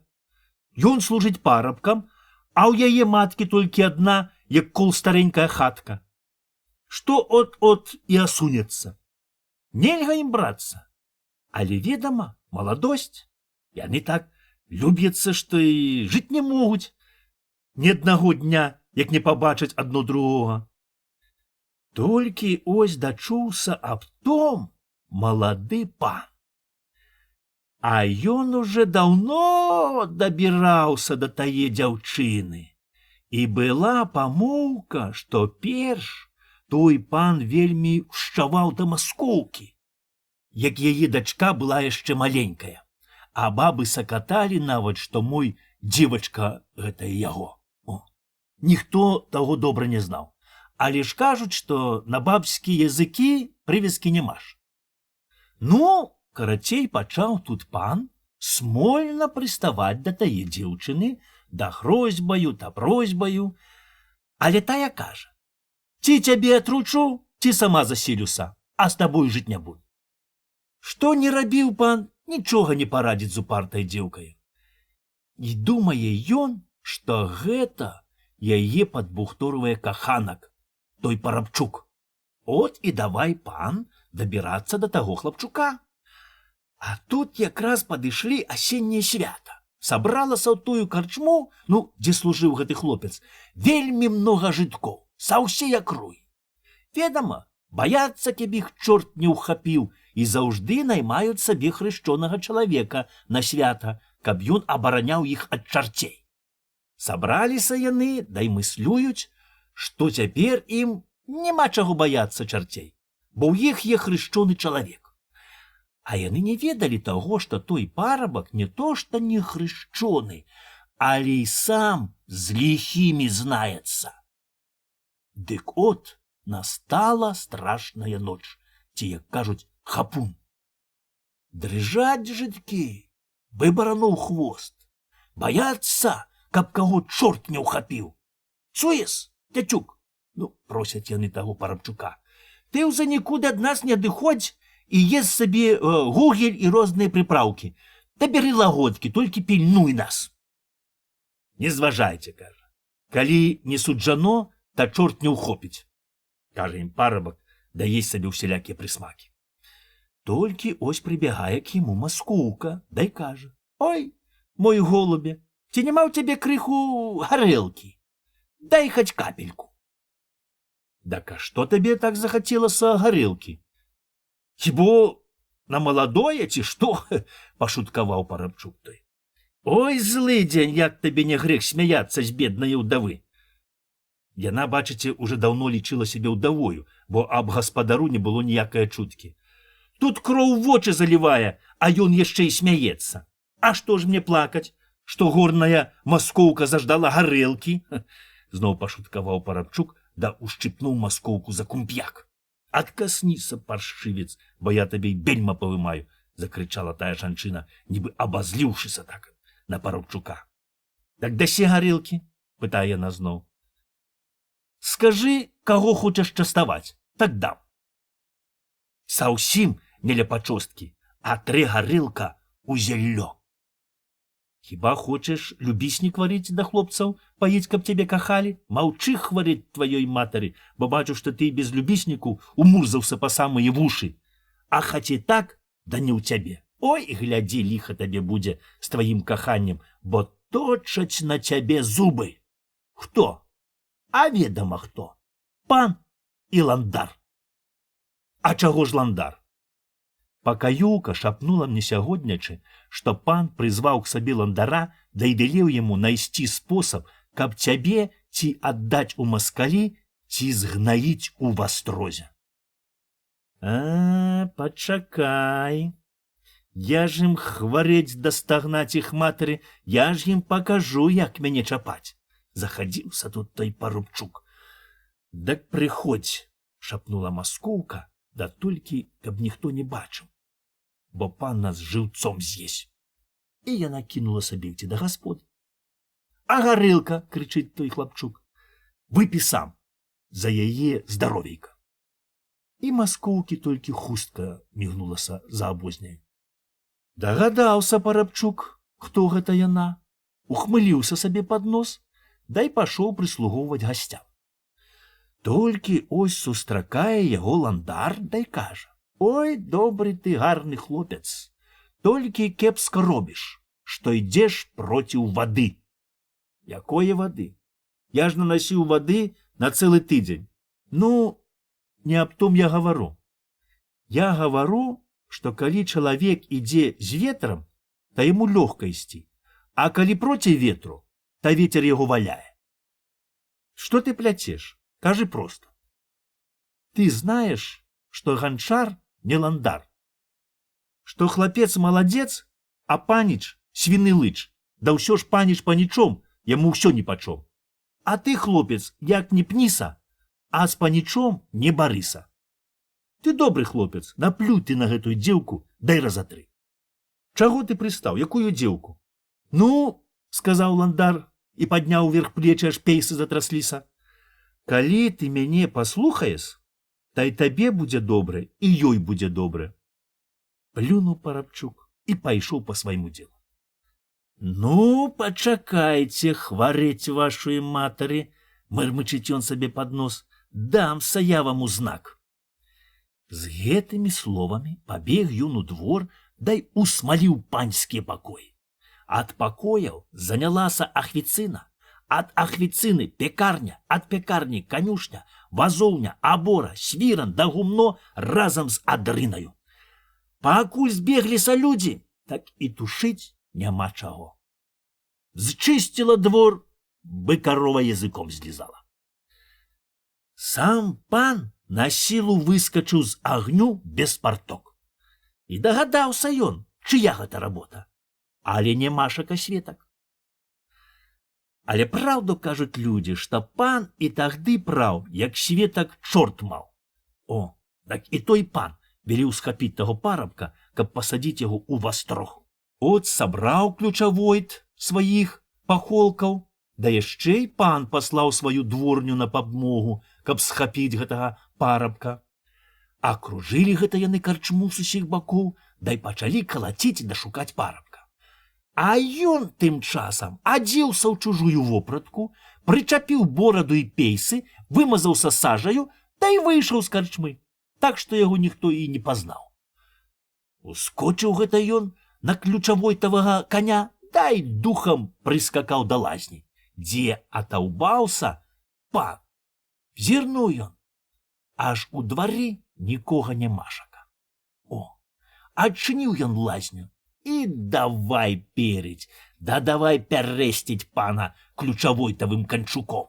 Лупіць пана да прыгаворвае. От гэта ж табе к дзеўкам прыставаць, да людзям жыць не даваць.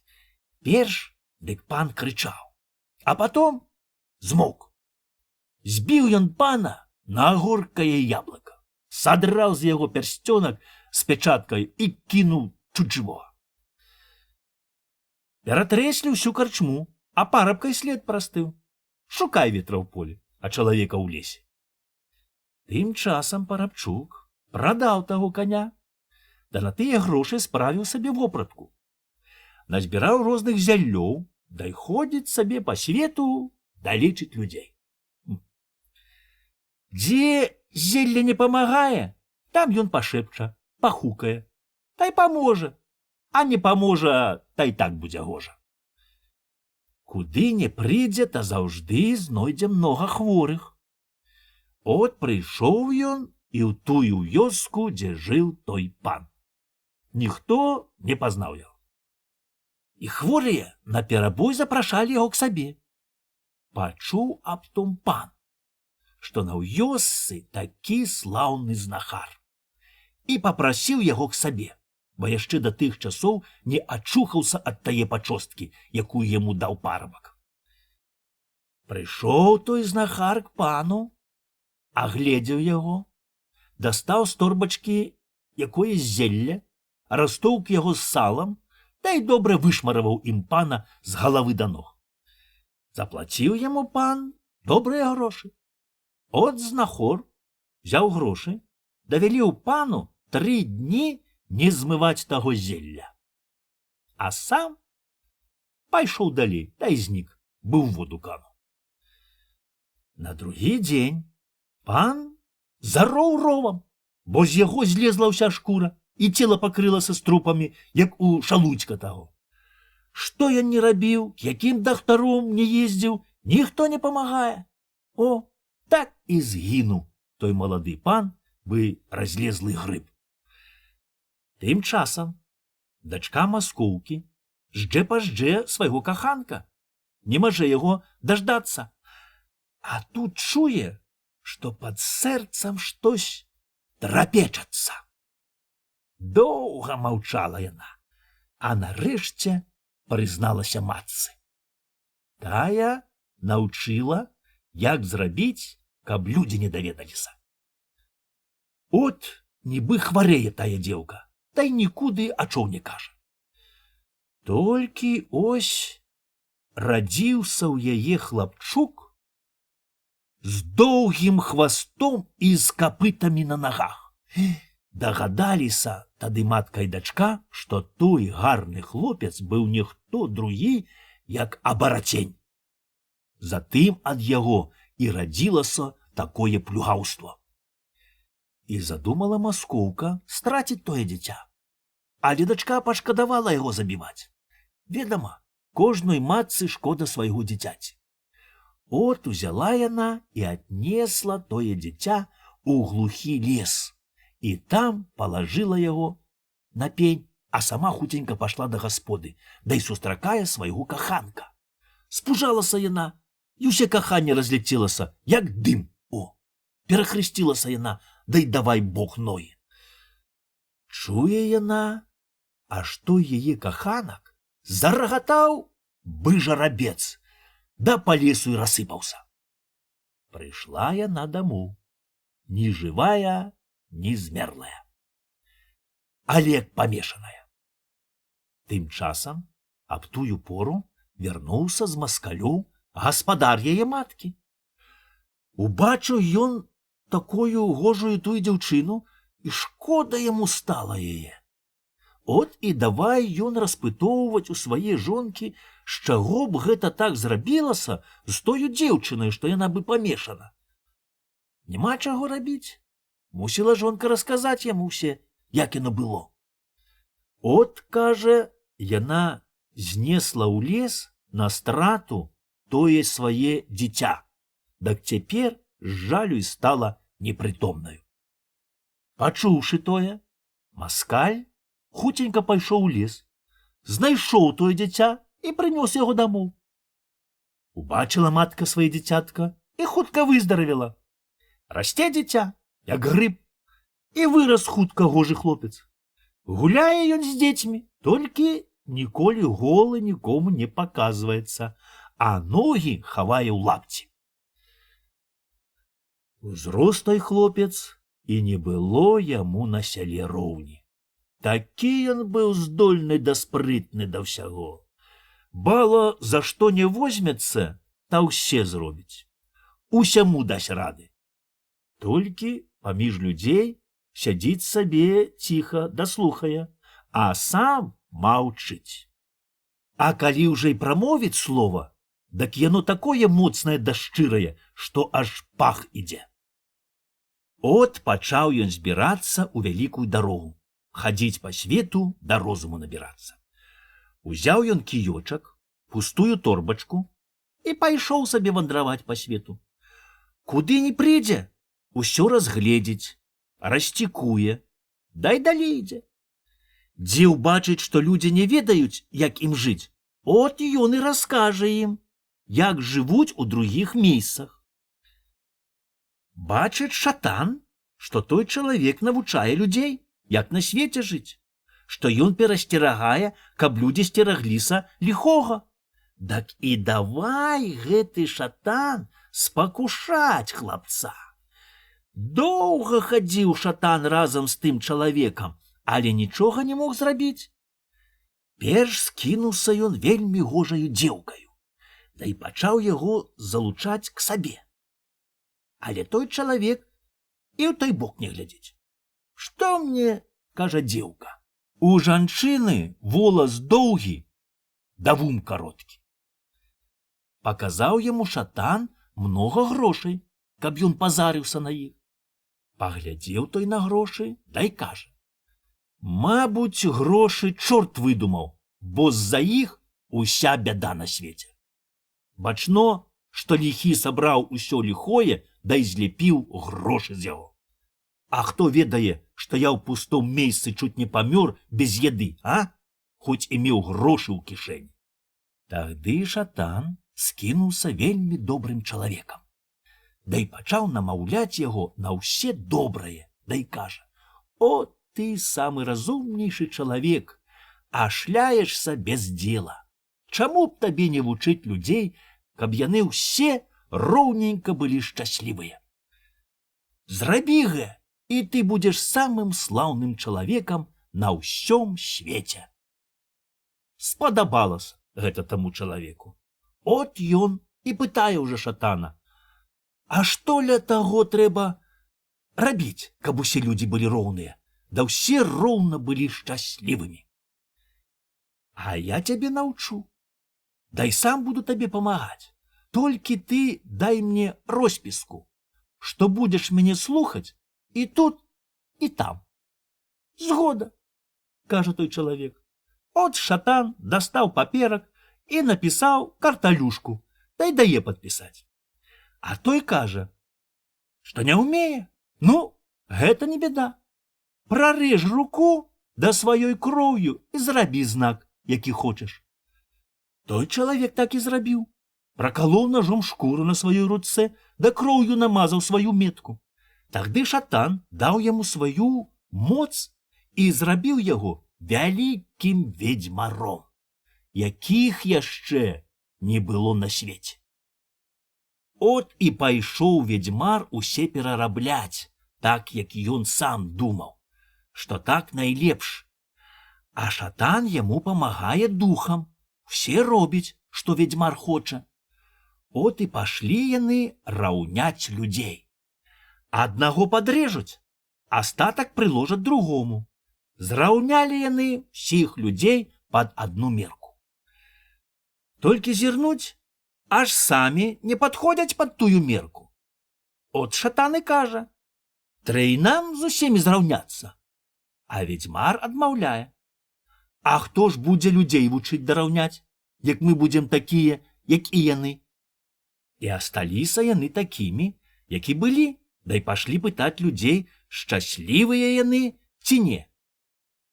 От ідуць яны, дай разглядваюць, як жывуць людзі, дай бачаць, што куды яны не прыйдуць, людзі тое толькі і робляць, што падрызваюць адных, да натачваюць другіх. І пытаюць яны ў людзей, ці яны шчаслівы, ці не.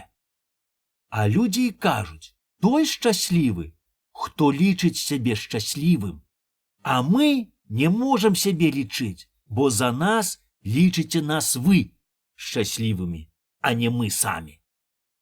Дагадаўся тады ведьмар, што хацеў шчасця толькі сабе, а ўсіх людзей зрабіў няшчаснымі. Пазнаў ён тое, дай годзе слухаць шатана. Але той паказаў роспіску, схапіў яго крукам пад рабро, дай пацёг у пекла. Да тых час, а мой навекі вечныя, будзе той ведьмар сядзець у смале. А людзі як жылі, так і зноў пачалі жыць. Запісана казка у вёсцы Бохава ад старога дзеда Савіцкага. Марцыпаны. Добрае было лета. Поначы ішоў цёплы дожджык, а ўдзень лагодна прыгравала сонейка. І такое было паветры, што павядзі языком, здаецца бы мёд.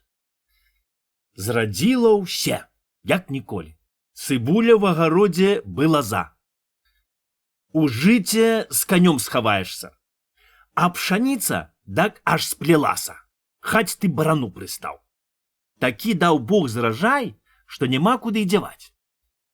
Паспіралі людзі збольшага з поля, наледавалі поўны гумна, намалацілі хлеба на 10 гадоў, насыпалі поўныя засекі, да яшчэ ва ўсе кадушкі, да кадаўбы.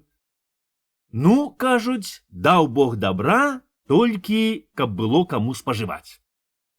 Ведама, калі людзям добра, то яны баяцца ды дрыжаць, каб не было якое бяды. Нашаму брату гарапашніку заўжды є якое-небудзь ліха. Праўду ж кажуць, от, што чорт ліха збудзе, адно загіне, а 10 будзе. От як трохі добре, та ўжо й чакай, бы вол доўбні гарэйшага ліха. От ніхто так, як бабы. Яны ўжо голасам галосяць, баяцца тае бяды, якое яшчэ й не бачна. Бо самы страшны той страх, якога мы яшчэ не бачылі. Так от галасілі бабы, дрыжалі людзі ад страху, а бяды ніякай няма ж. От і давай яны спажываць дабро, давазіць у мястэчка на продаж. Кожен дзень, як дасць Бог ранак, да ключом цягнуцца поўныя хуры хлеба ў мястэчка. Туды едуць ціха, толькі вазы скрыпяць, А як варочаюцца назад, так, ды ўсюды чуваць вясёлы гоман да песні. Бачно, што людзі варочаюцца з кірмашу. Адны трохі выпілі, та набралі саразону, а другія грошы чуюць у махалейцы. Што не гавары, грошы многа даюць разон. Як няма асьмакоў, та от так кала сэрца і завівае. А як чуеш у кішэні, та й на сэрцу весялей. Грошы не музыка, а як яны зайграюць, та й скакаць хочацца. Затым то з кірмашу варочаюцца людзі вясёлыя, паюць песні да смяюцца. Рагочуць бы пад шпаркі. От гэ было весела на сэрцу Паўлюку, як ён прадаў у мястэчку цэлы воз пшаніцы, да набраў грошай поўную кішэнь. Дай, думае Паўлюк, куплю тое смачнае, што паны едзяць, да і сам з'ем. От заходзіць ён у крамку, але бачыць, што там не ландарка таргуе, а якісь пан, ці мо паніч. А ў крамцы такі пах, што нюхаў бы дзень і ноч. Пакруціў Паўлюк носам, думае, што не туды папаў, і хацеў сунуцца з крамкі, але ось пан пытае, а што трэ?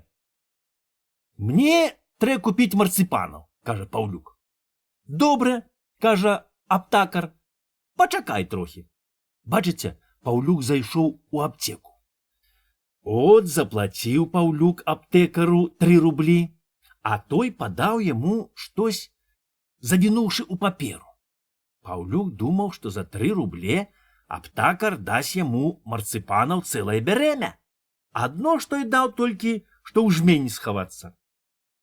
Пакруціў Паўлюк марцыпаны перад ачу, паглядзеў на сваю велізазную кайстру, у которую думаў схаваць марцыпаны, панюхаў свой тавар, чуе, што добра пахне, та й пасунуўся к возу.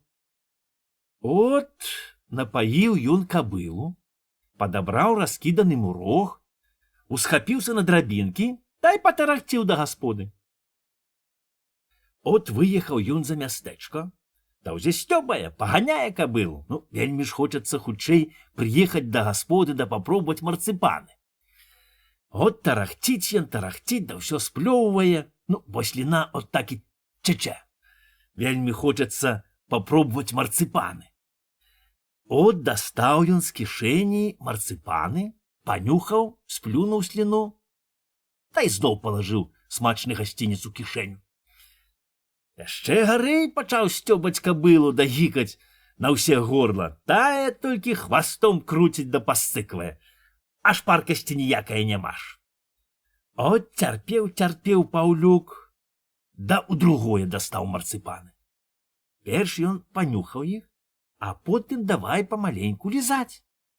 Лізаў, аж пачала пена з роту падаць, бы з кабылы, як яна доўга і хутка прабяжыць. Запеніўся Паўлюк марцыпанамі, да і не бачыць, што суседзі ззаду нагналі. От параўняліся яны, а адзін сусед дай пытае: «Паўлюк, а што ты ясі?» «Марцыпаны», адмаўляе той і ацірае рукавом пену. «Якія табе марцыпаны, гэта ж мыла!» «Было б і табе міла, каб даў 3 рублі», адказвае Паўлюк, да жмурыць мыла, аж за вушамі трашчыць, бо не то міла, што міла, а то міла, што дорага. Казка запісана ў вёсцы Перевалака ад Калесніка. Добро і ліха. Праўду кажуць людзі, што ніколі не згадаеш, дзе добро спаткаеш. От так і ходзіш усю жытку бы у пацёмках, ходзіш і не ведаеш, што цябе сустрэне. Адзін кажа, што добро ззяе бы сонца, што мы любім яго свет, але жмурым вочы, бо яго нельга вытрымаць. Другі кажа, што добру людзі вочы выкалалі. Дык яно цяпер і не ходзіць па свету, а сядзіць сабе на небе. Дак затое ліха бы цень ходзіць, за чалавекам дацікуе, каб яго укусіць. А што праўда, што крыўда, багі яго ведаюць. Бо часам лепей праўда спаліць, чым ліха пахваліць. От раскажу вам, якое колись было здарэнне. Жыў сабе адзін бедны чалавек. Быў ён такі ціхі, што і вады не замуціць. Працаваў за двух, а гараваў за трох. Мо ліха ніколі яго і не пакідала. А ён ціхенька робіць свае дзела, да ўсё терпіць. Мо затое і прадражнілі яго Ціхонам. Жыве сабе Ціхон у сваёй старенькой хатцы, да маўчыць, зубы сцяўшы. Хаць часамі няма за што й рук зацяць. Дзівяцца людзі, як гэта Ціхон такі бедны, такі нешчаслівы, а маўчыць бы трава. Ні лаецца, ні праклінае свае долі, ні завідуе людзям.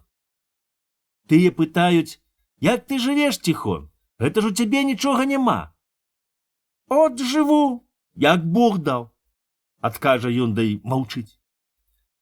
Але людзі любілі Ціхона, бо ведалі, што ён добры чалавек, толькі лічылі, што яму не даў Бог добрае долі. А ведама, калі є добры чалавек, та чорт ні на крок не адступіцца ад яго. Дзень і ноч цікуе, каб як яго спакусіць. От бегаў чорт за Ціхонам, мо колькі гадоў. Уже збегаў сабе хорд, а нічога не можа парадзіць.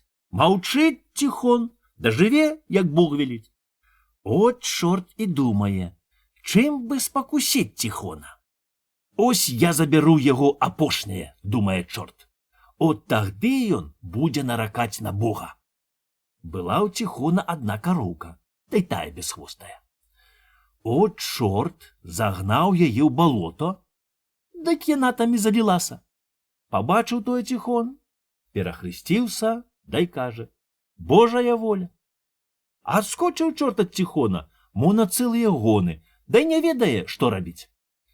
Паляцеў ён у пекла. А там чэрці з яго смяюцца, да кепкуюць, што Ціхона не можа спакусіць. Уцёк чорт з пекла, да й агінаецца ў раю, хоча там разнюхаць, чаму бываюць праўдзівыя людзі.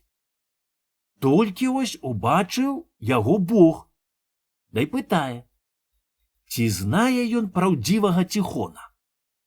Схлусіў чорт і кажа, што не знае, бо яму вельмі сорамна было прызнацца.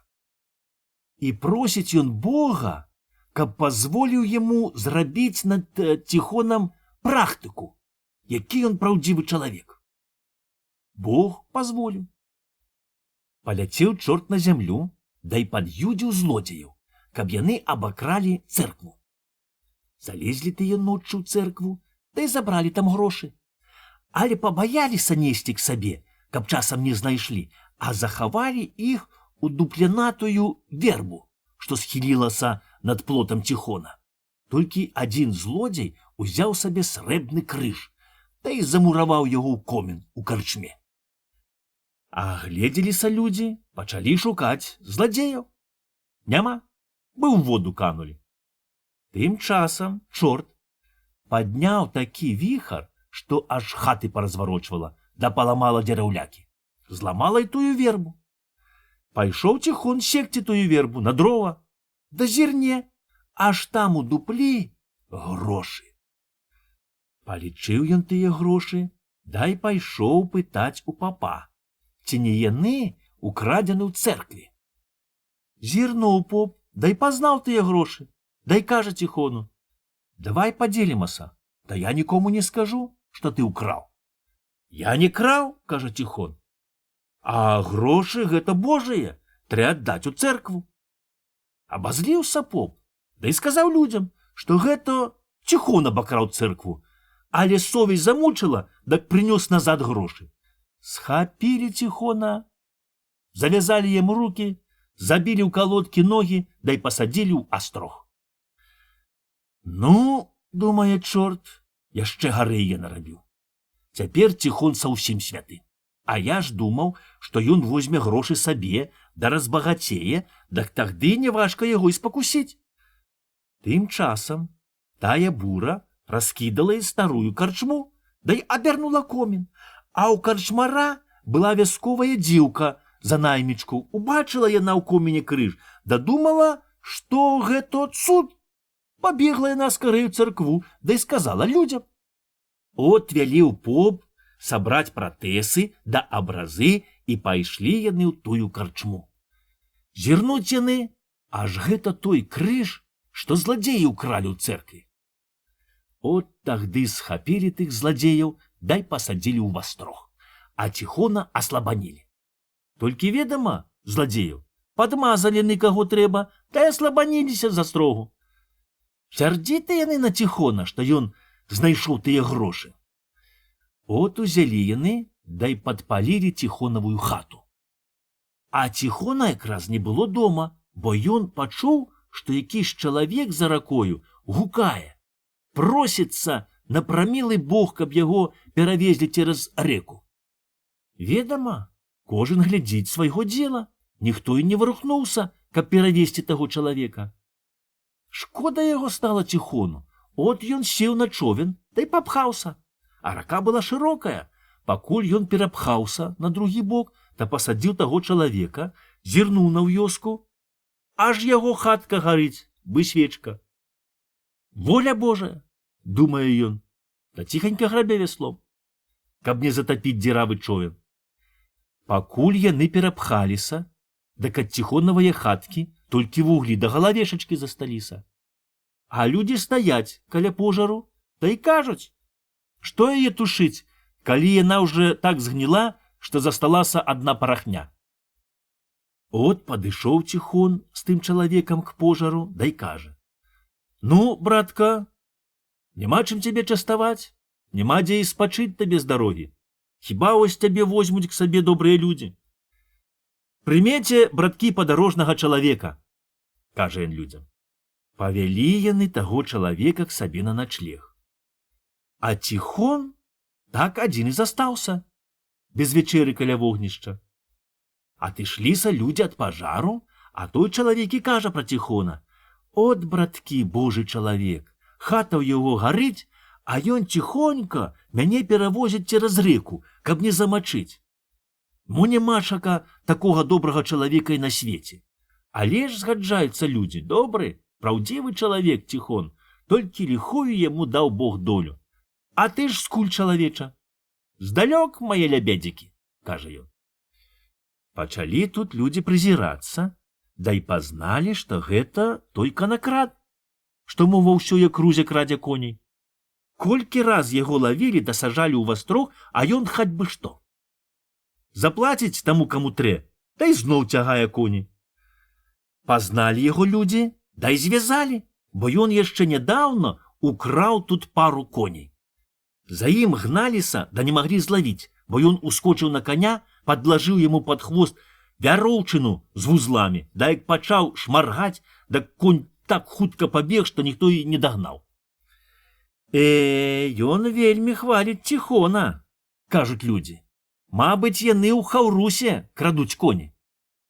Да бачна, праўду казаў поп, што Ціхон абакраў цэркву. Бачыце ж, зладзеяў пусцілі, нашлі, што яны не вінаваты. От і пачалі Ціхона зноў цягаць за тое, што яго пахваліў злодзей. Добра яшчэ, што знайшоўся адзін чалавек, што ён з Ціхонам усю тую ночку, як абакралі цэркву, разам лавіў рыбу. От ён стаў сведкаю, дай памог Ціхону аслабаніцца. Вярнуўся Ціхон на свае папялішча, да і стаў пераграбаць попел, каб тут на старом месцы збудаваць сабе новую хатку. Пераграбаў ён попел, да і знайшоў там многа грошай. Хацеў ён аддаць іх на цэркаў, але Бог яму велеў самому спажываць. І стаў з тых часоў Ціхон добра жыць, да Бога хваліць. Так бачыце, ніколі не згадаеш, што дабро, а што ліха. Бо часамі лепш вораг спаліць, чым злодзей хваліць. Цягаўся за Ціхонам чорт, нарэшце плюнуў, дай паляцеў у пекло. Бо так задурыўся, што і сам не разбярэ, што ліха, а што дабро. Казка запісана ў вёсцы Перевалака ад Калесніка. Платон Казак. У 12 году подняўся на белага рускага цара француз Наполеон.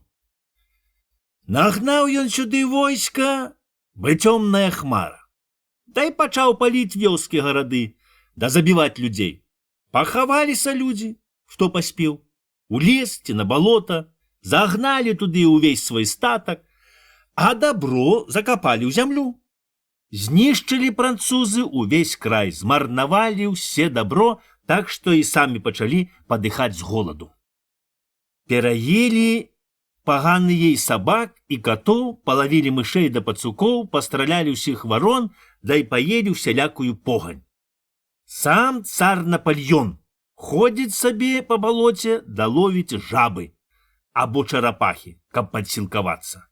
Бо голад не свой брат. Кожнага, як засмокча, дак гатоў сам сабе руку адгрызці. Соваюцца галодныя французы, бессонныя мухі, да збіраюць чарвякоў, жукоў, да ўсялякіх слізняў, каб хаць гэстаю пошкаддзю набіць сабе лантух. От і пачалі людзі памаленьку вылазіць з лесу, да дабіваць тых гадаў. Збяруцца яны дзе-небудзь грыцца ў хату, а тут бы з зямлі вынырне Платон-казак, дай запаліць атусюль тую хату. Пякуцца французы, бы картопля ў прыску.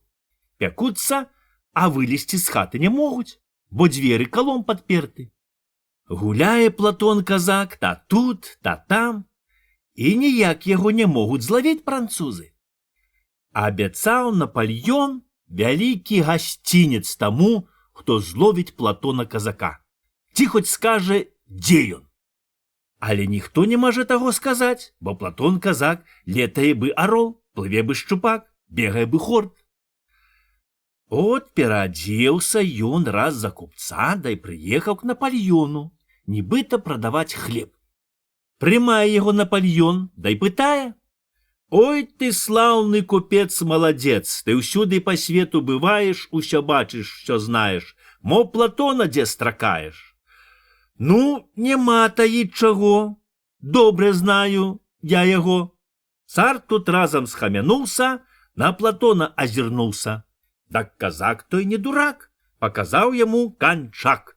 Замахнуўшыся з пляча, рэзнуў трэйка згарача, аж звалілася карона. Сам ускочыў у страмёна, дай крычыць: «Лаві Платона!» От такі-то быў казак, што французам даўся ў знак. Ён па полю раз'язджае, страх на варню наганяе, паліць генерала ў хаты, да бярэ ад іх гарматы. Забягае на дарозе, топіць войска ў бярозе. От адзін стаў Наполеон, хоць прыўёў да нас мільён. От і едзе той казак па полю, смела даў каняцы волю. Жыта поруч каласіцца, крыж за горкаю ласніцца. Сонце грэе, аж пячэ, толькі пот з ілба цячэ. От ён шапачку здымае, Бога шчыра праслаўляе, што памог француза раць з краю роднага прагнаць. Толькі ў жыце зашумела, раптам сэрца бы загрэла. Толькі ён перахрысціўся, дай на карак да коня схіліўся. Казакоў падбегла двое. Мабыць, место тут лихое. Перш француза тут забілі, а Романова мястэчка на жалобу запалілі. Бы свеча дамы палаюць, то Платона памінаюць. Слёзанькі з вачэй цякуць, песню ж казакі пяюць, як вялікі той казак згінуў дарам небарак. Запісана ў вёсцы Пярэвалака ад Калесніка. Цыган. Валачыўся па свету цыган. Сам ён не ведаў, дзе ён радзіўся, дзе ён хрысціўся.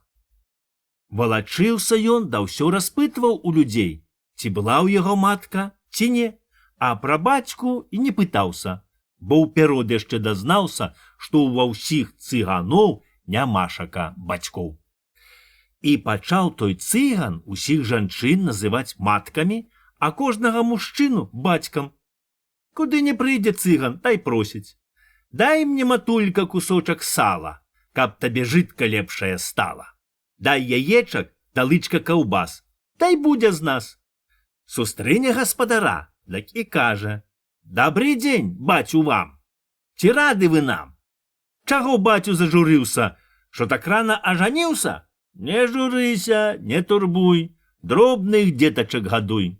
Дзеткі падрастуць, стракача дадуць, а ты, бацю, не гаруй, да гадуй, гадуй». Часам тая матулька замест сала да каўбас дасць цыгану на квас.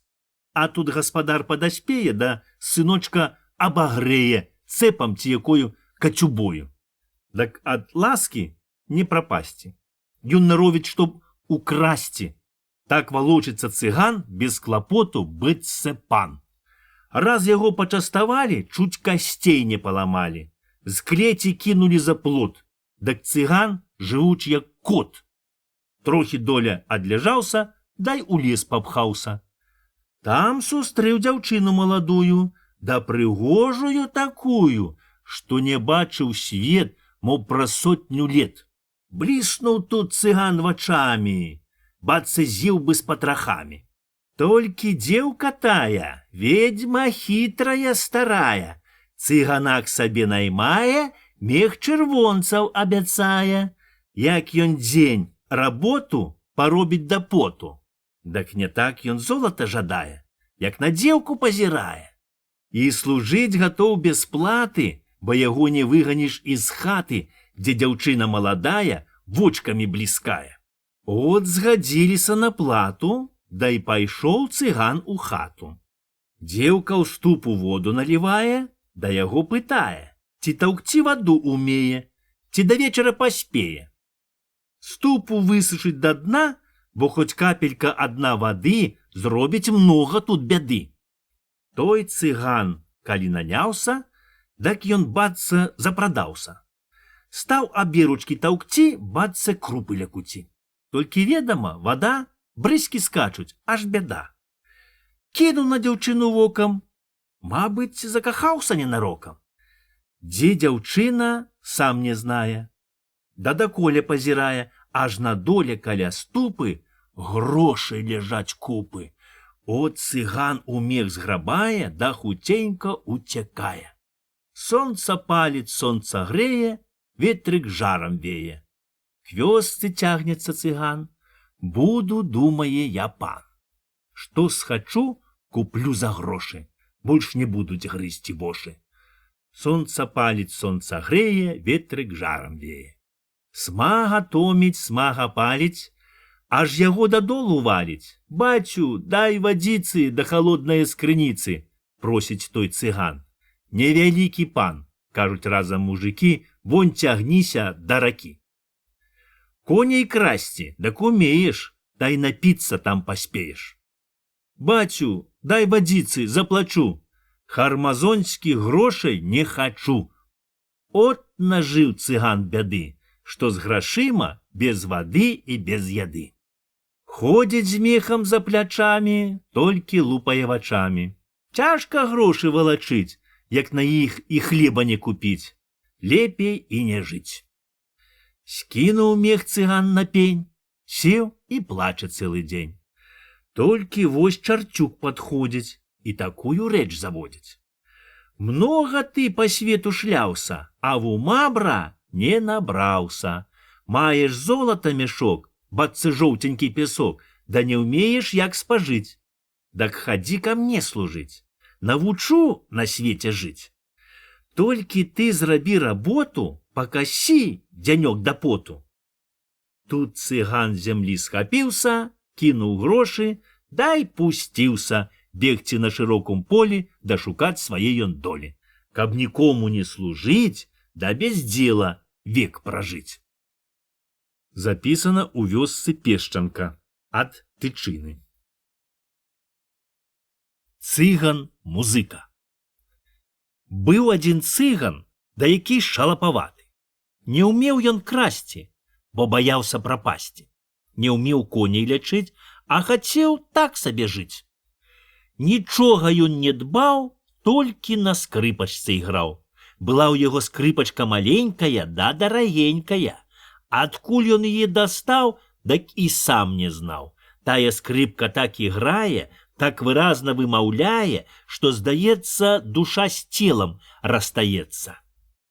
Іграў цыган у паноў, іграў у жыдоў, іграў на вяселлі, да на ігрышчах, дзе людзі прасілі, дзе грошы плацілі.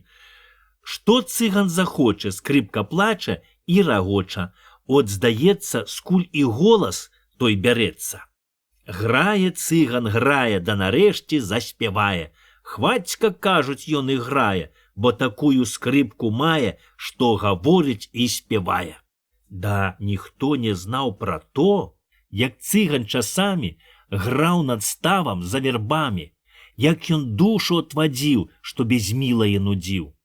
От сядзіць цыган на змроку, стаў шырокі збоку, вербы ветачкі спусцілі, зоркі гожа засвяцілі. Заіграў ён ціха-ціха, аж спалохалася ліха. Жабы крумкаць перасталі, лісцікі з вербы упалі, не лісточкі, а дукаты. Чуе голас: будь багаты, колькі хочаш забірай, толькі скрипку мне прадай. І выходзіць става гідкая праява. Чорцік невялічкі, жвавы, нос гарбаты, лоб каравы, над вушамі, мабыць, рожкі, з капытамі ножкі, між нагамі хвост сагнуўся. Той музыка схамянуўся. Скрипку, кажа, я прадам, толькі перш пайграю сам. Згода. Чорт на знак вільнуў хвастом, да й сагнуўся пад кустом. От музыка смыкам цягне, аж даліна звягне. Палцамі перабірае, аж на сэрцы грае. Лес прыціх, прыціхлі кветкі, засмуціліся палеткі. Неба плача, слёзы круціць, да ў кулак трубіць. От цыган суняўся, да й з ігрою папрашчаўся. Скрипку ён патрос бы грушу, да з грудзей і выняў душу. Чорт грашамі яго абсыпаў, скрипку ўзяў, да чуць зарыпаў, рад, што і так іграе. От цыган у мех збірае грошы, мех кладзе на плечы, каб схавацца ад пусцечы. Рашкі, ад ліхое сілы не схаваешся, мой мілы. Чорт 3 дні смыком цягае, скрипка свішча, да не грае. Не, хаць скрипка добра грае, да душы яна не мае. Сэрца не шчыпае. Дагадаўся чорцік жвавы. Я купіў не ля забавы. Чорт схапіў яе пад паху, да й даў маху. Хутка поле лес прайшоў, покі цыгана найшоў. Бачыш, скрипка без душы. Наш іграй і мне служы. От з тых час цыган іграе, толькі чорта пацяшае, бо ў ігры няма душы, хаць на Бога ты брашы. Казку пераказаў Тычына з вёскі Пешчанка. Бог ведае, што робіць. Жылі сабе 2 маладых. Яны толькі яшчэ нядаўна пабраліся, як гаспадар пайшоў у лес пушчаць дзерава, та знянацку паслізнуўся каля пня, та й папаў пад калоду. Дзерава так прыцісла яго, што й дух вон. Засталася маладзіца ўдавою, да яшчэ і тоўстая. Што тут рабіць? Як тут адной жыць? Як упраўляцца з гаспадаркай? А была яна вельмі гожая да ўдалая жанчына, але, ведама, тоўстая. Ніхто не паквапіцца хутка ўзяць замуж. От упраўляецца яна адна з гаспадаркаю, дачакае пары. Па немалым часе прыйшла пара. І радзіўся у яе гожы хлапчук. Сышліся бабы, даюць ёй ратунак, да бабяць дзіця. Ну, ведама, як чалавек родзіцца, Бог пасылае яму аняла. От Бог прызваў аднаго аняла, да й пасылае, каб ён пайшоў да тае маладзіцы, да ўзяў у яе душу, а сам застаўся з дзіцям. Прыляцеў анял к той жанчыне, зірнуў на маленькае дзіцятка. Шкода яму стала рабіць так вось яго сіратою. Недобра робіць Бог, падумаў ён. Як будзе жыць гэтае дзіця без айца і без маткі? І не паслухаў ён Бога. Хацелася яму зрабіць лепш. І заставіў ён тую жанчыну ў жыццю. Прагневаўся Бог на таго аняла і атабраў у яго крыла, да велеў служыць людзям. А к таму дзіцяці прыставіў другога аняла. От той першы анял застаўся ў той вёсцы і наняўся к папу парабкам. Выздаравела тая маладзіца, да стала яшчэ харашэй, як была. Пачалі к ёй сватацца харошыя да багатыя жаніхі, лепшыя, як дзеўцы, дарма што ўдава. Круціць яна хвастом, да толькі падманьвае та аднаго, та другога. І набралася ў яе такім парадкам жаніхоў мо цэлы тузін. Абрабляюць яны ёй поле, даглядаюць гаспадарку, да адзін перад другім услугоўваюць, даносяць ёй розныя падарункі.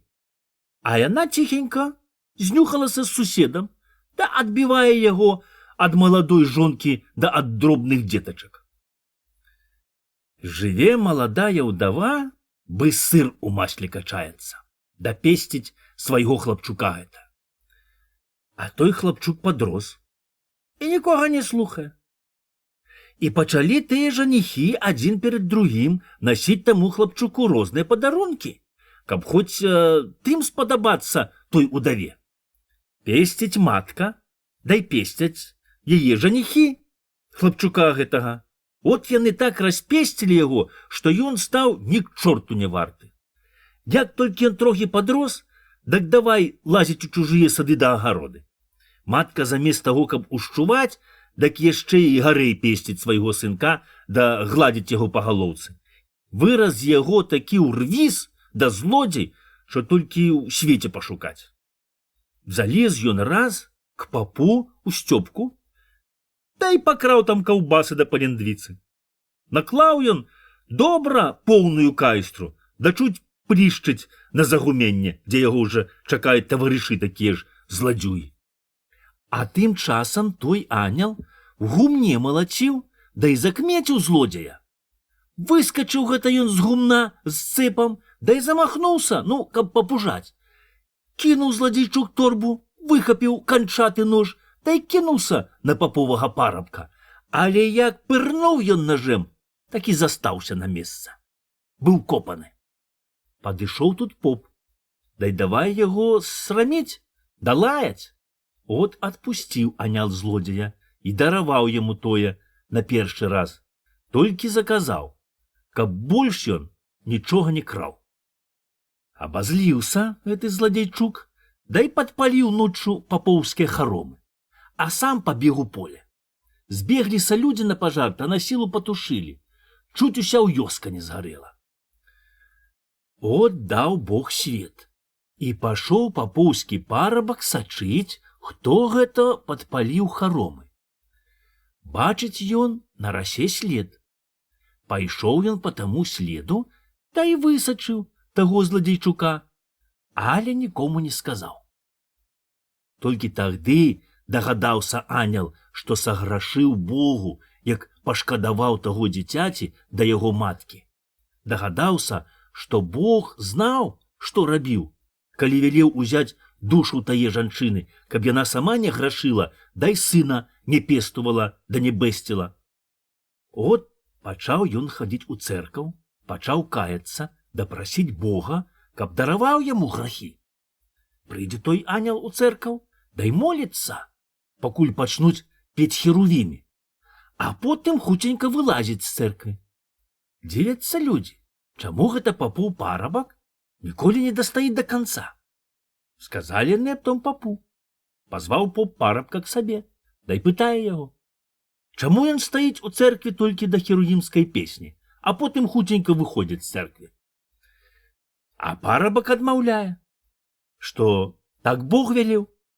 Няма чаго яму казаць, бо ён сам заўжды гаворыць людзям, што тое ці сёе Бог велеў, поп так. Але зацікавіўся такі поп, што б гэта за ён такі быў гэсты парабак, і чаму ён не такі ось, як усе людзі. І от велеў ён старасце наглядаць за тым парабкам, што ён робіць, як выйдзе з царквы. Якраз быў там хвест. Сышлося і з'ехалася многа людзей да церквы. Сцягліся туды са ўсей акругі, старцы убогія. Напхалася людзей поўна церква, да і не месціцца, стаяць аж на цвінтару. Яшчэ з самага рання улез у царкву і папоў парабак, памаліўся Богу, а як заспявалі херуімы, от ён раптам праціснуўся праз людзей, та і выйшаў на цвінтар. Пашоў за імі стараста, зірнуў парабак уверх на крыж, нахапаў камення, да давай шыбаць угору на церкву да на крыж. Падзівіўся стараста, але маўчыць, чакае, што ж будзе далей цікава. Падыходзіць парабак з старцом, а там іх цэла чарада, паселі ў 2 рады, да на розныя галасы просяць да паюць Лазара. Але гарэй усіх ва ўсе горла крычыць адзін стары дзед: «Падайце міластыньку, добрыя людзі, беднаму старому, вам Бог заплаціць на том свеце прасветлым раям». Зірнуў на яго папоў парабак, схапіў ламачыну, да давай пярэсціць таго старца. Кінуліся туды людзі, да і засланілі сабою старога.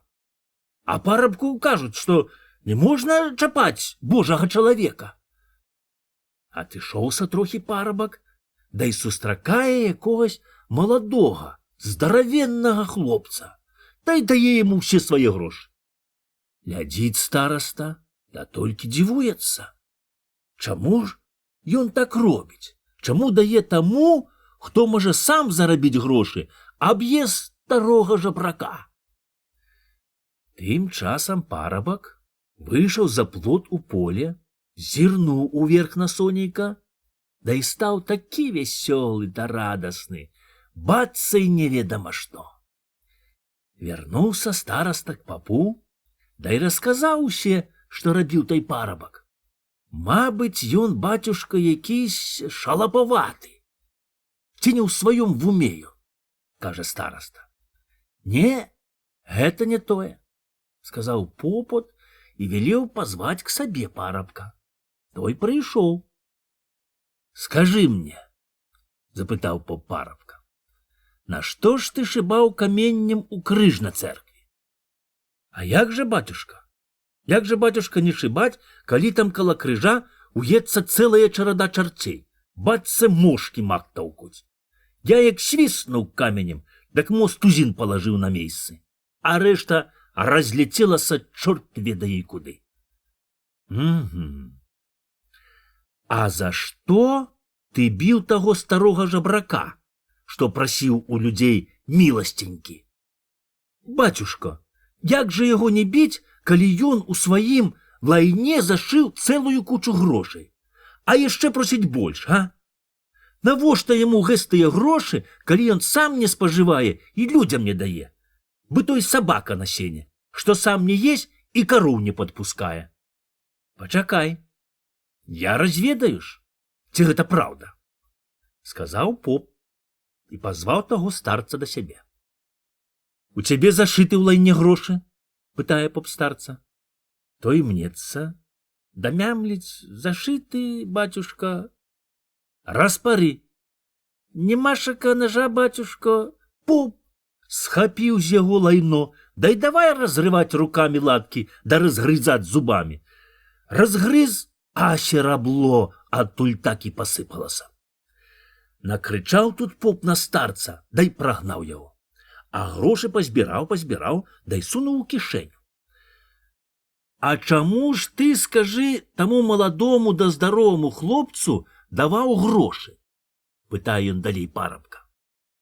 Я яму затым даў, што ён ужо даўно без работы валочыцца па свету і не мае чаго есці. Ну, а чаму ты ніколі не дастаіш у цэркві да канца службы? Я ўжо гаварыў бацюшку, што так Бог велеў. Ты казаў, але ж я ўсё-такі не магу ўразумець, Хто ты такі, чаму ты не слухаеш таго, што нам Бог вяліць? Памаўчаў трохі той парабак, паглядзеў у акно, да як убачыў, што на двары зляцеліся анёлы да пачалі пець херуімскія песні, дык і дагадаўся, што Бог прасціў яму. Потым і кажа: «Я Божы ангел. Мяне Бог паслаў узяць душу ў тае ўдавы, што распесціла свайго сына, узяць тагды, як ён толькі радзіўся, а я пашкадаваў дзіцяці. Хацеў зрабіць лепш, чым Бог, а тым часам зрабіў амылку. Каб яго матка памерла, як ён быў маленькі, да і яна б не грашыла Богу, да і ён не распусціўся б, а быў бы, як усе людзі. Бог ведае, што робіць. Я не паслухаў Бога і нёс кару, а цяпер Бог мне дараваў грахі». Пры гэтых словах папоўскі парабак стаў анёлам і замахаў крыламі, да і паляцеў сваёй браціі. Пачулі поп старастаю, што ў небе паюць, да хваляць Бога святыя анёлы, арханёлы да херуімі. Але бачыць іх не бачаць. От яны і кажуць: «Вялікі Бог, вялікая яго міласць. Ён знае, што робіць». Запісана ў вёсцы Рожан ад Рэдкага. Каменне. Можа, бачылі часамі па Дубраўцы паўз дарогу чэраду камення. Бачылі, да бадай не чулі, скуль яны ўзяліся. Дык паслухайце старога, ён вам скажа не на кпінкі. Ён вам скажа тое дзіва, што даўней было на свеце. Там растуць дубы, ажно пад неба. Адны выраслі, згнілі ў сяродку, ці пярун разбіў ім бокі, што зваліліся дадолу. Замест іх растуць другія. Таўшчыня бы печ, а вышыня злятае шапка. А ў зямлі ляжаць калоды, і з-пад берага крутога парэцца на дне глыбока, пачарнеўшы бы вуголле, не гніюць з тых часоў даўніх. От дуб'ёў зямлі, пні дуб'я наверся. А між іх ляжыць адвеку чарада камення, бывалоў на пашы. Хто да скуль прыціс такую ценджар і па беразе раскінуў, бы картоплю в агародзе. Як вада цячэ ў рэчцы праз лясы, балота, так прайшлі дзянькі да ночы, зімы і леты, і так праходзяць век за векам і ніколі не вяртаюць. Як змяняецца расліна, так змяняюцца і людзі. Родзяцца, жывуць, клапоцяць, а потым паміраюць. Замест іх раджаюцца другія, пакрасуюцца на свеце, прагаруюць жыццё, да і праходзяць пакалейцы, бацца, чаргу адбываюць. Так усе змяняецца ад веку. Толькі ціхенька ў Дубраўцы чарада камення спіць паміж дубамі, дачакае цуду ці таго, як Бог пазволіць стаць і ёй на чэргу адбываць калейку, бацца ўсё на свеце. Дак якое што каменне і за што яно ад веку не мяняецца, як людзі, а? То непростае каменне і ляжыць тут на пакуту, што зрабіла перад Богам грэх вялікі. Як цяпер, мо спрадвеку веку жылі якісь людзі тут. Секлі лес, рабілі поле, да лавілі ў рэчцы рыбу, а праворныя мужчыны звер рабілі ў лесе. Як цяпер мо гаравалі, працавалі, даставалі, як умелі, дробным дзеткам жыўнасць. І раз прыйшоў туды дзядок старенькі. Заняпаў ён у дарозе, да і пачаў прасіцца на ноч. Не пускаюць тыя людзі. Дзед пакінуў вёску, сеў у лесе пад дубочкам, да і чакае смерці. Толькі ось адна дзяўчына ціхенька прыносіць дзеду хлеба свежага паўбулкі, да вады гаршчочак. Дзед падзякуваў дзяўчыне. Хлебам ён пасілкаваўся, да і запіў вадою. Прощавай, голубка, дзед сказаў дзяўчыне. Тут жывуць ліхія людзі. Бог іх хутка пакарае, бо яны забылі Бога, да й жывуць гарэй гаўяда. Дзе твой бацька? Я не знаю бацька, дзеўка адмаўляе. Старшы брат твой бацька, а сестра браціха. Свет вялікі ён без края. Сюды светіць сонца, а пад ім є людзі. Там цябе сустрэне шчасця, бацце пчолку кветка. Уцякай хутчэй ты з вёскі, каб не стрэла ліха, уцякай, не азірайся. Плача бедная дзяўчына, а дзядок бы дым расплыўся. Што рабіць, сама не знае. Стала каля дуба, руки белыя ламае. Як ёй кінуць родны вугал? Там, дзе сястра да матка на вечеру мо чакаюць. Брат вярнуўся з лесу, налавіўшы звера. Як пакінуць хатку, дзе яна адкрыла вочы? Добра ісці ў чужыя людзі, як у пары мілы, што вядзе цябе за ручку, бы дзіцятка матка. Добрае шчасце за гарамі, як яго сустрэнеш. Цяжка ж у дарозе дзеўцы без падмогі. Плаче бедная дзяўчына, жаласна галосіць, аж па лесе вецер голас яе носіць. Азірнулася на вёску, не паслухала старога, аж няма там хатак. Дзе яны стаялі, толькі рад камення, бывалы на пашы. Крыкнула дзяўчына, та й закукавала. Што за дзіва? Замест ручак крыла. От з тых часоў, мо праз векі, рад ляжыць камення, а зязюленька над ім жаласна кукуе, да радні шукае. Не паслухала старога, азірнулася на вёску, так зязюляй стала, да і праз цэлае жыццё не стракае шчасця. Бо не ўе сабе гнездзечка, мілае дамоўкі, толькі плача да кукуе на высокім дубе. А камення чуюць, што зязюля плача, да сказаць не могуць, бо акамянелі. Запісана ў вёсцы Рожан ад рэдкага. Воўчае котло. Лес — Божы гай. Бог даў яго людзям на патрэбу. Даўней ніхто табе не бараніў. Хадзі па ўсёй пушчы, дай карыстаюсь ім, што табе люба. І людзі карысталі. Лавілі усялякага звера. Бралі ў дуплянатых дзераўляках ад слепата мёд і воск. Наглядалі, дасеклі сабе здатнае дзерава. Пасцілі гаўяда да вырабляліся нажаці, ці выпальвалі да расчышчалі лес на поле. Кожен абрабляў зямлю, дзе хацеў. Бо людзі Божыя, зямля Божая. Зямлю Бог даў людзям, каб яны працавалі да зараблялі сабе жыўнасць. О, а ведама, дзе больш жыўнасці, як не ў лесе.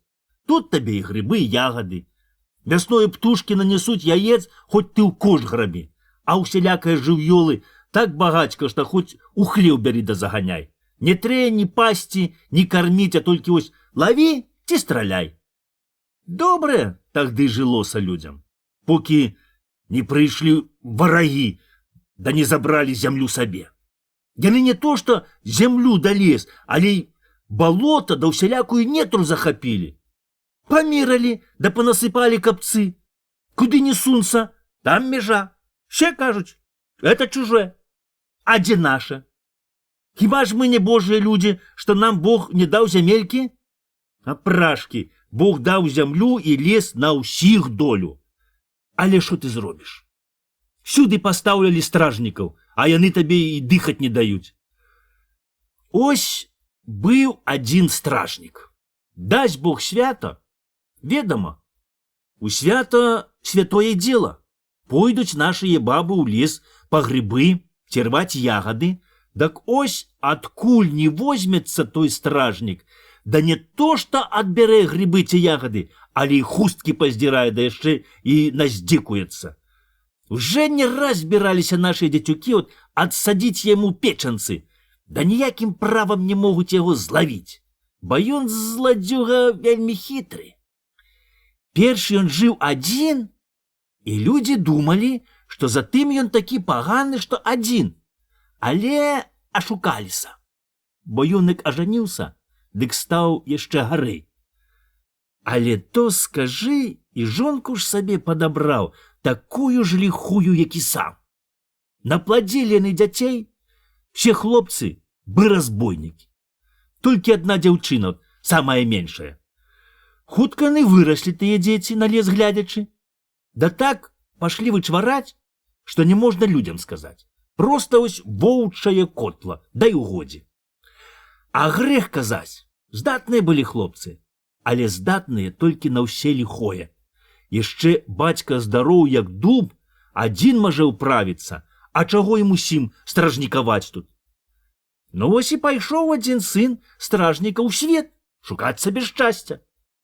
Зайшоў ён дзесь у вялікае место, да і наняўся служыць у багатага купца.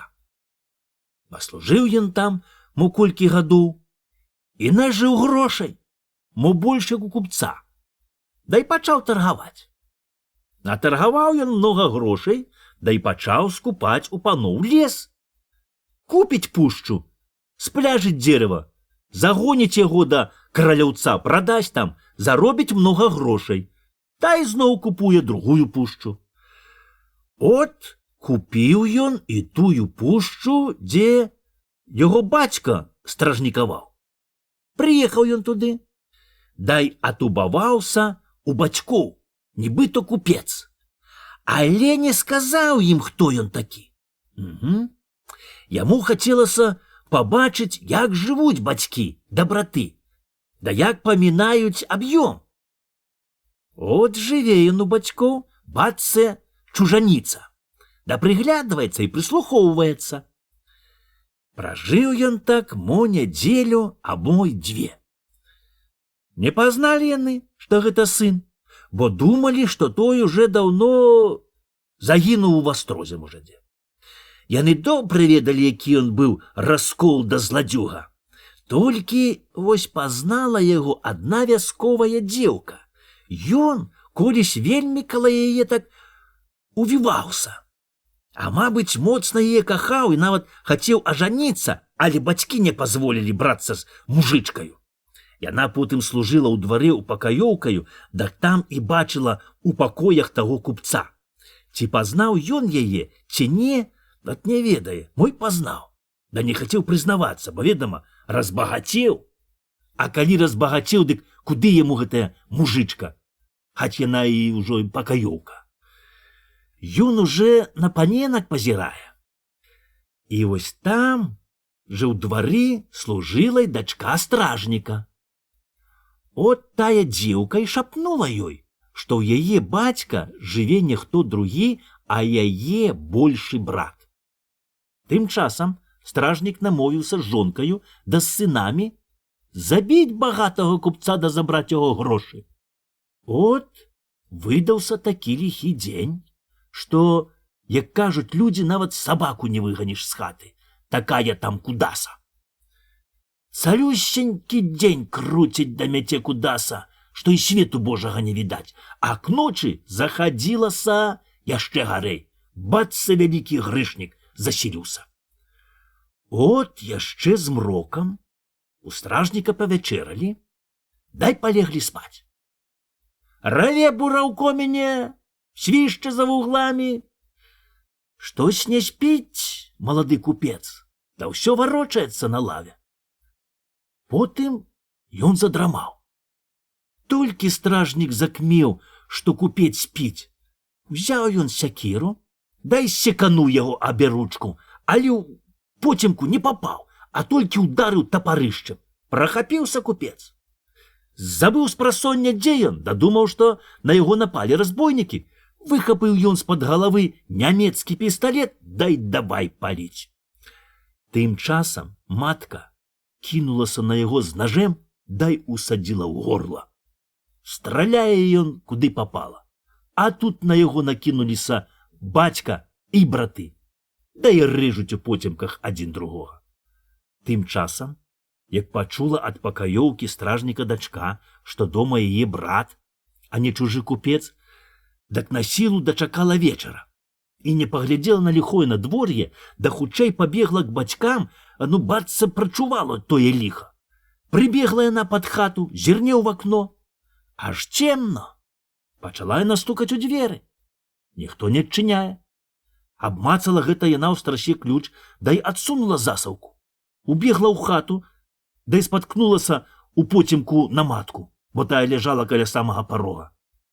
Звала дзяўчына, але ніхто не абзываецца. Спалохалася яна, да давай дзьмухаць агонь. Уздула на лучыну, да як зірне, аж уся хата плавае ў крыві. Памацала яна, аж бацька і матка, да і ўсе браты яшчэ і цёплыя, але ляжаць покатам дола, толькі купец не зваліўся з лавы, так і ляжыць, адкінуўшы голаў, а ў горле тырчыць канчаты нож, которым матка крышыла буракі.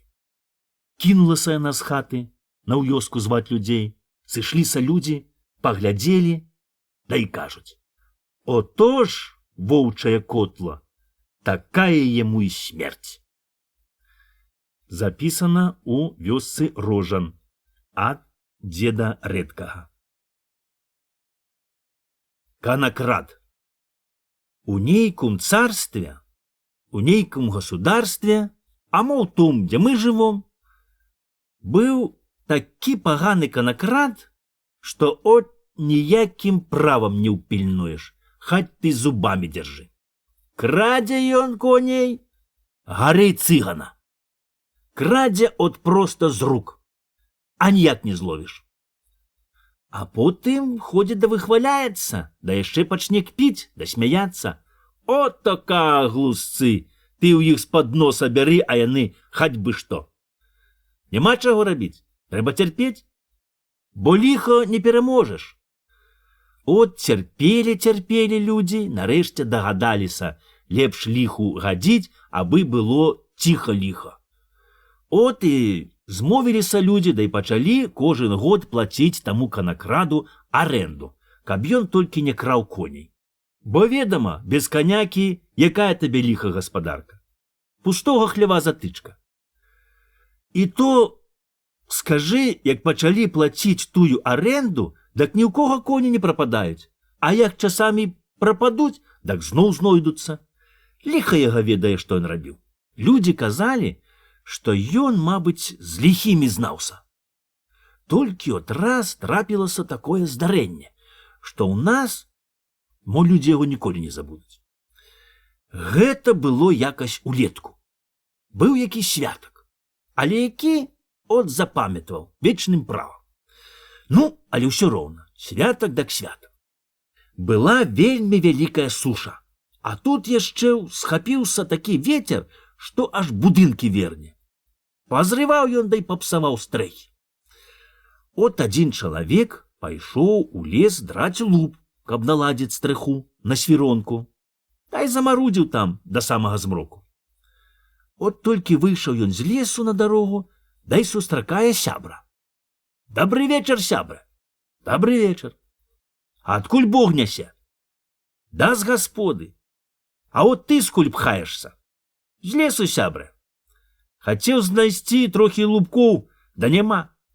Суседзі павыдзіралі на яго ўсе ліха, а ты куды праці ночы?» «Да от трэ схадзіць у мястэчка, купіць солі. Халадком лепш. Што ж ты пхнешся пешкі? Блізкі свет цягціса. Хіба ж кадуеш кабылы?»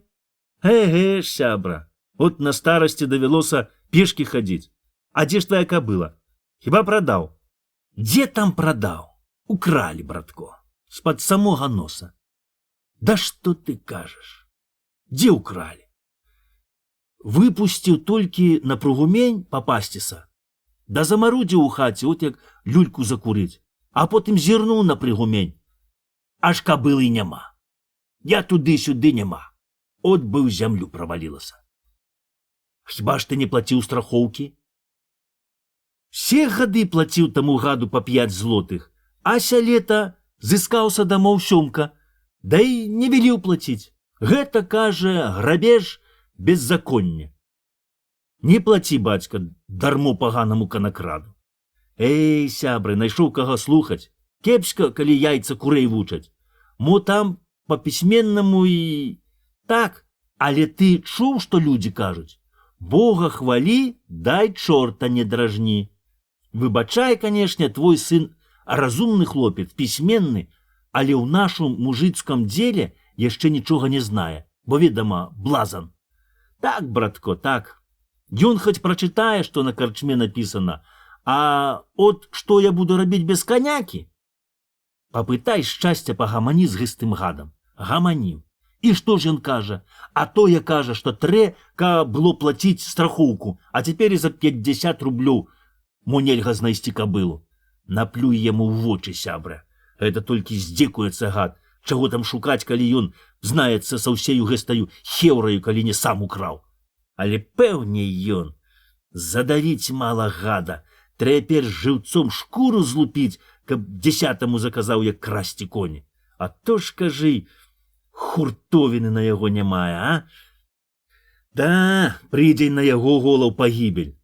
Знаеш, сябра, як убачыў я, што няма канякі, дак такая мяне панавала жаласць, так завіло каля сэрца, што хоць жывы лезь у дамавіну ці запрадай чорту душу. І што мне рабіць? Што мне пачаць, мая бедная галоўка? Грашоў, бачыш, няма заплаціць гаду. Дзе тут узяць гэстакую прорву асьмакоў, а тут і падаткі не за гарамі. От што, сябра, ты слухай мяне. Купі свечку, пастаў яе ў цэркві перад Юр'ем. Памаліся перш Богу, а потым зламі тую свечку, дай паверні агнём уніз. Дак гэсты гад ці прыбяжыць перапрашаць, да верне кабылу, ці вытруціцца быражон. Грэх гэта рабіць, сябра. Але няхай Бог выбачае, бо нам без канякі не можна жыць. Сябра, кажаш грэх. Грэх у меха спасення ў торбу, а хто скажа грэх, лупіў морду. Ці ж за такога гада грэх? Ой, баюся я, братка, баюся граху, баюся, каб на том свеце не смажалі чэрці ў гарачай смоле. Але гэта, мабыць, от чорт от так і пад'юджвае, от так і шэпча ў вушы. Задаві гэстага гада, та Бог веку прыбавіць.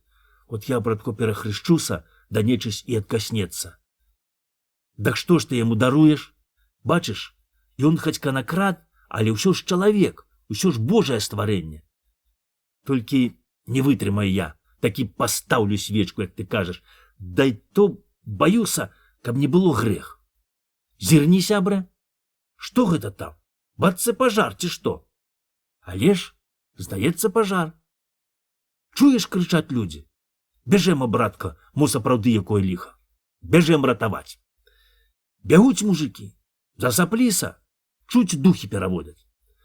От прабеглі яны трохі, выскачылі за гаёк, дазірнуць, аж праўда, пажар. От так дым і валіць. Поламі шыбае аж пад неба. Людзі, людзі, сябры, гэта ж гарыць канакрад. От такі не схаваўся, пакараў Бог яго за людскія слёзы. Ой, божухна, бацюхна, а ты ж няшчасце, а ў яго ж куча дзетак. Ну, нашоў каго шкадаваць, які воўк, такі і ваўчанята. Грэх табе будзе, сябра, дзеці Божыя і ангелята. Чаго яны будуць пакутаваць за бацькоў?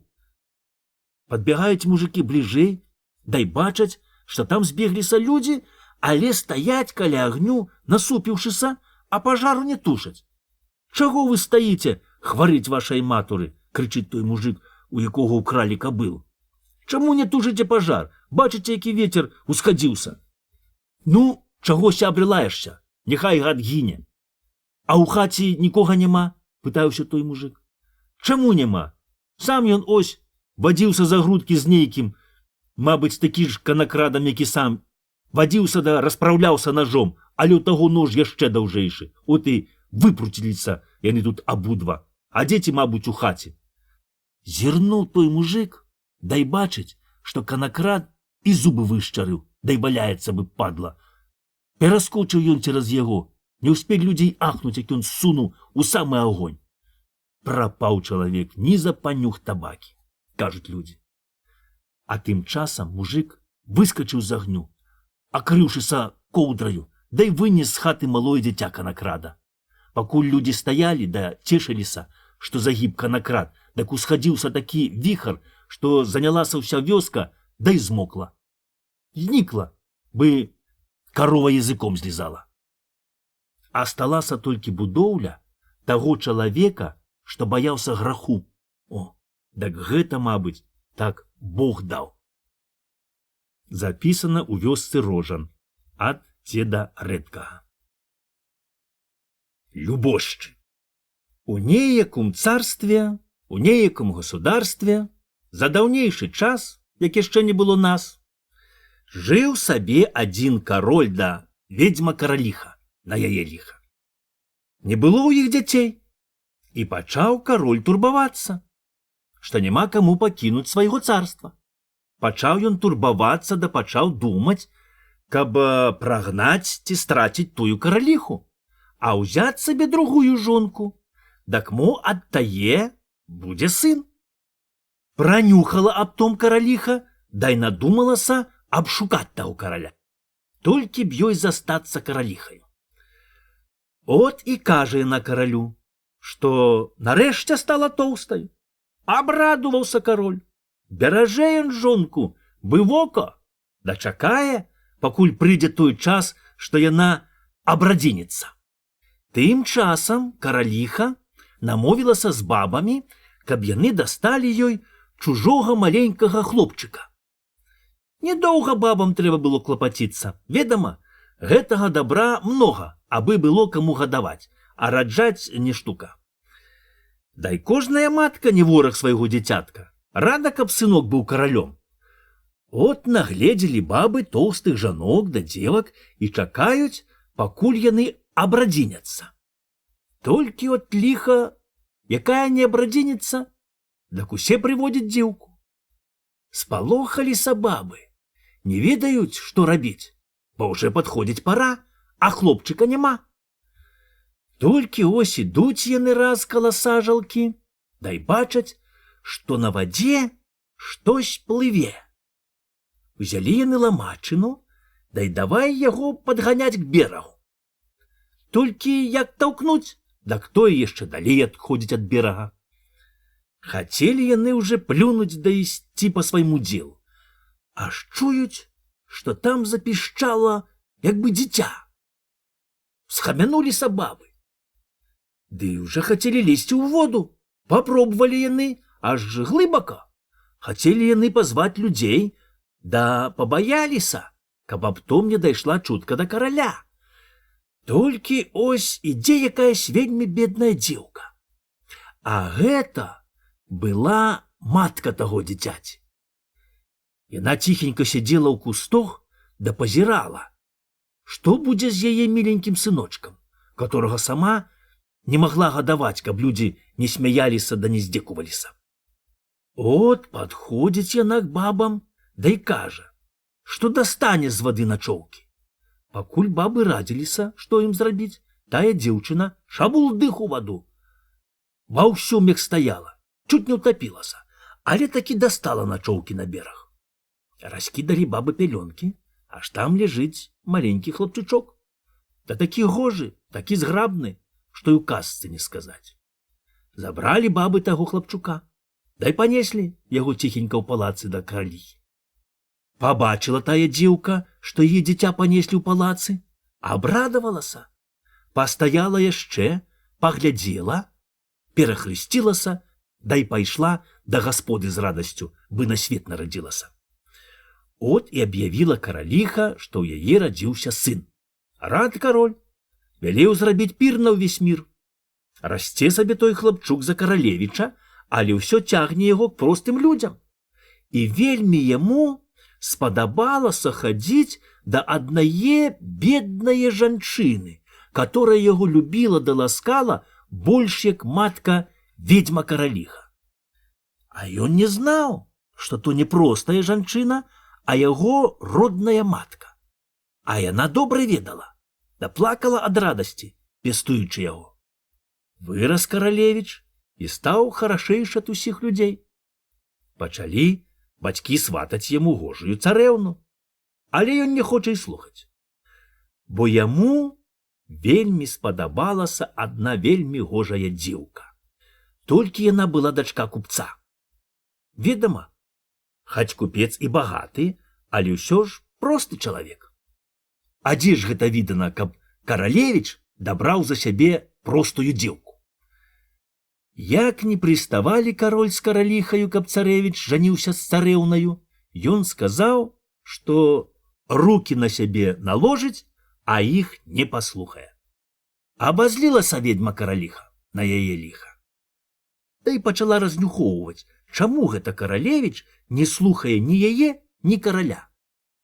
Знайшліся ліхія людзі, да і сказалі, што каралевіч любіць другую простую дзеўку, толькі ось не маглі дазнацца якую.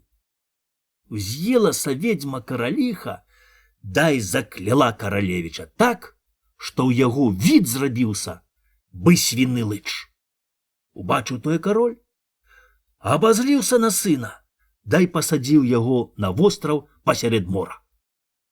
Тым часам каралевіч яшчэ перад гэтым узяў у караліхі люстерка, а ў караля палку. А гэта непростыя былі рэчы. Гляне ён у люстерка ў той час, як думае аб сваёй дзяўчыне, так і ўбачыць яе, як жывую. Стукне ён палкаю аб зямлю, так перад ім вырастае з зямлі добры маладзец, да і пытае, што яму рабіць. Вялеў яму каралевіч зрабіць сабе хатку, дадаць есці. Духам з'явілася хатка, хаць маленькая, але гожая. І бацца з зямлі вырас стол, а на ём усялякія патравы да напіткі. Быў у каралеўскіх палацах. Ходзіць сабе каралевіч каля мора, збірае кветкі, да так жаласна пае, што аж птушкі заціхлі, да слухаюць яго песню.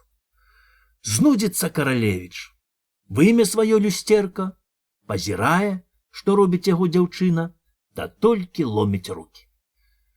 Успамянуў ён аб той добрую жанчыне, што яго пестувала, глянуў у люстерка, да і бачыць, што тая плача, аж заліваецца.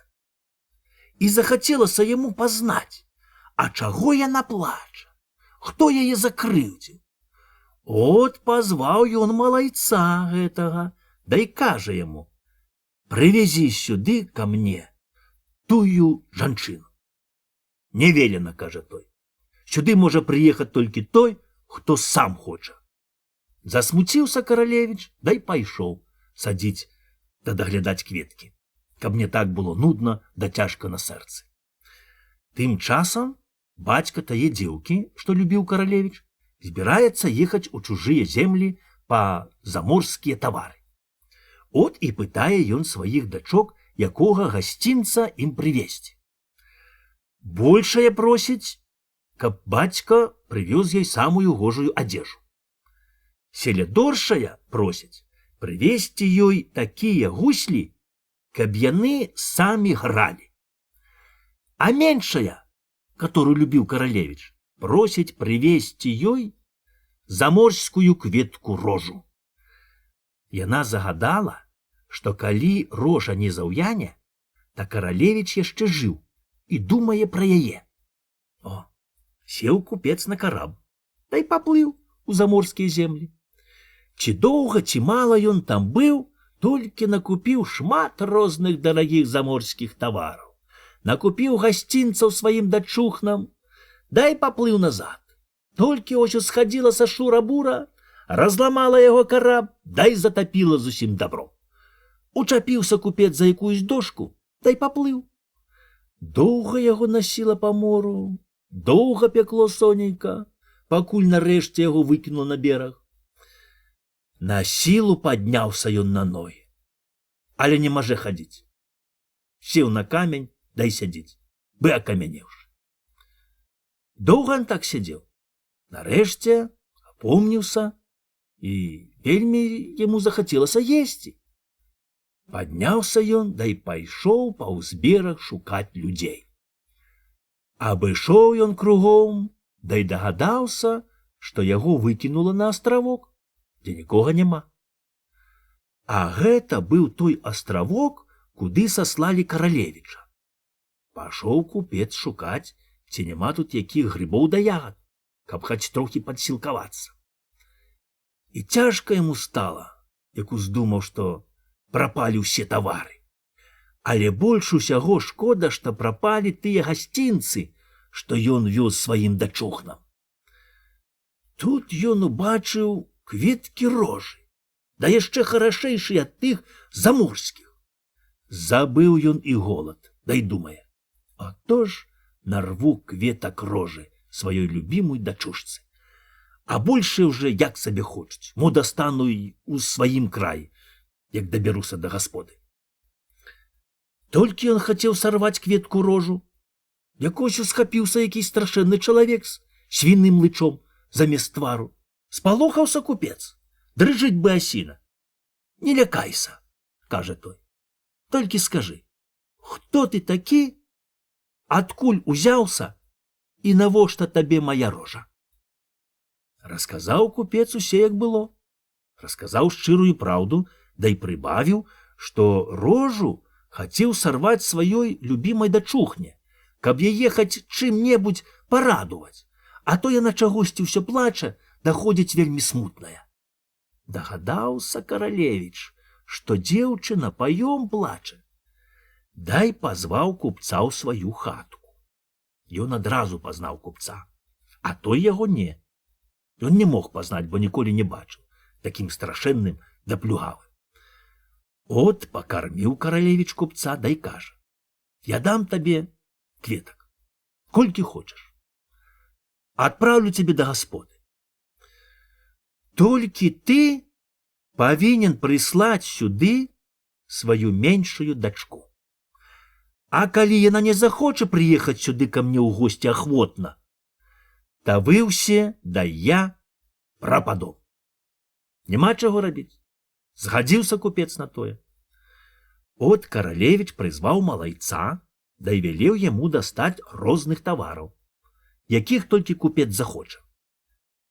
Дастаць гасцінца дзеўкам, самую гожую адзежу і такія гуслі, што самі іграюць, і адвесці купца да гасподы. А кветак рожы назрываў цэлае бярэмя, сплюў з іх вянок, дай кажа: а от гэстыя кветкі аддай сваёй меншой дачухне ад мяне. Забраў купец усе дабро, дай паплыў да гасподы.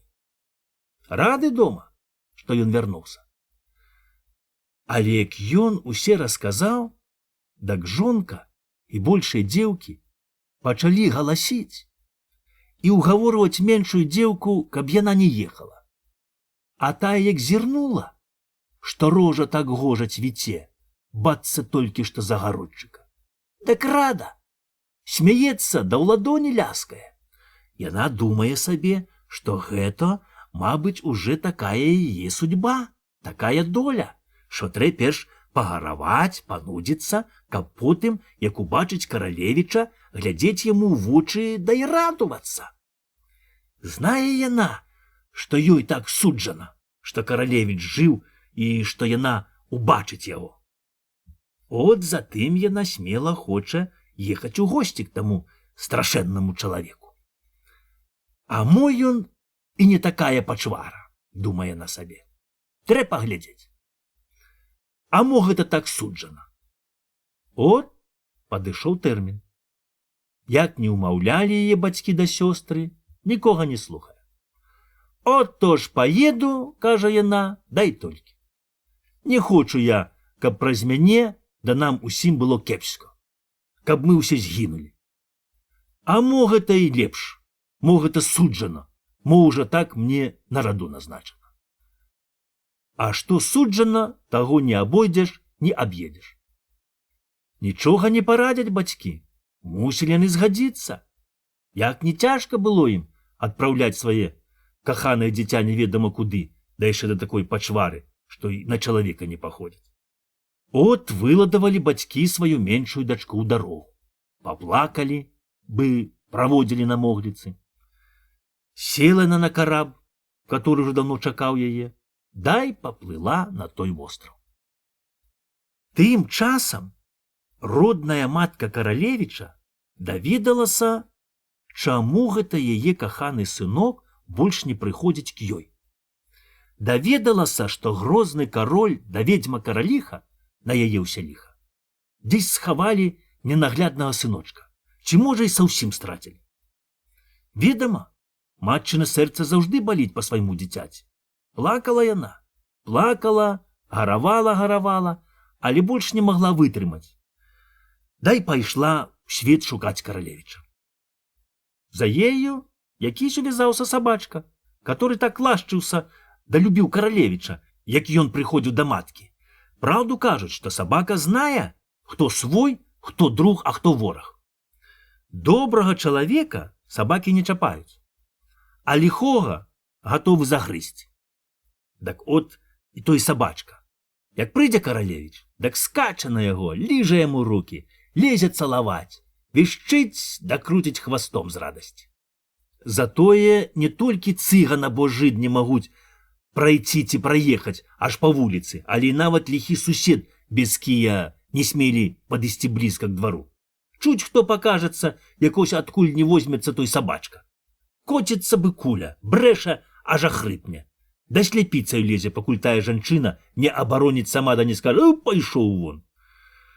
От ідзе яна, а сабачка бяжыць уперадзе да паказвае ёй дарогу. Утоміцца, ляжа аддыхаць, а сабачка не спіць. Ветрыць носам, да настаўляе вушы, та ў адзін, та ў другі бок. Прыслухоўваецца, ці не крадзецца які-небудзь вораг.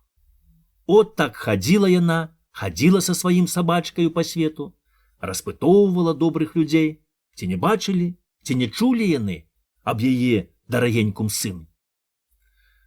У жаночкі прытупіліся, а ўсе ў адзін голас кажуць, што бачыць не бачылі і ведаць не ведаюць, дзе яе сын. Абхадзіла яна ўсё каралеўства, нідзе няма. Нарэшце парадзіла ёй адна старенькая баба, каб яна папробувала пайці ў чужыя землі, у чужие царства, к чужым людям. Мой он, кажа, там. Падзякувала тая жанчына доброй бабе, да і хацела ісці ў чужыя землі. Толькі даведалася, што яны дзесь за глыбокімі да шырокімі марамі, што туды нельга ісці, а трэ плысці на караблёх. Падышла яна к мору, хацела сесці на караб, так яе туды не пускаюць.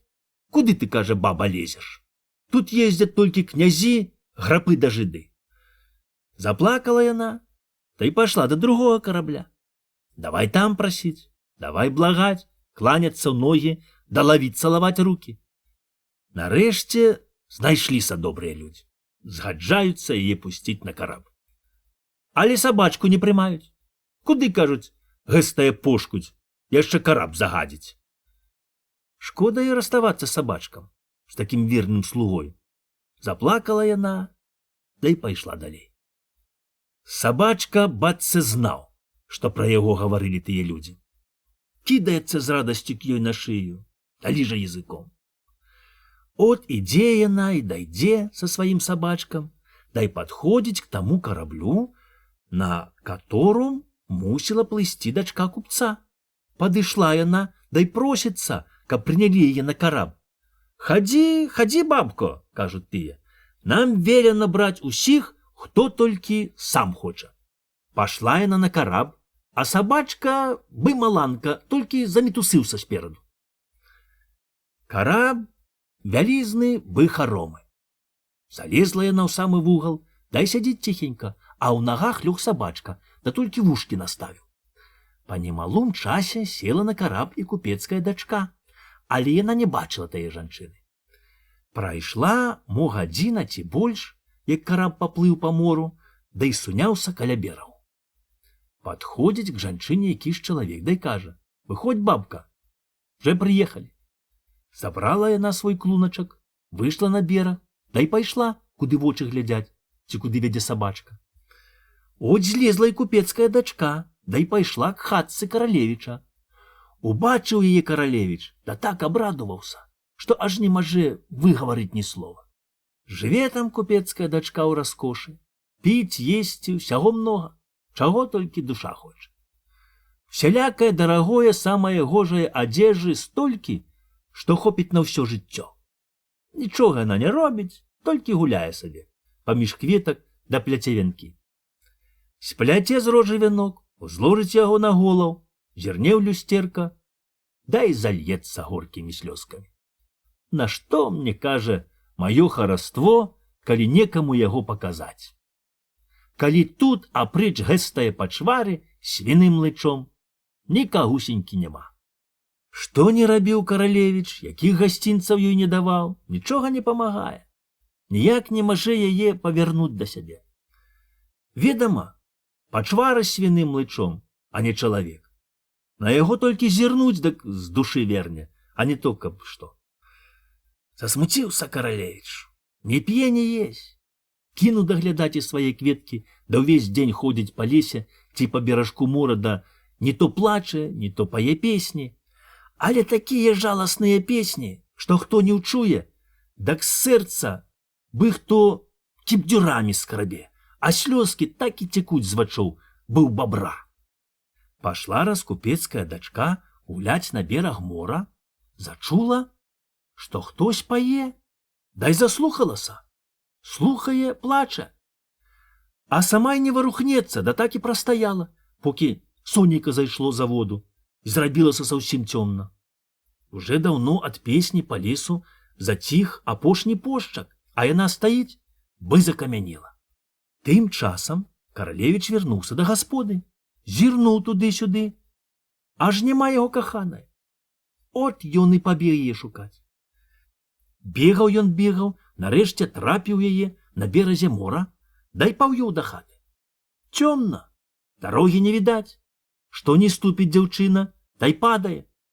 Бачыць каралевіч, што яна саўсім паб'ецца. Схапіў яе на бярэмя, дай панёс. Нясе лёгенька, бы перца. Да так лагодна размаўляе, што дзяўчына нават забыла пра яго свіны лыч. І здаецца ёй, што гэта гаворыць хтось другі. Той заморскі каралевіч, аб каторым яна думала колісь у доўгія ночкі, як ляжала на мяккіх пярынах роднае матачкі, што гэта ён, яе каханы каралевіч, цудам найшоў яе, да нясе на сваіх сільных руках, да шэпча ёй салодкія слаўца, да прыціскае да сваіх багатырскіх грудзей.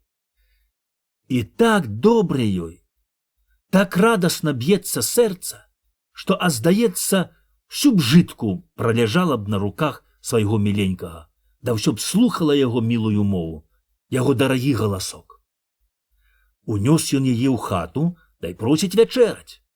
Але яна падзякувала, да так от, не засвяціўшы агню, і легла на пасцель, каб не атагнаць тых салодкіх думак, каб ляжаць і ўсё думаць і думаць, дачуць голас свайго міленькага каралевіча.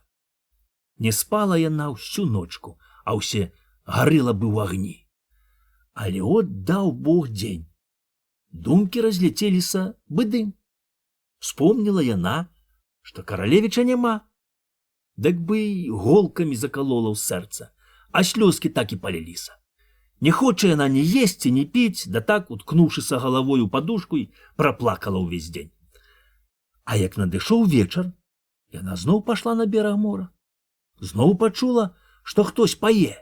Толькі гэта так гожа, так радасна, што і ёй лёгка стала на сэрцы. Зноў заслухалася яна, пакуль сцемнела. Зноў прыйшоў па яе каралевіч і зноў на бярэме панёс да гасподы. Зноў ёй было так радасна на сэрцы, так соладка кружылася галава, што яна ўсю ночку прадумала пра свайго міленькага. Але на трэці дзень яна сустрэла ў агародчыку пачвару са свіным лычом. Як ён зрываў ёй кветкі рожы, зірнула на яго, дай загаласіла. Пачаў той угаворваць, да куды там, на яшчэ гарэй плача, дарве на сабе валасы. Нарэшце прагнала яго, каб і на вочы не паказваўся, а сама пабегла на бераг мора, каб паслухаць таго цудоўнага спеву. Але ніхто не спяваў, толькі шаптаўся лес да раўло мора, узбягаючы на бераг. Доўга сядзела яна там, і так ей стала цяжка на сэрца, так моташна, што дарам прападае маладая жытка, што няма ніякай надзеі, каб злучыцца са сваім міленькім каралевічам, што нарэшце не вытрымала яна, дай кінулася ў море. Тым часам, адкуль не ўзяўся сабачка тае жанчыны. Раптам шамялях ён у ваду, дай цягне яе да берага. Убачыла тое тая жанчына, дай выцягла утопленніцу на бераг. От туды-сюды патрасла жанчына ўтопленніцу, дак тая і ачнулася. Да як зірнула, што каля яе знаёмая жанчына, дак трохі лягчэй стала на сэрцы.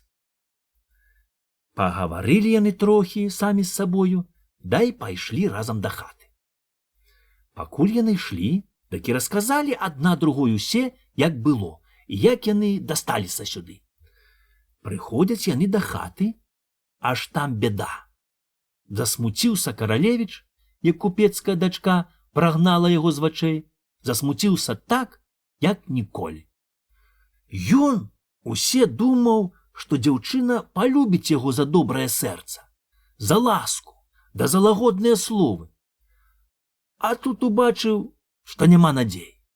Дастаў ён цудоўна люстерка, каб пабачыць сваю мілую дзеўчыну, аж тут яна якраз кінулася ў море, да і патанула. І так цяжка яму стала, так закалола яму ў сэрцы, што ён упаў на зямлю, да і згубіў прытомнасць. Ляжыць, бацца не жыў. Збегаліся тут слугі, не ведаюць, што рабіць. У гэты самы час і падышлі купецкая дачка з той жанчынай туды. Ведама, сабачка заўжды бяжыць спераду. От і на гэты раз падбег ён да каралевіча, да як нюхнуў яго, да як пачне віджаць, віляць хвастом, да лізаць каралевіча рукі, да свіны лыч, дак жанчына і дагадалася, што гэта яе сын, толькі што ён, мабыць, закляты. Ой, закляты гэта чалавек, кажа яна. І шкода стала дзеўцы гэтага няшчаснага чалавека. Схілілася яна к яму, дай давай яго гладзіць, давай ласкаць да шаптаць мілыя слаўцы. Ачнуўся каралевіч, да бачыць, што каля яго стаяць на каленях дзяўчына і тая добрая жанчына, которую ён так любіў. І лёгка яму стала на душы. Падняўся ён, падзякуваў ім за ласку, да давай іх частаваць. А сабачка ад яго не адходзіць, да ўсё лашчыцца. Прасядзелі яны за сталом чуць не да вечара. Стала жанчына прыладжваць сабе месца, дзе паначаваць. А дзяўчына з пачвараю, свіным лычом, пашлі гуляць. Вечар быў гожы, цепла, ціха быў вусі. Сонейка даўно зайшло, толькі яшчэ чырванелі хмаркі. І пачаў пачвара з свіным лычом пець песні.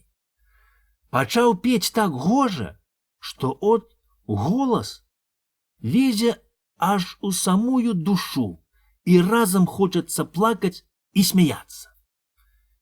І думаецца дзяўчыне, што от так слухала ўсе жыццё і нічога больш не хацела. От уже сцемнела. Заблішчалі на небе ясныя зоркі, да толькі мігаюць мілымі вочкамі, да бацце шэпчуць: гожы свет, добра на ём жыць да любіць. Любі, дак усе адалееш. А ён усё пае да пае, да з такімі любошчамі, што затапіў у дзяўчыны і голаў, і сэрца. Сама неведама за чым схапіла яна страшэннага чалавека за голаў, дай пацалавала. У той момант абярнуўся ён у гожага каралевіча. Схапіў яе на бярэмя, дай панёс да гасподы, дзе ўжо яго чакала родная матка. Радасці не было канца.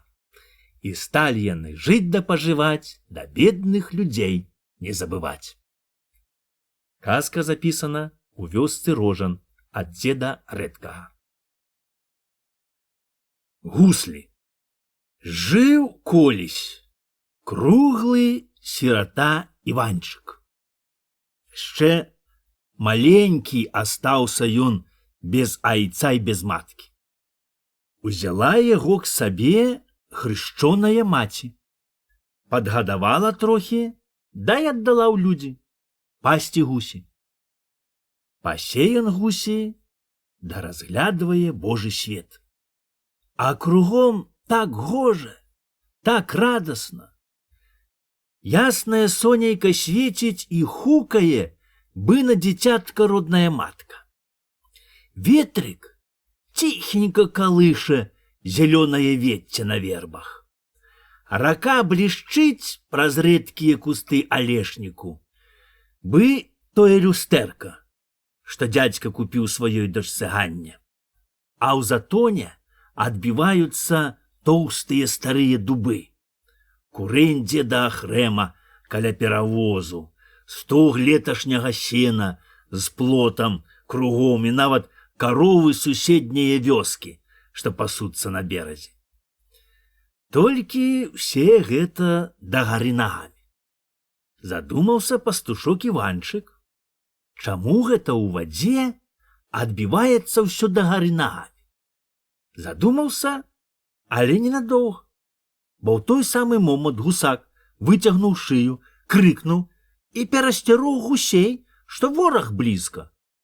Зірнуў Іванчык на неба, аж там хутка плыве вялізны шуляк, да пазірае на яго гусянята. Закрычаў Іванчык і памахаў хварасцінкаю. Схаваўся шуляк за высокім лесам, а Іванчык всё стаіць да пазірае на неба. Да так пазірае, што забыўся і рот закрыць. І захацелася яму летаць па небу, як той шуляк. Замахаў ён рукамі, да і пабег па зялёной траве, па кветках, што так гожа раслі на поплаве.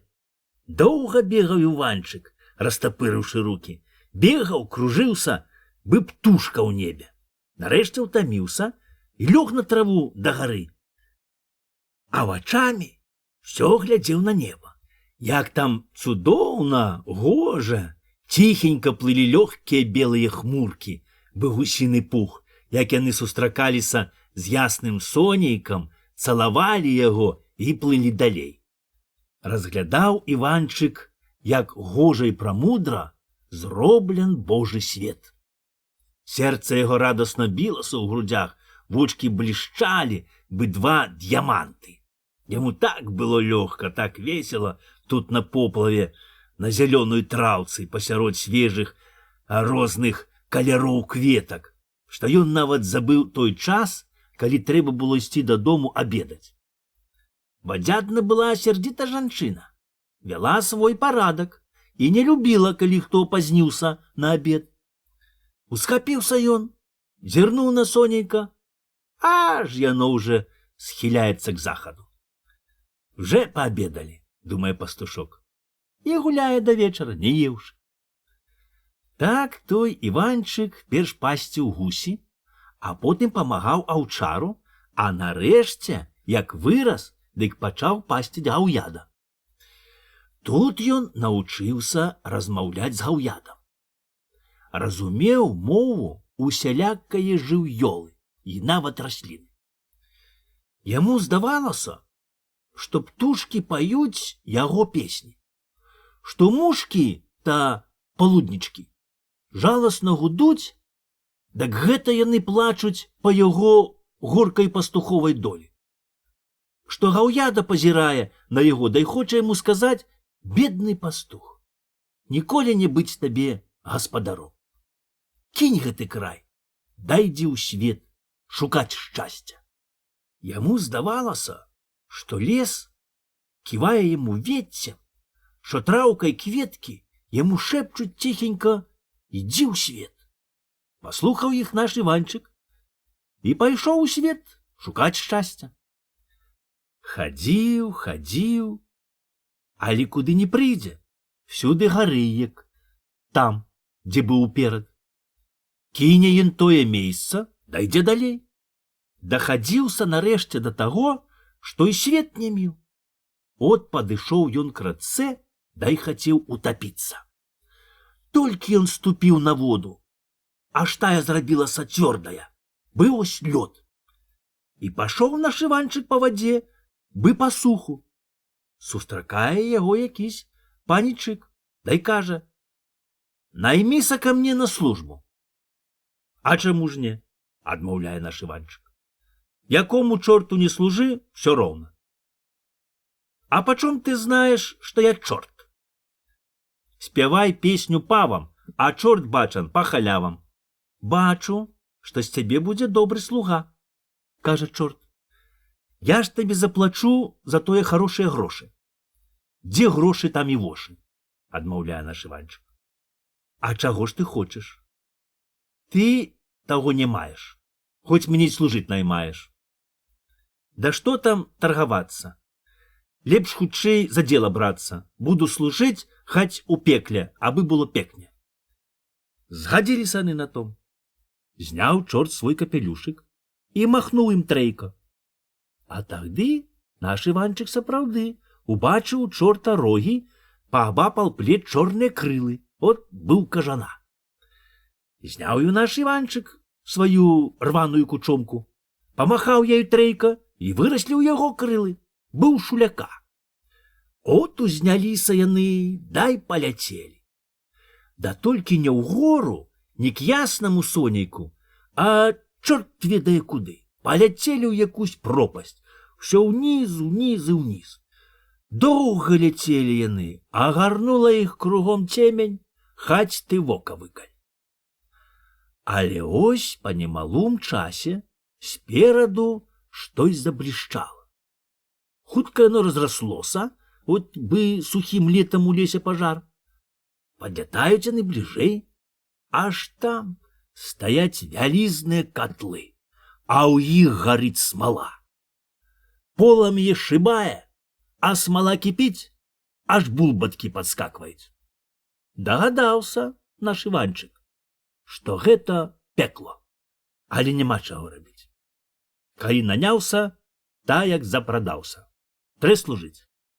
Азірнуўся ён, а тут як шыбанула полым'е, дак яго крылы згарылі. Астаўся там Іванчык. І велеў яму чорт доўгаю залезнаю качаргою у катлох смалу памешваць. Павярнуў ён качаргою, аж там у смале мучацца грэшныя душы. Варочае ён качаргою, да разглядвае тыя грэшныя душы. Каго толькі там не было. Перш-наперш вынырнула лысая галава ксяндза, а поруч з ёю кіпелі ў смале доўгія кудлы папа. Павярнуў ён качаргою, дак разам выскачылі з смалы маладзенькая паненка, абняўшыся з старым панам, старая пані, хурман з бізуном, лёкай з пляшкай у горле, камысар ксёндзскаю пад пахай, пакаёўка, кухар, аканом, цівун, ну і многа другіх дваровых людзей. Павярнуў ён яшчэ раз качаргою, дак тут ужо былі сам ландар з саркаю, рабін з біблею, цодык з тораю, маламед з книжкаю, каваль, шавец, кравец, крамар, крамарка, шапар, нават анучнік, і той высунуў смалы сваю голаў і патрос пейсамі. Але яны зліпаліся і гарэлі бы зубленка. Пашоў Іванчык да другога катла. Павярнуў уём качаргою. Дак тут уже паказаліся нашы браты-хрысціяне. І ўсе больш самыя набожныя людзі. Да такія, якіх лічылі пры жыццю чуць не святымі. Пабачыў тое наш Іванчык, дай думае сабе, не. Мабуць, кожнаму чалавеку прыйдзецца закаштаваць гарачае смалы. Хацеў ён ісці далей. Да зірк, аж тут і яго хросная маць. Убачыла на яго, дай кажа: «Ой, мой сыночак, пакінула я цябе маленькага, дак затое тут мучуся». «Несправядлівы суд, моя матачка», — адмовіў Іванчык. «Несправядлівы за тым, што я толькі тагды і быў шчаслівы, як ты мяне аддала пасці гусі. Толькі ён гэта прамовіў, як яго хросная матка выйшла з катла ўся ў белу, бы снег, і стала поруч з ім. «Дзякуй табе, мой сыночак», – кажа яна, – «што аслабаніў мяне ад гэстае мукі. Цякай ты адсюль, бо чэрці яшчэ жыўцом укінуць цябе ў смалу. Я памагу табе, як адсюль выбрацца». От і павяла яна свайго сынка з пекла вон. Доўга яны ішлі паміж катлоў з гарачаю смалою, якое мукі яны там не набачылі, якіх енкаў не наслухаліся. Нарэшце падышлі к краю пекла. Хросная маці пастаяла разам і знікла, а наш Іванчык пакруціў трэйка сваёй кучомкаю, дык і выраслі ў яго крыла. От узняўся ён і паляцеў, і ўсё ўгору да ўгору. Ляціць, аж вецер свішчыць. Хмуркі мінаюць, толькі мігаюць. Даляцеў ён да зямлі. Вельмі ўтаміўся, дай лёг спачыць. Але ось прыйшоў Христос. А можа, гэта яму і прыснілася. Дай даў яму гуслі. На, кажа, у гэтых гуслях усе твае шчасце. Дай знік. Стаў Іванчык, взяў тыя гуслі, та й зноў пайшоў у свет. Недоўга ён хадзіў, дай наняўся у пахцера пасціць каровы. От выганіць ён каровы на пашу, сядзе сабе на купіну, да як пачне іграць на гуслях, дак і пусцяцца ўсе скакаць. Скачуць каровы увесь дзень, а малако з цыцак цыр-цыр і выліваецца. Пагоніць ён каровы дамоў, пачнуць іх даіць, а малака немаш. Дзівуецца пахцяр, якое б гэта ліха зрабілася. Да нічога не прыдумае. Пашоў ён к рабіну на раду, да і расказаў сваю бяду. Той чытаў Біблію, дай кажа: «Гэта еляк, сет твае каровы». І радзіць рабін пахцеру узяць ад усіх кароў патроху таго, што дарма вывальваецца. Наліць у кашэрны гаршочак, у пятніцу зварыць, а ў шабас ужываць разам з гугелем. А што астанецца, дак тым вышмараваць у кароў вым'я. Падзякуваў пахцяр рабіну, зрабіў рыхтык так, як ён радзіў. Але нічого не памагае. Каровы не то, што не даюць малака, але і самі пачалі худзець, пятрыць, от бы на іх якая хвароба прыйшла. Ходзіць пахцяр, бы шалёны, не ведае, што рабіць, што парадзіць. Сустракае яго адзін п'янчушка, што называўся кавалём, а тым часам заўжды сядзеў у карчме. Той і радзіць знайсці такога знахара, каб ён пазнаў, хто гэта прырабіў, што каровы не даюць малака. А хто ж будзе лепшы знахар ад цябе? А гэты п'янчушка сапраўды знахараваў. «Суес», – прыстае к яму пахцяр, – «я ведаю, што ты добры чалавек. Ведаю, што ты лепш ад усіх знаешся. Зрабі ласку, я ўзадам табе кварту гарэлкі». «Што кварта?» – піраецца той п'янчушка. «Дасі 3 кварты, дак усё скажу, як мае быць». Таргаваўся пахцяр, але мусіў згадзіцца на 3 квартах.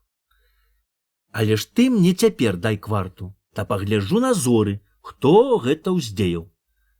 Даў пахцяр яму кварту гарэлкі, от ён выпіў, дай пацёгся на пашу цікаваць, як гэта наш Іванчык пасе каровы. Падходзіць ён, аж пастух іграе на гуслях, а каровы скачуць, аж з іх пена валіць. Дагадаўся той п'янчушка, чаму каровы не даюць малака, та й павярнуў, каб ісці да карчмы, а толькі ось яму так захацелася скакаць, што от такі самі ногі ходзяць. Але ведама, якія скокі п'яна. Паскакаў ён, покуль іграў Іванчык, да й сунуўся ў канаў. На другі дзень прыйшоў ён к пахцяру, да й кажа: «Ну, ведаю, хто гэта ўдзеяў. Давай гарэлку, та скажу». Даў пахцяр яму 2 кварты гарэлкі, да сялянец на закуску. От той п'янчушка і кажа, што ва ўсім вінен пастух. Не мае гаспадар веры? Ну, дак спраканайся сам, кажа п'янчушка.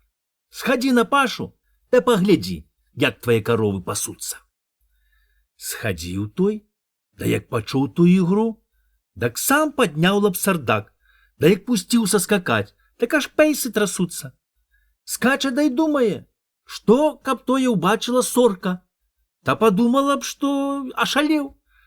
Скакаў пахцяр разам са сваімі каровамі датуль, пакуль Іванчык задаволіўся, да й палажыў тыя гуслі. Няма чаго рабіць, заскаржыў той пахцяр на Іванчыка ў суд. Разабраў суд справу, да за такое вядзьмарства прысудзіў Іванчыка павесіць. От схапілі яго і вядуць на шыбеніцу. Ідзе ён і трымае гуслі пад пахаю. А тут сабралася людзей, як на кірмашы, каб паглядзець, як будуць вешаць вядзьмара. Бабы галосяць, дзецюкі шуткуюць, а іншыя кажуць, што калі гэсто вядзьмар, та яго не павесяць. От уже кат падвёў Іванчыка к шыбеніцы, да і хацеў накласці яму на шыю вяроўку, але той выняў з-пад пахі гуслі, да як зайграе. Так усе і пусціліся скакаць, бацца гарох на гарачай скаўрадзе. Скача кат, абняўшы шыбеніцу, скача суддзя з паперамі ў руках, скача і поп з крыжам перад носам. Скачуць мужыкі і бабы, аж пот з іх валіць, скача ўсе места, бы мошкі мак таўкуць. Іграў Іванчык, да ўсё далей адходзіў ад шыбеніцы, нарэшце і саўсім знік. Схамянуліся ўсе, разінулі рот, да і стаяць як дурні, а нашага Іванчыка і след прастыў. Пачалі яго шукаць, каб злавіць. Але ж кажуць, што нялёгка злавіць вецер у полі, да яшчэ гарэй злавіць таго музыку, который прымушае ўсіх скакаць. Пашоў наш Іванчык у 30-е царства к беламу руськаму цару. Да і пачаў яго цешыць сваімі гуслямі. Як збяруцца заморскія госці да цары, да пачнуць выхваляцца кожен сваімі штукамі, так белы рускі цар і веліць Іванчыку зайграць на гуслях. Іванчык іграе, а ўсе скачуць. Паскачуць пад гуслі таго Іванчыка, дай годзе выхваляцца, бо заўжды мусяць скакаць пад гуслі белага цара. Так от, якія то былі гуслі. Казка запісаная ў вёсцы Рожан ад дзеда Рэдкага. Як чорт тапіў паноў. Жыў сабе адзін чалавек, і была ў яго дужа гожая жонка.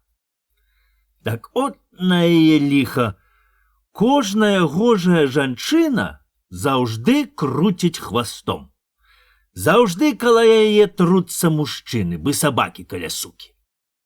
Толькі чалавек з хаты, так госці к жонцы ў хату, як піць даць збіраюцца. Сабраўся раз той чалавек у вялікую дарогу. Насыпаў у мех коням аўса, напхаў велізарную дзяругу самага лепшага мурожага сена, палажыў у торбу цэлы бохан хлеба да кусок сала, насыпаў у мяшэчак круп да солі, кінуў на воз чагунец, нібыта збіраецца ў дарогу на цэлы тыдзень. От наказаў ён жонцы, каб яна шчыльна даглядала гаспадарку.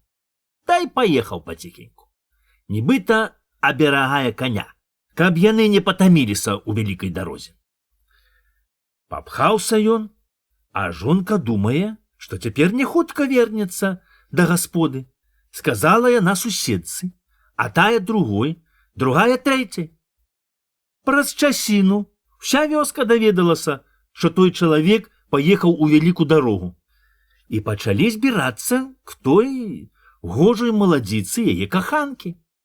Яшчэ на змроку Прыбег к ёй вельмі гарачы малады панічык. Толькі ён ускочыў у хату, як хтось стукае ў дзверы. А куды тут дзецца? І ўлез ён у печ. Адчыніла маладзіца дзверы, аж там другі пан. Чуць толькі яна ўпусціла яго, як зноў хтось стукае ў дзверы. Пашла яна адчыняць. А пан шамялях у печ. Чуе, што там хтось е, але няма чаго рабіць. Ляжыць моўчкі, бытхор. Улез у хату малады купец і пачаў захажацца каля гэтай маладзіцы. Толькі раптам хтось зноў стукае ў дзверы. Спужаліся яны, не ведаюць, што рабіць. Маладзіца дагадалася, што гэта, мабыць, вярнуўся гаспадар. Лезь хутчэй у печ, камендуе яна купцу. Бо як цябе тут застане мой гаспадар, то паломіць табе ногі да адрэжа і вушы, ці яшчэ што-небудзь. Пакуль яна адчыняла дзверы, купец і пілішчыўся ў печ. Дармо, што там уже ляжала двое. Ціснуць яны адзін другога, да нічога не парадзіш, бо ў страха вочы вялікія. Тым часам ехаў той чалавек, да і сустрэў свайго таварыша, з каторым колісь яшчэ хлапчуком пасціў коні. І з гэтым таварышом яны вельмі добра жылі. Нямаль дагэтуль таварышавалі, пакуль ён і ажаніўся. У адзін рок яны пабраліся, а таго таварыша забралі ў маскалі, а цяпер ён адслужыўся ў маскалёх і вяртаўся да гасподы. Маскаль вельмі прыстаў у дарозе і не здолеў далей ісці. От наш чалавек пасадзіў яго на воз, да і павёз да гасподы. Такім разам неўзначай вярнуўся да гасподы той гаспадар і кажа жонцы, каб яна хутчэй запаліла ў печы, дагатовіла вячэраць дарагенькаму госцю. Маладзіца тым часам усё агінаецца. От гаспадар сам схапіўся з лавы, напёр у печ сухіх дроў, дай запаліў. Круціліся ў печы, круціліся тыя малайцы, дай задохліся з дыму. От гаспадар пасылае жонку ў карчму купіць кварту гарэлкі на пачостку свайму таварышу. А тут маскаль кажа, што лепш ён пойдзе па гарэлку, бо потімку жанчыну яшчэ што-небудзь спужае. Пашоў маскаль у карчму па гарэлку, да ведама, пакуль растурхаў сярод ночы ландара, да купіў гарэлкі, да трохі замародзіў. Пакуль яго не было ў хаце, жонка кінулася ў ногі гаспадару, да і прызналася яму ва ўсём, да і кажа, што ты нарабіў? Гэта ж людзі ў печы, ты ж іх, мабыць, спаліў. Прапалі мы з табой. Да давай галасіць, аж рукі ломіць, да валасы рве на сабе перапалоханая маладзіца. Ціха, дурная баба, сыкнуў на яе гаспадар. От узяў ён вядро вады, да шабух у печ. Разгроб гэта ён галавешкі, да давай выцягваць з печы малайцоў. Выцягне аднаго, запрэ, да і паставіць у сенцах. Выцяг гэта ён апошняга, запёр яго на двор, да і паставіў каля каморы. А тым часам варочаецца з карчмы маскаль. Бачыць ён, што хтось стаіць каля хаджайскай каморы, і падумалася яму, што гэта, мабыць, злодзей. От ён падышоў ціхенька, да як цюкне яго пляшкаю па мазгаўні, так то і сунуўся на зямлю. Улез маскаль у хату, да і расказвае таварышу, якая яму прыгода трапілася. Ну, няхай чэша патыліцу, кажа гаспадар. А ты, баба, падавай на стол. От выпілі яны пляшку гарэлкі, закусілі, чым Бог паслаў, і збіраюцца лажыцца спаць. Выйшаў гэта маскаль да ветру, дазірнуў той бок, дзе ён пачаставаў злодзея, аж бачыць, што той ляжыць і не варухнецца. Падышоў ён, памацаў, а злодзей уже й ахалодаў. Прыбег маскаль у хату, белы як палатно, да і кажа, якое няшчасце зрабілася.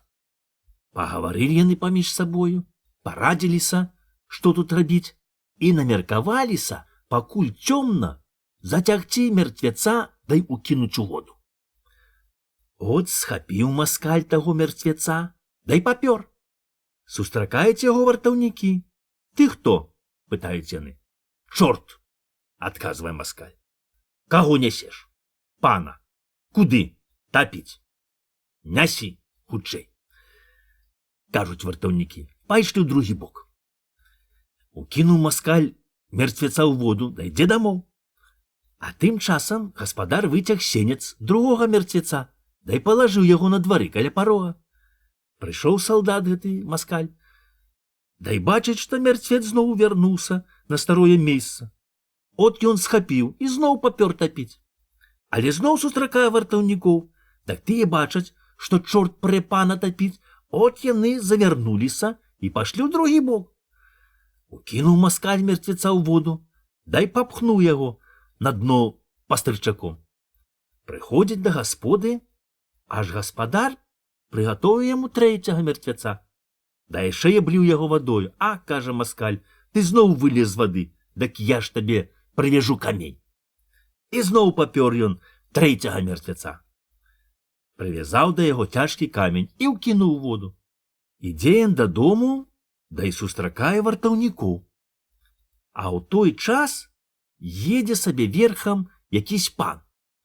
От вартаўнікі крычаць маскалю: чорт, чорт, бачыш, той пан вылез з вады, да на каню ўцякае. Пусціўся гэта маскаль за тым панам, звалок яго сядла, запёр кратце, да і ўкінуў ваду. Отож, дзякуй Богу, думаюць вартаўнікі, адным панам менш. Казка запісана ў вёсцы Рожан ад дзеда Рэдкага. Усе і ў галаве не змесціцца. Жылі багатыя людзі, і было ў іх усялякага добра. Толькі ад іх ніхто не меў добра. Быў у іх адным адзін сын. Не хацелася яму спажываць бацькоўскае добро, а цягло яго ў свет. Каб усе знаць, што там робіцца. І ўжо колькі раз ён парываўся, от кінуць старых бацька і матку, дай вандраваць па свету. Толькі не хацеў, каб яны па старасці аб ём гаравалі. Але ось памірае матка. Бацька яму і кажа: от твоя матка памерла, а скора я памру. Дак ты, як пахаваеш мяне, дак прыйдзе к табе першы старац. Ты дай яму цэлы бохан хлеба, да вось гэты горшчык грошай. І даў ён сыну невялічкі горшчык, завязаны анучкаю. Скора бацька памёр і заставіў сыну многа ўсялякага добра. От пахаваў ён бацька радам з маткаю, справіў памінкі, да і збіраецца ісці ў свет. Але ось заходзіць к яму старац, сівенькі такі дзядок. А гэта быў сам Бог. Даў гэта той чалавек старцу цэлы бохан хлеба, а аб грошах запамятаваў. Падзякуваў старац, да і пайшоў.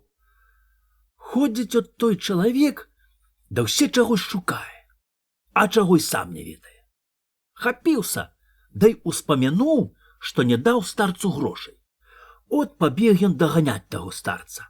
Нагнаў яго, да й аддае горшчык грошай.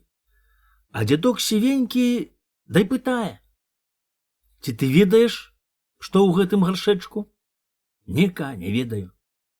А як жа ты хочаш знаць усе на свеце, калі ты не ведаеш і таго, што ў цябе перад вачымі? Все ў галаве не змесціцца, дабавіў той дзядок. Здзівіўся той чалавек, адкуль гэта старац знае яго думкі. Здзівіўся, да і дагадаўся, што, мабыць, гэта не просты старац. От ён і просіць яго паказаць дарогу ў свет, каб там навучыцца хаць таму, як жывуць людзі. Ідзі ка мне служыць, кажа сівенькі дзядок, так многа навучышся. Здзівіўся ён, але пайшоў. Пачакай трохі тут, я прышлю табе каня, ён цябе давязе. Толькі ты не пужайся, што ён трохі дзіўны. Сказаў гэта, дай знік. Стаіць той чалавек, чакае, аж чуе, штось гудзе. Быдзесь от падае град. Азірнуўся ён, а тут і стаў перад ім конь з залатымі крыламі. Скочыў ён на таго коня, дай панёсся, як віхар. Аддзяліўся конь ад зямлі, дай паляцеў усё вышэй да вышэй.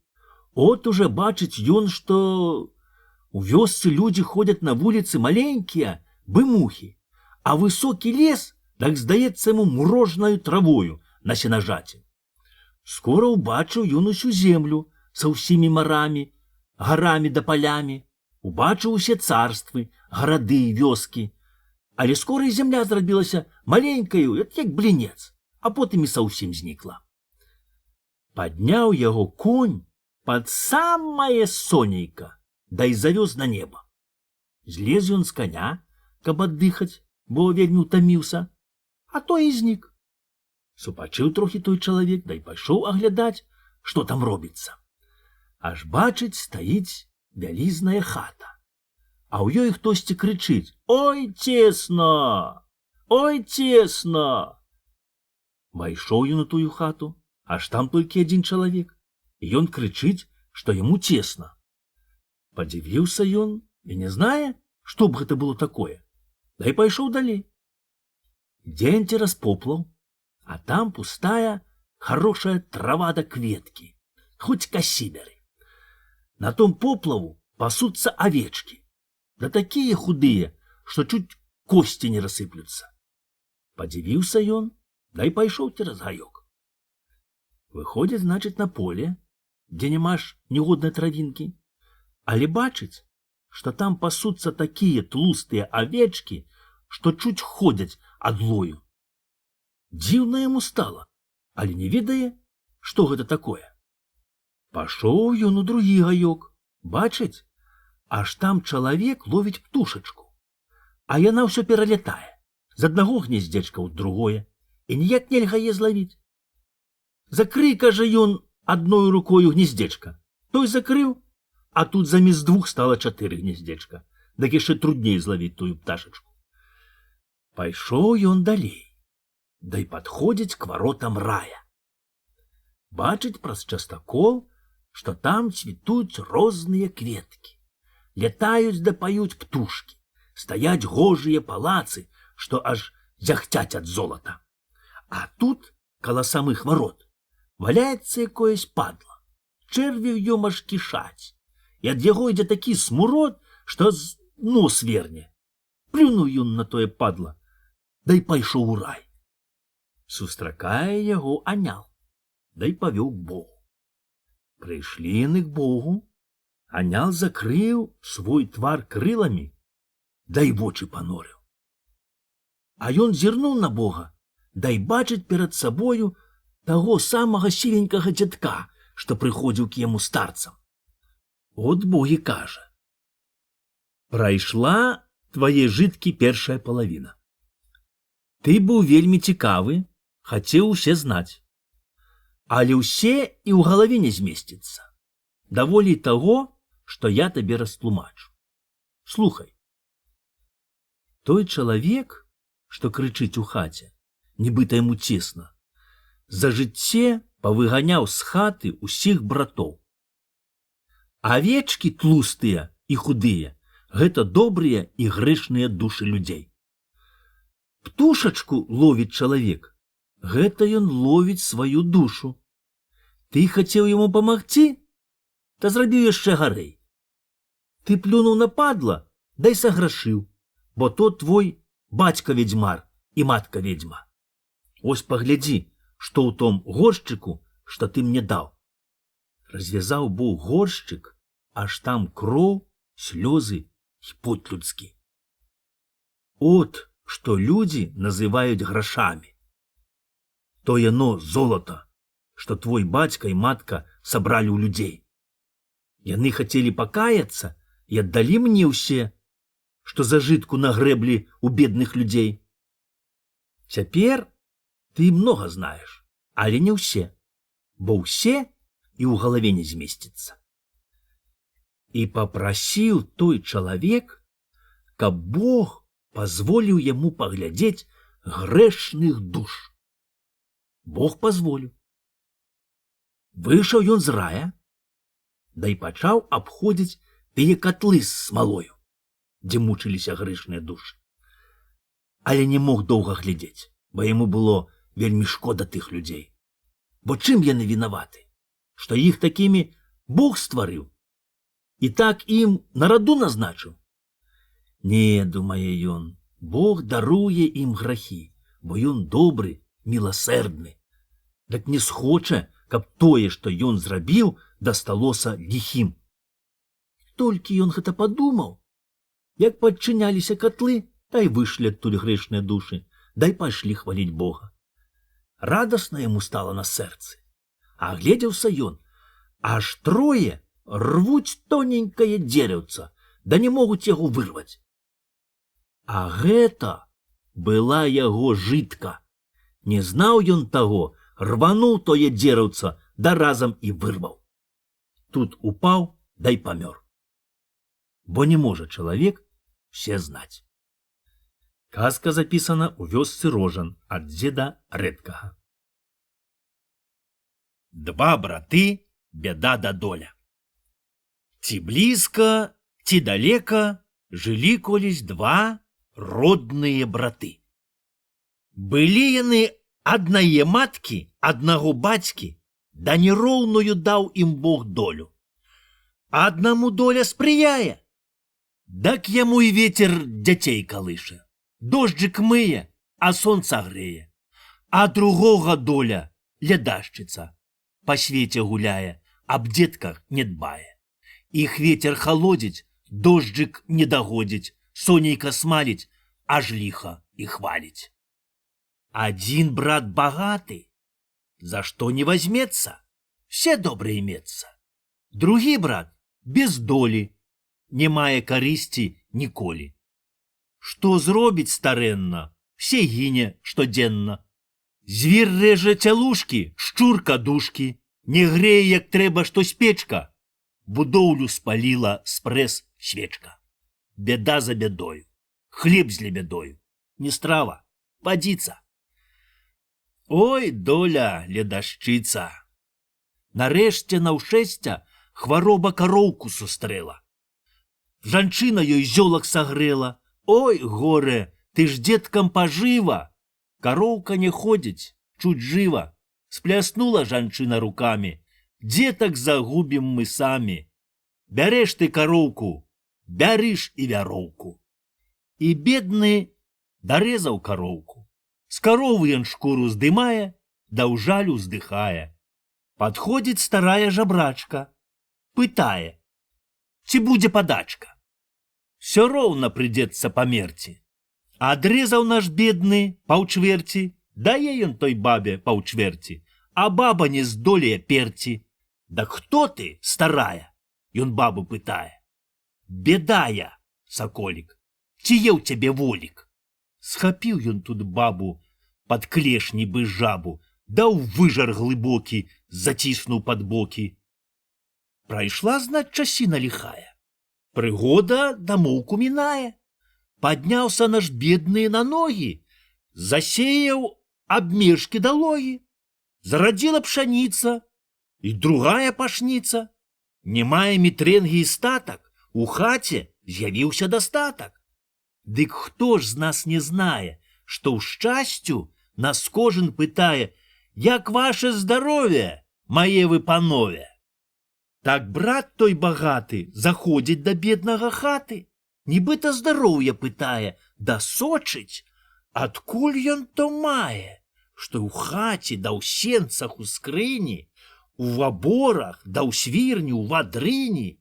Зайшоў я, браточак, да хаты, дай бачу, што стаў ты багаты. Не тойса, скажы мне, як брату, як мог ты збагаціць сам хату? У выжары, браце, у балоце є доля, што ходзіць у злоце. І просіць багаты паволі, звадзі мяне, братко, да долі. Брат бедны шукаць там не радзіць, бо, кажа ён, можа завадзіць. Не слухаў яго той багаты, Да хуценька выйшаў ён з хаты. Дак чуць ён беду там з балота, давёў сабе хутка да плота, яна на галодныя зубы схапіла багатага у губы. Схапіла у дамоўцы багацця, дай знішчыла самае шмацце. Так гэтак захціваць багаты застаўся пад старасць без хаты. І накрыж павесіўшы клункі, ён ходзіць жабруе без жонкі. Не мае прытулку ніколі, бо дарам шукае ён долі. А доля з бядою сакоча, бо заўжды так зробіць, як схоча.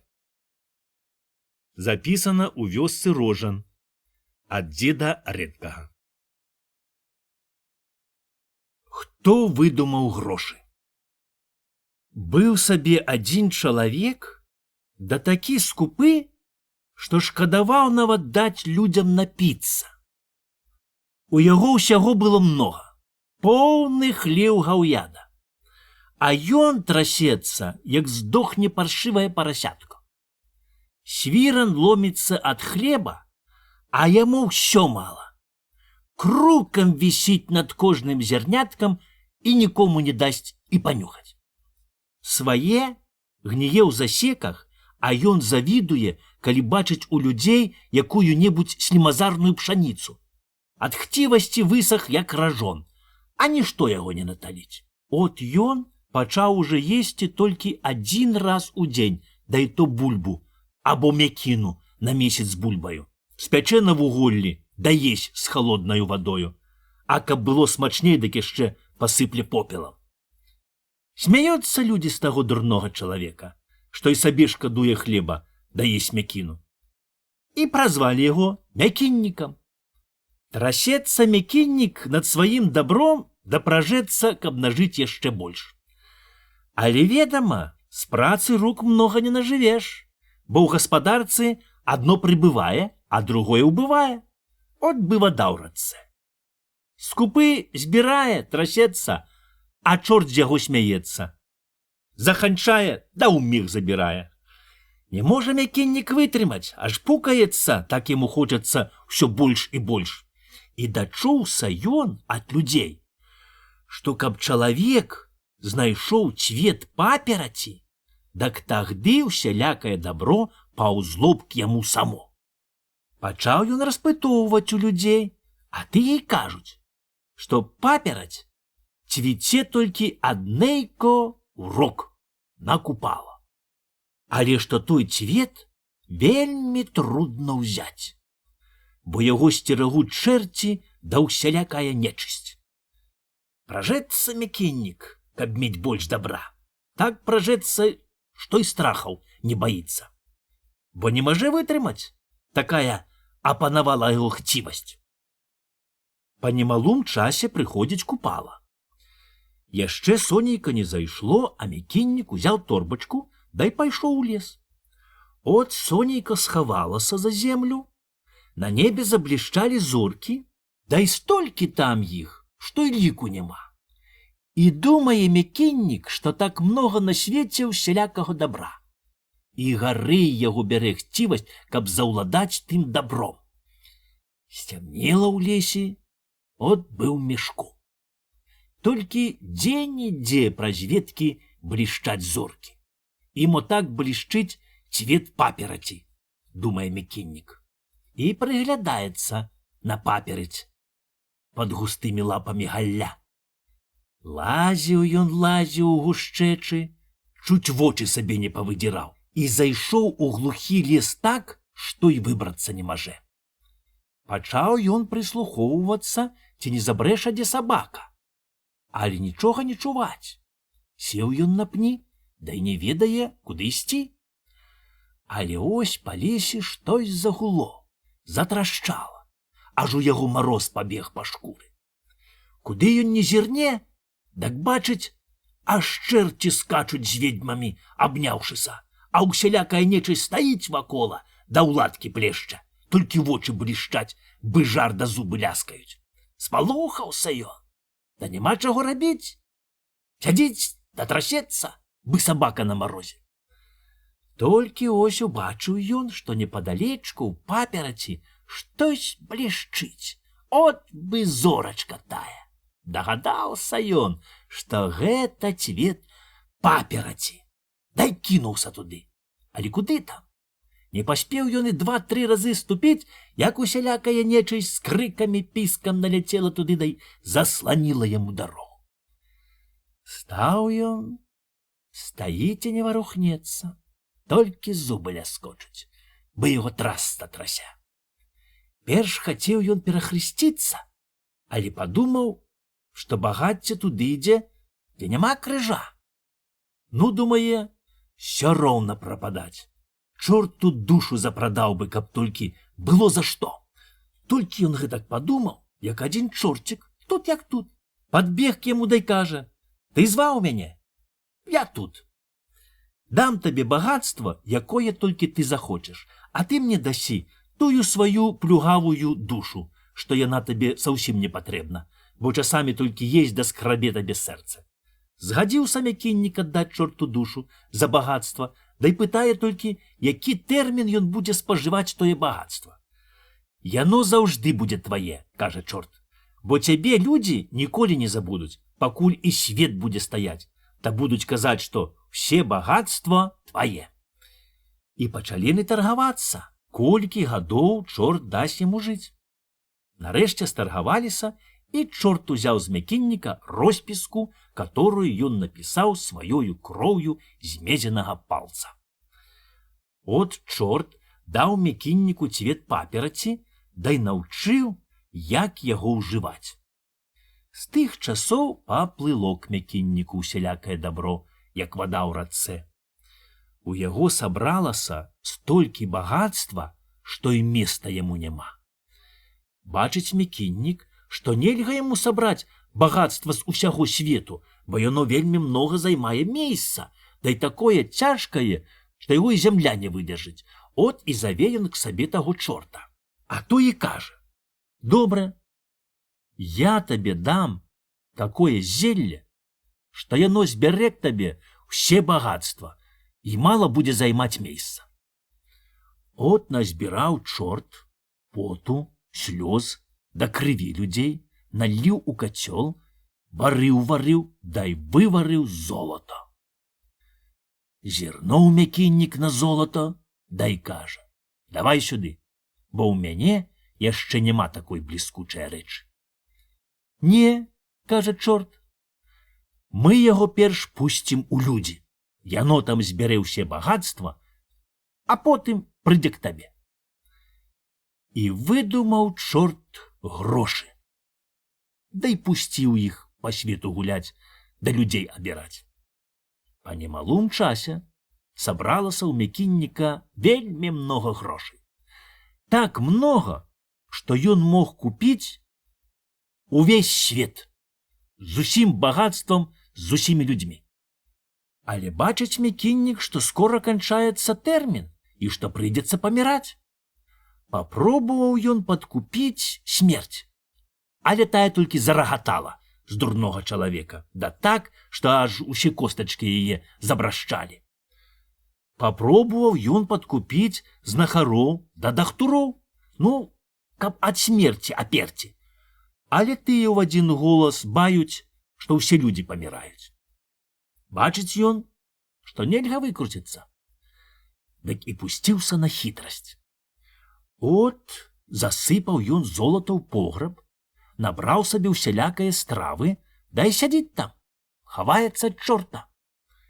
Але ось прыходзіць смерць, дай кажа: «Чым было, тым і стань». Як яна гэта прамовіла, дык усе золата разлілося ў пот, слёзы і кроў людзей, дай заліло пограб аж даверху, і утапіла таго хцівага мякінніка.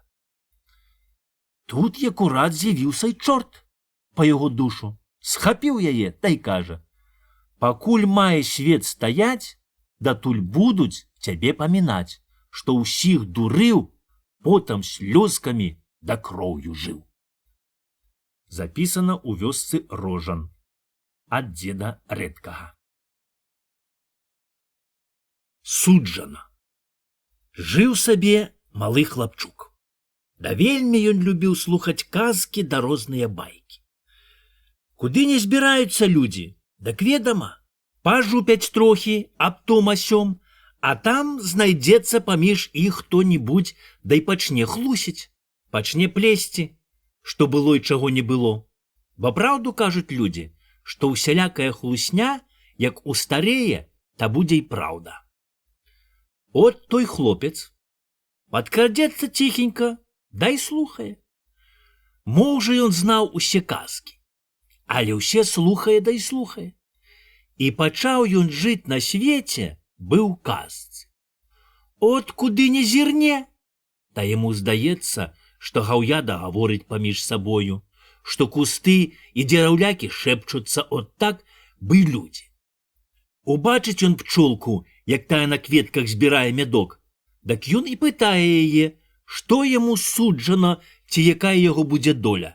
Бзын! Пчолка паляціць, а яму здаецца, што яна сказала ліхо. Сустрэне я ў Йорку, як яна грызе арэшкі. Падойдзе к ёй бліжэй, каб запытаць аб сваёй долі, а тая задзярэ хвост, пабяжыць у гору па дзераве, да толькі цмок, цмок, цмок, цмок. І здаецца яму, што Яўёрка кажа ліха табе, ліха.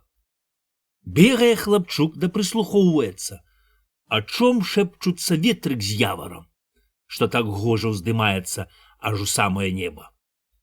Прыслухоўваецца к страшнаму рову цёмнага лесу, як ён у буру матае галавамі, размахвае веткамі, бы чалавек рукамі.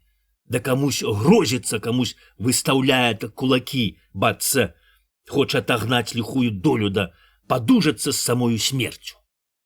Прыслухоўваецца, і яму здаецца, што і лес, і рака, і саме каменне, усе жыве, усе думае і мае сваю гаворку, толькі ось людзі яе не разумеюць.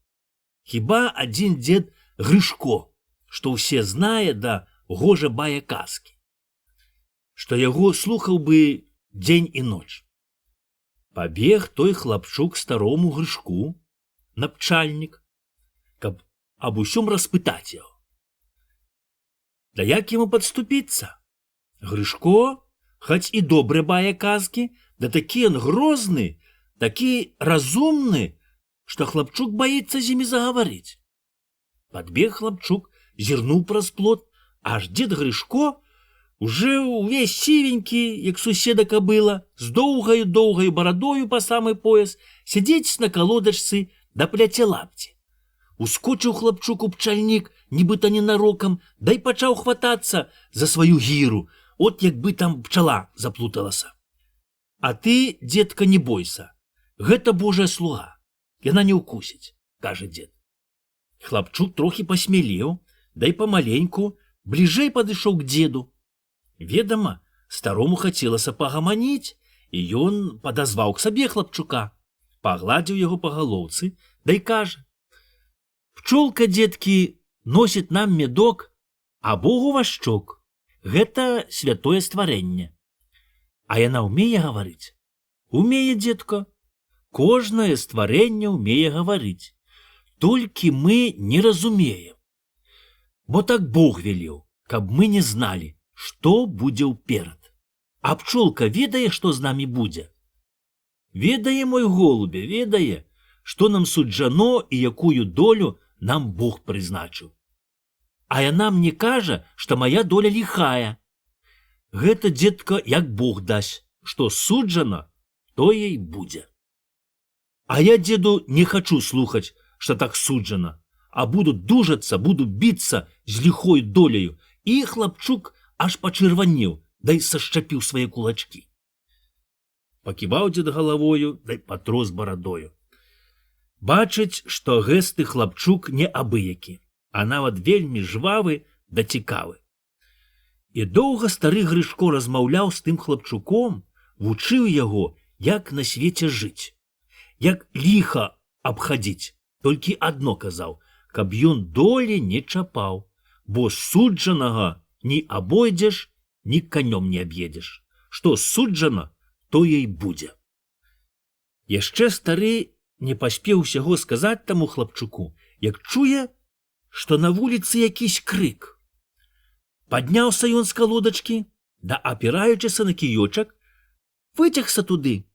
Аж суседзі кажуць, што ўпаў азірод, да і на смерць забіў бацькоў таго хлапчука. Астаўся хлапчук круглаю сіратою, от бы дзіцінка ў полі. Не можа ён малы гаспадараваць, і няма ніякай радні ў яго. Сабраўся сход, абсудзіў дзела, да і раздаў гаспадарку хлапчука людзям, покі ён падрасце. А яго самога прыняў сусед, бо ў яго не было дзяцей. Жыве там хлапчук да пасе гусі, праходзіць год, а мо і больш. Толькі ось затаўсцела жонка таго гаспадара, у якой ён жыў. Падходзіць, ёй пара раджаць. Паслалі таго хлапца пасціць коні. А ён заўёў коні на лужок, там папутаў іх, а сам вярнуўся дамоў. Ціхенька лёг на палаце, дай прытаіўся там, нібыта спіць, да ўсе назірае, як гэта маладзіца будзе раджаць. Інтарэсна. Але ось бачыць, што прыйшлі ў хату перш смерць з касою, а потым яшчэ дзве маладыя жанчыны. Зірнула смерць на тую маладзіцу, дай кажа: «Вазьму яе». «А яшчэ не пара», кажа маладая жанчына, дай затуліла яе ад смерці. Паляскала смерць зубамі, дай кажа: «Я вазьму хаця дзіця». Тут выступіла другая жанчына, дай кажа: «Я яго доля». Тым часам радзілася дзевачка, да як убачыла смерць, так пачала крычаць з усіх сіл. Але доля засланіла дзіця ад смерці. Пабачыла смерць, што ёй тут няма чаго рабіць, паляскала зубамі, паабразкала касцямі, закінула косу на плечы, да і знікла. Асталіся тыя дзве маладыя жанчыны, да і пачалі размаўляць, якая жытка будзе таго дзіцяці. Доля кажа: «Харошая. Будзе гэта вельмі гожая дзевачка, а як вырасце, дак пойдзе замуж за таго цікавага хлапчука, што жыве ў яе бацька. Яны будуць жыць вельмі згодна да хорашенька». А другая жанчына, а то была судьба, зірнула на дзіця, дай кажа: «Але яе ўкусіць свіння, дык яна з таго й памрэ». Зніклі тыя жанчыны. А хлапчук зірнуў на тую дзевачку, а яна чырвоная, зморшчана, от бы жаба, вельмі яму не спадабалася. «От жа недачаканне твае, думае той хлапчук, каб я з табою пажаніўся». Расце тая дзевачка, але, ведама, малое дзіця, якое там хараство.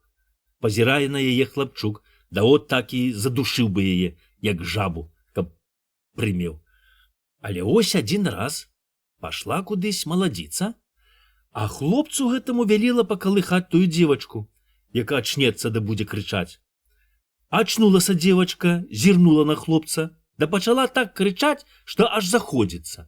Калыхаў хлопец, нічога не памагае, крычыць дзіця, аж пукаецца. Пабачыў хлопец, што дзевачка ад плачу стала такая брыдкая, што ж зірнуць на яе гідка, дай думае: «І гэта яшчэ мае быць мне жонка? Да недачаканне твае». Тут ён, як шалёны, схапіў на стале канчаты нож, пырнуў ім раз дзевачку, а кроў так і пасачылася. Убачыў ён кроў, да спалохаўся, схапіўся за валасы, да чуць іх зусім не выдраў. Што ж я нарабіў? Я ж зарэзаў дзіця. От закрычаў ён, да і кінуўся бягом з хаты і ўцёк у лес.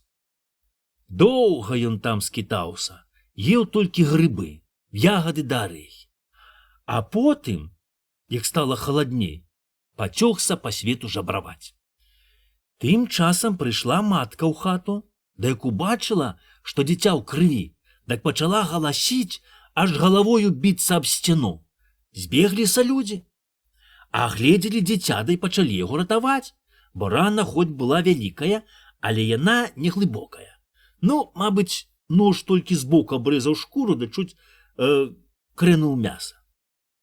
Знеслі бабы з усёй вёскі усялякае зелле, да як пачалі, такі і адхадзілі тую дзевачку.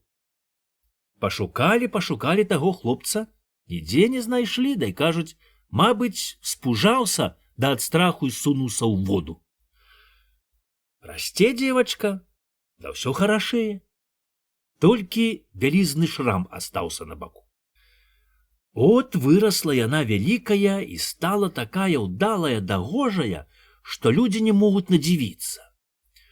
Убачыла яе пані, да і ўзяла к сабе ў двор. Спадабалася яна пані, да і жыве там бы паненка. Тым часам той хлапчук шляўся па свету, надаела яму ў чужых краёх вуглы абціраць, і захацелася хоць адным вокам зірнуць на сваю родную вёску. От і пашоў ён туды. Прыходзіць у двор, дзе была тая дзеўчына ў пані, дай просіцца на службу. Вырас ён за той час дастаў вельмі гожым даўдалым хлопцам, так што ніхто і не пазнаў яго. Спадабаўся ён пану, да і наняўся служыць намеснікам у яго. Ці доўга, ці мала ён праслужыў, толькі ось сустракае раз тую гожую дзеўчыну. Да як убачыў, так і не жыў. З першага погляду так закахаўся, што і жыць без яе не можа. Так і дзеўчыне ён вельмі спадабаўся, але, ведама, дзеўчына маўчыць да ціхенька плача. Застала яе заплаканую раз пані, да й давай дапытоўвацца, а чаго яна плача. Запіралася дзеўка, а нарэшце і прызналася, што вельмі кахае маладога да гожага намесніка. А ён што? Пытаецца пані. Не ведаю, адмаўляе заплаканая дзяўчына. Не плач, моя котка, кажа пані, ты такая гожая, што ён не можа цябе не кахаць. Толькі ты не плач, бо выплачаш свае ясныя вочки. Спалохалася дзяўчына, дай годзе плакаць. От зрабіла пані так, што намеснік нібы ненарокам сустракае тую дзяўчыну. А яму то ей трэба. Сустрэліся яны, да як глянулі адну на другога, дак і без слоў дагадаліся, што вельмі кахаюцца. Хутка яны і пабраліся. А тут пан зрабіў маладога акамонам. От і пашлі яны, кахаючыся, жыць да Бога хваліць.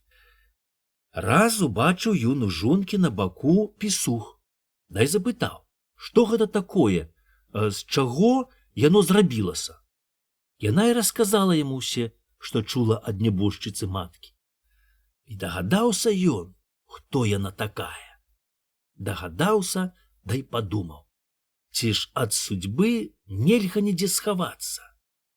Успамянуў ён, што казала судьба, да аж сэрца аблілося кроўю, так яму страшна стала, каб тое не збылося, што каханой жонцы напісана на раду. От пачаў ён берагці сваю жонку, больш як свае вока, і казаў ёй, каб яна берагла са свінней. Жыве сабе тая жанчына, як у Бога за пазухаю, все ў яе, ніякага клопату не мае. От даў Бог ім дзеткі на радасць да на ўцеху. І забыўся ён на тое, што чуў ад судьбы. А мо, думае, гэта ўсё пражкі. От уже падняліся на ногі дзеткі, дабы залатыя калёса тарахцяць па падлозе. Любуюцца бацька з маткай на іх гледзячы, да радуюцца, што Бог паслаў такую жытку, такое шчасце, што не трэба і паміраць. Толькі ось уздумаў пан паехаць на паляванне, да і ўзяў з сабой таго акамона. Напалявалі яны многа звярыны. Акамон быў удалы стралец, і забіў ён 2 дзікоў. От прывезлі тую звярыну ў двор, разлажылі на дзядзінцы, да і сабраліся ўсе разглядаць да любавацца. Выйшла з пакояў і жонка акамона. От і павёў ён яе паказваць тых дзікоў, што сам застрэліў. Падышла яна туды. погладила твердую бы от дрот шчаціну на спине дзіка, дай дзівіцца, якія ў яго доўгія да войстрыя іклы. Тым часам таго дзіка не зусім застрэлілі, а толькі аглушылі. А чухаўся ён, да як ускочыць раптам, да як марскане лычом, дак зачапіў іклом акаму на жонку і па самых ляшках, так што чуць заўсім ног не атняў. Пакуль людзі хапіліся за стрэльбы, дак ён так сунуў у лес, што ніхто не дагнаў. А жонка акамона яшчэ памучылася трохі, та й кончылася. Не плакаў акамон, бо пазнаў, што ад судьбы нідзе не схаваешся. А што яго пасцігла такое няшчасце за тым, што яго доля такая ліхая. Запісана казка ў вёсцы Рожан ад дзеда Рэдкага. Не сіла, а смеласць. Была ў адной вёсцы маленькая ростам дзеўка. Моў яе сіла была, як у камара. Смяяліся з яе дзяўчата. Кажуць, што хлопец дзьмухне, дык яна й паляціць бы пух. Але яна была вельмі смелая, што нічога і нікога не баялася. Чаго я буду баяцца? Часам шуткуе яна. Богу не трэ, а ліхі не возьме, бо ён на мяне не пазарыцца, ведама тая, што ад ветру хістае. Толькі ось кажуць дзеўкі, што яна не такая смелая, як гаворыць, бо поўначы баіцца адна схадзіць на могліцы. Спрачаецца яна, што сходзіць, але тыя кажуць, што не даюць веры. Злосць узяла тую дзеўку, а яна, хаць бы маленькая, да злосці поўныя косці. Ото ж пайду, кажа яна. Гэта ты пойдзеш, бо вельмі ўпартая, а ў самой душа ў п'яткі схаваецца, як убачыш цень, смяюцца дзеўкі. Ото ж пайду. Піснула яна, тупнула быказа нагою, да і пабегла на могліцы. Бяжыць і не азіраецца. Падбегла к могліцам, супынілася, да і пайшла ціха. А каб не было страшна, запела песню «Ідзе да пае». Тым часам зладзеі абакралі пана, да і носяць тое дабро каля каплічкі на воз. Пачулі яны песню, спужаліся людзей, да і пабеглі ў лес. Падходзіць яна к каплічцы, да і бачыць, што там стаяць запрэжаныя коні. Запытала яна, хто гэта, але ніхто не абзываецца. Памацала яна на возе, аж там многа ўсялякага дабра. От яна отвязала коней, села на воз, да і паехала да гасподы. Пагналіся зладзеі за тою дзеўкаю, але не маглі дагнаць, толькі пацікавалі, куды яна паехала. Вернула яна пану коней і ўсё дабро, дак той даў ёй гасцінца, многа грошай. Жыве тая дзеўка, да і спажывае панскія грошы, а дзеўкі толькі аблізваюцца, да завідуюць ёй. Шкода зладзеям таго дабра, але яшчэ гарэй сорам ім, што тая невялічкая дзеўка не пабаялася, а яны разбегліся ад яе бы зайцы. От і надумалі яны замсціцца. Па немалым часе прыходзіць адзін злодзей к ёю сваты. Яна не згаджаецца, пакуль не пабачыць, як ён жыве. А таму тое толькі і трэ. От і расказаў злодзей ёй, як яго знайсці. От і збіраецца наехаць к таму злодзею. Матка давай адгаворваць, да не пушчаць.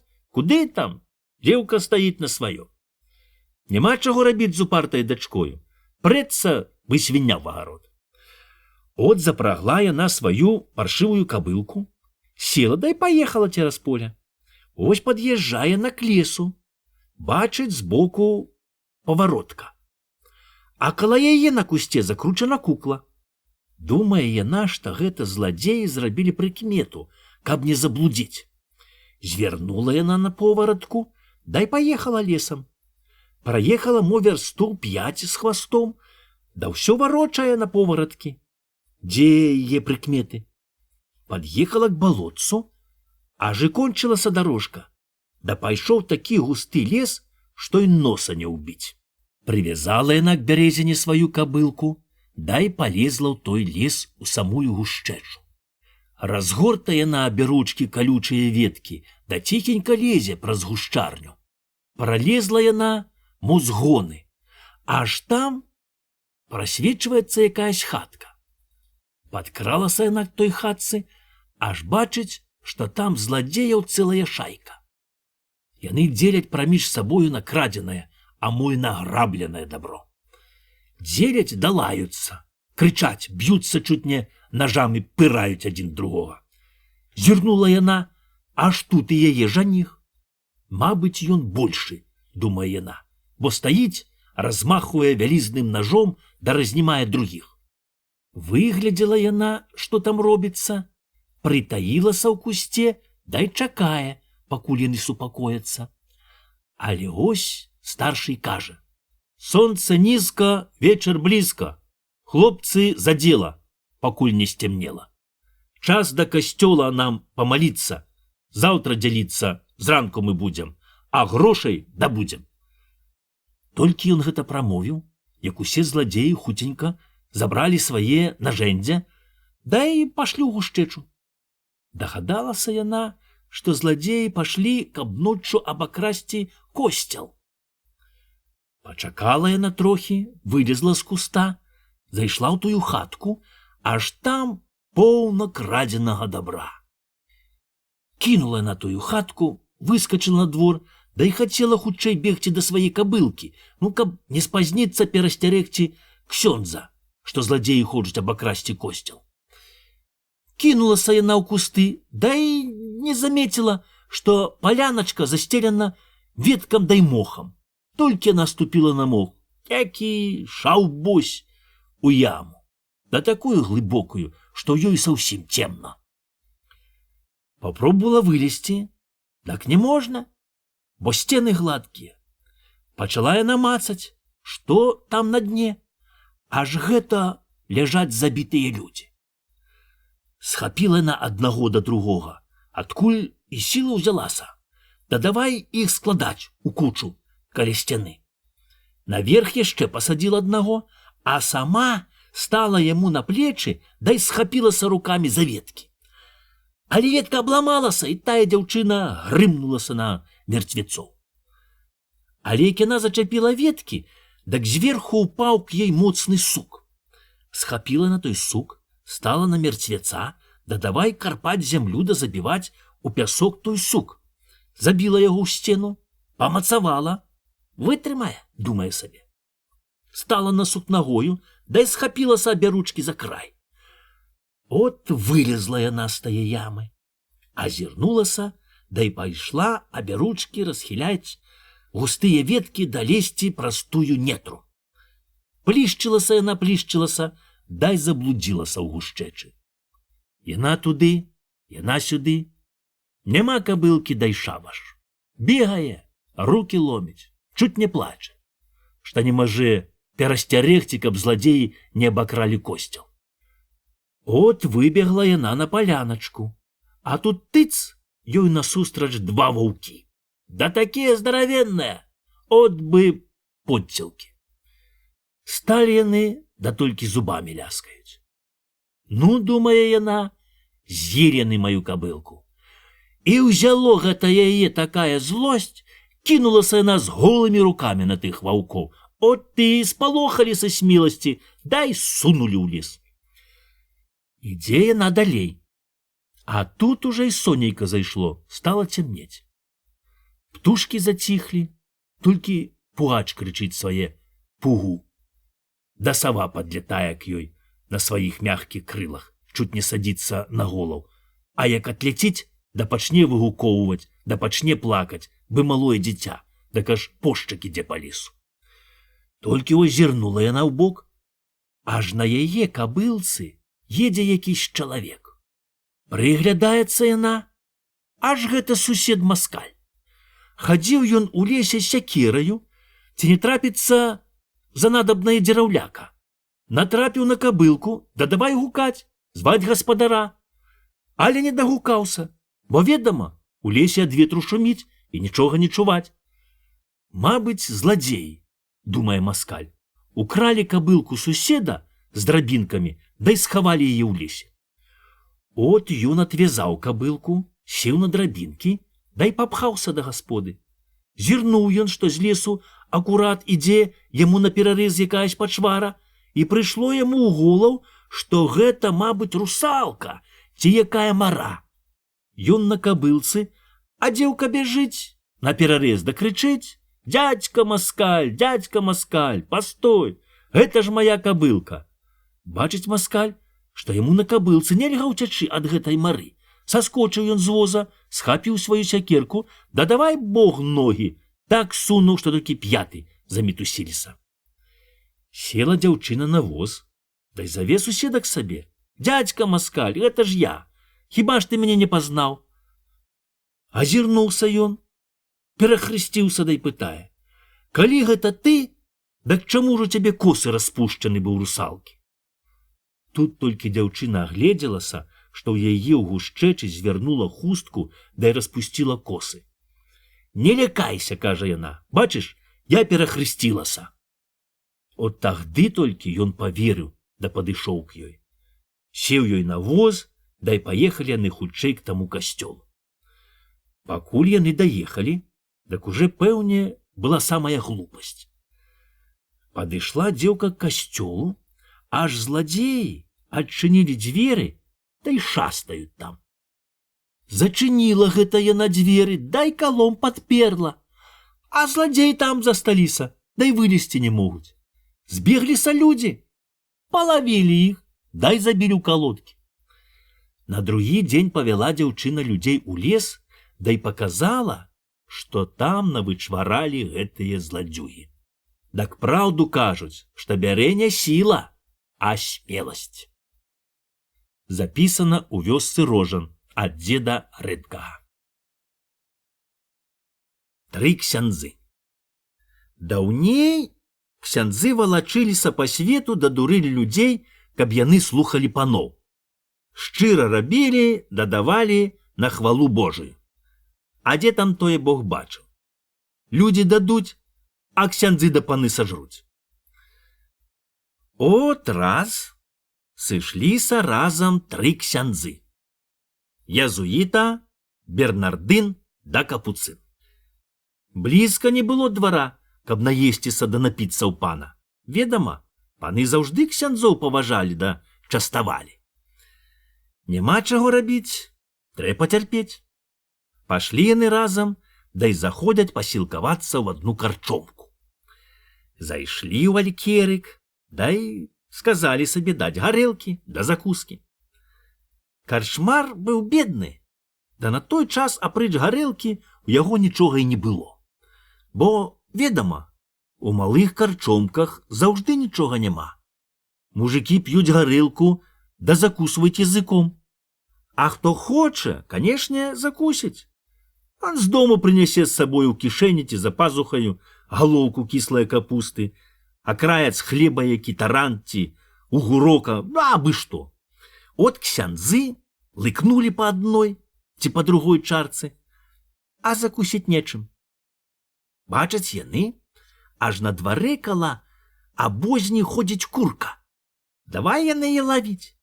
Бегаюць ксяндзы, падняўшы полы, а курыцу не могуць злавіць. Бегала яна, бегала туды-сюды, а за ёю ксяндзы. Нарэшце згубіла яйцо, та й залезла дзесь пад абозню. Схапілі ксяндзы тое яйцо, да й велелі жонцы ландара яго зварыць. Зварыла яна, да й падала ксяндзам яйцо. Не ведаюць яны, як яго падзяліць. Рыхтавалі, але нічога не ўрадзяць. Нарэшце атаўбаваліся на том, што той з'есть яйцэ, хто лепш другіх прыкажа.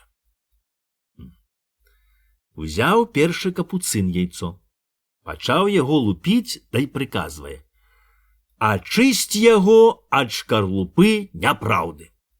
І толькі ён хацеў палажыць тое яйцо ў рот, да праглынуць, якось з яго рук бярэ Бернардын. От узяў ён яйцэ, пасыпае яго соллю, да і прыказвае: «І пасалі яго соллю мудрасці». Сказаўшы тое, хацеў ён палажыць яйцэ ў рот да з'есці, але ось бярэ тое яйцэ з яго рук апошні ксёндз язуіта. Ён зірнуў на сваіх таварышоў, да й кажа: «Ачысціўся ад шкарлупы няпраўды, абсыпаўся соллю мудрасці, дак увайдзі да хвалы твайго пана». Пры гэтых словах езуіта ўнёс яйцэ ў рот, да і праглынуў. От з тых часоў і годзе ўжо капуцыну і бернардыну таварышаваць з язуітамі. Запісана ў вёсцы Рожын ад Ясінскага. Свиное рыло. У неяком царстве, у неяком государстве жыў-быў адзін бортнік. У яго была малая гаспадарка. Старенькая хатка, да адна кароўка, да і тая бесхвостая. Толькі даў Бог яму многа пчолак. Тыя насілі яму салодзенькі медок, да збіралі воск на хвалу Божую. З ранай да вечара даглядаў бортнік сваіх пчолак. Рабіў ім вуллі, да сцярог, каб жоўны не клявалі, да мышы не лазілі, або каб часамі на пасеку не забраўся мядзведь ці які ліхі чалавек. Быў ён ужо ў сярэднім веку, а жыў адзін, быкоў. Уже пагаворвалі суседзі, што ён якісь шалапаваты, бо жыве не так, як людзі. І пачалі яго суседзі цурацца, да абыходзяць, як ліхога чалавека. Толькі жыла там дзевачка-сіротка. Засталася яна з маленства яшчэ без айца і без маткі. Да так і гадавалася, неведама ў каго і як. Мо ўжо ёй было гадоў 6, як пачала яна пасці гусі. От загоніць яна гусі на рэчку, а сама забяжыць к бортніку на пасеку. Назрывае там кветак, да і пляце сабе вяночак, або слухае дзядзька бортніка, як ён кажа ёй казкі. Немаль з ранай да вечара кожен дзень сядзіць яна на пасецы, да дзівіцца, як пчолкі носяць мядок. І так полюбіў яе бортнік, што як яна сядзіць на пасецы, дык яму здаецца, што і не трэба лепшага жыцця. Падрасла яна і стала гожай дзяўчынаю. А бортніка не забывае.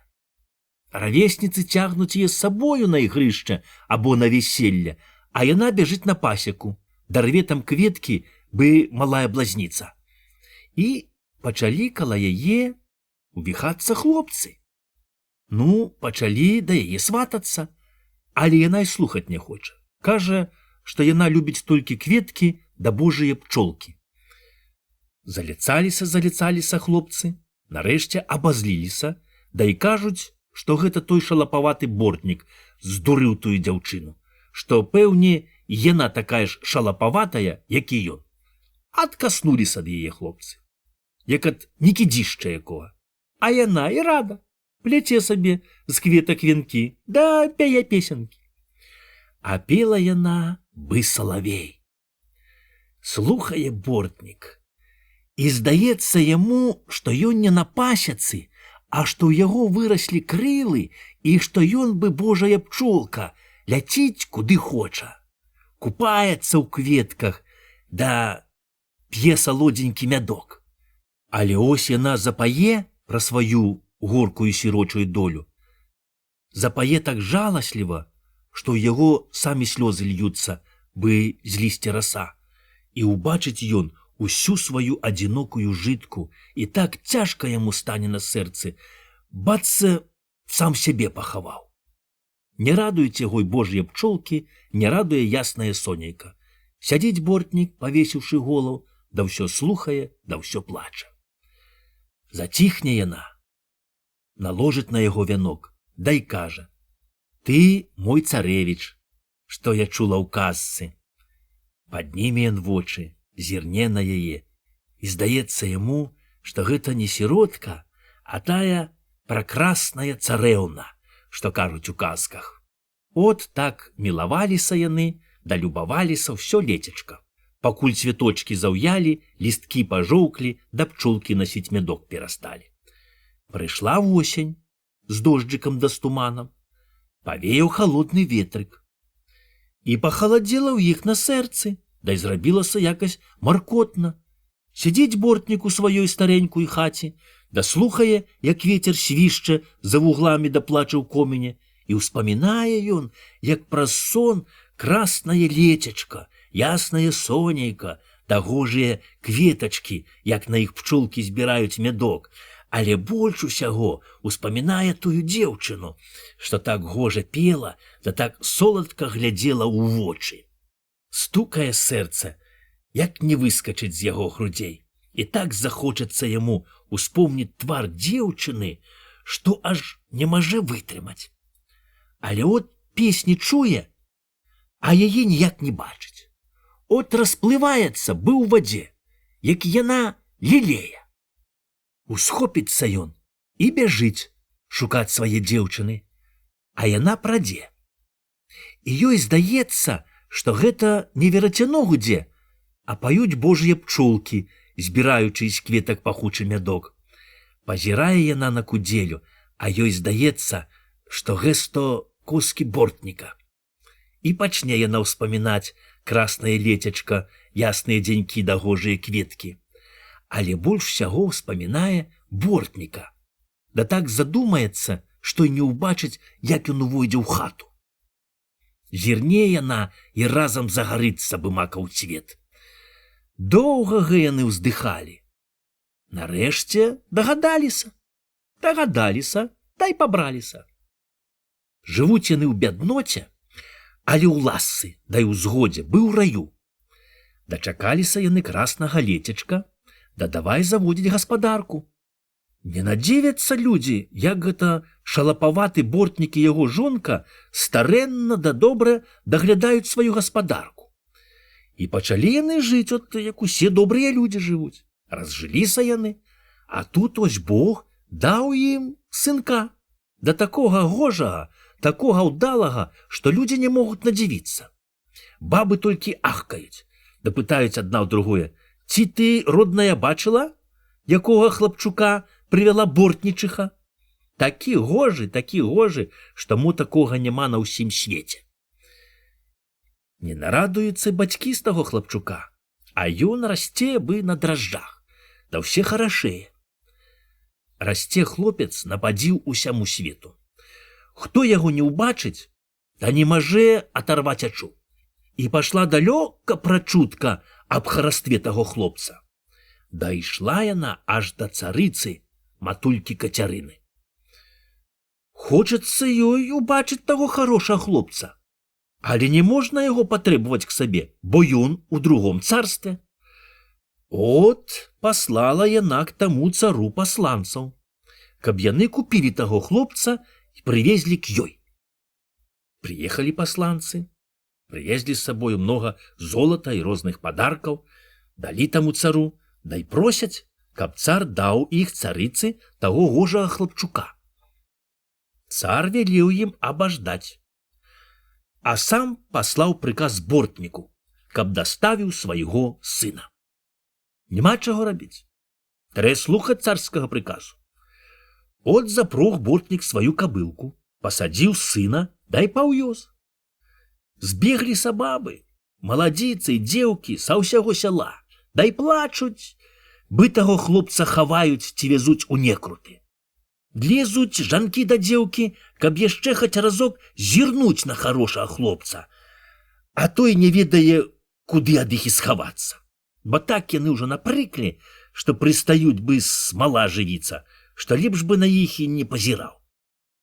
Рад ён, што вырваўся ад жанок, дай просіць бацька, каб паганяў кабылку. Але мусіць, уже так Бог даў, што гожаму хлопцу нідзе няма спакою ад жанчын. Куды ён не прыйдзе, так зараз жа жанчыны адна перад другой акружаць яго отусюль, да так прыстаюць, што і дыхаць не можна. Замучылі яго бабы, пакуль ён дабраўся да цара. Але ось пайшла чутка, што к цару прывезлі такога гожага хлопца, якога і свет не бачыў. дачулася і царыца. Адзілася гэта яна у самую лепшую адзежу і велела таго хлопца прывесці к сабе. Зірнула яна, дай не жыва. Так і спадабаўся той хлопец. Зірнуў на яе цар, дай кажа, што гэтага хлопца просіць сабе царыца Кацярына. Трэба, кажа, яго аддаць ёй. Да куды там? Царыца і слухаць не хоча. Не дам, дай толькі. Крыкнула яна, дай тупнула ногою. Ведама, жанчына, мой Боже, заўсёды пераможа. Спужаўся цар і не ведае, што рабіць.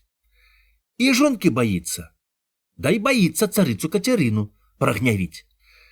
От пачаў ён радзіцца з панамі да баярамі, што тут яму рабіць. І парадзілі яны, каб цар сам паехаў к царыцы Кацярыне, дай расказаў усю справу. Паехаў цар к царыцы Кацярыне, нібыта ў госці. Пакуль ён ехаў, тым часам царыца пачала прыставаць к таму хорошаму хлопцу. Уцёк ён ад царыцы, дай праклінае сваю долю, да чуць не наракае на Бога, што даў яму такое хараство. І пачаў ён плакаць да ўбівацца. Але чым больш плача, тым харашэйшы робіцца. Лезуць к яму жанчыны, бы мухі на мёд. І пачаў ён прасіць Бога, каб узяў у яго хараство. А тым часам царына Кацярына выслухала цара, дай дагадалася, што тая царыца працівіцца. От яна затрымала цара ў сябе. Нібыта ён ёй вельмі спадабаўся, а тым часам велела свайму войску забраць тое царства і таго гожага хлопца і прывесці к ёй. Пашлі людзі ваяваць, пашлі кроў праліваць, пашлі царыцы гожага хлопца дабываць. Ці доўга, ці мала яны ваявалі, вёскі палілі, людзей забівалі, толькі нарэшце тое царства забралі. Пакуль ішла вайна, Бог учуў малітву таго хлопца, убачыў яго слёзы, дай узяў у яго хараство. От уже непрыяцельскае войска забрала сталіцу, дай уваходзіць у царскія палацы. А царыца ні на чога не ўважае, абы толькі ёй абняць таго вось гожага хлопца. От велела яна і прывялі яго к ёй. Толькі яна хацела яго абняць да пацалаваць, аж зірне, а яго твар абярнуўся ў свіное рыла. Крыкнула тут царыца, а з яе дух вон выперла. Забрала войска царскія палацы і пачалі шукаць таго хорошага хлопца. Ператрэслі ўсе царства, а яго няма. Пасадзіў бортнік сына свіное рыла на воз, дай паехалі яны да гасподы. Зірнула матка, да пазнала толькі вочкі свайго сынка. І пайшоў ён у лес, дай зрабіў сабе там землянку. Доўга яшчэ жыў там. Маліўся Богу, да вучыў і лячыў людзей. І пачалі ўсе казаць, святы ён чалавек, дарма, што свіное рыла. Кажуць людзі, што на том месцы, дзе яго была зямлянка, і цяпер яшчэ стаіць каплічка, а ў ёй абразок таго святога з свіным рылам. Запісана ў вёсцы Рожан ад Кухталя. Іншы сон, як у руку дась. Быў сабе адзін поп, да вельмі бедны. Прыход маленькі, людзі бедныя, нямашака з іх ніякага прыходу. Хундушовая земля, адзін пясок жоўтенькі бы золата. Трымаў ён сабе парабка, горкага п'яніцу Степана Штукара. Яго дражнілі штукаром за тым, што гэсты дохлы п'яніца часамі такія вычвараў штукі, што і не прыдумаць. Жыве сабе штукару папа, ды голадам падыхае. Бо поп хаць бедны, але дзяцей мае, як бобу. Яны хаць дробныя, але ядзяць бы саранча. Што поп не заробіць, як хавае каго або хрысціць, дзеці адразу з'ядзяць і не абліжуцца. А тут непадалечку, паабапал папа, жывуць сабе, таўсцеюць вельмі багатыя пан і карчмар. Ведама, калі людзі бяднеюць, то пан і карчмар заўжды багацеюць. Чаго толькі у пана няма. Хіба мо птушачага малака. Да што і казаць. Ведама, як у пана ў багатым двары. Аднаго сала мо 10 кублаў. Еш хоць падавіса. У ландара сала саўсім немашака. Хіба гусіны шмалац. Дак затое ў яго абаранкаў цэлае вясло, а селенцоў поўная бочка да гарэлкі, хоць захлебніса. Падойдзе Сцяпан Штукар у двор, паглядзіць на панскае дабро, да толькі сліну каўтае. І так у яго каля сэрца заўе, так яму зробіцца моташна, што ён проста з двара і пабежыць у карчму. Толькі як лыкне кручок ці два, дак трохі яму й палягчае. Уже не раз Штукар зарыўся ўкрасці ў двары што-небудзь, да ўсё баяўся. Бо куды ты дзенеш, калі нямашака ніякага прытулку? От раз вельмі яму захацелася есці. От ён прыйшоў да папа, да й кажа: «Бацюшка, ці ведаеш, што я прыдумаў? Пан багаты, усялякага ў яго добра многа, аж з горла прэ, а нам няма чаго, і каб душу падперці. Дзе ж праўда?» Раскірычыў Штукар ногі, растапырыў палцы, да так пазірае, што поп аж зарагатаў. «Не смейся, бацюшка, няма праўды на свеце. Праўда ест, да мы яе не бачым, бо свет грэшны, дак Бог нас карае. Не, бацюшка, няма праўды, калі ў аднаго з горла лезе, а другі дохне з голаду. Чаму пан багаты, а мы бедныя? Бо так Бог даў, ён ведае, што робіць. Яго пуці ніхто не знае». І пашоў поп вучыць Штукара.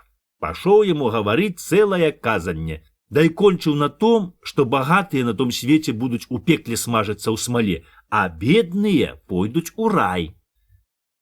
Слухаў Штукар, нарэшце і кажа: «Сам Бог казаў выцягці з калодзеса козла, а мы, бацюшка, выцягнем у пана вала». «Што ты кажаш, якога вала?» «Гладкага, бацюшка, вала. Не разумею твае гаворкі. Украдзьма ў пана вала, тай будзе што есці». «Гэта ж грэх». «Які грэх? У пана красці не грэх, бо пан багаты. Ён у нас пакраў, а мы свае дабро возьмем назад. Дык гэта ж не грэх?» Доўга адгаворваў поп Штукара, каб ён нічога не краў у пана. Нарэшце махнуў рукой, дай кажа: «Ай, рабі, як знаеш». Пачасаў Штукар патыліцу, дай выйшаў. Толькі ось уваходзіць да папа матулька. Да ўжо з самога парога пачынае крычаць да лаяцца, што поп сядзіць дома і нічога не робіць. А тут дзеці галодныя, у хаце ні крошкі хлеба і няма чаго ў гаршчок палажыць. Заткнуў поп вушы, да бегом з хаты. Аж тут якраз сустракае Штукара. Хацеў ён паслаць яго на вёску, каб пазычыць хлеба да закрасы, але той не даў і вымавіць, дай пытае: «Дак што ж, бацюшка, возьмем вала?» Возьмем, адмаўляе поп вышалёны. От Штукар заўёў папа ў адрыну, падвязаў яму доўгія кудлы, падабраў раску, а зверху надзеў свае лапікло. Дай пайшлі яны ў хмызняк, дзе паслося скарбовая гаўяда, занялі там самага гладкага вала, загналі ў лес, дай зарэзалі. Няма чаго рабіць. Завіхаецца поп каля вала, а Штукар толькі камендуе. От злупілі яны з вала шкуру, павесілі яе на галіну сушыцца, а мяса падшвертавалі, закапалі ў зямлю та й засыпалі трухою з сухога балота. Зверху завалілі каладдзём, а самыя лепшыя кускі прынеслі дамоў, та й давай спажываць. А гледзеліся ў двары, што нема ж самага лепшага вала, от яны туды-сюды бегалі, от бы скрозь зямлю праваліўся вол, нема. Ну, думаюць, мабыць, дзе адбіўся ад гаўяда, да ваўкі зарэзалі. Але пану шкода добрага вала, от ён велеў пазваць знахароў, каб яны паваражылі да сказалі яму, дзе той вол. Прыходзяць знахары, варожаць, але кожны гаворыць інак. Адзін кажа, што вол заплутаўся ў лесе і не можа выбрацца з балота. Другі гаворыць, што ваўкі зарэзалі. Трэці пляце, што цыганы ўкралі, але ніхто дасканала не скажа, дзе яго найсці. Тым часам штукар сядзіць сабе ў карчме п'яненькі, да пахваляецца, што ён ведае, куды дзеўся панскі вол. Пачуў той ландар, да й пабег казаць аб том пану. Пакуль ландар збегаў к пану, штукар дастаў з кішэні 2 палачкі, выняў звяренькі збанок, прылажыў тыя палачкі к дну купы з гарэлкаю, да як уперся каленам пасярэдзіне ў тыя палачкі, яны выправіліся, ды так расперлі клепачыны, што цераз уторы і забурчала гарэлка. Нацадзіў ён сабе повен збан, дай пацёгся дамоў. «Дзе ты быў?» – пытае поп, которому яшчэ вол вельмі карціць. «У карчме, бацюшко», – адказвае п'яны штукар. «Ось прынёс гарэлкі на магарыч бацюшку за тое, што вельмі смачна мясо». Поп скрывіўся, аж яму вочы пад лоб завярнула, але ўсё-такі пераліў гарэлку ў пляшкі, да і схаваў. «Нема калі мне з табой дурыцца», – кажа поп. От ён адзеў лепшую раску, прычасаў збольшага кудлы, да і пайшоў к пану, каб і яму сказаць таму прыемнае слаўцо ў няшчасці. Прыходзіць поп, аж там уже многа сабралося ў пана гасцей. Сядзяць яны, п'юць, ядзяць, да размаўляюць аб том, як цяпер кепска жыць на свеце стала, як многа ўсялякіх прыпадкаў, як, напрыклад, прыпадак пану з валом. Гаворыць і поп, да яшчэ і складаней ад усіх гаворыць. Ківае яму пан галавою, сам налівае яму віна да гарэлкі, частуе добрага гаваруна, да падкладвае яму лепшыя кускі. Жумрыць поп, толькі барада трасецца, быў казла. Тым часам паслаў пан па таго штукара, каб ён сказаў, што ён знае пра вала. Прыйшоў штукар, раскірачыў ногі, растапырыў палцы, дай стаіць сабе ў парозе. «А што скажаш, каханы?» – пытае пан. «Усе добрыя, паночку. А па-добрым што?» «Дачуўся я, што ў пана прапаў вол». «Прапаў. А добры вол?» «Добры. З рагамі?» «З рагамі. І з хвастом?» «Ну, вядома, з хвастом», – кажа з несцярпеннем пан, которому уже надоело слухаць этого п'янага мужика. «Дак пэўне ж, гэта той самы вол», – крыкнуў на ўсе пакоі штукар і сплеснуў руками так. «Які той самы?» – пытае пан, которого уже взяла цікавасць. «Да той, што я бачыў». «А дзе ж ты яго бачыў?» «На поплаве каля хмызняку». «Калі ж ты бачыў?» «От гэта добра не ведаю, паночку. Ці ўчора, ці заўчора, а мой пазаўчора. Толькі добра памятаю, што тое было ў досведкі». «Дак што ж было з тым валом?» «Нічога, паночку. От стаіць сабе вол, да такі рагаты, што хать ты білы з рог рабі. Стаіць сабе, да траву языком косіць, от бацца касою. Але ж у пана і трава на поплаве, далі бог што, можна касіць». «Да куды пайшоў вол?» – з нецярпеннем пытае пан. «Нікуды не пайшоў, паночку, гэта я сам ад яго пайшоў». «Куды ж ты пайшоў?» «Ой, ведама ж, паночку, хто мае дамоўку, то ідзе да гасподы, а ў мяне яе няма ж, дак я пацёгся к папу. Думаю, ось матулька дасць якое-небудзь бульбы лаптух наладаваць». «Цо ты, дурню, пляцеш?» – закрычаў пан. «Да ўжо хацеў і прагнаць таго п'яніцу. Пан крычыць на мяне, а я ж думаў, што пан хце ведаць, дзе прапаў вол. Дак кажы, што знаеш. Толькі няхай пан не перабівае, да не крычыць, бо я і забудуся. Ну, кажы». Дак от паглядзеў я на панскага вала, які ён гладкі да гожы, дай думаю, от каб мне такім быць. Што вол? Мабыць, панскім сабакам лепшая жытка, як наша. Дзе ж тая праўда на свеце? Што ж гэта Бог робіць? І прыпамянуў я, што наш бацюшко усе кажа, Бог ведае, што робіць. От я ўзяў бацюшку, та й пайшлі мы аглядаць таго вала. Вельмі спадабаўся ён нам.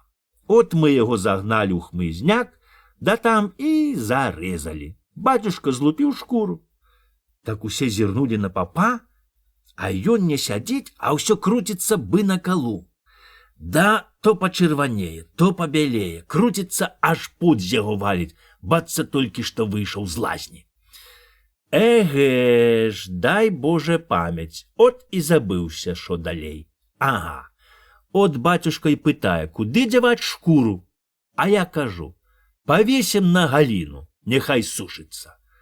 От павесілі мы шкуру, пачвартавалі мяса, падзялілі, потым пачалі кішкі дзяліць. Ухапіліся мы за кішку разам. Я цягну к сабе, а бацюшка к сабе. Я к сабе, а бацюшка к сабе. Кішкай парвалася, а гной з яе як свісне нам у вочы.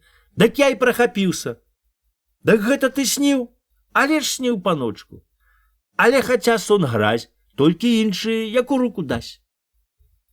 Запісана ў вёсцы Рожын ад Сасноўскага. Кравец з таго свету. Даўней людзі яшчэ не былі такія хітрыя, як цяпер. Жылі яны проста, як Бог паказаў, а ніхто нікога не крыўдзіў, бо баяўся граху. Ніхто нікога не ашукоўваў, каб і яго людзі не ашукалі. Затым усімі добра было жыць на свеце. Толькі ось з'явіліся такія людзі, што захацелі забагацець. От і пачалі яны ашукоўваць ды крыўдзіць людзей. І нарэшце пашло па свеце такое круцельства, што кожны адзін другога ашукоўвае да толькі наровіць, каб яму было добра. Але трасца яму ў зубы, а не дабро, бо заўжды знайдзецца яшчэ хітрэйшы, што і таго ашукае, або гары скрыўдзіць. От і жыў сабе адзін бедны кравец. Ведама, з працы рук многа не заробіш. Колькі не працуй, дай то, хвала Богу, калі заробіш кавалак хлеба, да які зламаны грош на патрэбу. А часамі нічога няма, хаць ідзі ў старцы. Гэй, той кравец, як ён не стараўся, як не працаваў, а не маже дзетак пракарміць. От пачаў ён шыць вопратку да прадаваць на кірмашы. Раз не было яму часу самому ісці на кірмаш, дык ён паслаў жонку, каб яна прадала тую вопратку, што пашыў. А колькі ж прасіць за гэтую вопратку, пытае яго жонка. А як на торзе, адказвае ён. Нясе жанчына вопратку, а людзі пытаюць яе, колькі яна хоча. А як на торзе, адмаўляе яна. От прыйшлі яны на кірмаш. Людзей там свет, от бы на хвесце. Все крычаць, лаюцца, таргуюцца да божацца, аж глушаць. Пытаюць і тую жанчыну, колькі яна хоча за вопратку, а яна ўсё адно адказвае, што як на торзе. Паслухалі людзі, да падумалі, што гэта, мабыць, якая шалапавата ці зусім дурная. От якісь мешчанчукі, давай штукаваць, дак піць тае жанчыны, а яна гаворыць ім усё адно, што як на торзе. Бачыш, маладзіца, кажуць яны, на торзе патаргуюцца, дай бяруць усялякія рэчы. От і мы ўжо даволі патаргаваліся. І забралі яны тую вопратку ад жанчыны без грошай, дай пайшлі сабе. Пастаяла тая жанчына, дай пайшла да гасподы. Ці рана, ці позна прыходзіць яна дамоў і без вопраткі, і без грошай. Распытаўся кравец, як яна прадавала вопратку. Дай дагадаўся, што гэта яе абшукалі. Аблаяў ён жонку, абазлаваўся на ашуканцаў, дай годзе жыць па-божаму, годзе гаварыць праўду. Пачакай же ж, крыкнуў ён. Цяпер каго не стрэну, та ашукаю, пакуль свае не вазьму. От узяў ён сваю краўцоўскую снасць, а ведама, якая ў краўца снасць. Голкі ў пазусе, напёрстак у кішэні, да прас на кіёшку, на которым нарезаны локці да аршыны, дай пайшоў у свет. Прыходзіць ён у места, дай гукае, што вельмі добры кравец з таго свету. Прыслухалася адна пані, пазвала к сабе яго, дай пытае, што робіцца на том свеце. а ў яе, бачыце, нядаўна памерла гожая дачка. Чаго? На том свеце вельмі добры, кажа кравец. Толькі адзенне хутка псуецца, бо ў зямлі трохі вільгаць. А ці не бачыў ты там мае анелькі? Пытае пані. Чаму не? Бачыў. Ой, якая гожая паненка, дак мову ва ўсім небе не маю і раўні. Толькі, прапрашаючы паню, сукенка порвалася, да трохі ззаду свеціцца. Ой, мой миленькі, ці не можеш ты занесці ёй новую вопратку? Чаму не? Занесу. Пачаставала пані краўца, напхала яму поўны мяшок рознага адзення, да яшчэ дала і грошай на дарогу. Ускінуў ён клунак на плечы, да й пайшоў. Тым часам прыйшоў дамоў гаспадар тае пані. От яна й пачала казаць яму, як заходзіў кравец таго свету і што ён казаў аб іх дачцэ. Да й прызналася, што паслала на той свет добрую вопратку. Дагадаўся той чалавек, што кравец накпіў з яго жонкі. Распытаў, куды ён пайшоў, сеў хутчэй на коня, да й пусціўся наўздагон. Чуе кравец, што хтось гоніцца ззаду. Кінуў хутчэй мяшок у кусты, а сам пайшоў насустрач. Толькі ось сустракае яго той гаспадар, да й пытае, ці не сустрэў ён краўца з клункамі за плячамі. Як жа, адказвае кравец, сустрэў такога, от тут зусім блізенька. Толькі ён пайшоў у кусты, пэўне, ты яго не трапіш. От хіба ж дай мне свайго коня, та я духам яго даганю. А то, бачыш, у мяне ногі штось падбіліся. От той гаспадар злез з коня, да і сядзіць на дарозе, чакае, пакуль вернецца той кравец. А кравец тым часам сеў сабе на коня, ускінуў на яго клунак з адзежаю, да й паехаў да гасподы. Ну, думае ён, будзе з мяне за тое, што маю жонку людзі ашукалі. Сядзеў той чалавек на дарозе, чакаў краўца, да так і не дачакаўся. Толькі ось едуць людзі да і кажуць, што сустрэлі такога чалавека, але што ён цяпер уже вельмі далёка, бо гнаў коня з вуса. Дагадаўся той гаспадар, што кравец яго ашукаў. Пашоў дамоў пешкі, да й кажа жонцы. Дагнаў я таго краўца, сам распытаўся, як на том свеце нашай анельцы. Да яшчэ паслаў ёй коня, каб пешкі не падбівала сабе ножак. Я заўжды знаю і кажу, што ты такі добры, такі харошы, якіх і на свеце няма. А ты ў мяне такая разумная да добрая гаспадыня, што б ты не рабіла, таму дрэй за ўсіх людзей. Запісана ў вёсцы Рожан ад Сасноўскага. Хараство — сила. У неякум царстве, у неякум государстве колись жыў адзін цар. І задумаў ён жаніцца. От сабралі к яму самых гожых дзевак са ўсяго царства на пагляд. Аглядаў цар тых дзевак, але ніякае яму не спадабалася. Князі да міністры не ведалі, што рабіць, і давай яны шукаць гожых дзевак у чужых краёх. Назбіралася к цару самых гожых дзевак са ўсяго свету, цьма цьмушчая, але ніякае яму не спадабалася. Нема, кажа ён, такое гожае дзеўкі, каб яна была мне па сэрцу, дак я сам пашукаю. От, пераадзеўся ён папросту, да й пайшоў у свет наглядаць сабе дзеўку. Хадзіў, але ўсюды так многа гожых дзевак, што ніяк ён не можа выбраць, якая ад іх харашэйшая. Нарэшце плюнуў ён на хараство, да й давай выбіраць сабе такую жонку, каб яна лепш за ўсіх умела рабіць дзела. От, думае сабе, каб мне знайці такую, каб яна з саломы да сена прала залатыя да ядвабныя ніткі. давай ён распытоўваць у баб. Але тыя кажуць, што дзеўкі вельмі гожа прадуць лён, гожа ткуць палотна да рушнікі, гожа нашываюць сабе ўсялякія цацкі на сарочках да хвартухох. Толькі такіх, каб яны пралі салому да сена, тутачкі не чуваць. Дачулася аб том адна бедная ўдава. Дай запрасіла цара к сабе. А ў яе была вельмі гожая дзеўка. Але такая гультайка, што нічога не хацела рабіць. Затым яе ніхто не хацеў браць замуж. Ведама, у хаджайстве няма чаго пазіраць на хараство, а трэ дзела рабіць.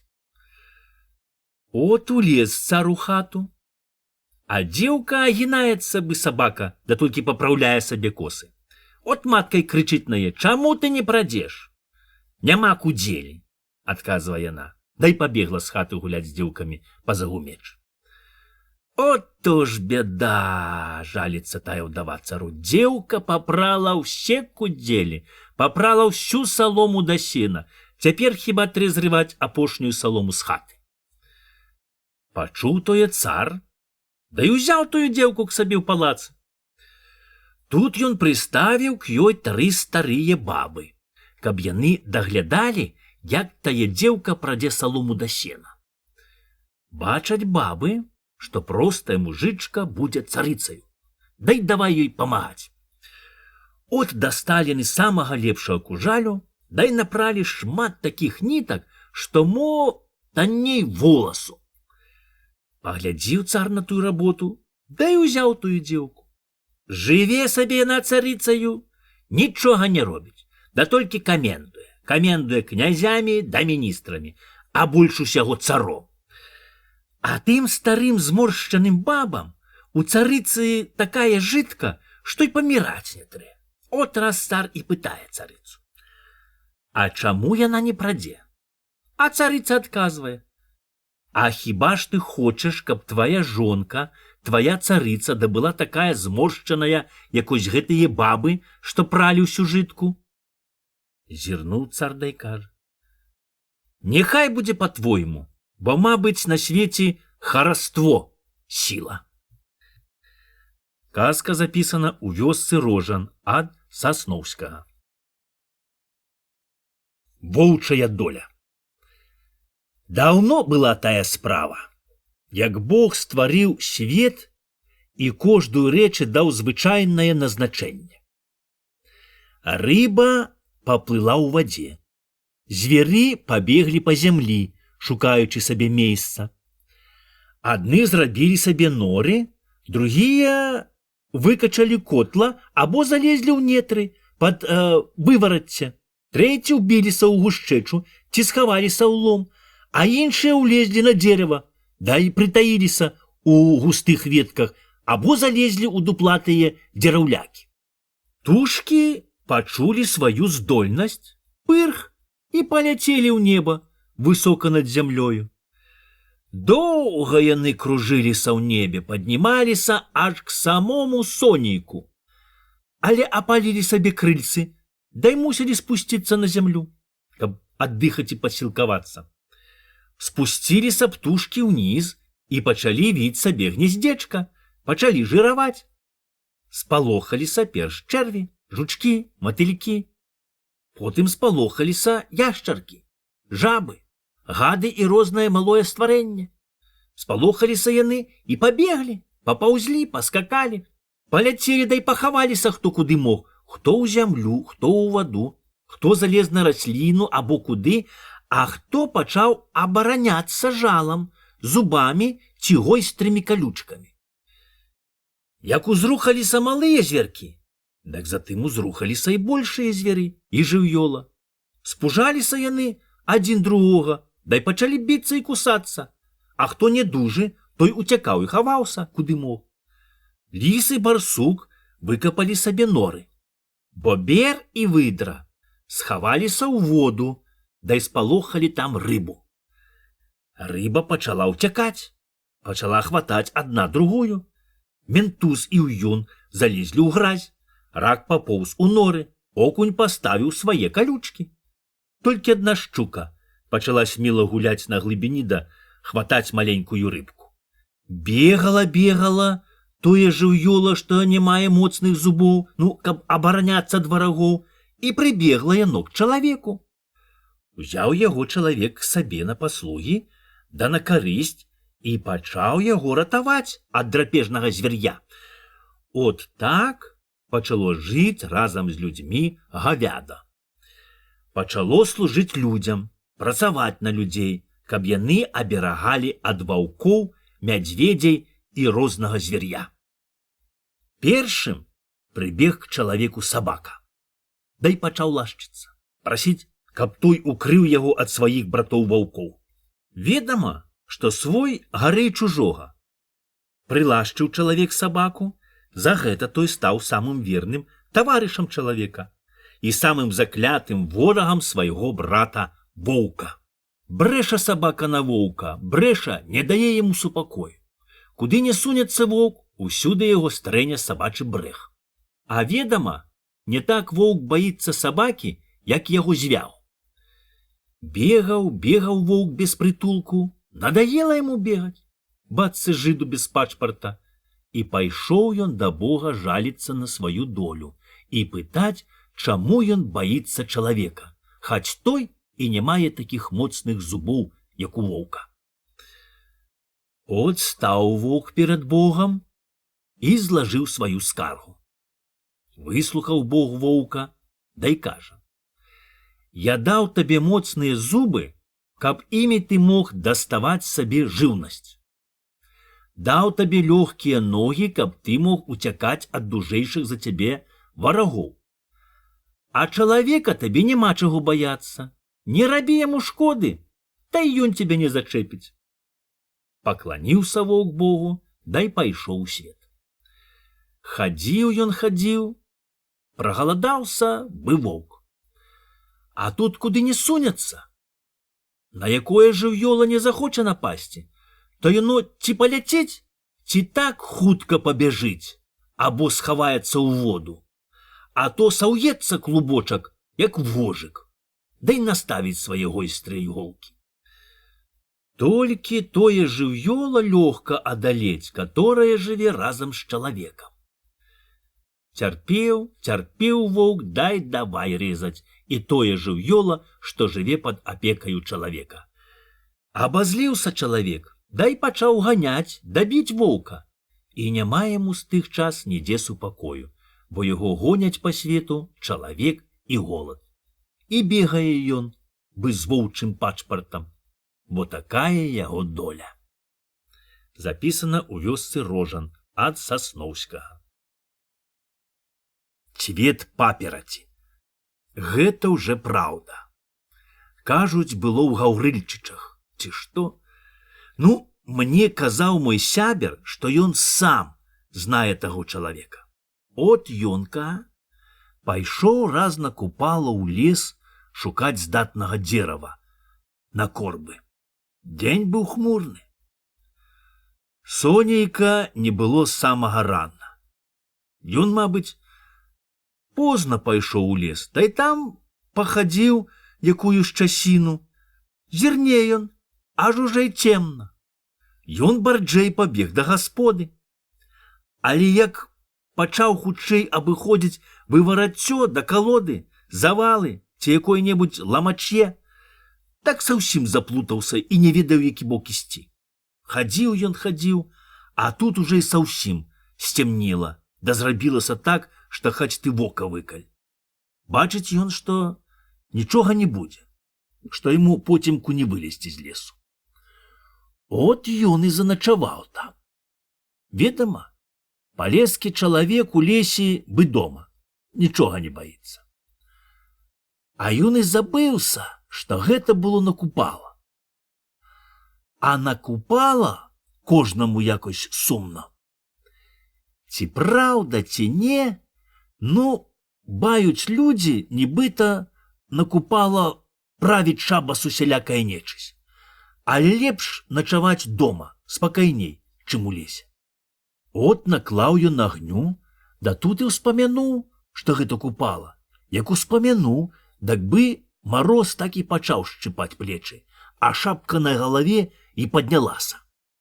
Пачасаў ён плечы, нахлабучыў шапку, дай сядзець сабе каля агеньчыку. Хоць ноч і так цёплая, аж парыць, але каля агеньчыку якось смялей. От ён наламаў вецця, паслаў яго каля агеньчыку, дай прылёг. Ці доўга, ці мала ён ляжаў, толькі крыху прыкархнуў, як ось чуе, што хтось тупае, от быцца капытамі. Падняў ён голаў, зірнуў та ў адзін бок, та ў другі. Нікога няма. Толькі агеньчык патухае, бо дровы згарэлі. От ён падняўся, да і пайшоў збіраць ламачье. Атышоўся ён ад агню, мус паўганоў, а тут кругом папераць, па самыя пахі. Зірне ён, аж яна цвіце, бы агнем гарыць усе. Хацеў ён сарваць той цвет, да толькі працягнуў руку, дак ось, мае вы каханенькія, адкуль тое ўзялося, якое толькі плягі на яго не накінулася. От так яму атусюль тырчком у вочы суе усялякая нечысць, што папала. Схапіў ён хутчэй ахапку ламачья, ды бегом к агню. Бяжыць, толькі папераць ломіцца. Зірне ён, аж у лапці набілася поўна цвету папераці. Аж ён гарыць увесь, бы зоркі сіненькім такім агеньчыкам. Ускінуў ён на агонь ламачья, узяў галавешку, дай абчарціў ёю кругом. От і заціхла ў лесе. Быў вусень. Только ось падходзіць к яму якісь панічок у капелюшыку. Дай просіць памяняць лапці на новенькія боты. Да яшчэ й дае прыдатку. Памяняў ён лапці на боты, да разам з лапцямі аддаў у цвет папераці. А нечысці толькі тое й трэба было. Лёг ён, дай праспаў да дня. Прахапіўся, аж няма ні ботаў, ні лапцей. Толькі засталіся галавешкі. Так от якая справа. Запісана ў вёсцы Рожан ад Сасноўскага. А то ж добрая пасудзіна. Жыў сабе адзін чалавек. Было ў яго двое сыноў. Адзін просты, шчыры да работы хлопец, а другі якісь такі шарахвост. Ён многа шляўся па свету, дзесь быў у месці, так лічыў сябе вельмі разумным і не хацеў рабіць простага мужыцкага дзела. Пеш бацька сварыўся, але бачыць, што нічога не памагае. Дак плюнуў, дай думае сабе. Ну, няхай толькі чорны вол наступіць на ногу, да ён кіне сваё вымышленне, да будзе як усе людзі.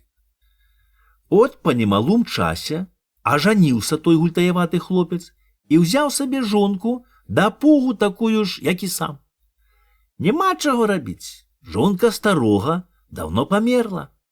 Стала маладзіца поўнаю гаспадыняй у хаце. Але яна, што запарве, та ўсе цягне сабе ці свайму гаспадару. А стары да працавіты дзевер, як сабе хоча, няхай жывуць абы як. Ведама, людзі заўжды садзяцца за стол, кожны на сваё месца. От так раз і тыя людзі селі абедаць. Стары сеў на куце у канцы стала. Каля старога на зэдліку сеў старэнны сын, а каля другого канца стала жанаты сын. Каля яго прысела жонка. Яна та сядзе, та ўстане да прынясе другую страву. Нарэшце прыносіць яна поўную місу кашы.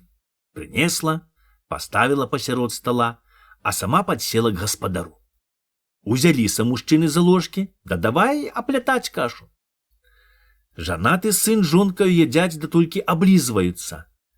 А стары, да яго старэнны сын, на сілу глытаюць постную кашу.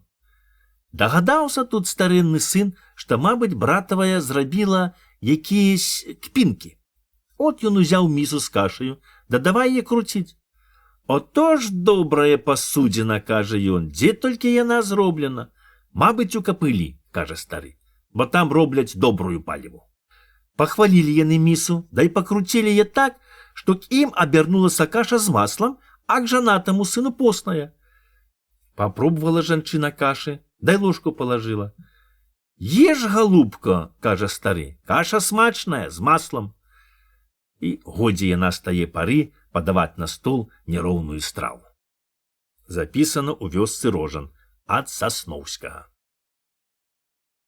Таварышы. Даўно тое было. Мо яшчэ дзядоў і прадзедаў нашых не было і на свеце. Жылі-былі два хлапцы, два ўдалыя малайцы. Яны вельмі моцна таварышавалі адзін з другім. І не было на свеце а нічога такога, каб яно магло разлучыць іх таварыства. Жылі яны так душа ў душу, што ніколі не жывуць так і родныя браты. А была там вельмі гожая дзяўчына, якой на свеце больш не найти. Спадабалася яна ім вельмі моцна, але не ведаюць яны, катораму яна мае дастацца. От парадзіліся яны паміж сабою, дай парашылі, што той яе возьме, каго яна выбере. Пашлі яны к той дзяўчыне, дай пытаюць яе. А яна сама не ведае, каторага яна больш кахае, бо абудва ёй вельмі спадабаліся. Прыхіліцца на к аднаму, так другому цягне. Прыхіліцца на к таму, так першаму цягне. От так нігоднага не маже так пакахаць, каб аб другом не балела сэрца. Засушыла на тых хлопцаў, да і сама высохла. Ходзіць, бы непрытомная. Да та смяецца, та плача. Думалі хлопцы, што тут рабіць, дай парашылі ісці ў свет. Мо там хто стрэне другую дзеўчыну, а мо дзе загіне, та дасць дарогу другому. Як парашылі, так і зрабілі. Папрашчаліся яны з каханаю дзеўкаю, дай пайшлі. Адзін пайшоў направа, а другі налева. Яшчэ і да тых час на растонцах ляжыць вялізны камень, на каторым яны сядзелі, як прашчаліся з дзеўчынаю і паміж сабою. Яны тут так рашылі, што хто першы вернецца цераз 3 гады, таго і будзе тая дзеўчына. От пашлі яны, і не было аб іх аніякае чуткі. А яны тым часам сталі нажываць грошы, каб зрабіць дзеўцы самы лепшы да самы дарожчы падарак. Адзін пачаў таргаваць, а другі купцоў разбіваць. Цераз 3 гады нажылі яны шмат багацтва. Толькі ось разбойніка злавілі, дай прысудзілі на шыбеніцу. От атусюль сагналі людзей, глядзець, як яго будуць вешаць. Прыехаў і той купец, добры маладзец, зірнуць на тую цікавасць, як павесяць разбойніка, што забіваў купцоў. А ён не знаў, што гэта яго таварыш. Прыгналі туды тую іх каханую дзеўчыну. От зрабілі шыбеніцу, дай прывялі таго разбойніка. Дзівяцца людзі, што разбойнік стаіць пад шыбеніцаю, бацца на кірмашы.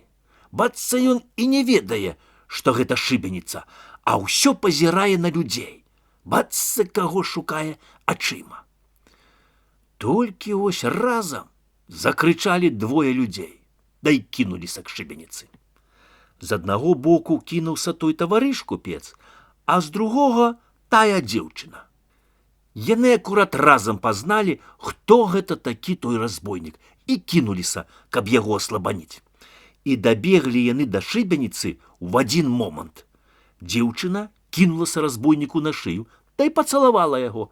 А звесна, што быў такі звычай, што калі дзеўка пакахае разбойніка, так яго аслабаняць ад смерці.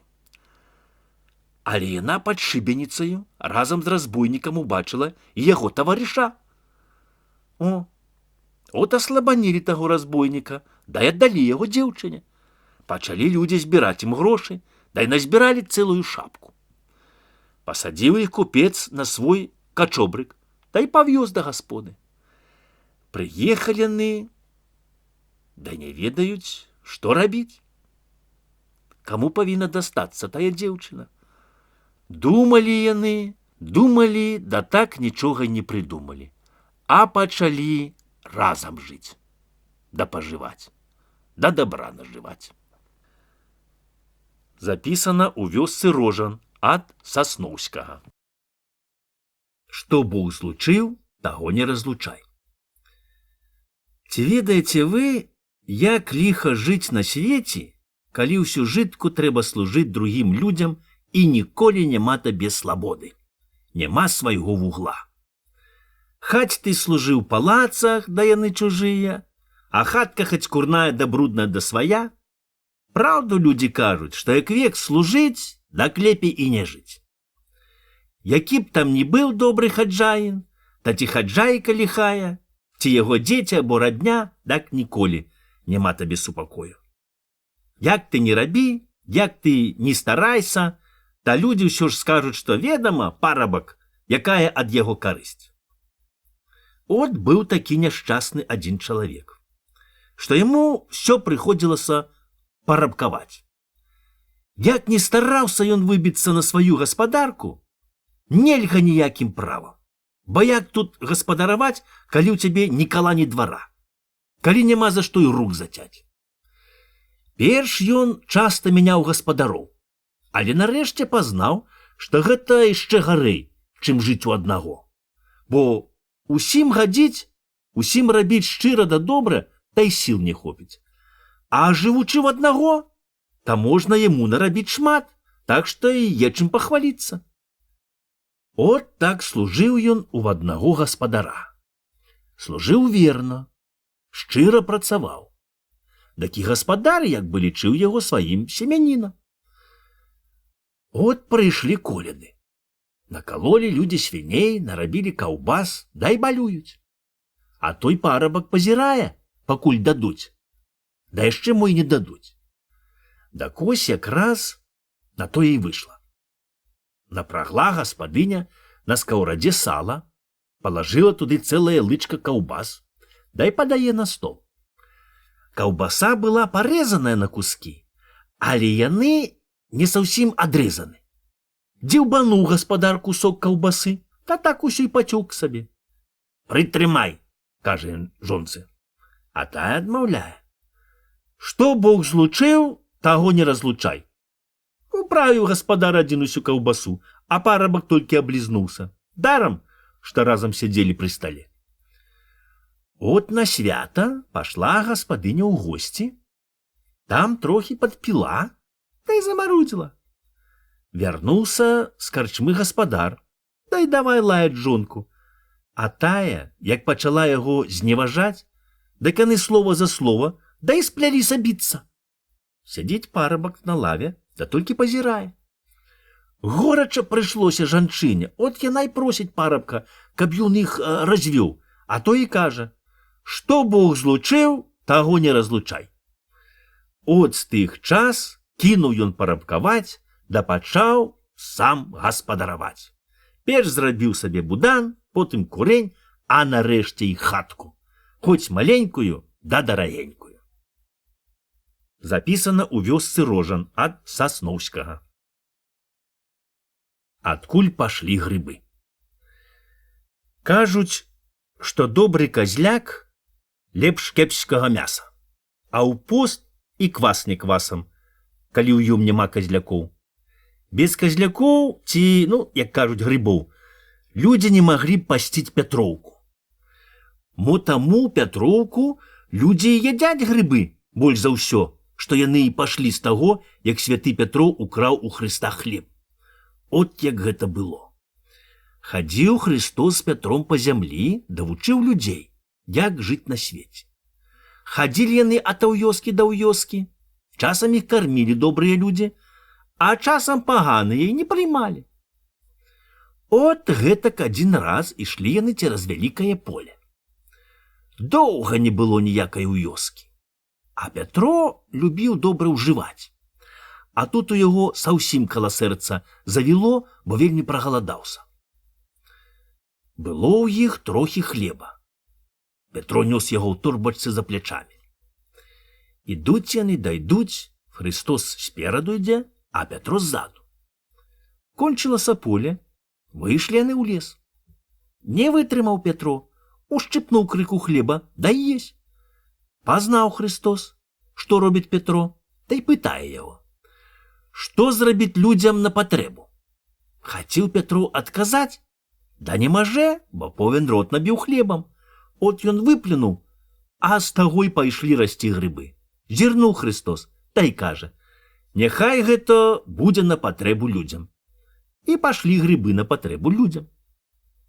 Запісана ў вёсцы Рожан ад Сасноўскага. Цыганскае таварыства. Прыходзяць два цыганы ў вёску, да й бачаць, аж мужик закалоў кормнага вепрука, да смаліць яго на агародзе. Давай, бацю, памагом, кажуць цыганы. Ад вашае памогі няма запамогі, кажа мужик. Не хочаце свіней гадаваць да карміць, дак не чакайце і спажыць.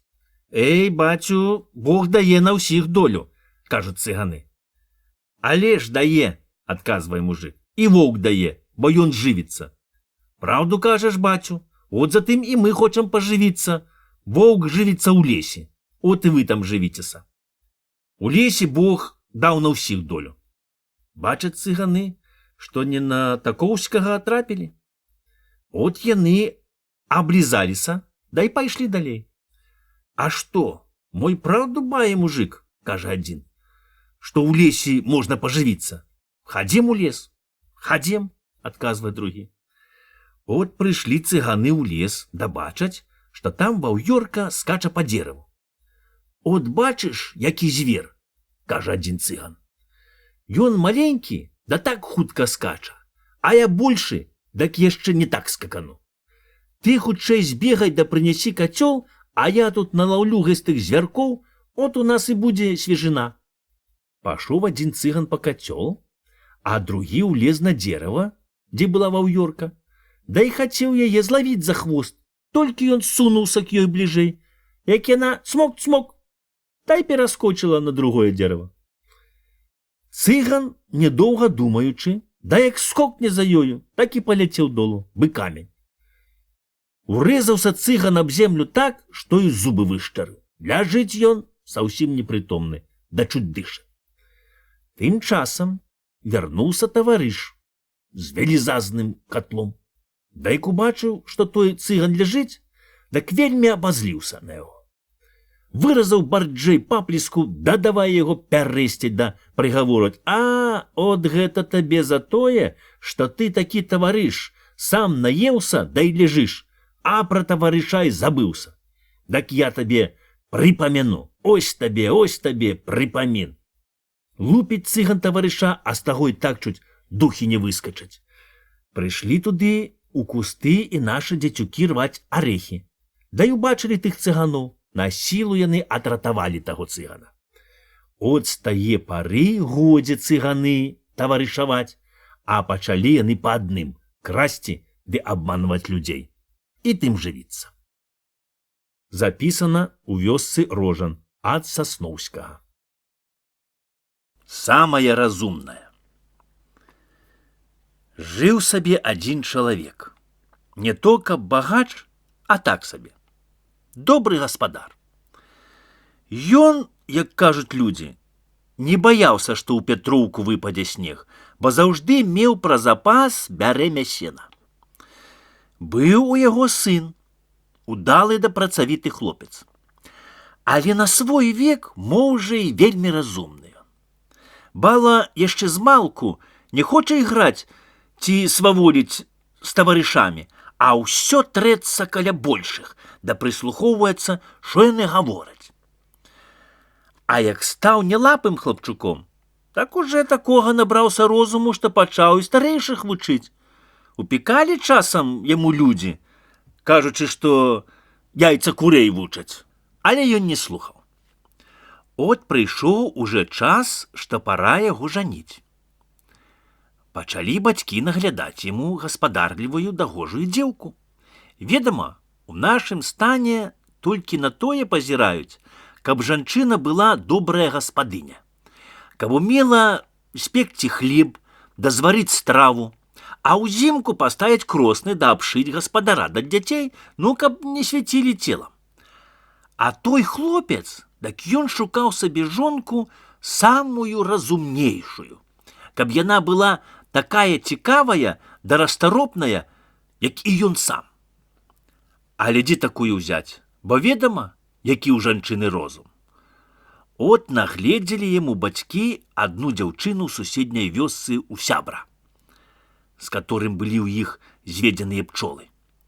От сказалі яны аб том сыну, да й кажуць яму, каб ён пашоў у тую вёску зірнуць на дзеўку.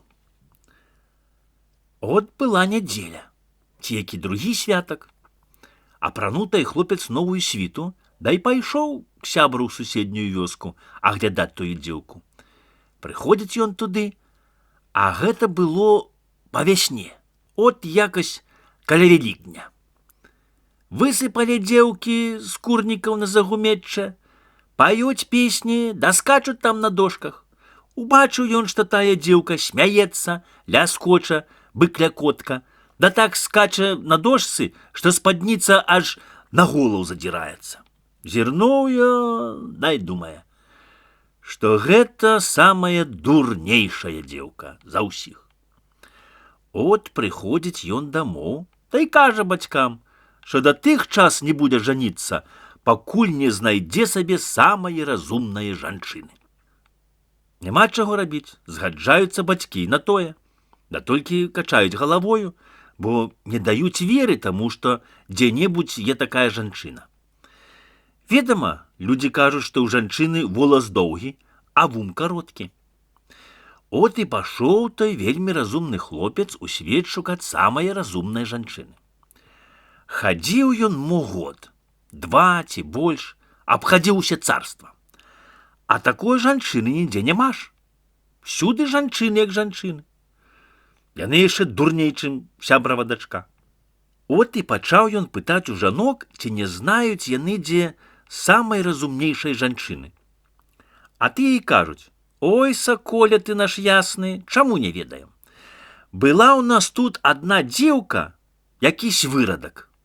Яна ўсе рабіла не па-людску, лічыла сябе вельмі разумнай. Не хачу, кажа, быць як другія дзеўкі, я хачу быць разумней мужчын. Але ведама, вышэй носа не плюнеш. Хвабарылася яна, хвабарылася, да на той самую і села. А цяпер такая ж дурная, як і ўсе бабы, бо які бабскі розум. От пашоў ён зірнуць на тую самую разумную, да й бачыць, што яна ні баба, ні мужик. Аж яму штось аж занудзіла. Годзе ён больш шукаць разумныя жанчыны, вярнуўся да гасподы, дай пабраўся з дачкой сябра, бо яна дурная, а другія яшчэ дурней. Запісана ў вёсцы Рожан ад Сасноўскага. Каму Бог судзіў, той і спажыў. Жыў сабе не то, што панок, а так сабе. Багаты шляхціц. Ад бацька яму дасталося добрае поле да вялікая гаспадарка, бо ў яго было 7 братоў, але яны ўсе памерлі. Загроб ён у свае рукі ўсё бацькоўскае дабро, дай кажа, што добра жыць на свеце багатаму чалавеку.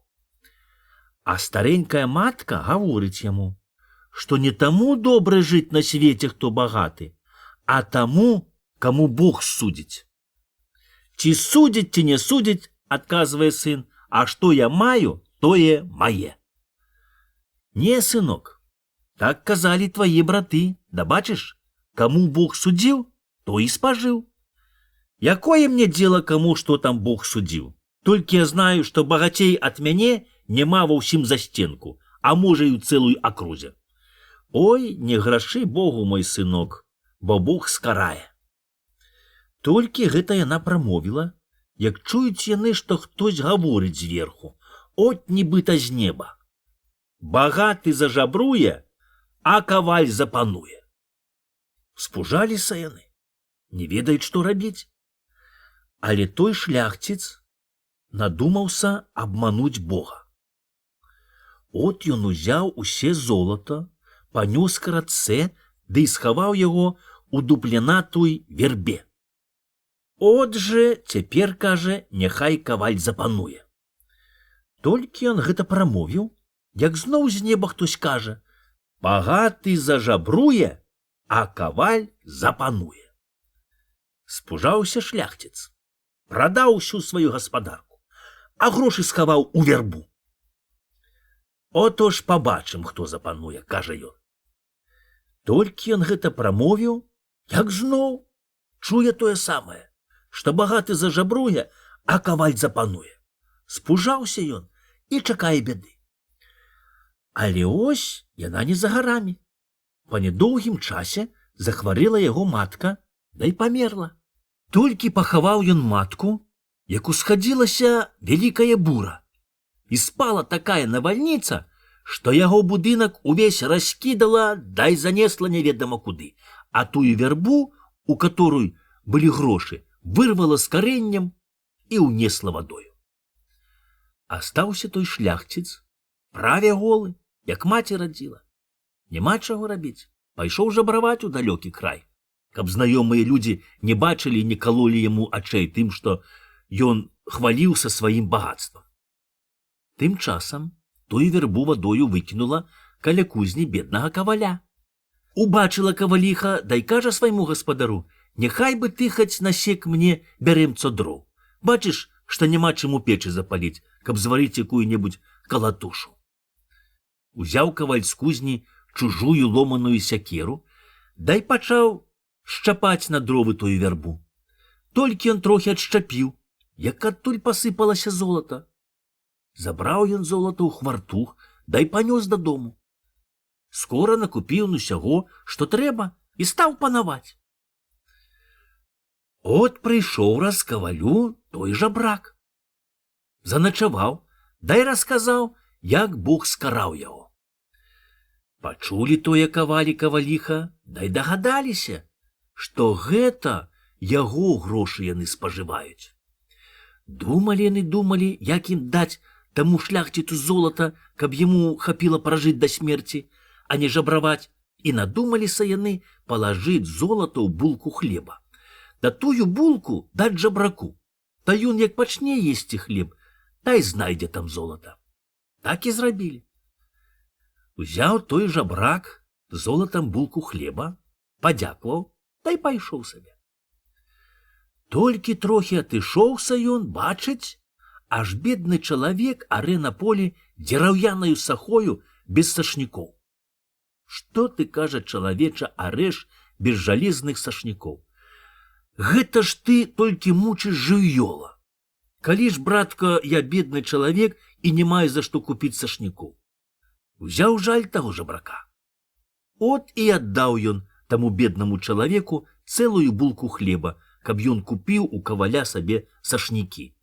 Пашоў той чалавек кавалю, да і аддаў яму за сашнікі тую булку хлеба. Разрезала каваліха той хлеб, ажно там тое золата, што яны палажылі. От каваль запрог добрага коня, узяў тое золата, да і паехаў даганяць таго жабрака. От абагнаў ён яго, да і бачыць, што ўперадзе цераз рэчку зроблены мост. Ну, думае, жабрак не міне гэтага моста. Насыпаў гэта ён шапку золата. Палажыў шапку пасярод моста, да і цікуе, як жабрак забярэ золата. Толькі ось той жабрак падышоў к мосту, да і думае сабе: отож, ці я ўмею хадзіць не бачачы, бы сляпы. От ён заплюшчыў вочы, да і перайшоў цераз мост, нічога не бачачы. Не, думае каваль, што Бог судзіў, тое і будзе. Праўду кажуць, каму Бог судзіў, той і спажыў, і забраў сабе золата. Запісана ў вёсцы Крыжы ад шляхцянкі ў Мінскай. У пятніцу не смейся, а ў нядзелю не плач. Ведама, гаспадарка, таўчыся ад рана да вечара кожны дзень і ніколі няма табе спачыну. Прыйдзе святая нядзелька, дак хочацца схадзіць па грыбы ці па ягады, бо зайздросна, што людзі назбіраюць грыбоў да ягад на ўсю зіму, а ў цябе няма чаго і хвораму даць. От і робіш так, як людзі. Да толькі ўздыхнеш, няхай Бог даруе цяжкі грэх. Дак от жа так адна кабеціна. У нядзельку пакінула дома двое дзетак, да і пайшла ў лес па грыбы. Было мокрае, але вельмі цёплае лецечка. Зарадзіла грыбоў, хоць касі. Назбірала тая кабеціна поўную коробку грыбоў, самых маленькіх да маладзенькіх, да яшчэ й наклала цэлы прыпол. Так што цяжка несці дадому было. Пасядзела яна трохі на пеньку, да і пайшла на дарогу, расхіляючы веткі. Выходзіць яна на паляначку, дзе былі растанцы, а на іх якісь набожны чалавек паставіў крыж. Да і сустракае каля таго крыжа якуюсь маладую да вельмі хорошую жанчыну. Павіталася яна з ёю, да і хацела ісці далей, але та ей кажа: «Кепска ты робіш, што не святкуеш нядзелькі, а ходзіш па грыбы».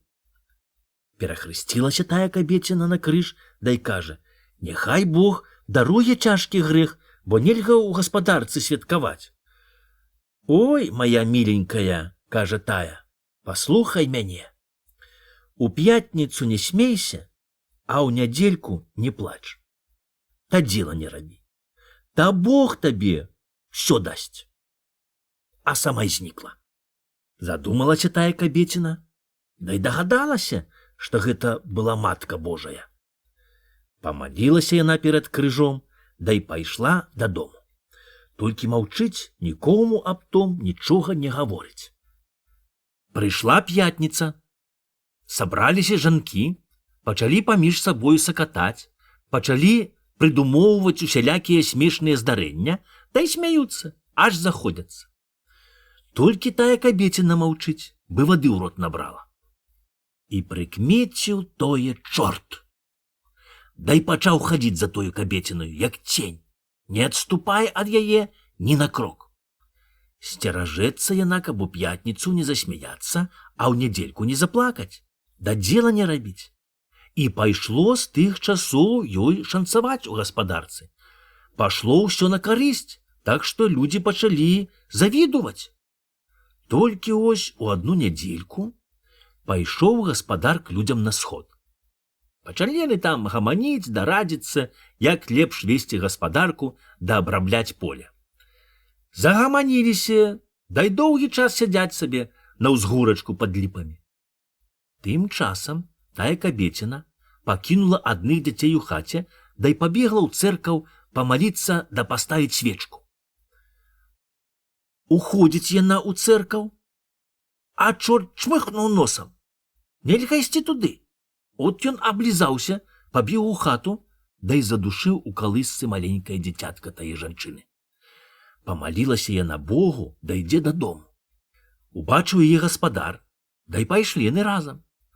Уваходзяць яны ў хату, аж бачаць, што маленькае дзіцятка нежывое, а большага зусім няма і невядома, куды яно дзелася.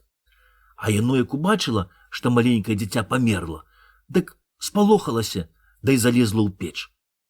Божкае гаспадар плача, аж руки ломіць, а матка смяецца, да кажа: «Бог даў, Бог і ўзяў. Яго святая воля». Пабачыў гаспадар, што жонка смяецца, да й думаў, што яна з гора ашалела. От ён наклаў у печ дроў, запаліў і прыставіў чавун вады, каб было чым памыць тое дзіця. Тым часам і большае дзіця ў печы затохлася. Агледзеўся гаспадар, да чуць не ашалеў з гора. А жонка ходзіцца і па хаце, да смяецца з гаспадара. А чорт залез пад печ, да там толькі хвастом круціць ад радасці, да думае, што от цяпер пачнуць тыя людзі сварыцца, лаяцца да наракаць на Бога, што даў ім такое няшчасце. Пабожкаў чалавек, пагараваў, але як пачала яго жонка весела умаўляць, дак прыйшоў у сябе, да і годзе турбавацца. Тым часам нагрэлася вада, памылі, убралі яны сваіх дзяцей, да і вынеслі на гору. Прыбралі на ўсё ў хаце, да і селі вечэраць. Толькі ось схамянулася тая жанчына, што забыла каля дзяцей паставіць свечкі. От запаліла на свечкі, дай полезла на гору. Падходзіць яна к дзецям, аж яны абое жывыя і здаровыя. Сядзяць сабе на руках у тае самыя жанчыны, якую яна сустрэла каля крыжа, да іграюць. Пакланілася яна матцы Божой да самае зямлі. Тая аддала ёй дзяцей, благаславіла іх і тую жанчыну, та і знікла. Прынесла яна ў хату дзяцей. Убачыў тое гаспадар, да і сам пачаў смяяцца ад радасці. От і расказала яна гаспадару ўсе, як тое было. Можа, і цяпер яшчэ жывыя тыя людзі.